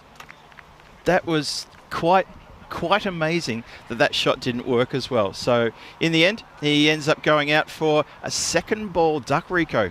Yeah, he does. Hello to everybody, wherever you're tuning in from around the world. Yeah, I mean, we're just talking about that again. When a batter goes in, I always remember when I used to go and bat, I look at the field. Where's the fielders? Yep. Now, if you're going out there and you're saying, look, nobody at fine and nobody at third. This is on for the reverse. You play it, right? Yep. But if you know there's a fielder there, where is the value in playing that shot? It's very strange. It's the same as if you wanted a straight drive. Yep. If the two fielders are inside, you'll go for it because if you time it right, it's going over them. But if they're back on the boundary, you don't take on that shot. So Jatinder Vasisht, who's a very good player, I think he's let his side down a little bit. He's an experienced player, and I'm sure he can play that shot beautifully. I'm sure he's done it a million times, but that was not the shot for that ball. No, it wasn't. And what that means is they've lost oh my word. That's massive. Give it. Where is it? Where is it? Sorry, there's a large flying object in here. Chicken. Rico, that's a dead set UFO. That is an unidentified flying object. That was huge, whatever that bug was. Well, that's swing and a miss. Who's come out there now? So they've got Sohail Ahmed and Sahil Lal, the two batters out there at the moment. It's a shame that bug that just went through our tent didn't arrive near us when we were on Comcam. We could have shown our viewers exactly what we're dealing with here. We could have done. It was huge. That was ridiculous. It was the size of like a small bird. Yeah, I think this one is a wide and one for the over. Let's have a look at this again. This is Prasad, who's bowling. And I think even though he charges at it, you can see that if the batter stays in his crease, that's always going over the head of Sahil Lal. So I think it's the right call. It is a wide. It's the one for the over. The extras are a bit of a worry here. Our friends in the chat are asking the same questions we've been asking. David Skinner also saying, why play that shot if there's a fielder there? Precisely. Wow. That's the shot you do play, though. That you don't go reverse, you don't do anything silly, you don't try and showboat for the cameras. What you do is you stand tall and you absolutely club the monster out of that and you put it over the boundary line for an emphatic boundary. That's such a good shot. It is a wonderful shot. It's a shot that I think Sahil Lal also needed to ping out the middle of his bat because we know that's what he can do. So there's the 6 runs there from signal there very well there by Avana. And, well, how about this? Luca Oros has come with some refreshments. Getting some service here. That's awesome. Which one would you like, Rico? I'll have the gin and tonic. That's going to be 4 runs. Beautifully played. Not really, folks. They're coffees. I'll have the white coffee, the milky coffee. Okay, I'll give you that one. And iced coffees, everybody. Iced coffees for the last match. And, well, that's been iced as well. I should say, actually, been smoked, but iced is the right word at the moment. Well, whoever got that round in, thank you very much indeed. We certainly need that to be cooled down a little bit. It is so hot. Diana's now saying, how am I supposed to get up there to give these ones to, who's up there, Maggie? There's some stairs. You go up the steps. Because you can't get Maggie to come down, not during play. Give the scaffolding a kick, see if she notices. You can leave it here and we'll pass it on the break. There's another lovely shot. Well, while we're having coffee talk here in Croatia, where we know that coffee is a very important drink for the Croatians, take a look at this. Sahil Lal has just come alive and is very much on cue from what I was saying before. Batters are taking it in turns. No, we haven't had a partnership. I can't think of a partnership when both batters went big at the same time. One batter starts, he gets out, another one comes in and starts. And just when we saw the departure of Anil Kumar, then Sahil Lal has woken up. Yes, indeed, look at that. Acceleration. Oh, Babu has to do a bit of kicking there. Booted it away. He's booted it and it's gone for a run. So you could say that... I think that's too wide, isn't it? I think. Bold Prasad assisted by the keeper there for one. Ivana just checking something here. I don't know what Ivana wants to check. It's definitely, I think, a wide. Oh, is it? Oh, I thought it was a wide. Can we see this again? It's calling buys. No, that's surely a wide ball. That should be. I think that's too wide. That's a wide. We just see it again there on the replay. Ivana just checking. I think she's in communication. Yeah, let's go one more time. Yeah, I think that's wide. I don't think this is catching any of the, not inside the line. And there's the right call there. Okay, there we go. Nicely done. Yeah, good call in the end there. Ivana just checking with the third umpire. I think she just wanted to check something else, but the wide is the right call. And again, it's another wide here this time. Ooh, now the bowler very quickly spun his head around, did Ashik, and he said, "Oh, was that really a wide?" Oh, yeah, I'll go with umpire's very call similar to the previous delivery, Rico. I thought very similar spot. I'll go with Ivana. Now look, if the bowler knows that those tight ones are going to get called, it's up to him to bring it in a little bit more. So, yep, maybe just he's going off I think a bit of a shorter run up here. Ooh, what's that hit? I think that's hit the batter. I think it's hit the body. Pretty sure that's hit the body. I think Sahel has worn that one. Well, yeah, umpire should be calling that dead. Umpire just checking what's going on here. Ivana just signalled a dead ball. I think she's probably signalled dead ball because the batter got hit and saying, right, fielders, the ball is dead now. Yep. Because it did clutter into the batter. Yeah, it did. It's hit him around the sort of chest region. So umpires immediately said that, which is what they can do. Yeah, so umpires just on their walking now. Looks like captain's walking over and he's going to have a word. Is it to umpire or to the bowler? Because umpire's coming over just for some clarity as well. He's just making sure everyone's okay. Just getting an update here. Just keep an eye on that. 80 for 2 it is. We're still looking to get towards the end of the second. And umpire just explaining to the captain of the Zagreb Assassins, just saying we called that for that reason. They're just checking. Yep. I think here. So I think it's going to be, that one will be a dot ball. I think because the ball struck the batter, I think the umpire just wanted to make sure that the ball was dead, so the batter, if he needed attention, could get it. I think that's exactly what it was, Rico. I think that you're one doesn't right. get off the ground at all. That doesn't either. Yeah, no, that's exactly what the dead ball call was for, because they wanted to make sure that the batter, in case they did need some attention, because obviously being hit in the chest or anywhere sort of on the torso or anything even sort of close to the neck area or the head area, they want to make sure that the players are okay. So that was why the umpire said that. Fine with that. 6 overs gone, 80 for 2 on the board. Lal starting to pick up the pace now. And Sahel Ahmed just recently joined him, yet to get off the mark. Prasad, his 2 overs go for 26, a little bit expensive. Bit of work to do here. See if Harry comes back on again. He does. I can see him there at the non-striker's end. He's ready to start. The umpires are still having a bit of a discussion. Yeah. So, which is fine. With Harry coming back, he picked up 2 wickets, went for 8. He's bowling to Sahil Lal on strike.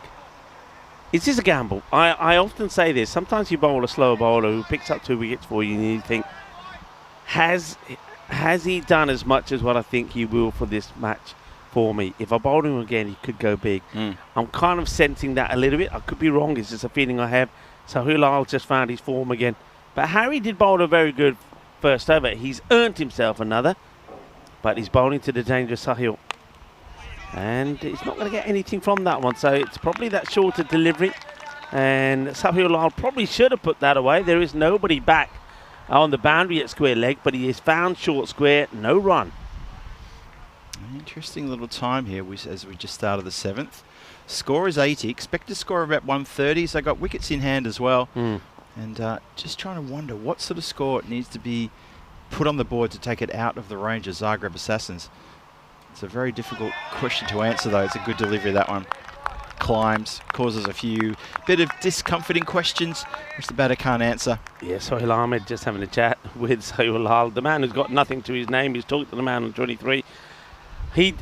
I think he's trying to play Harry the same way Anil Kumar did. Doesn't want to go out to him. Now he does use his feet, and that's what you got to do. Now that's blasted away. Well, Shubi is trying to get hold of that one, but that's gone flying over him. Yeah, you got to use your feet, and I think that's maybe what Sohail said to him. Said, look, use your feet, back yourself, don't be afraid, don't worry, don't dot up. If you don't use your feet, then just push it for a single, and we'll take a single, and I'll get on strike. But that's a much better shot. He uses his feet and crunches it over cow corner. He does indeed. Look at that. That was absolutely monstered, that one. Harry needs to be careful here. Still got 3 to go and he's over. Bye-bye. He wasn't careful. Bye-bye. Well, that gives me time Bye-bye. to remind people of my question one more time. We'll give you the answer around about after the 8th over, okay? Yep. So, picture this, 1983, on this day, an unlikely hero for England, Nick Cook, took 8 wickets on his debut, including 5 for 35 in the first innings, as England beat New Zealand by 127 runs at Lord's. But he shouldn't even have been playing. Cook only got in because, what do you think? So you've got a little bit more time to give it some thought. Can I throw an answer? Sure. I don't know the answer, but I'm thinking he got selected maybe by mistake because there was another person called Cook, and they got the wrong Cook on the scorecard. Good answer. Because that kind of thing could happen in the 80s. And this one is going to get over the short third. Chase is on. He can't get there, and he does the hurdles as well. Give him a point for that and a clap. The fielder chased it. Sahil Lal gets a little bit of luck. And this time, no Jalebi catch to get him out this time. That goes over the man. Is it the same man who caught him, by the way? I wonder if it is, who's chasing after this one. I think it might be. Shuvo. Yeah. It is Shuvo. Shuvo took that Jalebi catch. That then changed the direction of the last match. Catches win your matches, and it was his Jalebi catch that did it. It was, wasn't it? What a catch. All right, there's a teaser. Where's this one going to end up? Over the field as well. That's some symmetrical fielding from the 2 men out there. I don't think I've ever seen that before. And, they get good marks out of 10. And Popovic just wants to check it 6. Yeah, it's clearly 6, Popovic. So the over ends well for Rakamakos. I thought for a moment that I was going to be wrong about Harry. I thought, okay, I've got it wrong, 2 dots. But I was right in the end. I just had a feeling. I was right. Sometimes these feelings I feel I'm right about them. And I just had the feeling that maybe Harry had already done the good in this match with the 2 for 8 in the first over. I thought it was going to be like an absolute rugby tackle from a skied kick there as the player came shooting in from the deep mid wicket and going to try and spoil. But anyway, it doesn't happen. Let's have a look and see what happens tomorrow. Mañana, exactly. Day 4 or 5. It's the last 5 matches. Whoa, it's gone. It's the last 5 matches of the group stage coming up tomorrow. So Oliver Split take on the Zagreb Warriors. That was the match we saw just a few moments ago. Zagreb Sokol back in action against the Assassins. So Oliver Split against the Rijeka Markors, and then Zagreb Assassins and Sokol. All right, this is a chance.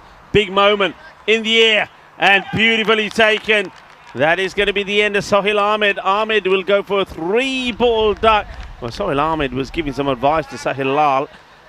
It's a good job that Sahil Lal didn't take it because Ahmed is going to go for 0 of 3. Good catch taken. And look who it is, by the way. Haris Prasad Sathya Devi. But this time it looks like you might get just more than the 1 over. Is there nothing this man can't do today? It's quite incredible, isn't it? He just pops up and just says, yeah, I'm part of this as well. Just out of the blue. He's a fierce competitor. He's a hell of a nice guy too. Top bloke. But it's probably not the wicket they need, but it's the wicket they're going to get because they would very much love to be able to get Sahil's wicket. It's still a good one to get, of course, because we know that Sohail, he was only there. That was the 3rd ball he hit, and he can be dangerous. Good catch there taken by Prajin Gangadharan. He does well there, and that brings Sukhwinder Pal out. Now he's got some revenge, hasn't he, to sort out here. Remember, he was the batter who was out there when they needed just a handful of runs. He was the non-striker when the wicket went down off the man who's out there at the moment with him at the other end. Sahil Lal went. When he got out, they needed 2 runs of 5 balls. The next ball was hit for a quick single by Mohit, and he didn't even move. He stood still. They got a run out. Then there was another wicket, and he wouldn't get back on strike. He only got back on strike when he completed the single. And is he gone here? Yes, he is gone. and he's going to have to go. The extra bit of bounce is going to get the wicket. So Sequinda, while we're still talking about him, he gets the edge, he walks. This time he's behaved himself. He's left the stumps alone as well as he marches off. But the extra bounce, and that's it. You've got to go. And Ivana gives the decision. Yep, he belts himself a 4, and then he has to leave the scene and departs. So we don't get much of the Lal and Pal show there. Unfortunately, Sahil Lal, maybe he's having flashbacks because he's again just residing there at the non-strikers end, watching the carnage unfold. He's just seen a couple of wickets go in, 3 balls here. Interesting. So he's seen a wicket and a 4 and a wicket. You got to feel for Sahil Lal is at the non-strikers end. He's on 45 from 16, and he's saying, "I'm holding this together again. Yeah. Get me up to the other end, please." Yeah, I agree with you. Shukla, who went for a first bowler in the previous game as well, hits this hard. And guess what? He's gone for a first bowler. Well, he's the first ball specialist. He's standing there in the middle. Not sure why he's still standing there. Time to get back to the dugout and get those pads off and just hand it back to their rightful owner because he's come undone for the second time to their first ball. Oh, it's a royal pair for him, isn't it? Look at that. Oh, no. There's the catch. Thank you. And I like that. He's not camouflaged. He's wearing blue and red. Behind him is green. Everything's green. So you can see him. He's got a bright red cap on as well. So he's looking around like, I didn't even see him there. Didn't know he was there. Well, Shukla, he's going to go. Wickets are falling now like anything. Oh, boy. So it's gone wicket for wicket and now wicket. 3 wickets in the over. Hat-trick ball coming up. He's now complaining about his bat. Shukla, get out of here. Yeah. All right, who's next? It's always someone else's fault until it's your fault. You've got to put your hands up here if you're the batter and say, you know what? I just failed miserably. Hat-trick ball coming up. Here we go. Oh, Safi Devi. Now remember in that last over, which resulted in a golden ball between these two last time, there was 3 wickets that fell in on that one as well. And Safi Devi, there was 2 wickets to him. Then there was, of course, the run out in the result. So Safi Devi comes on the bowl and he makes things happen. This time around, though, you bet your bottom dollar he's going to get 2 overs. All right, who's out there? This is Punit Kumar, who now tries to give himself a little bit of room to play this away. Misses it. What an over. What an over again from Safi Devi. It's so incredible, isn't it? It goes for 4 runs, which was the second ball of the over. It got hit for 4.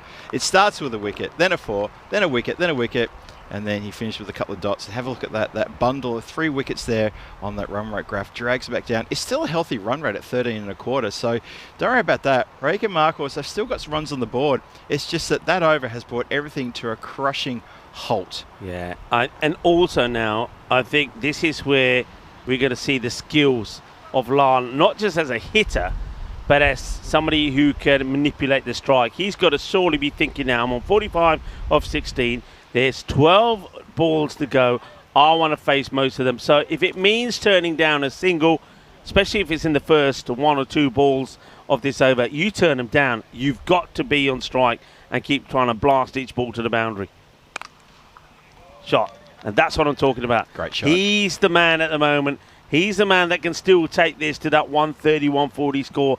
But every time he's not on strike, there's a danger of being dotted up. 100%, absolutely. Look at this. Yep, that's a cracky shot. They're going to need that and then some. So Sahil Lal playing a bit of a lone hand here in these latter overs. He's got 49 from 17. He's played a terrific innings. Really, really good innings. I mean, he's striking beautifully at just below 300, and he's been hitting boundaries. 6 4s and 4 6s. He's not done yet. The job's not done yet. If he can be there and then maybe get on strike for the start of the 10th, hey, 130, 135 on the cards. Yeah, that's what they're looking to do. Now they're trying to tighten that gap there in the offside. Now, the problem with doing this is you leave a massive gap on the leg side. I suppose he's thinking, well, he's not going to be looking to take a single anyway, so I'm not going to do myself any harm by putting an extra one on the offside. So let's see how they go here. In comes Pawar again. Oh, that is hammered. Sweet. Absolutely hammered. Cream cracker. Que guay, que genial, que grande. Este golpe es más dulce de tarta de chocolate. That is genial. What a hit. Sahil Lal, 55 off 18. You couldn't ask a lot better from this man here, right here. That is such a sweet shot. You said it perfectly, Rico. That was such good power. It sounded good. It looked good.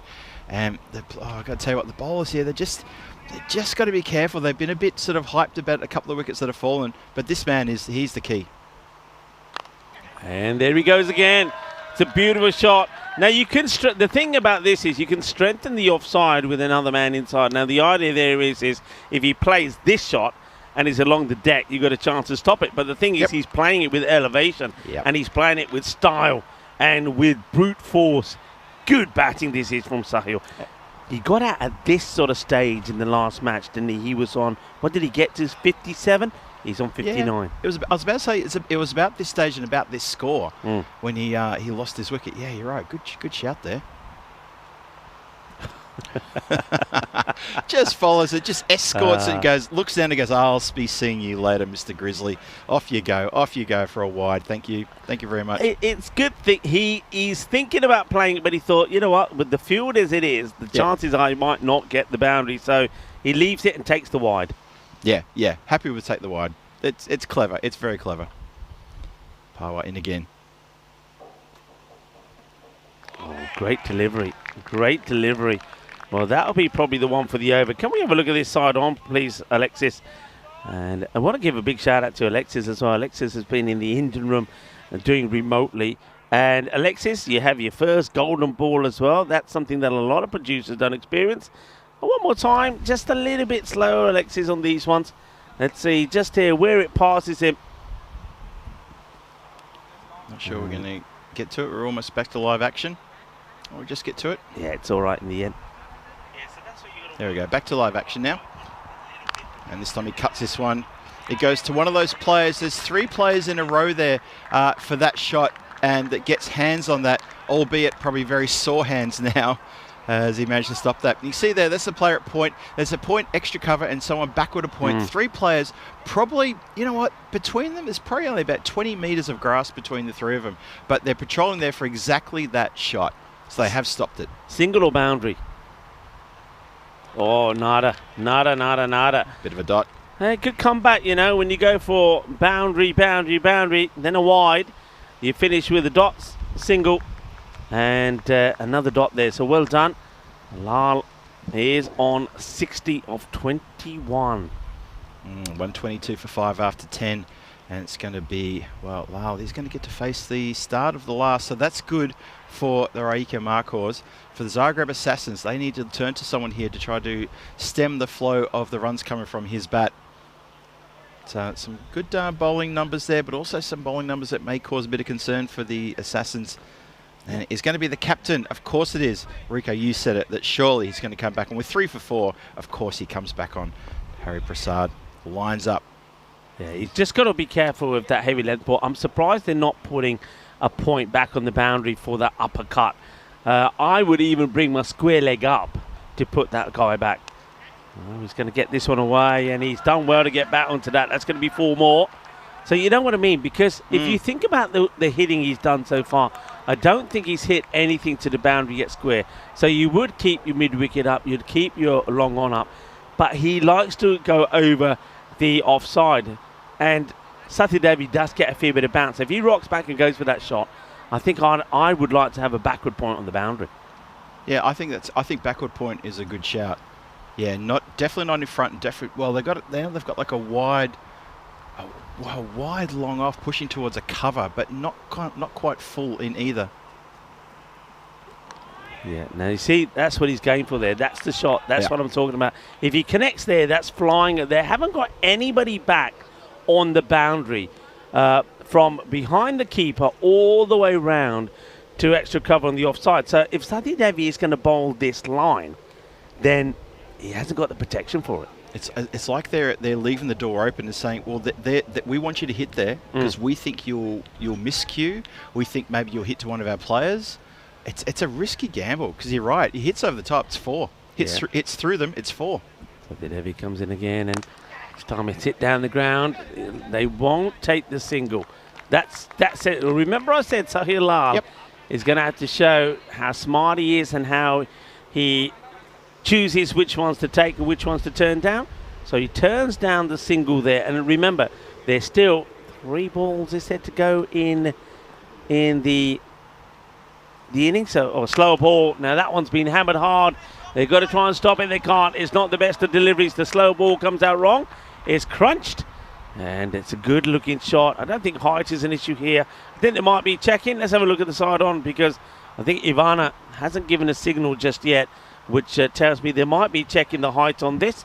So over to you, Alexis. Yeah, I think height should probably be okay. It'd be good to see the replay again. Here it comes. See if we can try to slow this down as it comes into frame. No, but that looks okay for me. I'm you know, it's close, but I think it's okay. Keep an eye on the umpire. Let's just see what umpire Ivana does, because she's. I think you call it. You think it's waist high? I think it's over the waist. Yeah, there it is. It's called. Yep, there you go. So it's a no ball 4. That's very good. Thank you, 2 circles. Good work there, Alexis. Nicely done. 132 for 5. Okay. Got to run hard though. Got to run hard. Why are they not running hard? That is such poor cricket. He's going to get run out here because they're not running hard. Oh, he gets lucky. Oh, no. Did you see that running? That was so poor. When he hit that ball, there was no way on this planet that the fielder is going to field this and get the throw in straight away. But he's watching. Then he puts himself in a position where if the throw is better, maybe, or if the glove work from the keeper, Babu, is better, he's going to get run out. He just doesn't run here at all. And, yeah, you can see there, if Babu takes that, that's out. Now, Babu, well, is giving a part of his anatomy a rub, which suggests maybe he's not wearing the box. He should be, you know. He's been hitting the Babus there. That's not good at all. Here we go. Clubbed. Okay, watch the Tortuga on it. Good pick up. They will go again. The throw is awful. Oh. It's not a good throw. They go for the bowler's end as well, where you got to be throwing at the keeper's end, because you know that's exactly where Sahil Lal is going to go. So, look, the score is going to close to that 140. 130 wasn't enough last time. Yeah. Remember, they got to 130 and it went to the golden ball. They're batting first this time, though. Slower and missed. Oh, well, he's just not even bothering to run. Not bothering to run. You know why? It's a ball to go, people. Are they both walking off? I'm sure there's a ball to go. We've got a ball to go. They've got this wrong, unless we've got this wrong. I think there's a ball to go. Where are the batters going? There was a wide and a no ball. They've messed it up. There's a wide and no ball in that over, Rico. There's at least one to go for me. There's one to go. The batters have messed this up. I think they think it's the last ball. And Puneet Kumar thinks it's the last. He goes running. That means that, look at, hang on a minute. Does he leave? Who? I don't know who's out here. We're going to have a look at this. I don't know if they got the right batter out, because he doesn't leave his crease. We got to look at this. That's a little crazy here. That's a miscount. And I don't think he leaves his crease. Let's see this again. This is a little bit silly here. So Puneet Kumar is down as being run out. Yeah, okay. I think it's going to go in the book as Puneet Kumar is run out. Yeah, because, even though Sohilal, he stays there. So I don't know if we have a look at this again here. Maybe we think they might have made a decision. So here it is. So look at the batter. Sahil stays in. And, well, that's crunched. That's the last ball. So that is going to be blasted away. Incredible shot, that. Great shot, and that takes them past the 140. So that's worked out very lucky. Sahil Lal, this is the last ball, folks. That comes out. It's a bit of a full toss. Here it is. And it gets peppered to the boundary. Boom. Shakalagya. Yeah, we checked this for height as well. I think this might be too high. Yeah, there may have to be a no ball here. Well, this will be disastrous for the Assassins if it turns out that's too high. That will be absolutely disastrous. So I'm not sure. I don't think we've got the side on replay. Yeah, we haven't got the side on replay. So it's going to be umpire's call. And let's see what the umpires call it as. No replay tournament ref. So it's going to be given as a no ball. Umpire's call is a no ball. Kind of had the feeling it was a bit high, to be perfectly honest. Kind of had that feeling. So we haven't yet finished. We're not done yet. There's still another hit to come. It's 143 for 6. It's a free hit to finish off the innings. And this innings has exploded out of the blocks here. Flicked away onto the leg side. You've got to come back. Oh, come on, guys. All right, Sahil, for all the good that you've done. You see what I mean? 2 runs. You left it. You should have taken another. It's the last ball. You've got to run half for 2. Sahil, you can't criticise a guy that scored 80 runs, I suppose, 80 or 30. Sure. But again, I've said this before. There's teams out there that got to improve their batting. That over from Sathadevi goes for 22. And that's mainly because of the extras in there. There was a wide, there was a no ball 5, there was a no ball 7. So 22 of the over, big finish, and Raika Marcos will finish with 144 for 6 on the board. Poor old Sathadevi, 3 for 4 from his first over, and then none for 22 from the 10th over, which was just a little bit of a mess. But maybe a bit of tiredness creeping in possibly as we have a look at the highlight reel and see how it all unfolded here for this innings from Raika Marcos, who muscled their way up to a pretty decent score in the end. It's got to be said, they've done pretty well to get up there. And we're going to have a look and see how it all came unfolded. That man there, Sahil Lal, he got stuck into things. He really had a bit of a day out here. And also, he got off to a really good start as well with Anil Kumar. Anil Kumar was leading the charge. He set the pace. He was racing along before he got to 62, or the score got to 62 after 4.4 overs, and then he lost his wicket. But along the way, Anil Kumar was looking red hot here. 6 sixes and just the 1-4 for Anil Kumar. So he got 43 from 23, set the tone. And when he left, there was a bit of a wobble there, but then Sahil stood up, had no assistance from, unfortunately, the top and the middle order here as wickets were tumbling. Jatinder went for nothing. It was Sohail Ahmed came out and got nothing as well. Sukhwinder Paul went for 4. Arpit Shukla, who's proven himself to be a bit of an expert at getting out for nothing, he went out for nothing. Puneet Kumar got himself run out for a duck as well. So, well, there's only 2 batters to talk about, Anil Kumar and Sahil Lal. No one else could stick with them. Yeah, you're absolutely right there. And, again, we had a lot of ducks. Well, it seems to be the last match of the day seems to be the match where the ducks come out. It makes real sense to me because it's probably the match that should be the coolest. So ducks were out once again. What a good innings that was from Sahil Lal. I know I was giving him a little bit of stick because of his running, really. Yeah. First of all, of course, that was Kumar who got it all wrong, who was almost trying to run him out. Can you imagine if he had ran him out there? If, let's just say that Sahil Lal did commit and try to get there, which he wouldn't have made. Yeah. Then all those extra runs there would never have been there. You think how it went from there.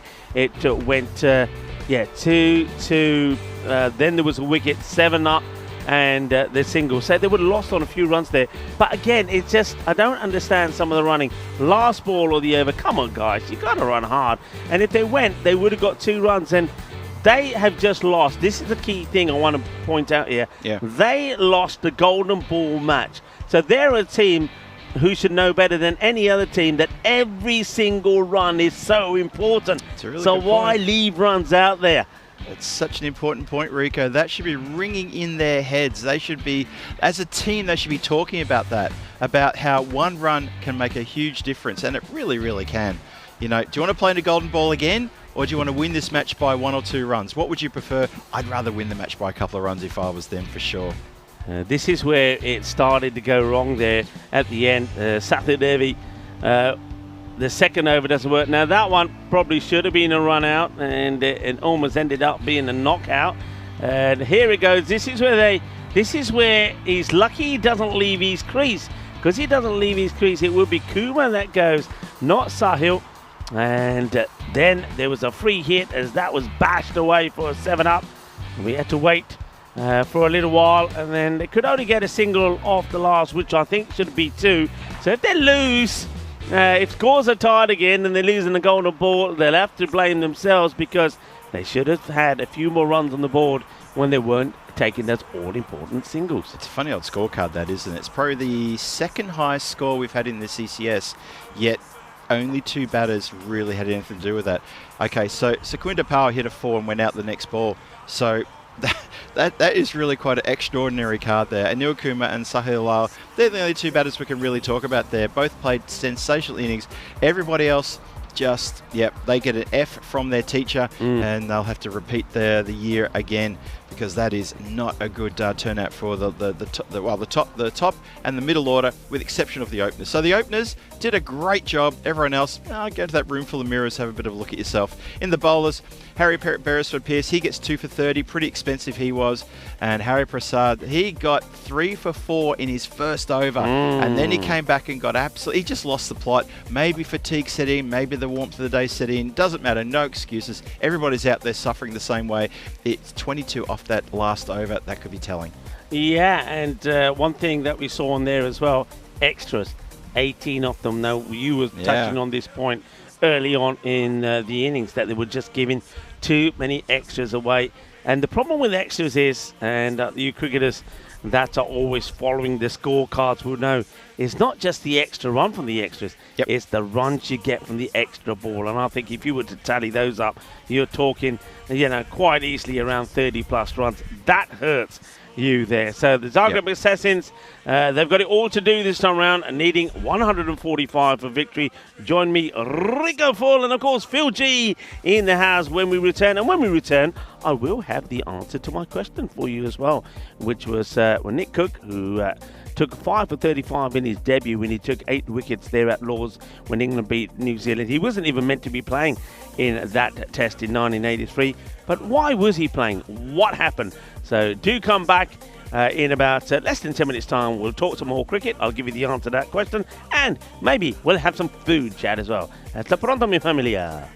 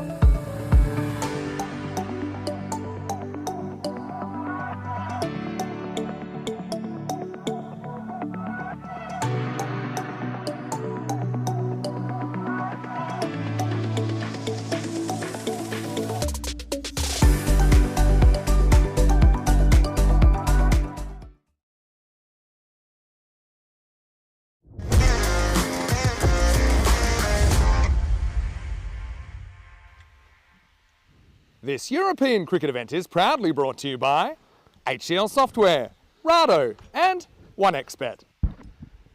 So here we go, we're getting ready to get going again. And welcome back everybody for the final innings of the day and the final one of this match number 15. Now these two teams earlier did provide us with a fantastic golden ball finish. Are we going to see another one? Now I wouldn't put it past them. It wouldn't put them past them because anything can, and we know can and will happen if it's in the stars. So we'll have to wait and see. Look at that then. 144, that means that 100 or less. Restrict to is an opportunity for the Rika Machos to get all 4 points. But if you get to 145 and 7 overs, then the Zagreb Assassins will get all the points. Now, I'm not going to say that's impossible for this side because we know who they got for them. And they've got some very good batters out there. And interesting to see, looks like a little bit of a change. So that is definitely Naushad Babu. I'm trying to work out who is at the other end. That should help us. Now we can see the number, British Power. So not really a change. I thought that perhaps it might make a bit of a difference to the top order because we know that Naushad Babu can go pretty well, and I think he will try and go pretty well. If they're going to get 4 points, it's because he'll go wild. If they're going to get a win, it's because he'll go wild. But I think Rika Machos know they need to get this guy out pretty early. So here we go. We get ready to start.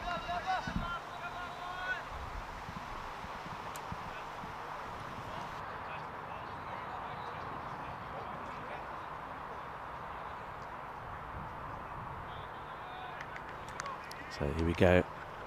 Here comes the hat-trick man earlier. This gets played away and only will be a single. How about that? Nice bit of fielding, a nice little roll on there as well. He does get the ball to move away. I have noticed though that Wasal Kamal, he is limping a little. We did see him in the second match, the golden ball match actually. After he bowled, he did go off the field because he had a back complaint. Now, I've got a question for you here now coming up. And of course, this applies to everybody in the chat. Talk to me, Rico. I'm here for you. Talk to me. What if he wants to do the same with this match? Because the thing is, remember, they know why he went off in the last match because of his back. Now, if he's starting with an injury and he's going to say, hey, my back, the umpires will say, well, you started playing with it, so sorry, you can't go off because of that. And there's the throw. They're going to get in quite easily. So this is going to be interesting because he is definitely struggling. He is limping a little, though he's not holding his back like he was in the last match. But, of course, if that does play a part, then the umpires are well within their right, within the laws of the game to say it's an injury you came in with. So you can't, we know of it, you know of it. You can't go off because of it. Yeah, that's true, Rico. They could deny him the opportunity to step off the field if he suddenly complains about something that was there in the first match that he played and also the second match as well. So, yeah, good point you raise. Just watching him closely, seeing if he's going to get it a bit proppy, because you're talking about when he was bowling in his second over and very clearly he kept stretching the lower back, his hand going to the lower back. He's had a history of issues there as well, but today it really flared up. So you're right. Umpires might call him out on this. It's a nice looking shot, elevated. You can play those shots in the power play. And the British Power gets that one away. They're putting a fair bit of pressure on this player, aren't they, the umpire, because they're using him as one of their main strike bowlers. And then they're also wanting him to be the opener when it comes to doing the batting. So they're expecting a lot from him. Just noticing also with bowler Kamal, he's got fingers on his left hand heavily strapped. I think it might be his middle finger and then the one next to it.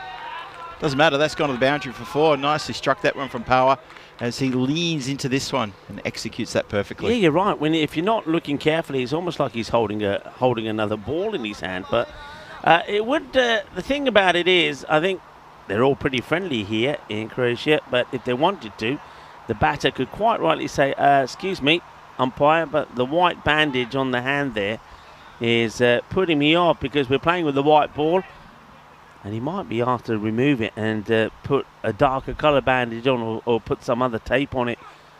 All right, high in the air, catching opportunity, and very well taken, very well held. He never looked that confident, if I'm honest with you, but he's held it, you know. It comes running in. There was a fielder that was close to him that was just watching, didn't want to move. So Wasal Kamal will take the wicket, and he gets the breakthrough. So British Power plays a couple of boundaries. That one goes up in the air. That's a really nice catch taken. Yeah, that's Sahil Lal, who's come in there staring up into the sky. Probably a bit dazzled there with the eyes as it's coming down. And that's probably why he's put his hands on his knees and just stopped there, just going, whoa, that was a lot harder than it looks, people. I think that's what he said. Nicely taken. Yeah, he was looking dangerous on that occasion. Was Pawar hit those two nice boundaries, but then that one just, I think, again creeps up on him, goes up in the air. I thought for a moment maybe the keeper was going to go after that, Puneet Kumar, but Lal never looked like he was going to get there in time, but he did. It's a good catch taken from Sahil Lal, who's having a good match. He made the 79 as well, and it just goes to show that he can run. After the criticism we had of him about he's not running, well, he can run when there's a catch on, can't he? He certainly can. 2 matches since the golden ball. That was the end of the over. I did say that we'll get you the answer to my question. Well, maybe we'll have to wait just a little bit longer. That wicket fell right at the end of the over. Chance, and it's another one. 2 in 2, and there we go. It's celebration time. Oh, he's gone wild. He's gone wild. There's Jasprit. But not only is he celebrating, he's doing the chuck of the putties as well. And look at him. Look at the smiles on the faces. And now they're all going running to the man who took the catch, Anil Kumar, the little pocket rocket. So that's the big wicket they wanted. You know why you're celebrating. You celebrate like that when you get a big wicket. Naushad Babu is a big wicket. He goes for 2. Let's see the celebrations again here at the fall of that wicket. Alexis, take it away. I mean, here it is. Jasprit doing the bowling. He goes for it, doesn't get the elevation. Kumar, he holds on to the catch, and just look at the celebrations. Look at them go. Well, his arms aloft there, but the celebrations were pretty wild. Maybe you can bring them to you at another time, but you'll certainly see them at the end of the day. But wild celebrations there from Jasprit. If we weren't so hot, we would have done it again for you folks. But if he gets another one, maybe. And now we're seeing the puff. They're asking the question. It's being given. It has been given. Now, let's have a look at their side on. Now, we can. Remember, we do have camera replays. Oh, boy. Oh, boy, oh, boy. That's 3 wickets in 3 balls. Team hat-trick. They're celebrating, but we will have the side on. So let's see what happens here. Sabin doesn't believe he's out. He says he reckons he's got his foot down, goes for the shot, and that foot stays down. That's not out. That's not out. Yep. Not out. That will be reversed. Yeah, the foot stays down. They're celebrating, and yeah, not out. Not out. The umpire did give that out straight away, but then afterwards, she did turn. Give her due. Give her a due. Afterwards, she did turn around and do the little, let's have a look at camera. And now you can see Popovic just explaining. And yeah, Suresh Sabin, he's probably thinking, no way, I didn't move. I didn't make a bad. Oh, bach gaya. Well, can he make the most of it now? He's running nowhere. They are panicking here.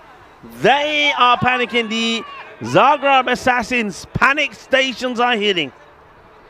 They're panicking because Babu's gone, and suddenly they've got to make runs without him. And they have hit the panic button now. It's 2 wickets, 2 dots. This over has not yielded any runs. Jasprit Singh searching for another wicket. He's got Sabin in his sights. Oh, that's going to be a wide as it gets away from the keeper as well. So that'll be 2 wides. Now 14 for 2. As you saw that stumping opportunity quite clearly. We had a look at the replay on that one. Lucky there, Zagreb Assassins. Good work there from Sabin to keep the foot down. Sathadevai, he's got to find something here. He's got to find bat on ball. He does. You can see the captain acknowledges that on this occasion with the wickets that have gone down, there's no point him holding himself back, so he has come in at the top part of the order here with the score at 15 for 2. Yeah, we always talk about the openers with Babu, like who else can step up for the Assassins. Nice shot, 4 runs. Good, well struck. Sabin, who thought he was given out before he even got started, but he will get that one away. That's 4 runs, nicely played. Yeah, look at that. The placement was very good indeed. A little bit of just a whipping action, just whips it through the mid-wicket area. Just out of the reach. This is brave hitting from Sabin. He's a little bit lucky. It just doesn't go to hand. It's the end of the over. And Jasprit, he'll go for 11. But he does pick up the biggest scalp of the day, probably that of Babu. We know how dangerous he is. And that's the way the tables are looking. Marcos are looking to extend their lead at the top over Zagreb Sokos. The Assassins, they know if they can get a win, they will go into that second spot. So at the moment, you would feel that the Marcos have the better of things. Right, what about the answer to my question, Alexis? Whenever you can put it up, let's put it up there. So why did Nick Cook play? What happened? Well, this is what happened. Phil Edmonds ricked his back while getting out of his car. Yeah, he did, you know. So Cook made the most of his opportunity. He took 34 wickets in his 5 tests that he played. That was quite amazing. Poor old Phil Edmonds. Yeah, okay. Phil Edmonds getting out, did his back. So Cook came in and he took wickets. Oh, dear. He gets this one a little bit wrong. And it's not many times that we see Sohail Ahmed make a mistake in the field. He's been solid, absolutely solid in the field. Just a rare error there, unable to pat that down in front of him. It just flies off, maybe misjudged the pace on that one, and it flies off his fingertips and goes over the boundary line after it already bounced. So 4 runs there. Sathadevi, work to do. Now this should be taken, and it is taken. In Sathi Devi will go. He goes in the area where Sabin got pretty lucky, but not Sathi Devi. Wasal Kamal takes another wicket. The man who we had the great pleasure a bit earlier to present him with his hat-trick ball. Look out for those pictures on the European Cricket Network social media. Dan Ores was taking the picture there for us. And he says he ain't done yet. Takes another. 2 for 16 is the big scalp of Sathi Devi, the captain. Yeah, big scalp that indeed. That's a wicket in each of the overs so far. First, second, third over. They're falling like 10 pins here at the cricket ground, and there is trouble. Trouble aplenty. The Sharks are circling, and there is trouble now for the Assassins. They're in deep. Yeah, they are, and there he is. He says, I may be wounded, I may be hobbling, but as long as I can get the left arm up and the right one to come through and get that ball in the right spot, I'm going to keep on taking wickets. Wasal Kamal. Ajdane Kamal we kar dita hat-trick we le li hun 2 wicket leniya. Wapas aaya, and in the air, Sahil can't get there, just drops this time in front of him. But as long as these are not going to the boundary, the rate keeps going upwards. You can see now that it's going to be around about that 16 per over mark. And of course, the key thing is I don't know which batters in their side can go at that rate consistently. Well, Ashik Prasad, he's in there now. He's been opening with Babu throughout this tournament so far. So he's, to me, he's the last line. This time it's over that close fielder. Bounces a few times. Shub makes the error. That's not a surprise to anybody. It gets past him. Now he's... You know what the fun thing is there? The reason why I'm laughing is not because Shub's missed it, but because of the way the sun is now. If you have a look where those tents are, you see, you know the old Michael Jackson Smooth Criminal when you've got the big white screen and you're doing the... That's what you saw. That's what you see. I saw the image of Shub and the shadow when he's going... Where did it go? It was his silhouette was on the back of the tent, wasn't it? That's what it was. You see, I can't quite see that from where I'm sitting. You're a bit blinded from it. I'll have a look for that next time it goes over there. See a bit of Shub silhouetting. Sabin. He's trying to keep them alive. 12 or 5. In comes Kamal again. It's not a good delivery, Kamal, and that's whipped away for another 4. Hit well. Yeah, Kamal, every time he gets hit for a boundary, the limp becomes more pronounced.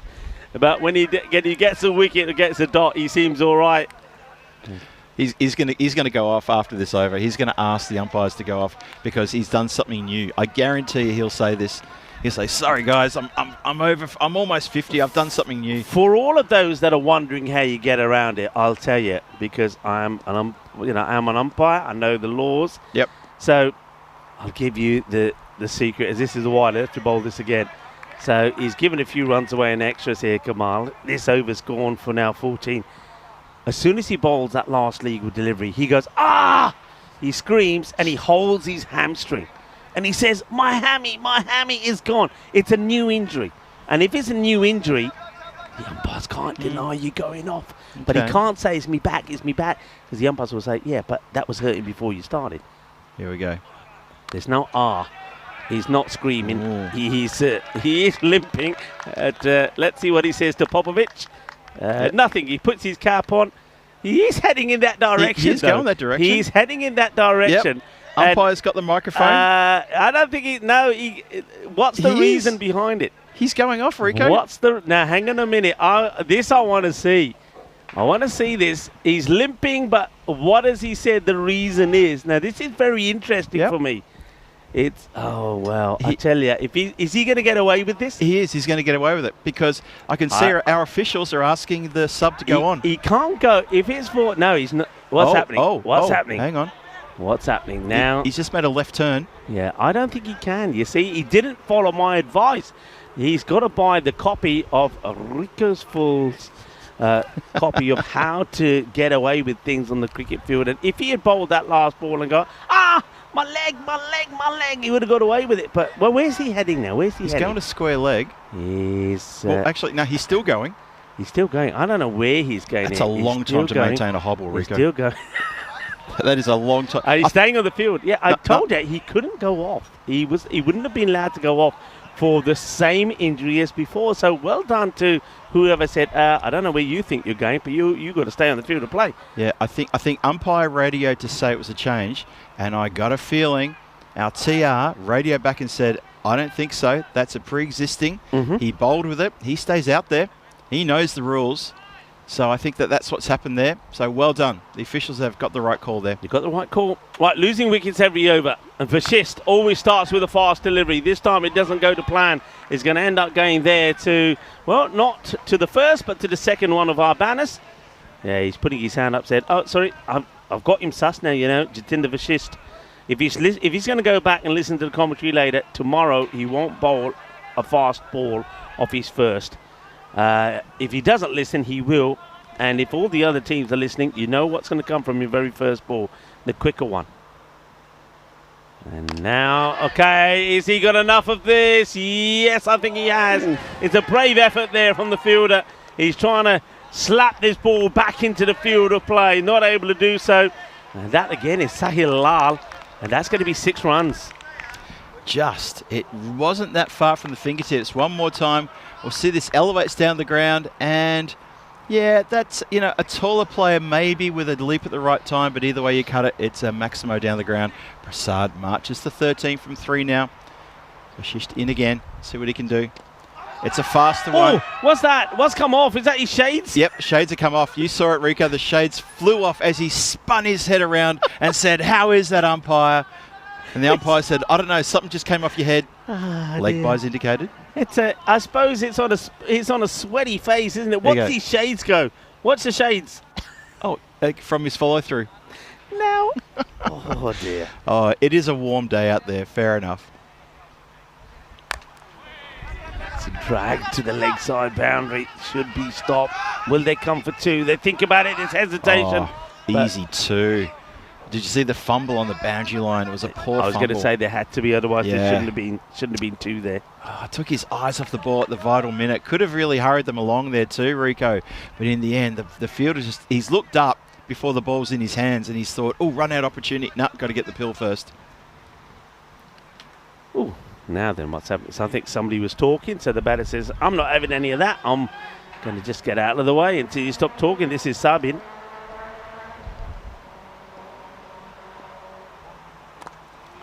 It's a good shot. Good shot. Good wrist work. And Sabin, you can see why they need him out there. Well, Sabin, we thought he was in the bin. We thought he was done with. But he complained, and he was quite right to. His foot stayed down, so he stayed in. And since then, he's playing pretty well. That's another boundary. He's in the 20s, 22 of just 9 deliveries. It's a very important innings this from him. And more importantly, can you believe they've actually have brought the rate down here with the last few overs going the way that they've gone. They've gone 12, 11, and then there was that 14, and then the 19. And that will be a dot to finish. So this over goes for 19 in the end. There was a leg behind there as well. Yeah. So 18 plus 1, 19. It's 56 for 3 after 4. Yeah, good over that one for the Zagreb Assassins. They get 19 from it.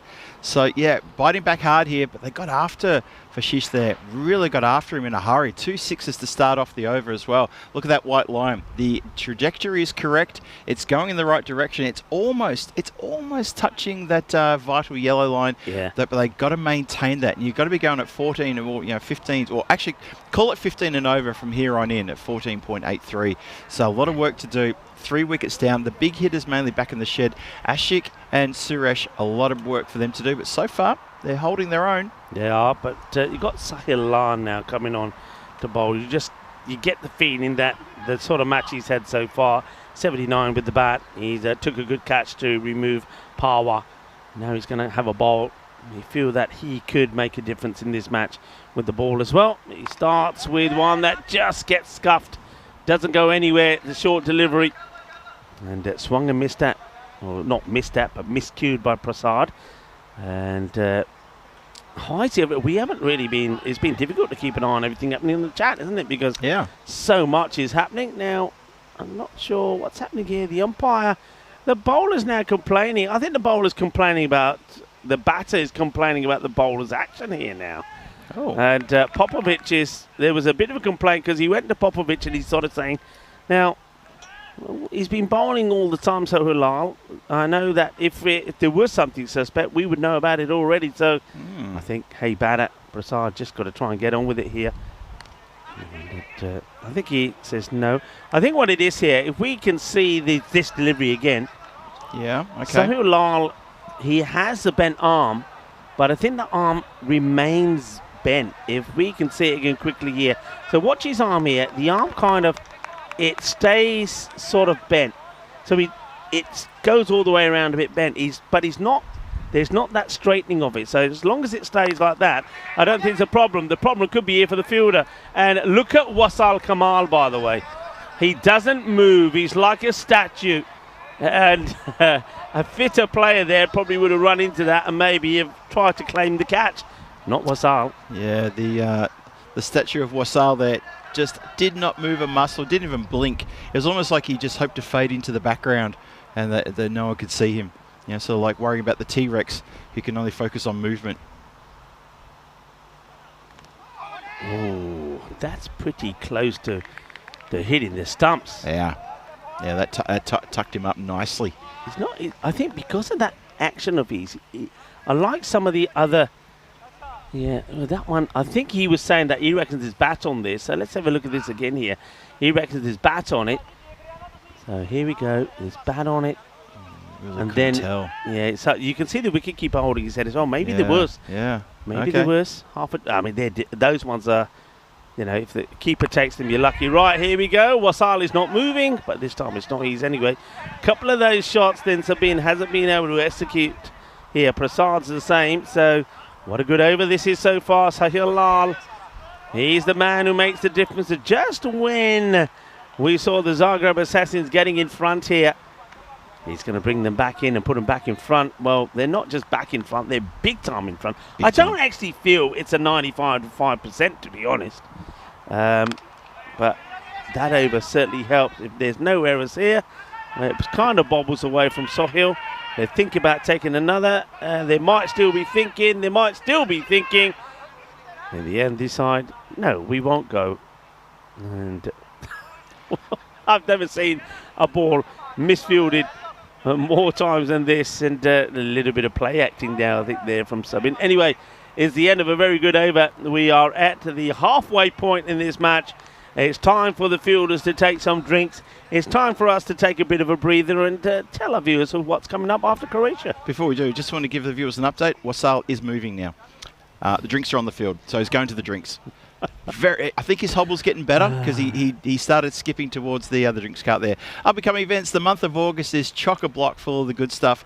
As you can see there, we've got, we're in Croatia here. We've got the ECS going. Got one more day of group action, and then we've got the finals on Friday. Then ECSW, 7 games on the weekend for ECSW. Best of 7 between 2 teams there. We'll talk about those teams a bit more tomorrow and, of course, on Friday. Norway, the international start on Friday as well. ECI, T20I. Germany, Kiel, ECS action starting on Monday. Rico Full will be heading over for that one. Be joined by Mr. Maximo Vinisandu, of course. Then Romania Encore starts on Thursday, 21st. You'll be jetting out of Germany over to Romania, won't you? And then, of course, he's got internationals and ECS action. Austria, it's internationals there in Austria as well. Danny Hudacek will be heading down to the Seabarn cricket ground there to take care of that, to keep you company across those 3 days. And then he'll be flying over to Budapest to join me for the Hungary internationals and ECS at the end of the month. So a chock-a-block August coming your way on the European Cricket Network. Looking forward to that big time. Very nicely done. And today, of course, we celebrated International Left-Handers Day. So if you are a left-hander, it's your day. Enjoy it. We also said it's a calligraph day, which is all about the importance of handwriting. I know a few people whose handwriting was really neat. My grandfather's handwriting was so neat. It was, and I often, as you can see, my handwriting is all over the place. But I can read it. That's important. Yep. It's like the doctor's handwriting. But yeah, I really do admire people that have got really good handwriting, and a bit jealous of them as well. My mother was excellent. She actually did calligraphy. She was very, very good. I could never, ever forge her signature on my report cards in high school. So I could do my father's okay. That was not a problem. So that was fine, but I could never do my mum's. And I was one of those sneaky little students in high school where I thought I could get away with anything. I used to push myself to the limit a few times, and my mum's handwriting was exceptional. Yeah. Absolutely fantastic. Good handwriting is great. If I see somebody who's got good handwriting, I'll always say, wow, your handwriting is really good. I remember the issues. We talk about it being also International Left-Handers Day. I remember the issues my daughter had learning to write because she's left-handed. It was because when you're left-handed, if you think about it, if you try and do it yourself now, when you write left-handed, you can't see what you're writing. Yeah, so that's right. She would write at an angle, but her school, the teachers would always say, no, that's wrong. You've got to hold your pen like this. Yep. And she was saying, but then I can't see. And then also, if you're writing with a pen, you're smudging what you're writing. You're smudging. So I remember spending hours. As you said, your wife, also Renee. Yes. It's the same. But I remember spending hours with her. And in the end, sometimes she would write with a paper like this. Do you know that? Have you seen that? Yeah. Like this. Yeah, that's so true. Yeah. So, yeah, the paper would be... that is... Oh, it's a big no ball, that one. Oh. Now, talk to me about that one, somebody. I've seen people... They're running again here now, by the way. Oh, no, he's done the splits. Oh, well, I tell you what. That's one way to ruin your DAX. First of all, I've never seen somebody miss the ball by that much. I have to say there's no way. If I'm being honest, there's no way that ball could ever have gone straight. So I don't know what was happening there with Tinder Vashist. It must have. And then here he falls and does the splits. Now he gets the wicket, but it's not a wicket because it was a no ball. That's right. Because he ruined it with the ball before. Well, it's all happening. We're talking about writing. And Jatinder Vasisht, who is a left-hander on International Left-Hander Day. Yep. Well, he showed you how not to do it and how to do it with the Gundy ball and then the straight ball. Well, let's hope he's got it right now. But yeah, the other way my daughter she had to hold. The paper would be like this so she could see what she was writing. Yeah, hold the paper at the angle. Yeah, I've seen that from a lot of left-handers who hold exactly the way you've done it. Yeah. Twist it like full on 90 degrees. And get themselves in a bit of a mix-up like that. Yeah, you're right. But give her fair play. She eventually got to something that worked for her, and her handwriting is actually very neat. So that's Sonia, my daughter, who actually at the moment is doing some teaching in the UK. She's finished her master's, so good on her. Good on her. And that's hit, but there is a fielder out there, so she could, yeah, she'll be, I'm not sure what age group she'll be teaching when she starts there on the 1st of September. But she's enjoying it. She just did, she just was in Uxbridge. She just did like a summer school for about a month and thoroughly enjoyed nice. it. So. Yep. Very good. Right, where are we at? And hey, what we should do actually, as this one's probably again just going to be, so we saw that rate, by the way. Oh, wow. Oh dear, word. oh dear. Ouch. My word. Ouch. There's only one way to describe this, and I think if I said it, I'll get told off, so I'm not even going to say the words. I'm just going to call this a howler. Absolute howler. And that's not good enough. That's Sahil Jasprit. Sahil Lal, isn't it? Is it Sahil Lal or Jasprit? It is, sorry, it is Sahil Lal. Apologies, Jasprit. Sahil Lal, who's had a bit to do here. Yeah, what I was going to say before that absolute blunder from Sahil was we were just talking about that rate being just around 14 or so, and I said, hey, you know what, considering what's happened in the wickets that are gone, it's okay.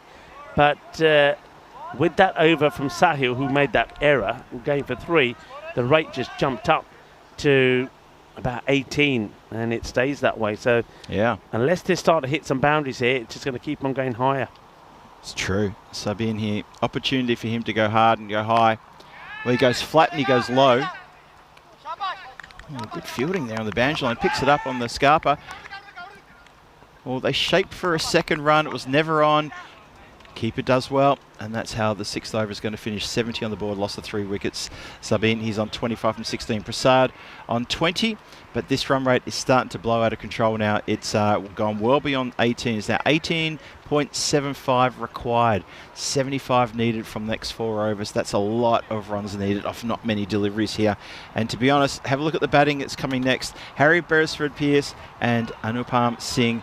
They're the next guys to come out. If they come out in that order, I've got to tell you, that's a bit of a bother because they don't have a strong middle order. No, they don't, and they haven't scored too many runs. Looks like we're going to see a change in the bowling. This is going to be Sequinder Pal who's going to have a bowl here now. So he's getting. He bowled all right actually in the last match. They used him because I can't remember who, top of my head, had a nightmare of a first over. They didn't go back to him, and he's 1 over he bowled was all right. So, well, it is International Left-Handers Day, and Sequinder Pal is a left-hander. They're asking the question here for caught behind, I think. It's still appealing. Yeah, Popovic says not out, and they're begging now, Puneet Kumar.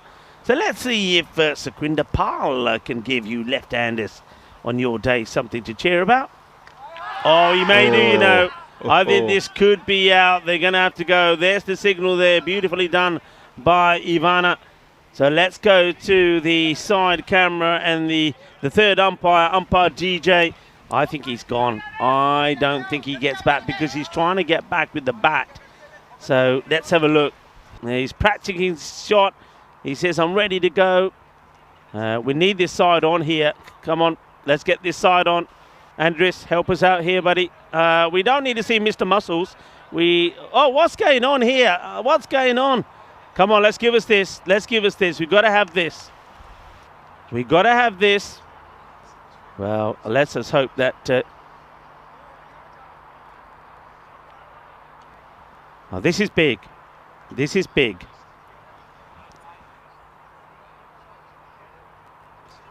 Let's have a look. Here we go. All right, here we go. Swings. Where's the foot? And there's the take. Let's have a look at the foot. Does it stay down? And let's just keep this going. Well, this is not the one. This is not the one. This is not the one.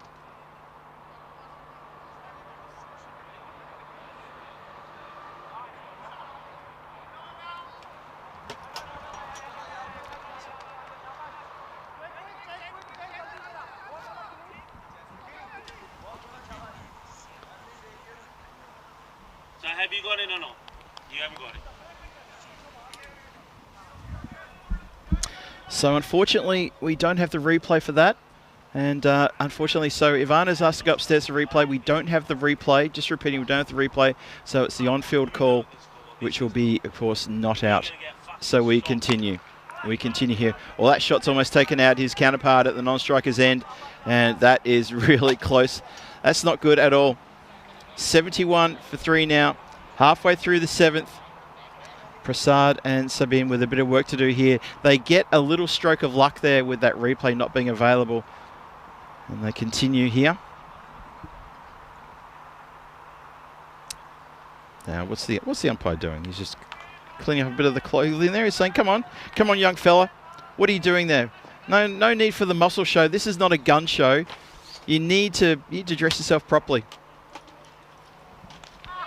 Well, don't need a replay on that. I think the umpire can quite convincingly give the finger and say, that's it, it's out. So the stumping is given there, and that is the wicket that's fallen. So eventually we do get a wicket here. And here we go, one more time. Look at this. A long way down the track. No need for the replay on that one because that is done and dusted. Look at this, so far gone, it's not funny. So maybe that little blue that we had earlier on there by not having the replay has been elevated, because we can now say that Prasad is indeed stumped by Puneet Kumar there, and Sukhwinder Pal does get his scalp in this over, this 7th over. And this game is getting blown away by the Rijeka Markors, and they're taking it away from the Zagreb Assassins, completely ripping it away from them. Hello to Monty. Hello, Monty. Good to see you in the chat. I haven't seen you for a little while. He's saying, hi all from Santiago. Lucky you. Good to see you back in the chat, Monty. And how is Santiago too, by the way?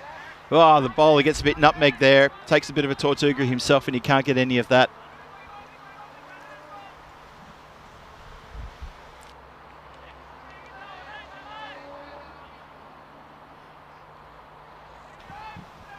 .72 for 4. One more to come in the 7th. One more to come.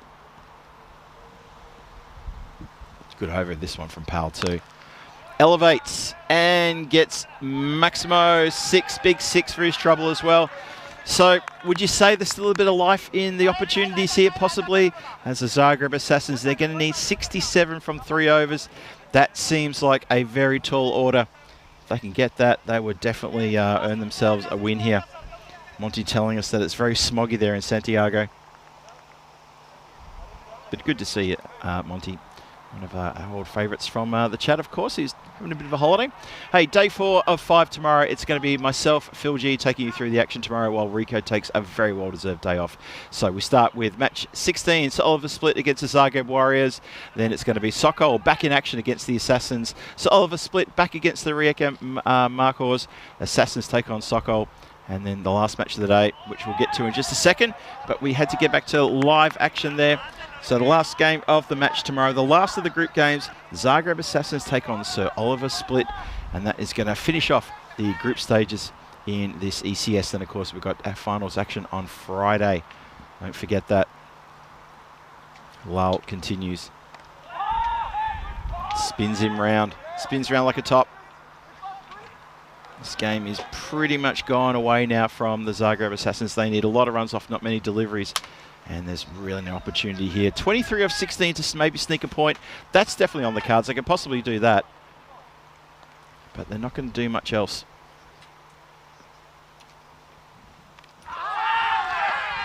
Now, dare I say it, we're going to go upstairs. One more chance. And they've asked for the replay here. And Ivana says, I'm not sure. It happened very quickly. Stumping opportunity. Let's see if we can get this one. Here we go. There's the side on view. Now here it comes. Slow this one down. Oh, I reckon the bails are off there.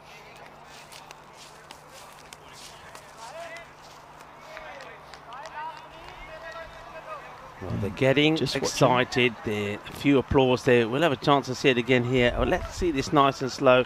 I get the feeling the bat probably just in the air. There we have it. Good shot. That's the one we want. That's what we want, because that shows exactly what happened there. It's a good stumping. It's good glove work to take that one. That's another stumping, so well done. Puneet Kumar is stepping up here with another stumping, and this time it's Suraj Wadakar has to go, and he's been now stumped. So Kumar, behind the stumps, he's got a couple of stumpings to his name. Probably unlucky not to have another one as well, but he gets 2. And 78 for 5 now, halfway through the 8th, and this game is completely gone. Yeah. Well, it's gone for the Assassins, I should say. Yeah, it's done. The 101. I suppose possibility it's got to be your goal here now. Maybe. Got to be your goal to get to the 101. Yep. Let's have we might as well have the bowling dominance on there, but let's see if they can try and steal a point. Well, maybe not. Straight through him. There's going to be 2 on the spin to Sahil Lal. And Sahil Lal, he's having a bit of a field day, isn't he? The man who scored the 79. Now he's on a hat-trick. We started the day with a hat-trick. It was Wasal Kamal who's got a hat-trick ball to him. Now, are we going to see another one? Another batter would have to come out. And if it's a similar sort of delivery, it could be another hat-trick opportunity for Sahal. I'll tell you what, there's every opportunity that could happen as well. So that would be amazing if we start the day with a hat-trick and we finish one. And especially from the same team that gave us the hat-trick at the start of the day too. That was, I saw Kamal who did that. Well, that neck and crop. I was thinking there'd be something in this match. And considering we had a hat-trick already and a golden ball, I thought maybe one of the batters might show up to the party and score a stat loads of runs. 79 there from Sahil Lal, so he did his part. Not out, of course. But maybe it's going to be another hat-trick. Maybe that's what I was feeling. And well, Lal, he's got 79. He's taken a catch, and now he's got a chance to get a hat-trick.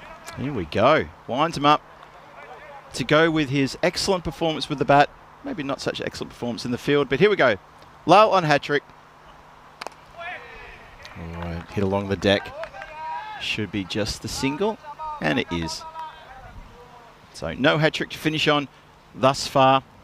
There's still 4 wickets left on the field, so you never know. It could still happen. But 2 in 2 to Lal, who's backing up his performance with the bat with a good performance with the ball. That target of 101, which is the 4-pointer. If the Croatia Marcos can keep them below that score, oh boy, 4 points for them. That could be another, you know. I mean, it's a wide, fine, but let's check side on.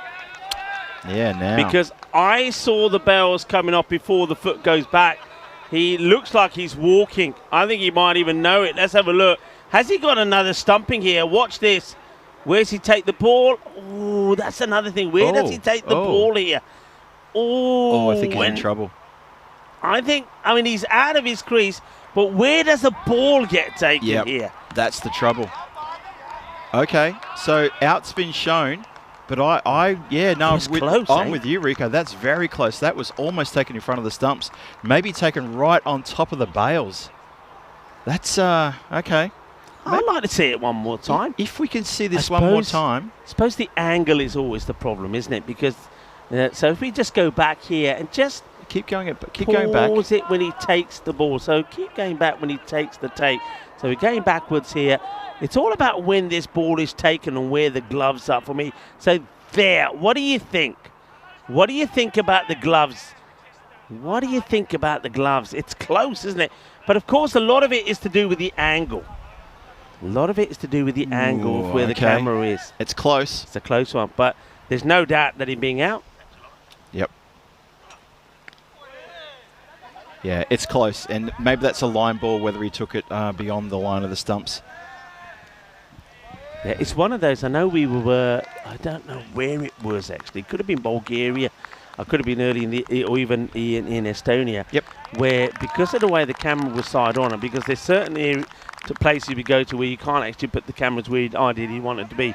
So they could be high. In fact, it was Malta.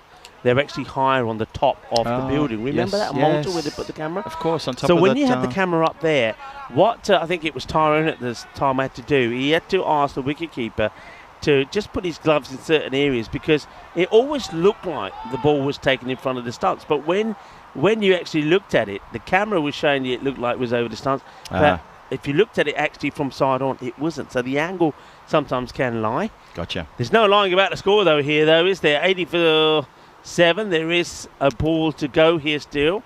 I think we're just checking. There is one to come. It looks like Popovic saying, just bear with me for a moment. We're just checking. Well, there was that wide where the stumping was done on that last ball, so surely there's one more to come. I'm pretty confident there is. I think they bowled it though. Yeah, they're asking for the players to get around the other way, because I think the batters have gone to the wrong end. I think that's what's happened, because I think the batters thought maybe it was because the new batter has to face. So let's make sure he's the right one on. That's what it is. Well, that should be Chauveau, shouldn't it? He should be facing no, because it was a wide and it was a stumping. Okay, I'm confused why they've changed sides here, because I thought it's a stumping. The new batter should be facing. Yeah, they're waiting.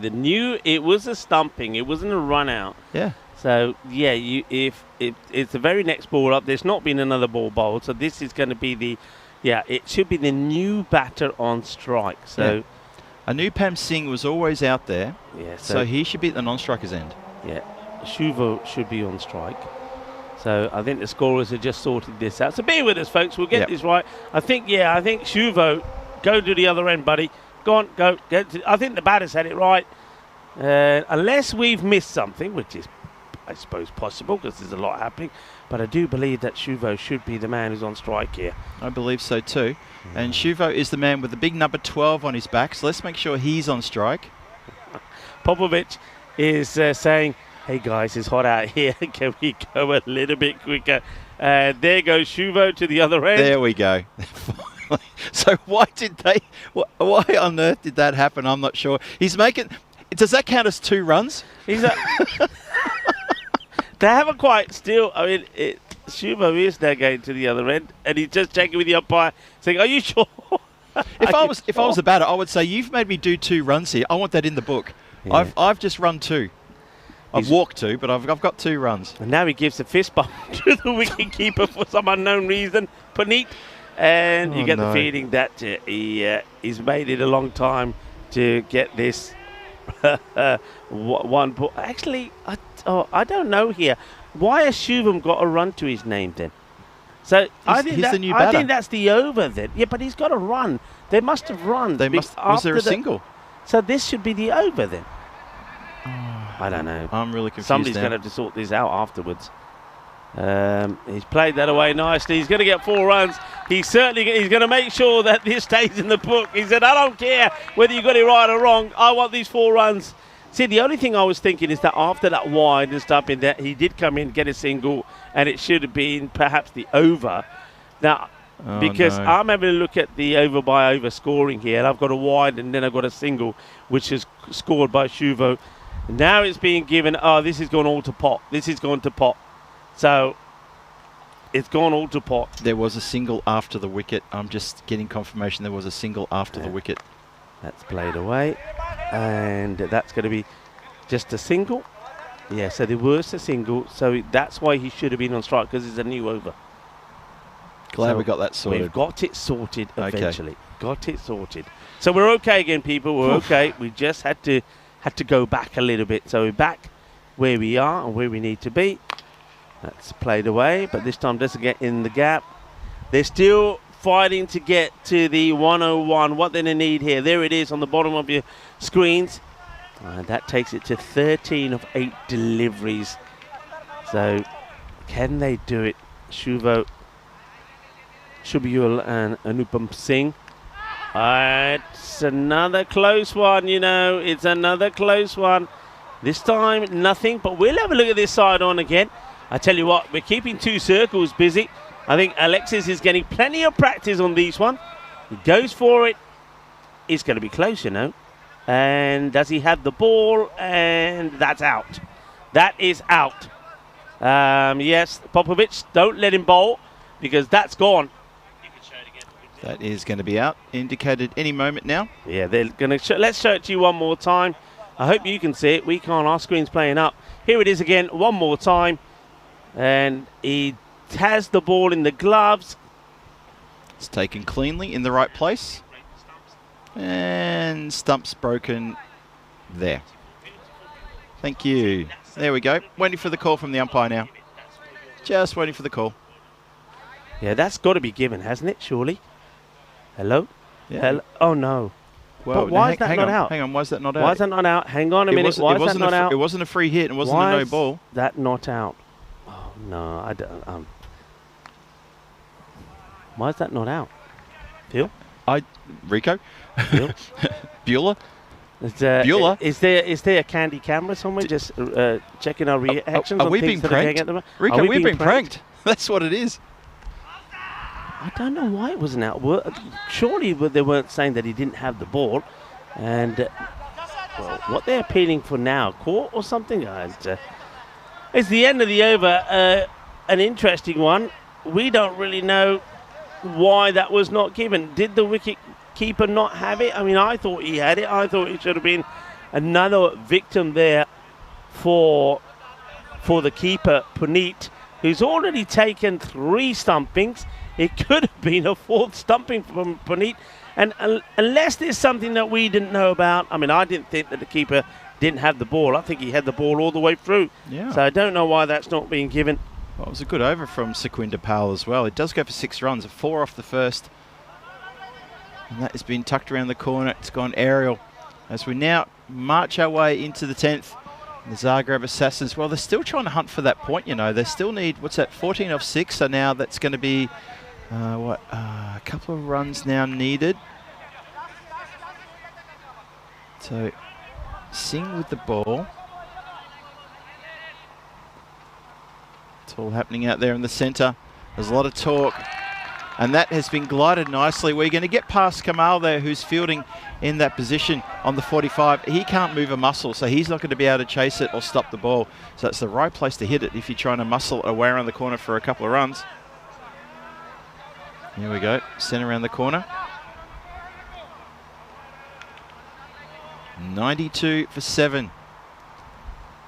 That's a good delivery. This time he is gone. Good rising ball from Jasprit. There's the celebrations. And, well, I think we might as well get a little bit of exercise in our 12th. Jasprit Singh does the celebrations. Should we have a little warm up on this celebration, Jasprit? Let's see if he does the celebration for Jasprit. Not sure, is he going to do the celebration? I thought he did a little mini celebration here. Did he do something? Jasprit, I think he did. Let's see if he did a mini celebration.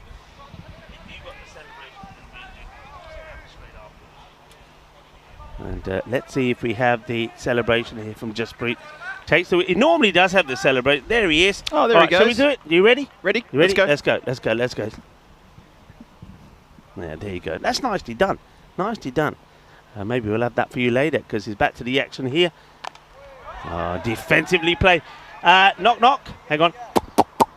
You need to get to that score of 101. Defending is not what you're there for, Harry. Come on, Harry. Bonus point. Oh, okay. They're going to take a single, and they're not going to get this. They're not going to get a point here. They're not. So Riker Marcos are certainly putting in the disappointment of the golden ball loss behind them, aren't they? As Harry, maybe this time Harry says, I don't want another 0 on a run. Okay, Singh can't do much about it unless it's an extra. Goes for it, up in the air. Fielders is under it, and it's dropped the catch. It will go for 4. It will be 97. And that means they're going to fall short, agonizingly short of that 101 they needed for a point. So a victory to Riker Marcos. And they will now feel that they've settled the score from the earlier match. I think they will too, yeah. And look, for the Zagreb Assassins, I think maybe just a lack of awareness of the bonus point with that very bizarre, premeditated block forward defence there from Harry. Not trying to just brace himself and put the ball out of the ground to try to achieve a bonus point. Just a very strange little moment, that. But that is going to be the last innings of the day. There's handshakes and hugs all around here. Riker Marcos, they notch up a win, and you're right, Rico, that's going to put paid to that golden ball loss that they had earlier on today. You see big smile from Wasal Kamal. He's still limping, but he's still got a smile on his face, and he should too, because he's brought the team up with a good win in this match number 15, and it goes their way to the tune of 47 runs. A really good victory for them in the end. Yeah, we'll have a quick look at this now, and of course we'll go back to it when we talk to you at the end of the day. Those of you that are going and can't stick around for our farewells, thank you very much for your support and watching today. I hope you have a nice evening. See us here tomorrow. I say us, more on that in a moment. But yeah, that's the schedule. So Oliver split against Zagreb Warriors. It's probably going to be the last time that we are going to see the Warriors. So join us to say goodbye to them. And then Zagreb Soccer against the Zagreb Assassins. That promises to be a very good match. But we'll talk about those fixtures a bit more a bit later. 5 matches coming up. And as the players shake hands, why don't we go straight to the highlights? Yeah, let's roll the highlight tape and show you how this run chase unfolded. It started rather nicely. A couple of big sweet hits there. Big score was on the board. They did chase 145 for the win, and things started, well, with a few big strikes here. British Power here, he powered a couple of boundaries. After that, it was pretty much curtains. Curtains. Yeah, and the man who was putting the curtains together was Sahul Lal. First of all, he scored the runs. Then he came in and took a really good catch. And that was another nice one taken there, this time though by Anil Kumar. They just got the early wickets, but this was the biggest prize. Look at the celebration that came when this wicket fell. It was the wicket there, that was the one there, the earlier one that was hit by Babu. Babu went, we didn't quite see the celebrations, but they went wild. That man, he was celebrating again, wasn't he, Jasprit? He picks the wickets up and then he does his little dance. I mean, we don't really know what this dance is at the moment, but he was getting the ball in the right places. There was that little flurry which took the rate down to about 14 required, and we thought if they could keep it there, then who knows what could happen. But it wasn't to be. That was one that got away from Sohail Ahmed, who's normally pretty tidy. But then just as we thought they were getting into this match, wickets started to fall. There it goes. That was the first one. Good catch taken there by Uprit Shukla, who hasn't always had the best of moments. This one was whipped away as well for 4 runs. So for Kamal, it didn't finish very well. But you've got to say credit really to Raiko Marcos. They lost their 100% record a little bit earlier in the golden ball finish, and it was against Zagreb. But they came back well. And Jatinder Vasisht, he had a bit of a moment, didn't he? He bowled one delivery, which we'll never understand. There was a no ball. He then followed it up with what we know he can do, with a ball that was full and straight, knocking the stumps over. And then there was this as well. I mean, they weren't helping themselves. That was a misjudgment there by Sohail Lal of all people. But we knew that Lal would come back and make a difference. Now, what about the wicketkeeper? Didn't he have a good time behind there, Puneet Kumar? He was involved in 3 stumpings. He was indeed. Look at that. Bang, done. Thank you very much. See you later. Almost could have had maybe a 4th stumping as well, we felt, but he had a pretty good match behind the stumps there. He was very clean, did it very well indeed. Have a look at that. There he goes again. Good appealing there. And good bowling as well, just keeping them guessing. Look at this, straight on the stumps, just right, bang, you're gone. Thank you very much. And that is the end of that player. It looks like there was Shukla, and everybody had a little bit of celebration going on here. There was the Marcos. They were up and about in the field. They were getting really pumped. They knew they had the assassins on the ropes after they got rid of Babu, and they just never recovered from that at all. Finishes towards here with a nicely guided shot there for 4 runs. It was a nice played strike. There you go. Well, there's another one. There's a few of those in this highlights package there, and then the shot around the corner. There's poor old Kamal there, who, unfortunately for him, he seems to be hobbling and he's not going to be chasing those deliveries that go wide. There's the celebration. Call it what you like. There we are. We will try and find out the name of that celebration. We should get over and try and chase him down and say, what do you call that? It's got to have a name. Because it absolutely has to have a name. I bet you it doesn't, but we will try and find out. But there it is. Handshakes all around in the end. And on again, another very hot day, hot in the middle, hot in the igloo, hot all around the ground, hot in Croatia, full stop, hot in Europe, maybe everywhere. But the players, credit to them for sticking it out there, particularly the teams that did play the 3 matches. So well done there to the Raiko Marcos and also to Sir Oliver Split. It was a big day for them as well. They did go back to winning ways, and also the Zagreb Assassins, but they don't finish the way that they would like to. There's that scorecard. It's those first 3 wickets, and when that wicket from Babu went down, I mean, we didn't see quite the wild celebrations there in the highlights, but that was a big one. There was a little flurry there from some of the batters a bit later on in the middle order, but it was never going to be enough. Wasal Kamal, didn't he have a good day? The hat-trick man himself, taking 2 for 26. Jasprit Singh, he just keeps on taking wickets. 2 for 20. Jatinder Vasisht this time, no wickets for him, but there's those 3 wickets for Sahul Lal, who of course, without doubt, will be the player of the match. 3 for 6 he finished with. It's hard to go past him, really. You look at that numbers, the 79 not out and the 3 for 6. You're absolutely right, Rico. A good win, a 47-run win for the Raiko Marcos over Zagreb Assassins. They wipe the memory of that golden ball loss well out of their minds with that really big win. Top of the table, clear. Top of the table with a 4-point win here. Rico, that puts them on 22 points, and they are 6 wins from 7. Just got one more game tomorrow for them, the lunchtime match. And so they're going to be very happy to go in tomorrow with just one more game for them to play, but they're sitting pretty on top of the standings. They are sitting pretty. Just the one little hiccup from them, and it was I say little, it was quite a big hiccup.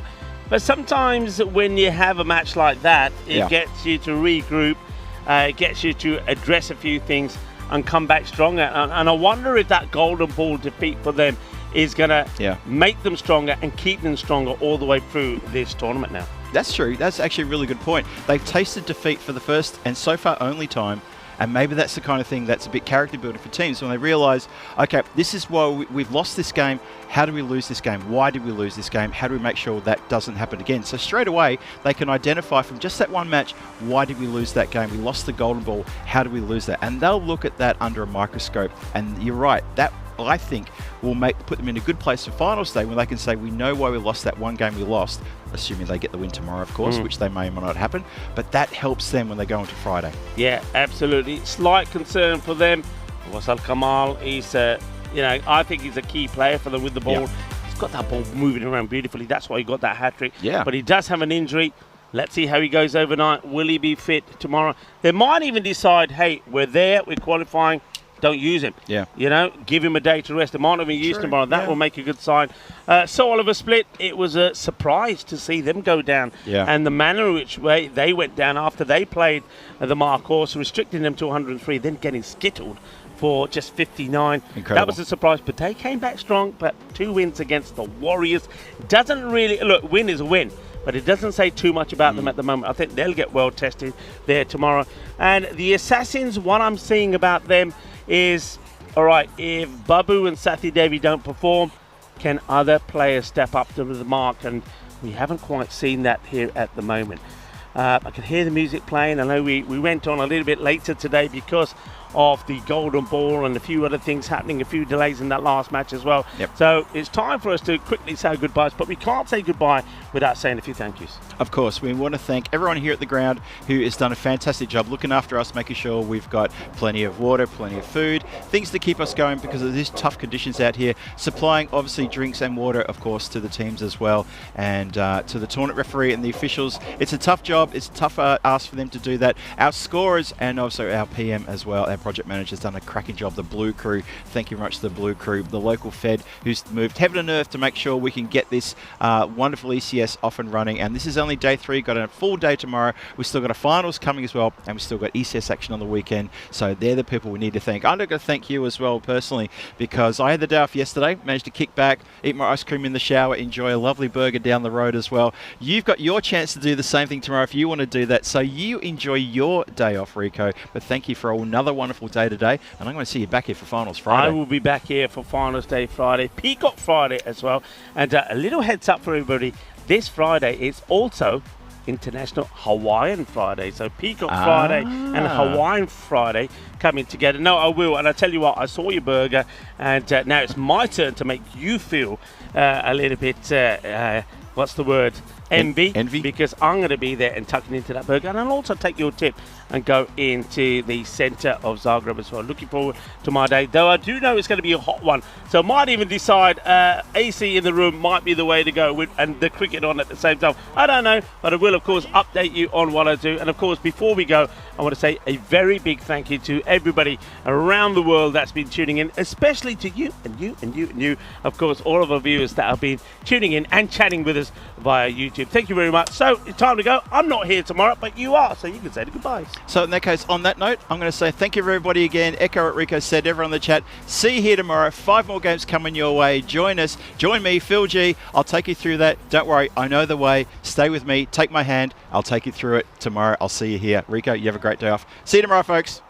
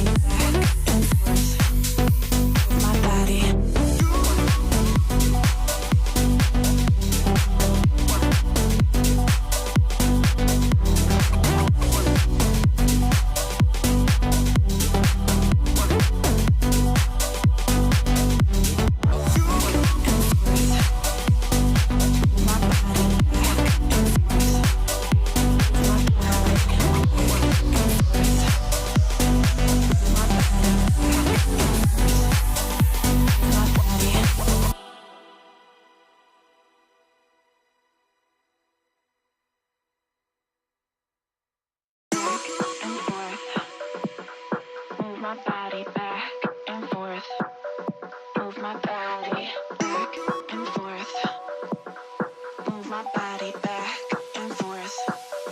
Move my body back and forth. Move my body back and forth. Move my body back and forth. Move my body back and forth.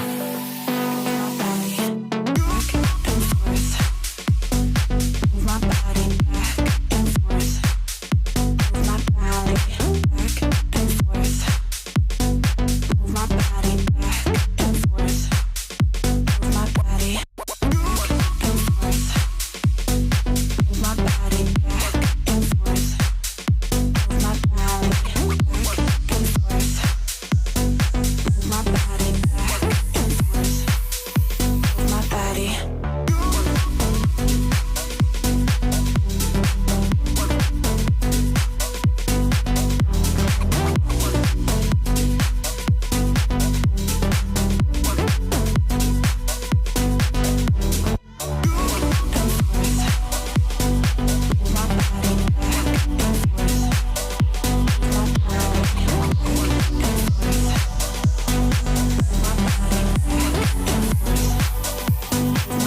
and forth.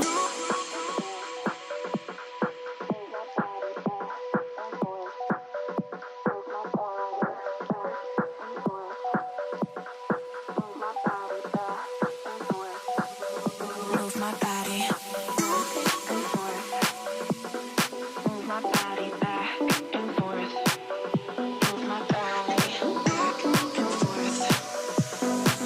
my body back and forth.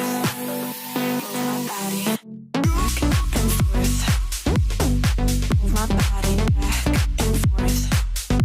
Move my body back and forth. Move my body back and forth.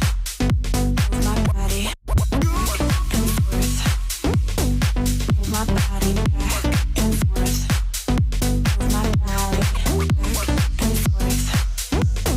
Move my body back and forth.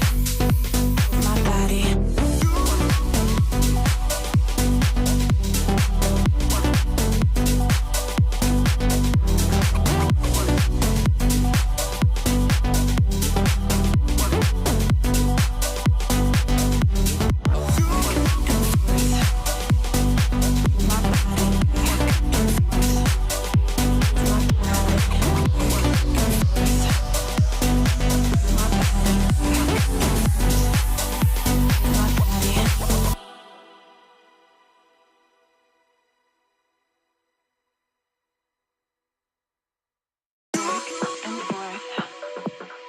Move my body back and forth. Move my body back and forth. Move my body.